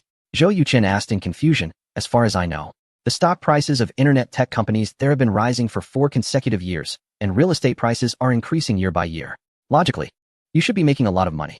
How could there be such a big problem? Smith scoffed, saying, the stock prices of internet tech companies are propped up by capital, with very poor profitability. The boom in real estate indicates that banks have increased their lending limits, leading to more bad debts. The bankruptcy of the institution is mainly due to these 2 reasons. Zhou Yuqin's mind raced as he recalled the financial crises caused by the internet bubble and the subprime mortgage crisis in a certain country in his previous life. In this world, the situation was even more severe, with both an internet bubble and a subprime crisis. Once problems arose, the destructive power could be imagined. Smith leaned closer to Zhou Yuqin and whispered, Zhou, I have a gut feeling. Zhou Yuqin asked, what feeling? Smith replied, the country is likely to face an unprecedented financial crisis. Wow, what a talent. Zhou Yuqin mentally gave Smith a thumbs up, though his expression showed shock as he said, no way. Why do you think that? Do you have any evidence? Smith adjusted his gold-rimmed glasses and said, do you know? At least half of the internet companies in that country have no profitability, yet their market values are frighteningly high. Why? It's all supported by capital. If someone uncovers this, it would immediately trigger widespread panic. And in the real estate sector, less than 20% of people can repay their loans. What does that mean? You should be very clear. A gleam flashed in Zhou Yuqin's eyes as he said, if what you're saying is true, wouldn't the stock market there crash? Why don't you short it? Smith replied, the problem is I don't have the money, but you do? Shin Jingyuan, who had been listening to their conversation, furrowed her brows and looked up at Chris Smith. Zhou Yuqin smiled and said, Chris, you've known me for a long time. Haven't you? Smith nodded and replied, yes. You are the president of the Moonlight Games Company and the Kunpeng Group. On Wall Street, many people know your name. And I often play the Game Fruit Hero on my phone. Zhou Yuqin asked, so why did you reach out to me? Without hesitation, Smith said, to short the stock market. Zhou Yuqin pressed further, when do you think a financial crisis will occur? Chapter 308 Identity of Smith. Smith was silent for a moment and said, I judge that the longest time won't exceed half a year. Zhou Yuqin smiled and said, Chris, the stock price of Soft Star Group has risen by 22% in the last 6 months. Let's take Soft Star Group as an example. As you mentioned, even if a financial crisis occurs within 6 months, the stock price of Soft Star Group will plummet. The problem is, how do I endure during this time? I don't even dare to leverage because I can't determine how much Soft Star Group will rise in these 6 months. That said, Zhou Yuqin still had great admiration for Chris Smith's abilities. From the stock price trend of Soft Star Group, if a financial crisis were to occur, it would definitely be in 2 months. Smith's ability to make a judgment within 6 months surpassed that of 99% of financial experts. Your Kunpeng batteries and chargers monopolized the global mobile phone market. Although I don't know what the profit margin is, I'm sure it exceeds $1 billion a year. With your strong financial resources, supporting yourself for half a year will definitely not be a problem. Moreover, it might not even take that long. It could very well be just 1 or 2 months. Sorry, Chris, I won't short technology stocks from a certain country. On the contrary, I might go long on Soft Star Group. Chris Smith exclaimed, why? Zhou, did I not make myself clear enough? Or do you think my judgment is wrong? Zhou Yuqin smiled and said, on the contrary, I completely agree with your judgment. The general direction should be fine. But I believe that the technology and financial market in that country is not crazy enough, and the upward space has not reached its maximum. Chris Smith raised an eyebrow and asked, Zhou, are you trying to catch the last wave of dividends? Zhou Yuqin nodded and said, exactly. Before coming here, I researched the Nasdaq. My judgment is that there shouldn't be any problems within the next 2 months. Chris Smith asked, what do you plan to do? Zhou Yuqin was straightforward and said, I plan to buy Soft Star Group stocks and sell them all after a while, regardless of whether I make a profit or incur a loss. Under the premise that the stock price trend of Soft Star Group was not affected by Zhou Yuqin, its increase in the first 5 weeks was 52%. Zhou Yuqin had $400 million on hand, and he planned to use 5 times leverage to buy Soft Star Group stocks. If all goes well, Zhou Yuqin should be able to earn about $700 million. When the time is right, he would convert the $1,100 million into smaller amounts and short sell. After these 2 rounds, Zhou Yuqin could at least earn $2 to $3 billion. At that time, he would go to an island to establish an investment company and transfer the earned money to this company's account. In many online novels, the protagonist earns hundreds of billions or even trillions of dollars from stories in that country through foresight and then brings the money back to develop the domestic economy. Such stories are simply impossible in reality because the government of that country would never watch massive funds flow abroad. The so-called trade freedom and market economy have a major premise. They must not threaten the economic development of a certain leading country. Once a threat arises, that's it. Of course, the current leading country is undeniably the world leader in technology, military, economy, culture, and other fields. Even if someone like Zhou Yuqin makes 100 or 200 billion in profit, it won't matter much. They might even use it as an example to attract global investors. But in 10 years, when another country develops to a level comparable to that leading country, the situation will be different. Chris Smith furrowed his brows and said, "Chun, you are playing with fire. One misstep could lead to disaster." Zhou Yuqin replied with a smile. "I might just get burned badly. But if I succeed, I'll have the capital to soar." Chris Smith nodded and said, "I really like a saying from that country. Fortune favors the bold. Zhou, I can provide you with leverage." Zhou Yuqin felt a spark of interest and said, "Chris, I have 3 things to accomplish during my visit here. First, I want to find a large publishing house to publish a novel. Second, I want to buy shares in a certain soft star group. And third, I want to take my child to enjoy a few days in New York. I've already contacted a travel company for the third matter, and they will provide us with the best service. The other 2 matters are still pending." Chris Smith laughed and said, "Zhou, that's quite simple. Have you heard of Mike Publishing Company? One of the top 3 publishers here, right?" Zhou Yuqin confirmed, "Yes, that's correct." Chris continued, "My father, Will Smith, is the editor-in-chief of Mike Publishing. As long as your novel is of good quality, I can negotiate the best price for you." Zhou Yuqin's eyes lit up. What a coincidence. A hint of joy also flashed in Shun Jingyun's eyes. Mike Publishing is a century-old company. Although its market value is not very high compared to those tech giants, it is stable and has considerable annual profits. What Zhou Yuqin and Shin Jingyun were most worried about was not the issue of money, but the waiting time. Any publishing house will conduct a serious review before deciding to publish a new work. Only after passing the review can a work qualify for publication, and the review process takes time. Zhou Yuqin originally planned to bribe an editor-in-chief to jump the queue, but unexpectedly encountered the son of the editor-in-chief of Mike Publishing, which was quite a pleasant surprise. Chris Smith continued, "I just received an offer from a well-known investment firm on Wall Street. If you become my client, I can provide all services, including applying for leverage, trading, and so on." Zhou Yuqin thought for a moment and asked, "When can you help us finalize the publishing of the novel?" Chris Smith replied, "As soon as we land, I can take your work directly to my father. Whether it gets published or not will depend on its quality. If the quality is good, we can get it done in less than 3 days." Zhou Yuqin silently calculated in his heart and said, "I have 400 million in funds and want to use 5 times leverage. I will seek your cooperation as soon as the novel is signed. If there is no news before Sunday, then forget it." Chris Smith was slightly taken aback and asked, "Zhou, is this novel more important than your 400 million? Zhou Yuqin nodded and smiled. "This is my wife's second work, very important." Shin Jingyun felt deeply touched. Chris Smith glanced at Shin Jingyun and said, "I truly envy both of you. Ms. Shun, may I read your work? Although I am not a professional, I can generally tell if a book will be successful." Shin Jingyun replied, "Sure. Honey, I need to use your laptop." Chapter 309. Xiai is discontent. Zhou Yuqin got up to take a suitcase, pulled out his laptop, and handed it to Shin Jingyun. After inserting a USB drive, Shin Jingyun copied the electronic version of Harry Potter and the Philosopher's Stone onto the computer. Chris Smith placed the laptop on a folding table and began to read it intently. 5 minutes later, he looked up in surprise at Shin Jingyun, then returned his gaze to the screen. More than half an hour passed, and Zhou Yuqin put down the book, coughed, and asked, "Chris, what do you think?" Chris Smith did not answer, his eyes still glued to the display. Zhou Yuqin smiled slightly and said, "Wife, it seems this fantasy novel is very much to Chris's taste."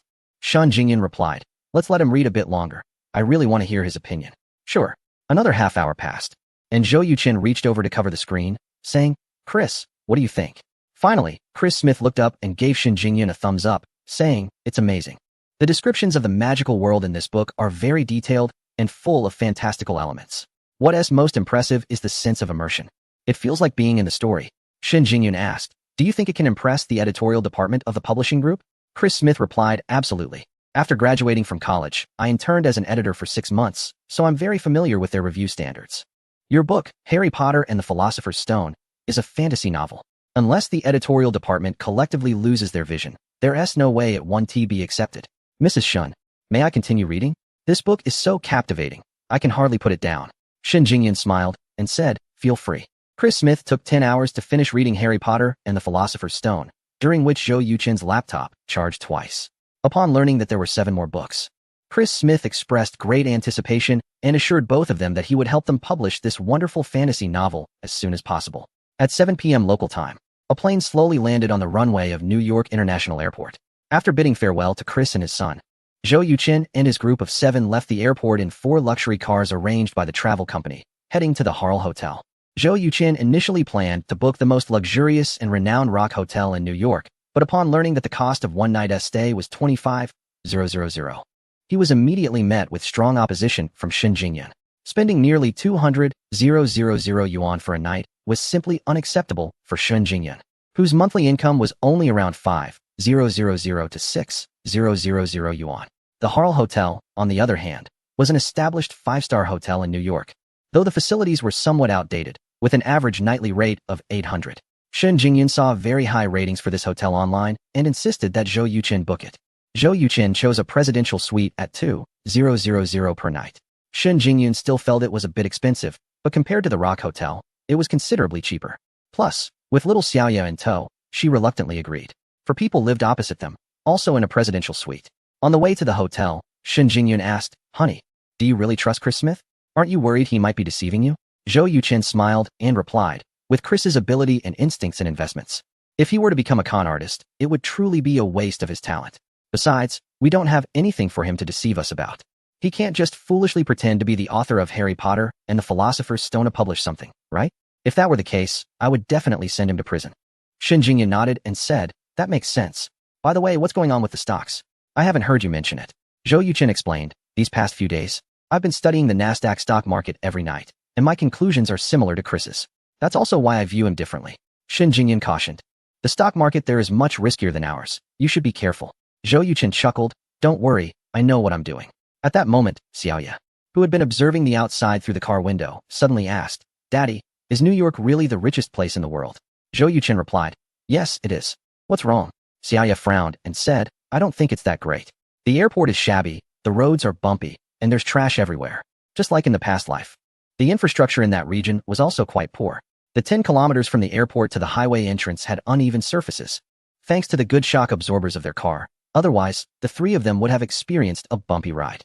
Zhou Yuchen explained, sweetheart, when I say New York is the richest place in the world, I mean its economy is the most developed and the government is the wealthiest. It doesn't mean the airport and roads are the best.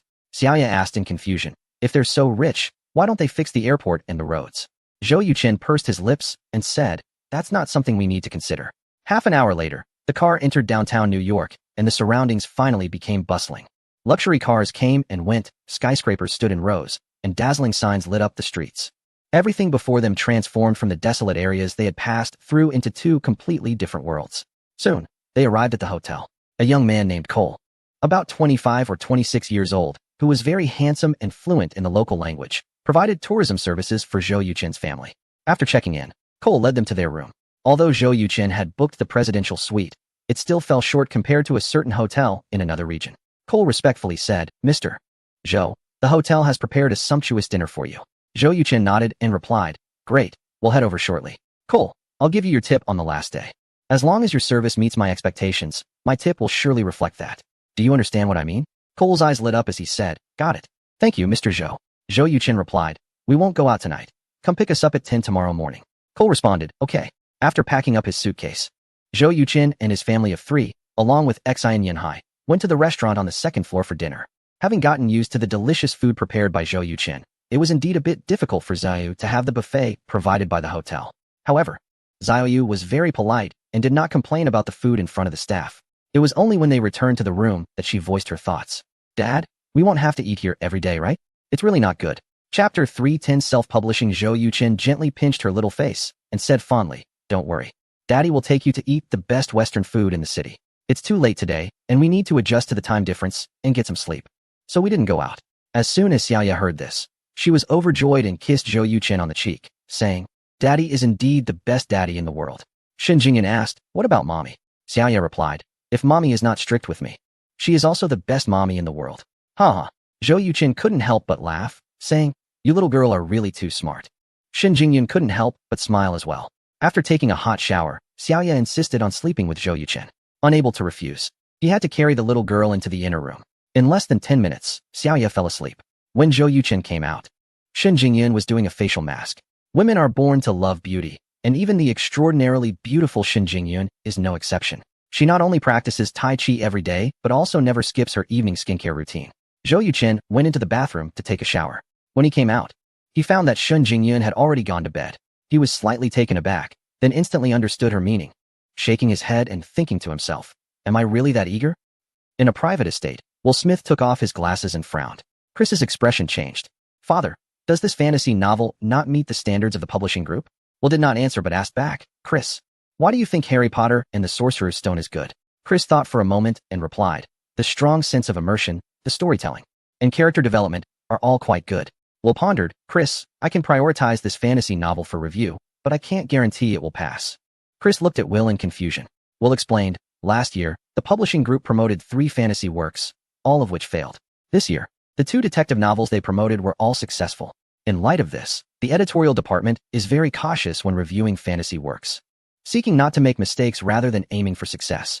The saying once bitten by a snake, 10 years afraid of a rope applies not only to one region, but also to others. Chris frowned. Father, there was a fantasy novel this year, Vampire Dynasty, which sold 1.8 million copies in just 3 months. I have read Vampire Dynasty, and while it is excellent, it does not attract me nearly as much as Harry Potter and the Sorcerer's Stone. Seeing his son so passionately recommend Harry Potter and the Sorcerer's Stone, Will felt puzzled and asked, what is your relationship with the author, Miss Shun? Chris understood his father's implication and replied, Father, Miss Shun's husband is Zhou Yuqin, a wealthy individual from another region who is very important to me. If I can help publish Harry Potter and the Sorcerer, Mr. Zhou will give me $400 million to manage. Will is well aware of his son's upcoming position at a certain group. If he can take $400 million with him, it would help Chris establish himself in the company immediately. However, Chris is considering more than Will. He continues, for me, this $400 million is not important. What matters is that I can connect with Mr. Zhou through this money. Will's eyes flicker as he asks, is this Zhou Yuqin really that impressive? Without hesitation, Chris replies, a business genius. Father, do you believe that someone can go from being broke to a billionaire in less than 5 months? Will is surprised, Zhou Yuqin did that? Chris confirms, yes. Father, I know you are probably wondering about his background, but I can tell you clearly. He has no background and relies solely on his own talent and ability to establish Yuechen Game Company and Kunpeng Group. The former developed 3 mobile games, while the latter almost monopolizes the global mobile battery and charger industry. The scariest part is that Zhou Yuqin is only 25 years old. I can't imagine how far he will go in 20 years. Those who make a name on Wall Street have exceptional vision, talent, and ability. While $400 million is attractive, it pales in comparison to someone like Zhou Yuqin. Chris wants to develop Zhou Yuqin into a long-term partner, rather than just a one-time deal. Will is intrigued and asks, Chris, since Zhou Yuqin has so much money, why not choose self-publishing? Self-publishing, as the name suggests, means the author pays for all the publishing costs, and the publisher handles promotion and distribution. This collaboration model allows the author to bear the financial risk, greatly reducing the publisher's risk. Regardless of how many copies are sold, the publisher makes a profit. Thus, as the editor-in-chief of a certain publishing group, Will has the authority to approve the publication of Harry Potter and the Sorcerer's Stone without needing a review. Father, if Mr. Zhou agrees to self-publish, how much profit share can he get? Typically, an author gets 50%, more well-known authors receive 60%, and bestsellers can get 70%. I can negotiate up to 60% for Mr. Zhou. When can we sign the contract? In 2 days. Chris asks a few more questions before picking up his phone to call Zhou Yuqin. Zhou Yuqin has just laid down and, seeing Chris's name on the caller ID, immediately goes to the balcony to answer. After listening to Chris's explanation, Zhou Yuqin asks, to reach an agreement, how many copies do I need to print? The minimum for our publishing group is 30,000 copies. What about the profit share?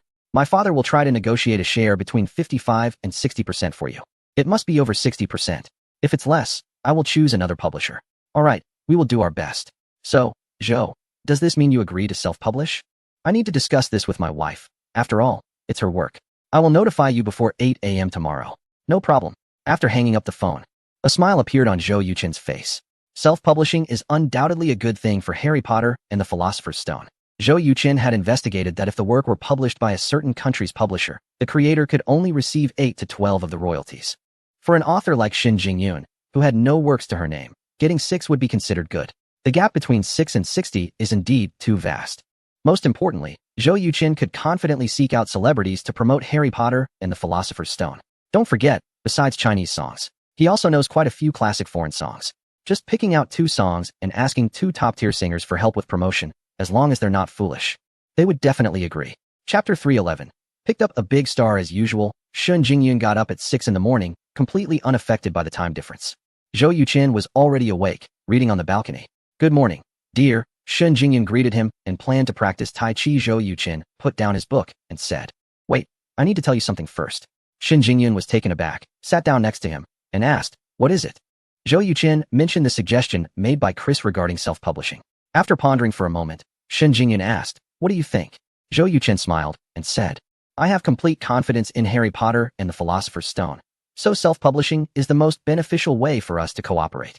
Xin Jingyun took a sip from Zhou Yuqin's water cup and asked, If we self-publish, how many copies do you think we should print in the first batch? Zhou Yuqin held up 2 fingers and said, At least 200,000 copies. Xin Jingyun rolled her eyes and replied, Many well-known authors here can consider it a great achievement to sell 100,000 copies in a year, and you want to print 200,000 all at once? Aren't you worried that you might never sell that many? Zhou Yuqin said, If we can't sell them, it just means they don't know the value. Trust me, let's print 200,000 copies. Xin Jingyun shrugged and said, It's up to you. After all, you're the one paying.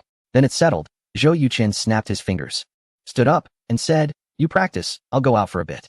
I heard there's a good sandwich breakfast place not far from the hotel. I'll bring something back for you. Xin Jingyun kissed him on the cheek and smiled. Thank you, dear. Zhou Yuqin changed his clothes and called Xian Yanhai and the others to go for breakfast. After leaving the hotel and walking for less than 5 minutes, the 5 of them saw a motorcyclist speed past them. The man on the back reached out and snatched a bag from a woman walking ahead. The woman was pulled to the ground and shouted, Robbery. The surrounding pedestrians merely glanced at her and then continued on their way as if nothing had happened. Xian Yanhai frowned and said, The safety here is really poor. In our country, such things have been gone for many years. Zhou Yuqin replied, Old Xian. Haven't you heard the joke circulating online? It says there are 2 types of people here, those who have been robbed and those who are about to be robbed. Xian Yanhai scoffed. The government is incompetent and the police are failing in their duties. Zhou Yuqin patted his shoulder and said, Survival of the fittest is the essence of Western countries. We value righteousness, while interests often come after righteousness. But for them, it's all about interests. Talking about righteousness with them is something only a fool would do. Soon, the 5 of them approached the woman who had her bag stolen.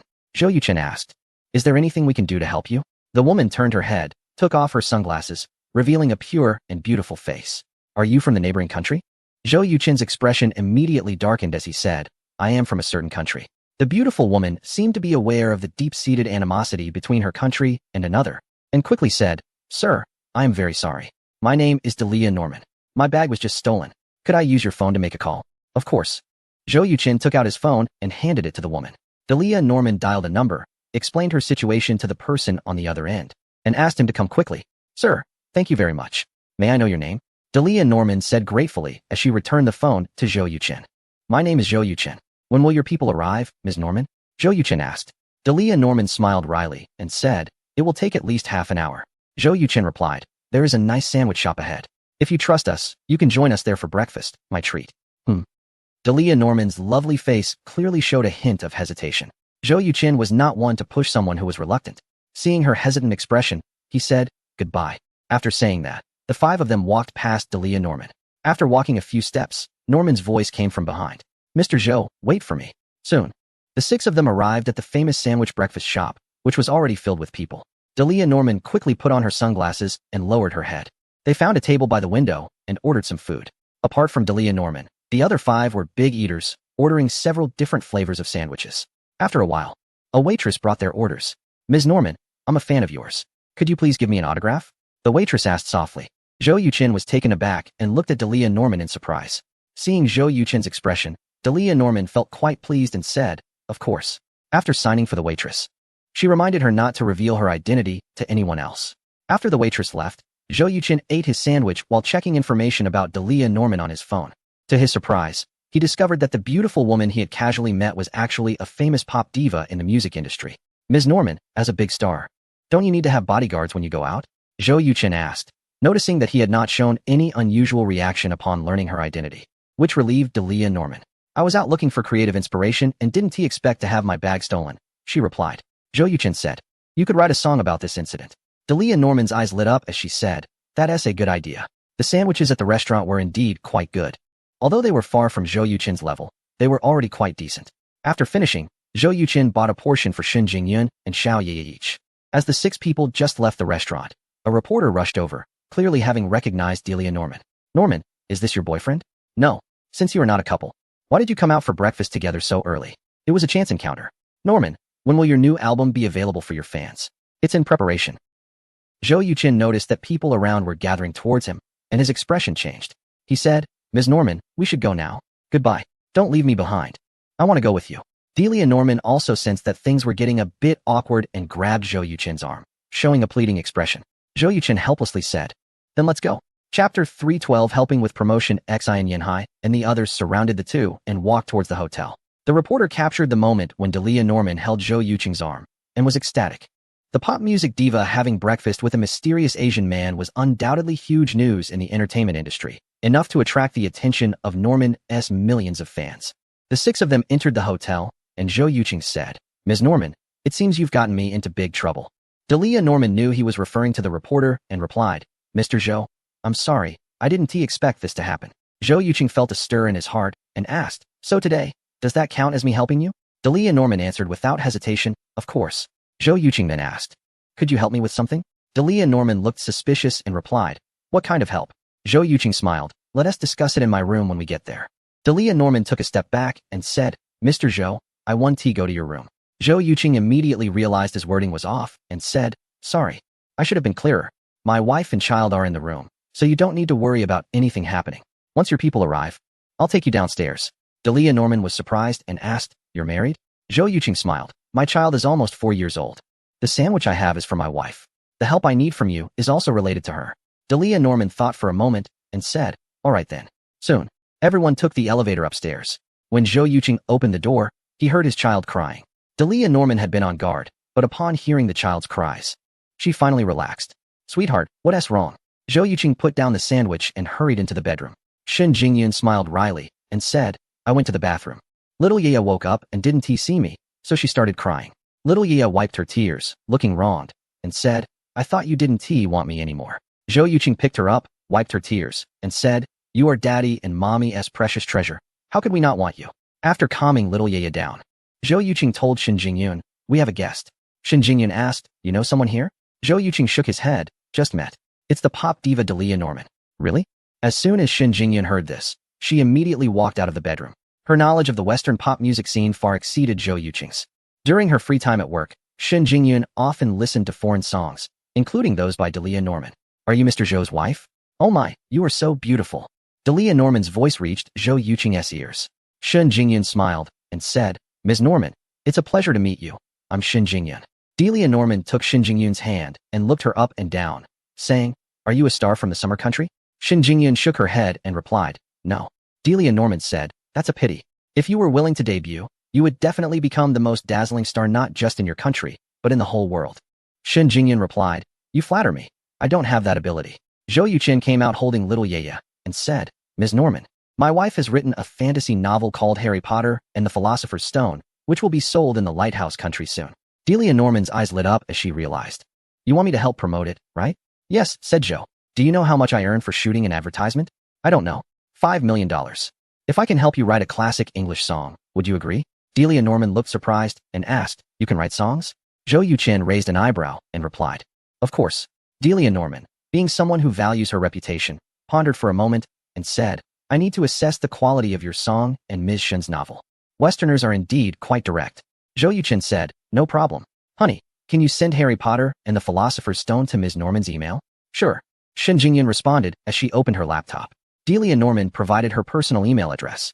Once that was settled, Delia Norman asked, what about my song? Zhou Yuqin replied, you should read the novel first. If it passes your assessment, I will send you the song demo. If it doesn't pass, then that's fine. I will find other stars to help. Delia Norman agreed, all right. I will give you a response within 3 days. Zhou Yuqin nodded. I will also have the demo ready within 3 days. Just after discussing business, Zhou Yuqin's phone rang. It was the number that Delia Norman had called earlier. Zhou Yuqin handed the phone to Delia Norman. She instructed the person on the other end to come to the hotel. Zhou Yuqin personally escorted her downstairs. Before leaving, Delia Norman gave him a personal business card.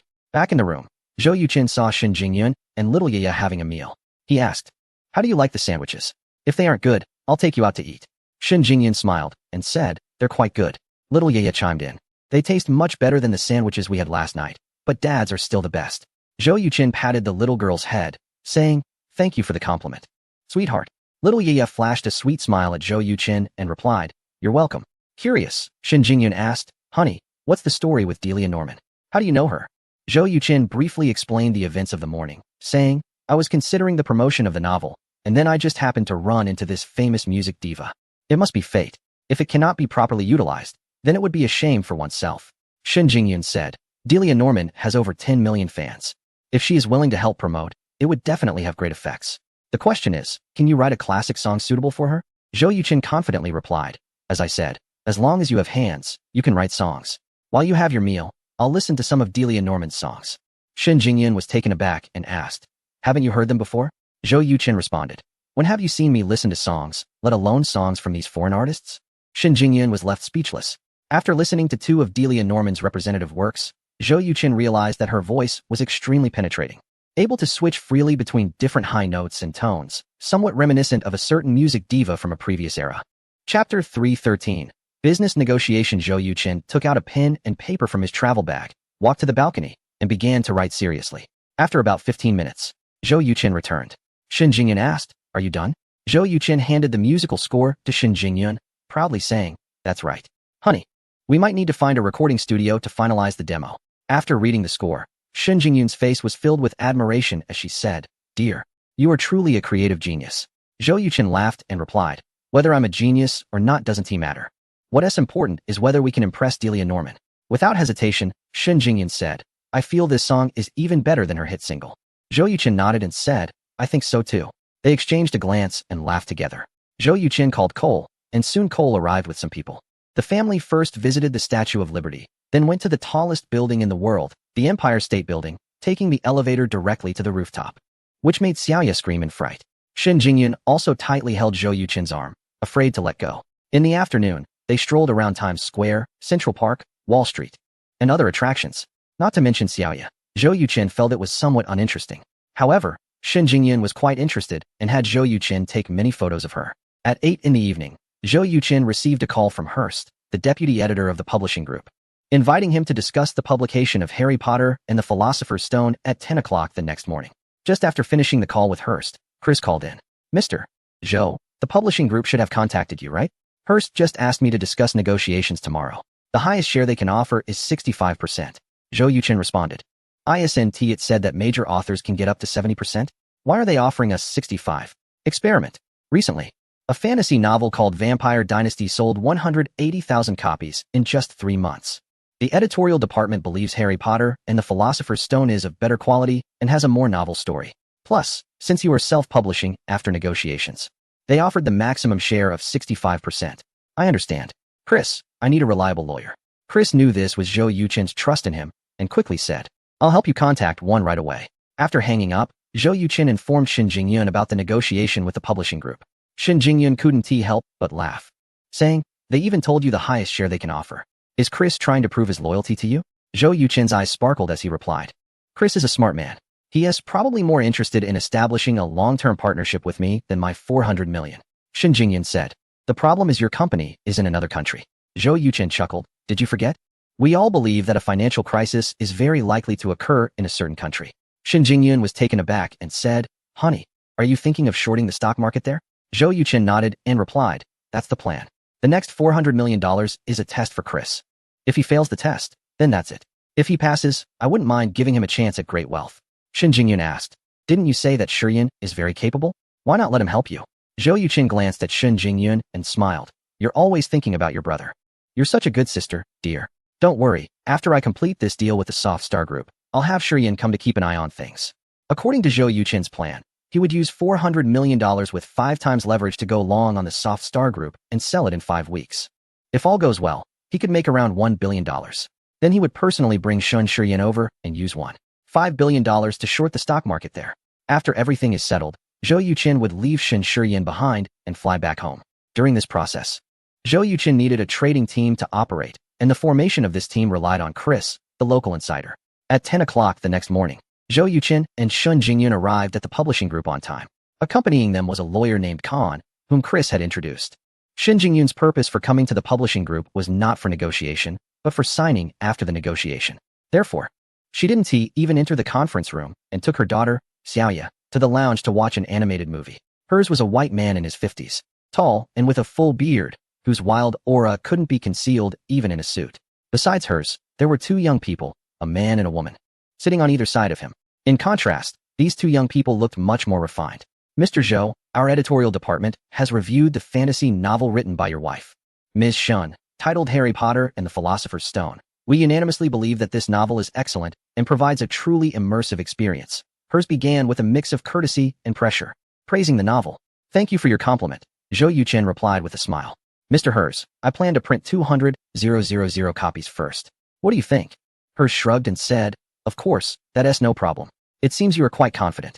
Mr. Zhou, according to our publishing group's usual practice, we can offer you a 50 revenue share. Zhou Yuqin replied straightforwardly, I want 75. Hers looked shocked and said, Mr. Zhou, are you joking? Zhou Yuqin smiled and said, Mr. Hers, you were the one who made the joke first. Hers immediately realized that he seemed to be dealing with a tough opponent. Mr. Zhou, 55 is our limit. Zhou Yuqin waved his hand and said, Mr. Hers, please let me explain.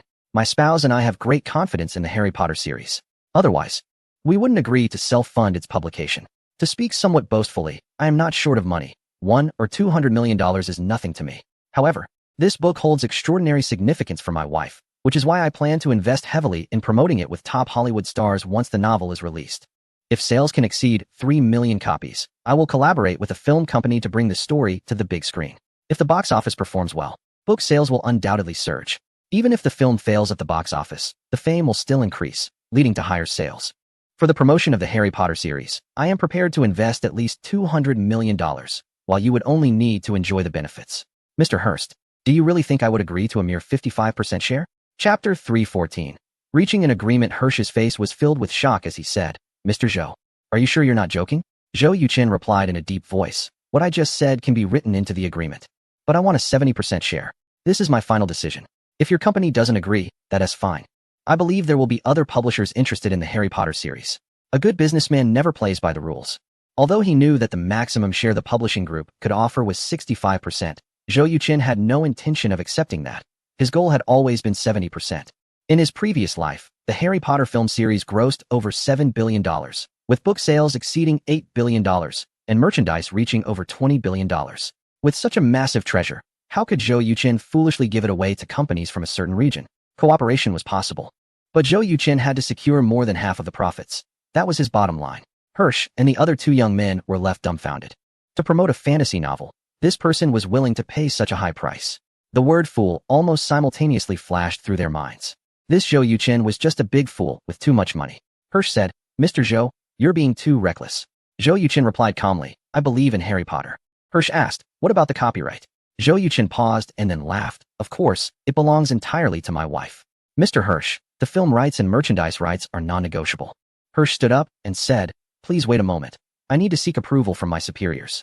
Zhou Yuqin also stood up and said, I'll wait at most half an hour. If it exceeds that, I will assume you lack sincerity and cooperation. Hirsch felt a bit irritated by the dominance Zhou Yuqin displayed, but nodded in agreement. All right. Zhou Yuqin left the conference room and went to the lounge to watch animated movies with his child. Shen Jingyun asked, are you done negotiating? Zhou Yuqin replied, not yet. They need to discuss my proposal. Shen Jingyun was taken aback and asked, what proposal? Zhou Yuqin smiled. You'll know when we sign the contract. 20 minutes later, Hirsch appeared before Zhou Yuqin. Zhou Yuqin asked, have you agreed? Hirsch nodded and said, agreed. But your commitments must be written into the agreement. Zhou Yuqin snapped his fingers and said, no problem. Soon, the office staff of the publishing group printed out 2 copies of the agreement. Zhou Yuqin and Shen Jingyun both read it carefully before handing it to their lawyer, Khan. Khan reviewed it even more meticulously than the two of them. And after confirming there were no issues, he nodded at Zhou Yuqin.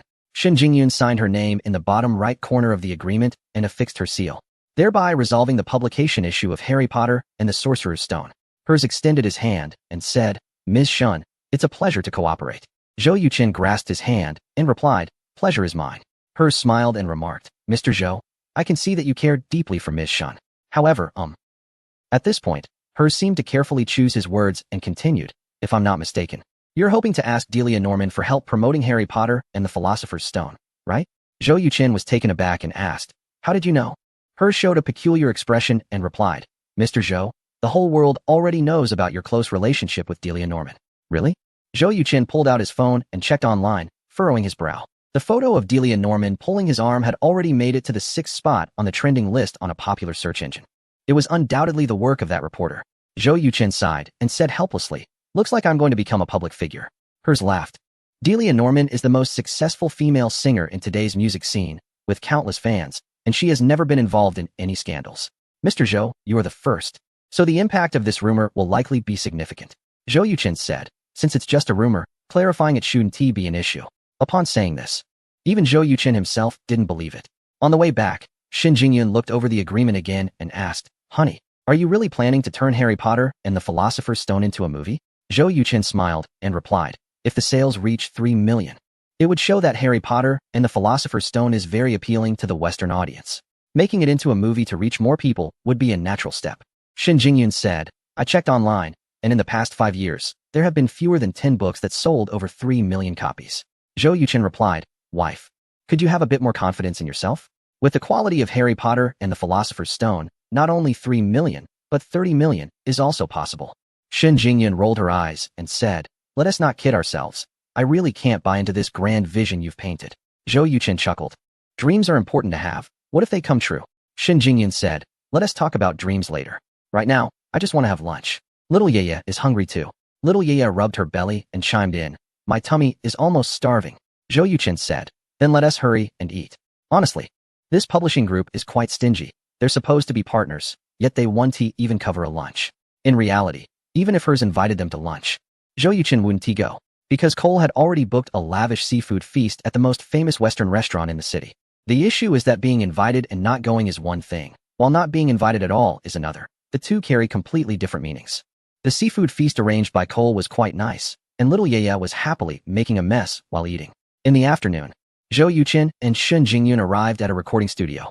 After spending the whole afternoon, Shen Jingyun recorded a demo of Crazy in Love, which she had borrowed from a previous life, and sent it directly to Delia Norman. In less than half an hour, Delia Norman called Zhou Yuqin. Her voice filled with excitement. "Zhou, is this your song?" "Of course. It's amazing. Ms. Norman, how about I use this song, Crazy in Love, in exchange for your promotion of Harry Potter and the Philosopher's Stone? I've been reading Harry Potter and the Philosopher's Stone these days. It's really well written, and I can help promote it." "That's great.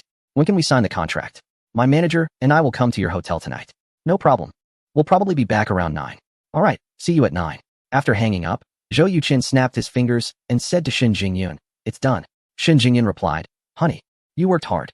Zhou Yuqin smiled, "It's nothing."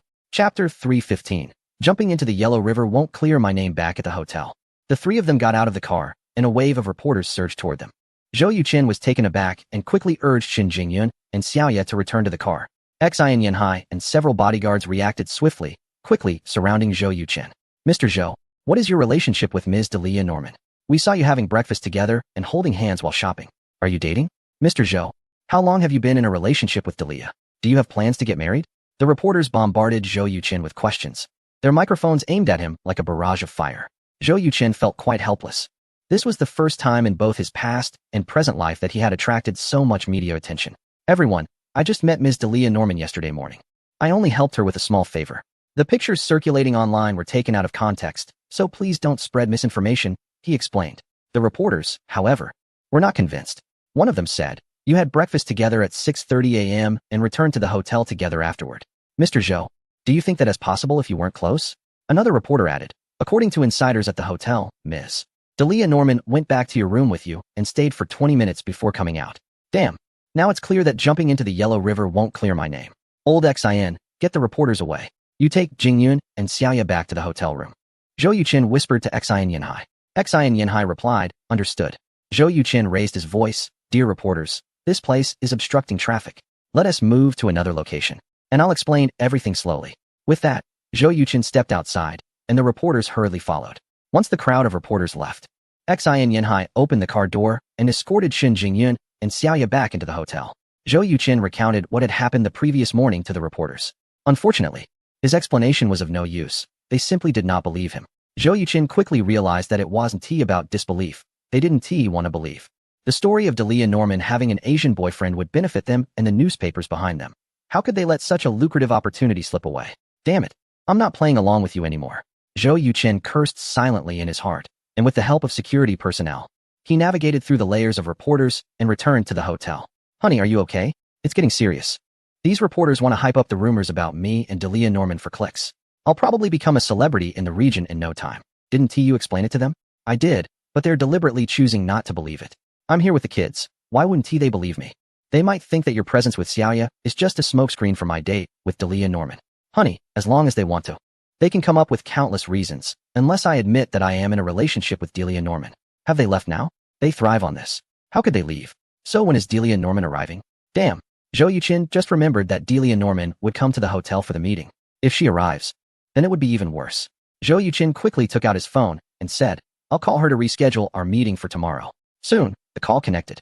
Delia, there are reporters outside the hotel looking to stir things up. You shouldn't come. It's too late. I've already been surrounded by them. What should I do? Don't do anything. Especially don't explain. The more you explain, the more versions will come out.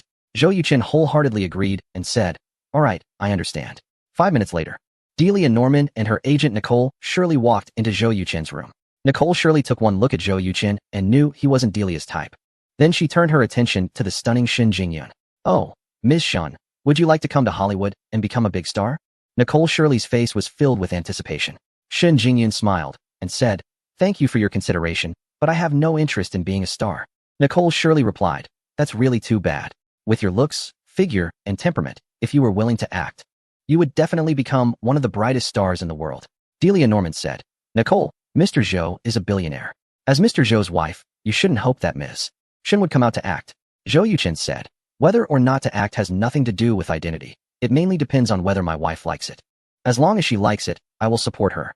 Hearing Zhou Yuqin's words, Shen Jingyun felt a sweetness in her heart, and her gaze towards him was filled with affection. Delia Norman praised, well said. Zhou, who did you have sing the demo for Crazy in Love? Zhou Yuqin was taken aback and asked, what's wrong?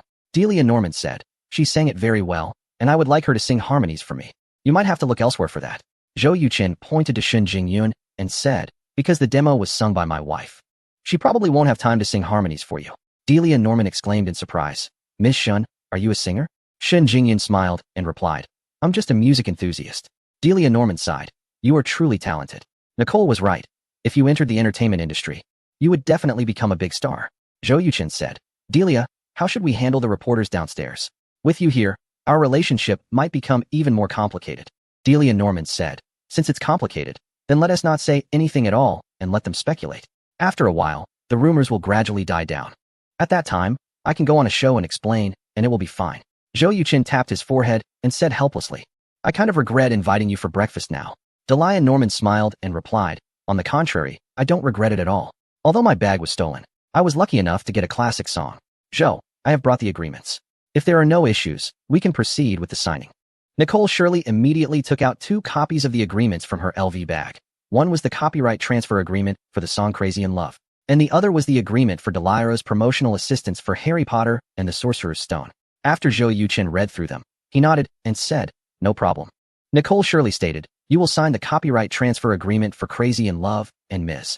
Shen will sign the agreement for promoting Harry Potter and the Sorcerer's Stone. Chapter 316. Rumors everywhere. Zhou Yuqin and Shen Jingyun signed their names on 2 separate agreements. Delia Norman asked, when will Harry Potter and the Philosopher's Stone be published? Zhou Yuqin replied, in half a month. Delia nodded and said, just give me a call when you need me to step in. Do you have any other songs? Delia asked. Zhou Yuqin smiled and said, why? Are you interested in buying? Delia replied, yes. Zhou Yuqin shrugged and said, sorry, I don't need the money. If there are any promotional matters in the future, I will exchange my new songs for your help, just like this time. Delia said, I really look forward to it. By the way, should the song's lyricist and composer just write your name? Zhou Yuqin immediately waved his hand and said, no, you can just write, the name Jack. No problem. By the way, I have a gift for the little one. Delia took out a box from her bag and handed it to Shen Jingyun, saying, this is a music box that I had specially made before. I hope the little one will like it. Shen Jingyun smiled and said, thank you. After Delia left, Shen Jingyun opened the box to find a beautifully crafted music box adorned with many lovely cartoon designs, playing Delia Norman's only song filled with childlike fun. Xiaoyu loved it very much and listened to it for a long time while hugging the music box. Yanhai City Government Courtyard Shen Shiyan returned home carrying a bag of high-end fruits. During this time, he had visited almost all the upscale villa areas and large apartments in Yanhai, selecting 36 houses and completing a research report of over 500 pages. Perhaps due to the long time spent outside, Shen Shiyan's face had darkened a bit, and he appeared more composed. Mom, how do you think I did on this research report? Shen Shiyan asked while munching on a large apple. Daiwan set down the report and smiled, very objective. And the details about the houses are quite thorough. If a perfect score is 100, I would give you 95. Shen Shiyan snapped his fingers and said, I'll send it to my brother-in-law right away. Daiwan chuckled. Are you worried the report won't pass your brother-in-law's review?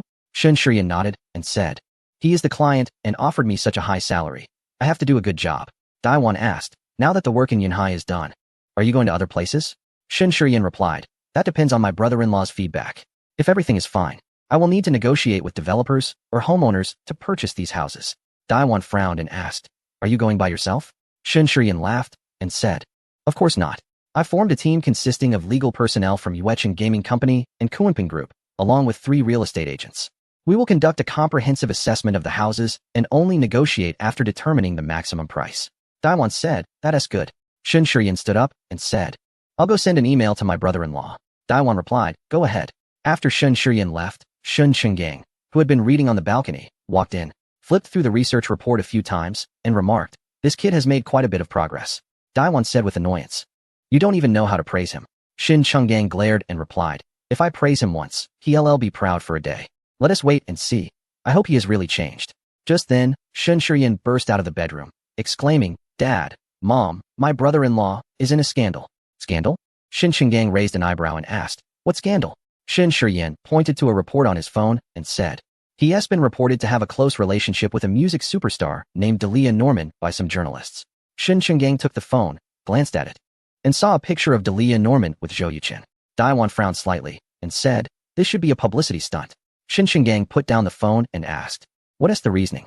Daiwan explained, first, Xiaozhou has never been to that country. You even helped him with his passport. So he couldn't possibly know any big stars there. Second, if Xiaozhou really had something going on, he wouldn't be taking Jingyun and Xiaoya with him. Shen Chenggang added, third, since this news has made it back home, it means that Star is very famous, and the impact over there would be greater than here. And with such a big commotion, Jingyun hasn't called, which means she knows Xiao Zhou's relationship with that star. Hearing his parents' calm analysis, Shen Shiyan gave a thumbs up and said, you too are impressive. This is simple. I'll just call my sister and ask. Shen Chenggang replied, it's 11 at night in New York. Your sister and Xiaoya might be asleep, so don't disturb them.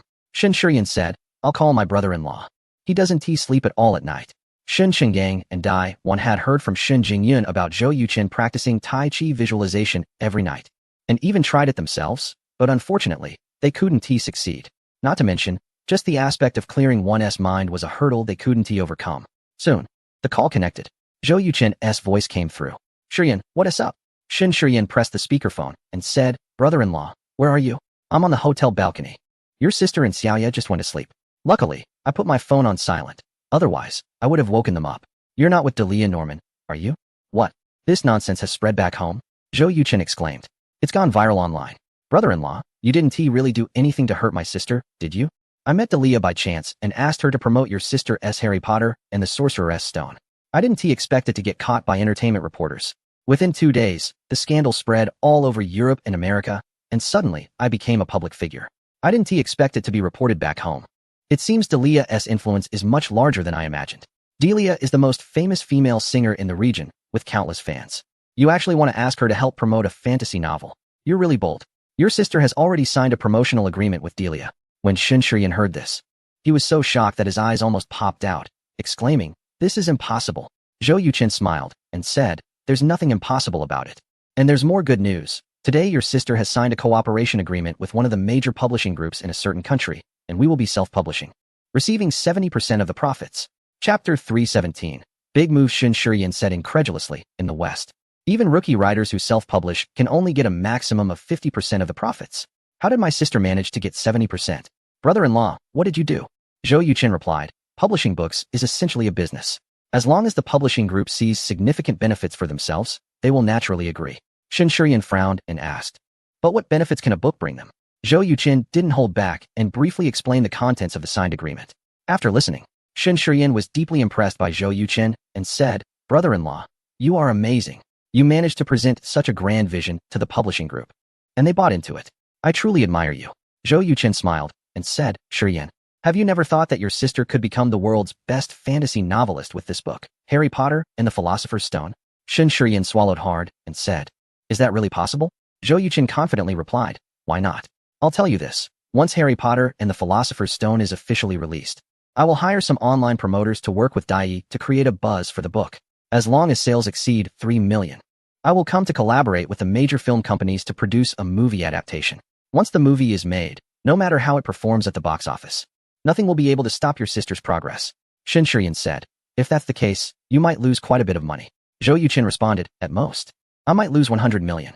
But if my plan succeeds, the 8 Harry Potter movies could very well become the most successful fantasy series in the world. The rights for the novels, films, and merchandise could explode like a volcano, and total earnings exceeding 10 billion is not impossible." Shen Shiyan gasped, "Brother-in-law, you are simply too crazy." Not just Shen Shiyan, but even Shen Chenggang and Dai Wan were left speechless after hearing Zhou Yuqin's promotional plan. It was too ambitious. Zhou Yuqin's plans exceeded their imagination. Zhou Yuqin chuckled, "If I didn't have high hopes for Harry Potter, I wouldn't have brought your sister to New York to collaborate with the publisher. By the way, have you completed the property research in Yanhai?" Shen Shiyan replied, "I just sent it to your email. There are 36 properties, worth a total of 3.2 billion. Zhou Yuqin acknowledged, "I'll take a look soon. Once the Yanhai matters are settled, you should immediately take your team to Yindu, Guangxing, and Pingcheng to secure the properties within a month." Shen Shiyan asked in confusion, "Brother-in-law, why the rush? Are you worried that property prices will soar during this time?" Zhou Yuqin said, "No. Because in a month, I want to bring you to do something big. If successful, not only will your debt to me be cleared, but I can also reward you with 100 million. Shen Shiyan's pupils constricted suddenly as he excitedly said, "Brother-in-law, did you find a way to make money in the lighthouse country? So you want to take a big risk?" Zhou Yuqin replied calmly, "Let us talk about it after I return. Don't forget to help me explain to Uncle Shun and Aunt Dai." Shen Shiyan glanced at Shen Chenggang and Dai Wan, saying, "Okay." After hanging up, Shen Shiyan eagerly walked toward his bedroom. Shen Chenggang asked, "What are you going to do?" "Since my brother-in-law wants to take a big risk, it means there must be a big problem in the financial market of the lighthouse country. I'm going to check the situation online." As he spoke, Shen Shiyan entered his bedroom and shut the door. Dai Wan sighed. "Today's kids are truly remarkable. Their vision, capabilities, and mindset far exceed ours." Whether it was Zhou Yuqin or Shen Shiyan, both were actually looking for and analyzing the issues in the financial market of the lighthouse country, which left Dai Wan astonished. Shen Chenggang nodded and said, "To be honest, every time I see Xiao Zhou, I feel like I'm getting old. His moves are so bold that ordinary people wouldn't even dare to think about them." "Professor Dai, have you read the magical novel written by Jingyan? What do you think the chances of success are?" Dai Wan pondered for a moment and replied, "Jingyan's Harry Potter and the Philosopher's Stone is full of fantasy elements, and the character development is very successful. It can definitely be considered a top-notch work. Based on Xiao Zhou's cost-ignoring operational strategy, the chances of success could reach 60 to 70%. Shen Qingang's eyes lit up, saying, "So, Jingyan has the chance to become a world-class novelist, right?" Dai Wan affirmed, "Yes." Shen Qinggang chuckled, "I hope that day comes soon." Meanwhile, the rumors about Zhou Yuqin and Delia Norman were causing quite a stir in various media outlets, making it so that he had to sneak around when going out to avoid being spotted by reporters. Delia Norman's Twitter was particularly lively, with the comment section completely taken over by fans. Thousands of posts could be summed up in 2 sentences. 1. A strong opposition to Delia being friends with someone like Zhou Yuqin, and 2. Harshly criticizing Zhou Yuqin with all sorts of insults.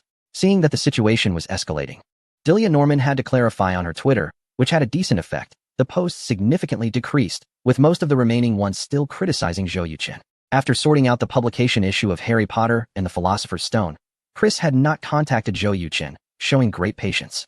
It wasn't until Sunday night at 8 o'clock that Chris finally called him, asking to meet at a bar not far from the hotel. The timing was quite appropriate, as it coincided with the time when their family of 3 returned to the hotel after their outing.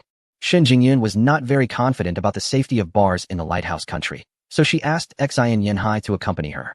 Soon, Zhou Yuqin and Xian Yanhai arrived at the bar referred to by Chris as Charm Capital, which translates to Enchanting City. The name is quite enticing, but in reality, it's a sake bar with a very pleasant atmosphere, perfect for friends to chat and share their thoughts. On stage, A beautiful girl was singing soothing songs, her voice melodious and captivating, demonstrating a high level of professionalism. Upon seeing Zhou Yuqin, Chris stood up and waved to him. Zhou Yuqin smiled slightly and sat down opposite him. Xi and Yanhai chose a nearby table and sat down. Chris said, "Zhou, the bartender here is exceptionally skilled. Their specialty is the 7-color rainbow." Zhou Yuqin shrugged and replied, "Then let's have 2 glasses to try."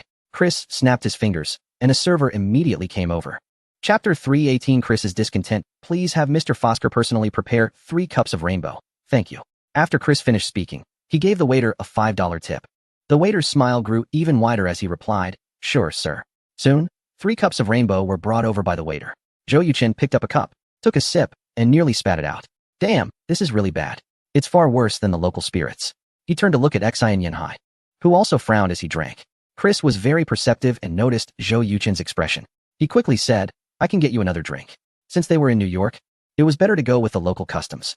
Zhou Yuqin raised his glass and said, "Chris, thank you very much for the matter regarding Harry Potter and the Sorcerer's Stone." Chris clinked glasses with him and smiled. "It's what I should do." After a few polite exchanges, Zhou Yuqin got to the point. "Chris, have you joined the Galleon Group? I completed the paperwork on Friday, and I'm now the deputy director of the investment department. 400 million with 5 times leverage, no problem, right? I'll take care of it for you first thing tomorrow morning." "Good. Zhou, how are you considering the short-selling matter?" Zhou Yuqin paused for a moment, then looked up and said, "I mentioned before that I will sell my shares in the Soft Star Group in a few weeks. I will visit the Lighthouse country to observe the situation. If I decide to short sell, I might need a team." "Chris, are you interested in joining as an individual?" Chris's eyes lit up, "Of course. Zhou, I know quite a few traders who can help you build an elite team." Zhou Yuqin replied, "Let's talk about that later." "Chris, what kind of compensation do you expect?" Chris asked, "How much capital are you planning to put in?" Zhou Yuqin said, 1.5 billion. Chris thought for a moment and replied, 5 million plus one of the profits. Zhou Yuqin smiled and said, "Chris, what I need is not your expertise, but a team leader who can fully follow my orders. In terms of stock futures, I don't believe anyone can compare to me." Chris frowned and said, "Zhou, you might be a bit overconfident." Zhou Yuqin replied seriously, "In the financial market, a lack of confidence can lead to total failure. With the future curve of Soft Star stocks, if there is really a market crash, I can accurately identify the turning point without needing anyone's opinion. Moreover, I am an investment master myself. In terms of professional ability, I can definitely stand at the top of the investment pyramid." Chris felt that things seemed to be beyond his control and asked, "Zhou, how much compensation are you prepared to offer me?" Zhou Yuqin responded, 5 million or 0. 3 of the profits. You can choose one. Chris's expression changed. 0. 3 of the profits? That's too low.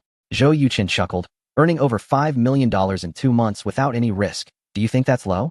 To be honest, if it weren't for your help in handling the publication and distribution of the series, I wouldn't have offered such favorable terms. Chris thought for a moment and said, "I'll choose a 0.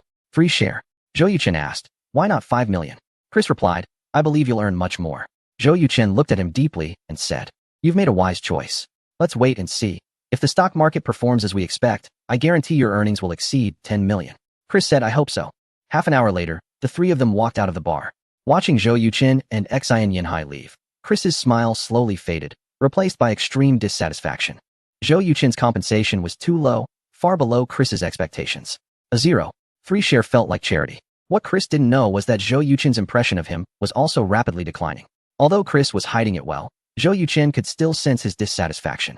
However, Zhou Yuqin wasn't worried about Chris causing trouble over his 400 million. With Chris's authority, at most he could only delay the approval of the 5 times leverage. Chris was a smart person and wouldn't do something so foolish. But when it came time to form a team in the future, that would be another story. So Zhou Yuqin made a quiet decision to build a team domestically and then use loyalty detection skills to test Chris's team, clearing out anyone who didn't meet the standards. The next morning, Shun Jingyun and Xiao Yiya went to the Green Apple amusement park, while Zhou Yuqin arrived at the Galleon Group. Chris greeted him with a broad smile, showing no signs of discomfort. He deliberately took Zhou Yuqin on a tour to let everyone know that Zhou Yuqin had become his client before processing the relevant paperwork for him. After everything was settled, the head of the investment department, Butler Terrence, personally invited Zhou Yuqin to his office for a chat, expressing great pleasure at Zhou Yuqin's choice to cooperate with Galleon Group. Zhou Yuqin's heart stirred, and he asked, "Mr. Terrence, what are the requirements if I want to apply for a loan from your company in the future?"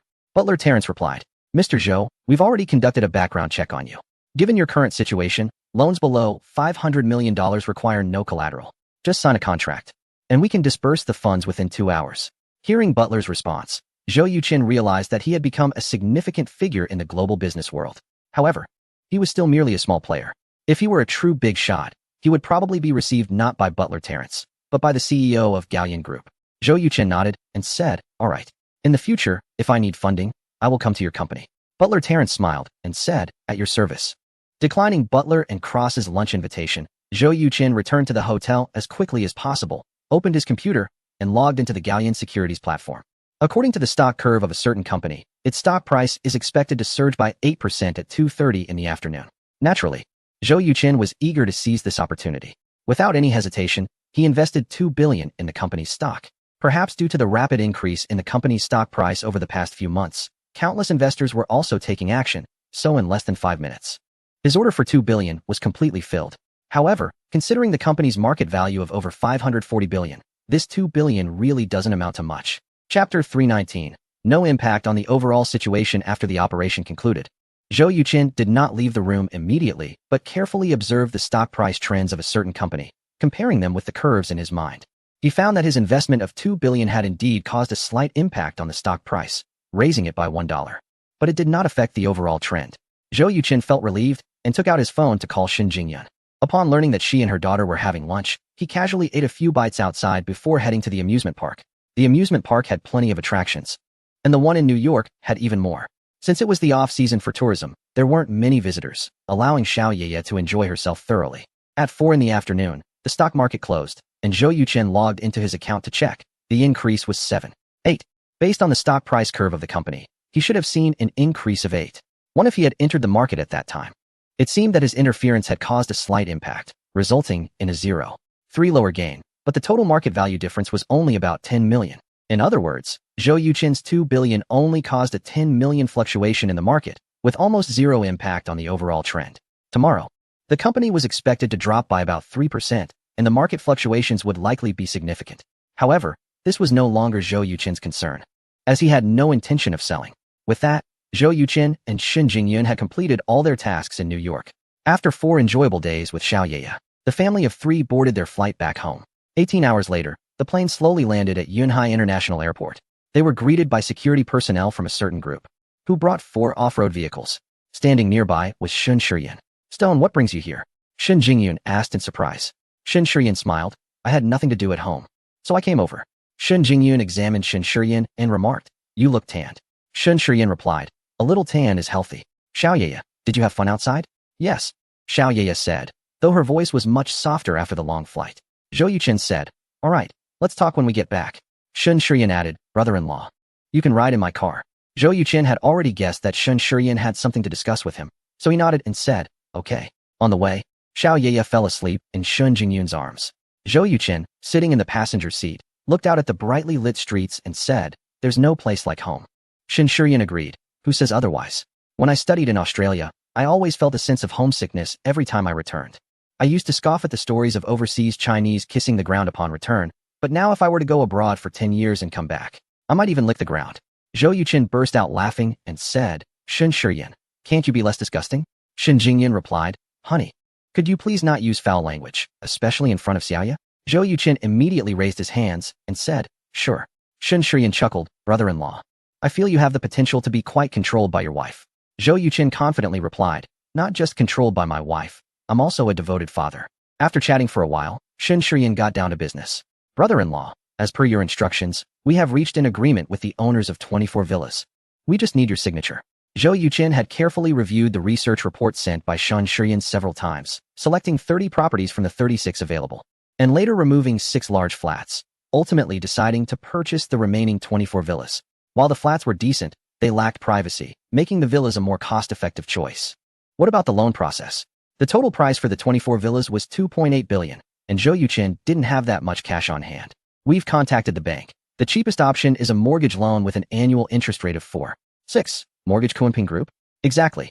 The bank requires you to mortgage 5% of Kunpeng Group's shares to purchase a few mobile battery manufacturing plants. Kunpeng Group had already mortgaged 70% of its shares. If they mortgaged another 5%, only 25% would remain, which was quite risky for a company. However, Zhou Yuqin had 5 billion in his account, so it wasn't a major issue. Zhou Yuqin thought the bank was likely willing to facilitate the loan because of that 5 billion. "Sure too. expedite the loan process with the bank, and mortgage the remaining 25% of Kunpeng Group's shares to secure 10 billion. Also, have the bank assess Yuechen Game Company for another 2 billion. I'll contribute 3 billion to gather a total of 15 billion to purchase courtyard houses or villas in Yindu, Guangqing, and Pingcheng. Shen Shiyan was stunned and said, "Brother-in-law, are you crazy?" Zhou Yuchen smiled and said, "You have to take action when the time is right. Just wait and see. I estimate that in no more than 6 months, property prices will soar like a rocket. If a financial crisis really erupts over there, it will definitely impact domestic economic development. To quickly mitigate adverse effects, the government will surely promote the real estate industry vigorously. This sector involves construction, materials, sales, finance, and various upstream and downstream industries, which can provide considerable fiscal revenue to the government and thus boost national economic growth. This is the most direct and effective means to fend off a financial crisis." Zhou Yuchen had previously estimated that property prices would rise by 1 to 2 times in the next 3 years. Now it seemed that this time frame could be significantly shortened, provided that a financial crisis did occur over there. Shen Shiyan took a deep breath and asked, "All right, I'll handle it tomorrow. Brother-in-law, is there a problem with the technology industry over there?" Zhou Yuchen's heart jolted, and he turned to Shen Shiyan, asking, "Did you analyze this?" Shen Shiyan nodded and said, "The tech stocks have risen too quickly and too high, yet their profits are extremely poor. Companies that can be self-sufficient are few and far between. It's obvious that there is a huge bubble in the tech industry of that country. Once it bursts, it will inevitably lead to a collapse of the financial system there." At this point, Shen Shiyan suddenly paused, his mind racing, and said, "I think I understand why you are willing to pay such a high price for that villa." Chapter 320. The wisdom of Shen Shiyan. Zhou Yuchen's eyes flickered as he asked nonchalantly, "Why?" Shen Shiyan replied, "Once the economy of a certain country faces issues, the entire global economy will suffer, and we are no exception. To resolve this problem quickly, the real estate sector is the best choice, without a doubt. Your villas are likely to skyrocket in value to an unbelievable extent within 6 months. Shorting the stock market of that country while purchasing properties in another country, brother-in-law, you are indeed playing a big game. If successful, your net worth could at least double." Zhou Yuchen was silent for a moment before continuing. "If it were you, what would you do?" Shen Shiyan thought for a moment and said, "All of this hinges on the collapse of that country's stock market. If the judgment is wrong, it would be disastrous. Even if the judgment is correct, I cannot predict where the turning point is. However, regardless of whether the stock market of that country crashes or not, the skyrocketing property prices in another country are inevitable. The only difference is the timing. So, I might make the same choice as you.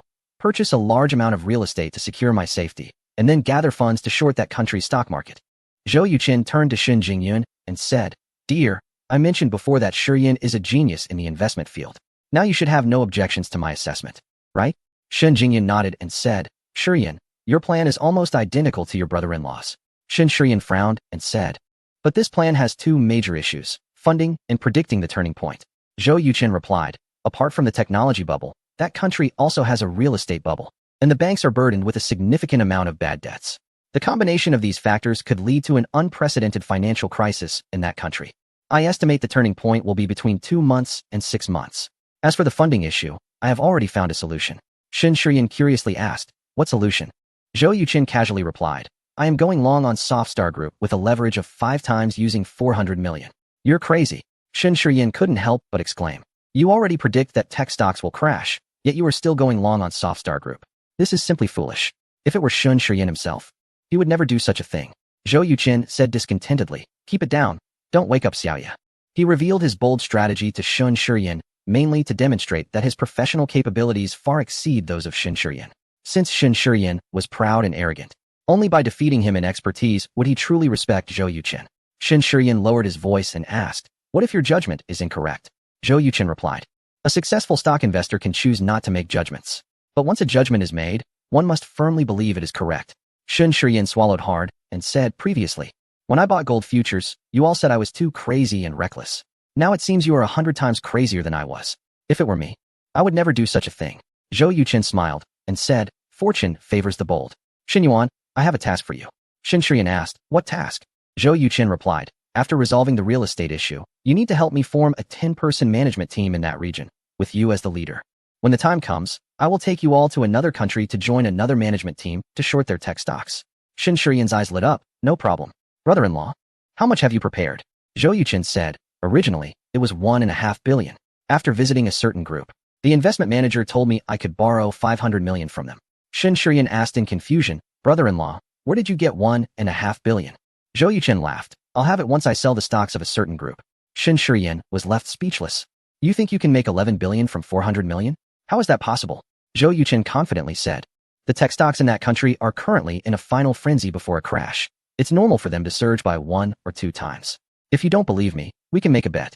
If I succeed, the 100 million reward I promised you will be cancelled. If I fail, I'll give you 2 villas worth 100 million. Without thinking, Shen Shiyan replied, no bet. Zhou Yuchen raised an eyebrow. Why not? Shen Shiyan explained. The reason is simple. I have no need to take this risk. According to their previous agreement, regardless of whether Zhou Yuchen's judgment was right or wrong, Shen Shiyan would receive 100 million after repaying his debts. While betting could potentially yield 200 million, if he failed, he would lose that 100 million. That would leave him with nothing to work with in the future. Shen Shiyan simply couldn't afford to take risks at this point. A hint of appreciation flashed in Zhou Yuchen's eyes, a wise choice. Shen Shiyan was taken aback. Brother-in-law, were you testing me just now? Zhou Yuchen chuckled. No? Shen Shiyan scoffed. He found it hard to believe him. After enjoying a nice dinner out, Zhou Yuchen and his family returned home. Shen Jingyan looked around and noticed the house was very clean. Honey, did someone come to clean for us? Zhou Yuchen replied, yes. My parents came by today, thinking they would wait for us at home. Seeing it was getting late, they went back. Wife, let us have lunch at your parents' house tomorrow and then go to my parents in the afternoon. Shen Jingyan hesitated. Should we go to my parents first? Wouldn't that be better? Zhou Yuchen laughed. You're overthinking it. They're not that petty. But if you feel it's not appropriate, we can stop by in the morning, drop off the things we bought, and chat with them for a bit. Shen Jingyan nodded. Let us do that. The mother and daughter were a bit tired from the flight, took a shower, and went to bed. Zhou Yuchen sat cross-legged on the bed, practicing a meditation technique, quickly entering a state of forgetting both self and surroundings. The next day, the family of 3 finished breakfast and arrived at the home of Zhou Qingjian and Su Xiaowan with a lot of bags. Upon seeing Zhou, Su Xiaowan immediately picked her up. Sweetheart, how was your time in that famous city? It was so much fun. Grandma, did you know? There's a giant statue called the Liberty Statue. Xiaoyu wriggled out of Su Xiaowan's embrace and excitedly shared her experiences and sights from her trip. Using gestures to illustrate, her adorable expressions and exaggerated movements made everyone burst into laughter. She spoke for a full 15 minutes before finally wrapping up. Chapter 321. Su Binglin's decision. After the little girl finished speaking, Zhou Yuchen finally asked, Grandpa, how is your recovery? Su Binglin patted his belly and said, I'm fine now. I feel full of energy. I could even go hunting in the deep mountains of the northeast. Grandma Su shot him a glance and said unhappily, You're just boasting. You used to eat 5 buns in one meal, and now you can't even finish 3. Su Binglin widened his eyes and replied, Why can't I finish? Isn't it because I'm too idle here? Xiaochen, after next week's checkup, I want to go back to the northeast with your grandma. Before Zhou Yuchen could respond, Su Xiaowan interjected, Don't even think about it. Dad, you must stay here for 3 months. Only after that can you go back if everything is fine. Su Binglin frowned and said, I can't stand the environment here. Staying at home all day, even if there are no issues, I could create some. Zhou Yuchen chuckled, Grandpa, if you're bored, you can go out and play cards, chess, or mahjong with those elderly folks. If that doesn't work, just take a walk in the yard. Su Binglin waved his hand, sighed, and said, I miss my old buddies there. Grandma Su said, Actually, I miss home a little too. Su Xiaowan's expression shifted slightly as she said, Dad, it's not that I don't want you to go back. I just really worry about your health. Zhou Yuchen added, It's hard to leave one's homeland. Mom, Grandpa's condition isn't that serious. If you're worried, you can go with him and Grandma to the northeast for a while. Su Binglin's eyes lit up. Exactly. Xiaowan, it's been over 20 years. How many times have you gone back to the northeast? It probably doesn't even add up to 2 months. I can't believe you don't miss home at all. This counterattack caught Su Xiaowan off guard. A hint of sadness crossed her face as she said, How could I not want to? It's just. Su Binglin waved his hand. No more just.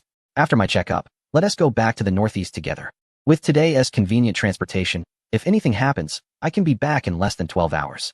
It won't delay my treatment at all. Su Xiaowan remained silent for a long time before looking at Zhou Qingjian, asking, Old Zhou, what do you think? Zhou Qingjian replied, Mom and Dad have lived in the northeast their whole lives. Suddenly changing environments might really not be good for them. Su Xiaowan then looked at Zhou Yuchen, who decisively said, Mom, don't hesitate. It's Grandpa who needs to recuperate, and he should feel comfortable. After next week's checkup, if everything is fine, then let us go back to the northeast. Su Xiaowan nodded, but suddenly felt something was off. Raising an eyebrow, she asked, What tone was that just now? Huh. Zhou Yuchen was taken aback, quickly putting on a smile. Of course, it was a tone of negotiation. Su Xiaowan snorted. Zhou Yuchen, let me tell you. No matter how capable you are outside, at home, Zhou Yuqin immediately interjected. You're the leader here. Everything is up to you. If you tell me to go east, I want to go west. If you tell me to chase dogs, I want to chase chickens. I know our family's corporate culture well. Ha ha ha. A burst of laughter filled the living room. Su Xiaowan couldn't help but laugh, saying to Xiao Yeye, sweetheart, you must never learn to be smooth-talking like your dad. Xiao Yeye, not understanding what smooth-talking meant, innocently asked, Grandma, is Dad's mouth very oily? Ha ha. Everyone burst into laughter again. After chatting for a while, Zhou Yuqin stood up and said, Grandpa, Grandma, Dad, Mom. We're going to have lunch at Jingyun's parents' place, and we'll come back in the afternoon. Su Xiaowan nodded and said, go ahead. Jingyun, please say hello to your parents for us. Shin Jingyun replied, okay, thank you, Andy. An hour later, Zhou Yuqin drove Shin Jingyun and Xiao Yeye to the government housing compound. Watching the young couple come in with many bags, Daiwan helplessly said, you have everything you need at home. Why did you buy so much? Zhou Yuqin chuckled and replied, Aunt Dai, we finally made a trip to a certain country. If we don't buy something, how can we justify the 36 hours of flight back and forth? Daiwan picked up Xiao Yeye and asked, it is indeed quite far. Sweetheart, were you tired from the flight? Xiao Yeye said, not tired, I watched a lot of cartoons. Daiwan laughed and said, then you need to be careful with your eyes. Don't end up like Grandma and become nearsighted. Xiao Yeye tilted her head, looking at Daiwan's glasses, and said, but I think Grandma looks pretty wearing glasses. Daiwan immediately beamed with joy and kissed Xiao Yeye on the cheek, saying, thank you for the compliment, sweetheart. Shin Jingyun put down her things, looked around, and asked, where are Dad and Shirtu? Daiwan replied, your dad went to a meeting and will be back soon. Shirtu went to get busy after breakfast. He said he was going to talk to the bank about a loan. Shin Jingyun said, I saw Shirtu yesterday, and he seems to have changed quite a bit. Daiwan nodded and said, since the last incident, Shirtu has indeed become much more stable. Xiaozhou, both Lao Shun and I want to thank you.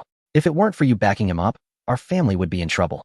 Zhou Yuqin quickly replied, please don't say that. I still believe that Shiryan's abilities are not an issue. Once he gains more experience, he will surely achieve great things. Daiwan said, I don't expect him to achieve anything great. I just hope he doesn't cause any trouble. After sorting out the things they bought, Daiwan was about to go to the kitchen to cook. Zhou Yuqin said, let me handle it. Without a second thought, Daiwan replied, that's not acceptable. Shin Jingyun laughed and said, Mom, Xiao Yeye wants to eat Wensi tofu and squirrel fish. Can you make either of those? Daiwan paused, her face showing a helpless expression.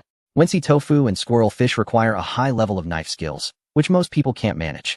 Shin Jingyun said, Mom, if you think it's not suitable, we can handle the preparation work together. As for cooking, let's leave that to Yuqin. Honestly, I've been wanting to taste his cooking. Daiwan thought for a moment and said, all right then. Xiaozhou, it looks like we'll be relying on you again. Zhou Yuqin smiled and said, this little thing is not a big deal. Daiwan and Shin Jingyun had been busy in the kitchen for over 40 minutes before finishing the preparations. Zhou Yuqin entered the kitchen and saw fish, shrimp, beef, ribs, tofu, and several types of vegetables on the table. Shin Jingyun said, aside from the squirrel fish and Wensi tofu for the little one, the rest is up to you, the chef. Zhou Yuqin laughed and replied, then I'll keep it simple. I've heard that for a chef, the simplest dishes are often the most difficult. Exactly. Take scrambled eggs with tomatoes as an example. Anyone can make it. But to make it satisfactory for the majority is a real test of a chef's skill. Honey, want to give it a try? Try what? Try cooking. I'll take care of the Wensi tofu and squirrel fish, and you handle the rest. No problem. Mom, you can go keep little Yeye company. Okay. Daiwan agreed and left the kitchen. Chapter 322. Can Jingyun really become a world-class writer? Next, Zhou Yuqin began to teach Shin Jingyun how to cook. In fact, Shin Jingyun had previously learned over 10 dishes from Zhou Yuqin. Although her cooking skills had greatly improved, according to the standards of an all-around development system, she was still at the beginner level and far from mastery. To advance, she needed to put in some serious effort. While the two were cooking, Shin Chenggang returned from a meeting. Upon seeing the adorable Xiaoye, this well-known tough guy in the police force smiled broadly. They are in the kitchen? Xiaozhou is teaching your daughter to cook. Old Shun, you keep Xiaoye company, and I'll go in and learn a bit too. After saying this, Daiwan walked back into the kitchen. Shin Chenggang touched his nose, thinking that having a chef's son-in-law might not be bad after all. At least he would have good food to look forward to in the future. Under Zhou Yuqin's guidance, Daiwan and Shin Jingyun each made 3 dishes. Coupled with Zhou Yuqin's squirrel fish and Wensi tofu, they had a total of 8 dishes. The family sat at the table, and Shin Chenggang opened a bottle of liquor. Old Shun, don't drink yet. Try the dishes made by me and Jingyun. Aren't they much better than before? All right. Shin Chenggang picked up a piece of shredded potato and put it in his mouth. The vinegar stir-fried potatoes were crunchy and refreshing, with a moderate level of acidity. Very good. This tomato and egg dish is also delicious, with a fresh and smooth flavor. This oil-fried shrimp has tender meat and a crispy texture. With each dish he tasted, Shun Chungang praised them, leaving Daiwan and Shun Jingyun feeling a bit doubtful. Is it really that good? Daiwan picked up the tomato she made and took a bite. After finishing, she exclaimed in surprise, "It's indeed very flavorful." Xiao Zhou, my usual steps for making tomato and eggs are similar to yours. Why does it taste so different? Zhou Yuchen explained. The difference among chefs lies in the control of the heat. For instance, knowing the right moment to saute the scallions and ginger before adding the tomatoes. And when to put in the seasonings for the best effect. These all require great attention. Timing and quantities matter greatly. Daiwan admired. It seems that every profession is not simple. So how did you master it? Zhou Yuchen shrugged and said, perhaps I have a bit of talent in this area. Shin Chungang said, enough chit-chat. Come on, Xiao Zhou, let us have a toast. I've heard from Shirtu about what you did for Jingyun in the lighthouse country. As her father, I must thank you. Zhou Yuchen quickly replied, Uncle Shun. Jingyun and I are like family. Her success is my success. Helping her is helping myself, so please don't mention thanks. Shin Chungang laughed heartily. I love hearing that. Come, cheers. The two clinked glasses and downed their drinks in one go. Shin Jingyun furrowed her brows slightly and said, Dad, take it easy. Shin Chungang reassured her, don't worry. If I were 20 years younger, I would definitely compete with Xiao Zhou. Now that I'm older, I can't hold my liquor like I used to. Xiao Zhou, I'll take it easy on this second glass. Zhou Yuchen smiled and said, Uncle Shun, we're drinking at home, and the goal is comfort. Drink as much as you want, I won't persuade you. Of course, I wouldn't dare to. Upon hearing this, Shin Chungang couldn't help but smile. After a few rounds of drinks and dishes, Shin Chungang brought up the topic of Harry Potter. Xiao Zhou, do you think Jingyun could really become a world-renowned fantasy novelist? Of course. The storytelling in Harry Potter is very strong and appeals to all ages. As long as the promotion is done well, selling 3 million copies shouldn't be a problem. So if you reach 3 million copies, you'll use 100 million to make a movie? 100 million wouldn't even cover the production costs. If you add in promotional and distribution expenses, you'd need at least 160 million. My plan is to collaborate with a film company, splitting the costs evenly. That way, they will do their utmost to ensure the quality of the film. How confident are you in recouping the costs? There are 8 Harry Potter books in total. The profitability of the first one isn't what matters. What's important is gaining enough fame and influence to lay a solid foundation for the subsequent 7 novels. Haha. There's a saying in the entertainment industry, even negative attention is still attention. Even if Harry Potter and the Philosopher's Stone doesn't do well at the box office. As long as the name is familiar to everyone, that's our success. What if the box office is good? Then it means the Harry Potter series has high commercial value. Like a treasure trove.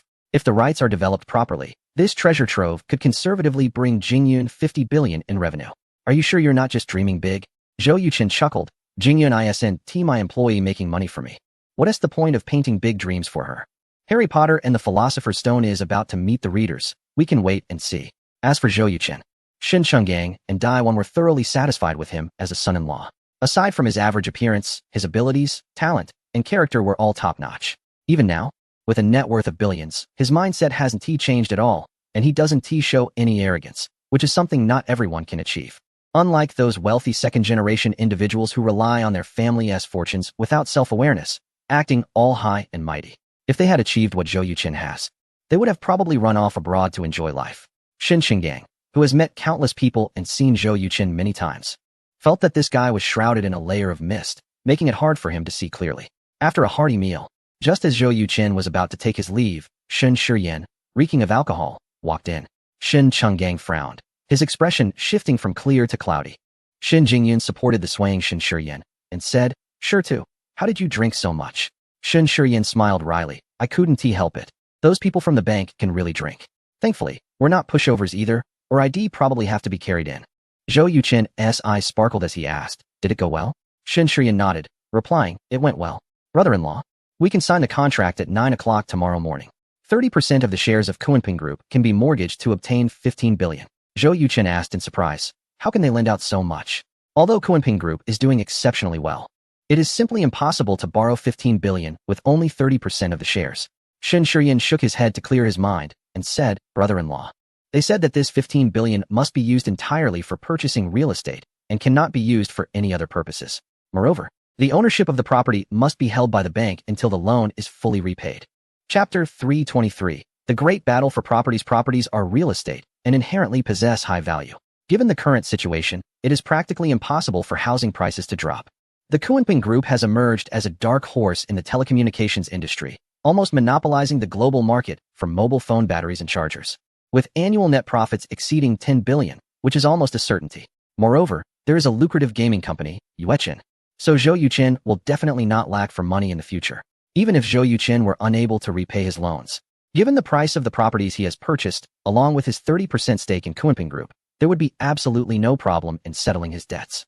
Zhou Yuqin personally poured a cup of tea for Shen Shiyan and said, "Shiyan, have some tea. You've done a great job."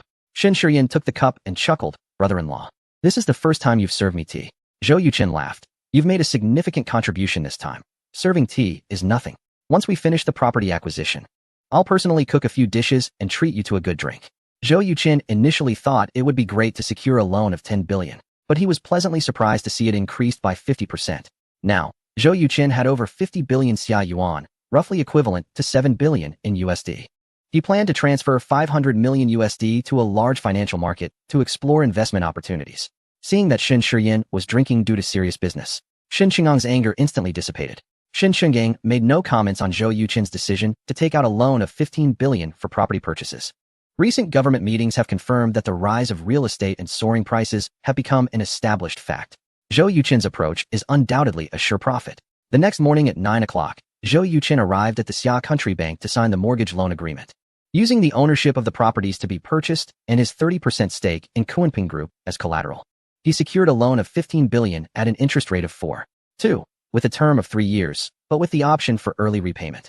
After signing the agreement, Zhou Yuqin promptly signed purchase agreements with 24 villa owners, paid all the property funds that afternoon.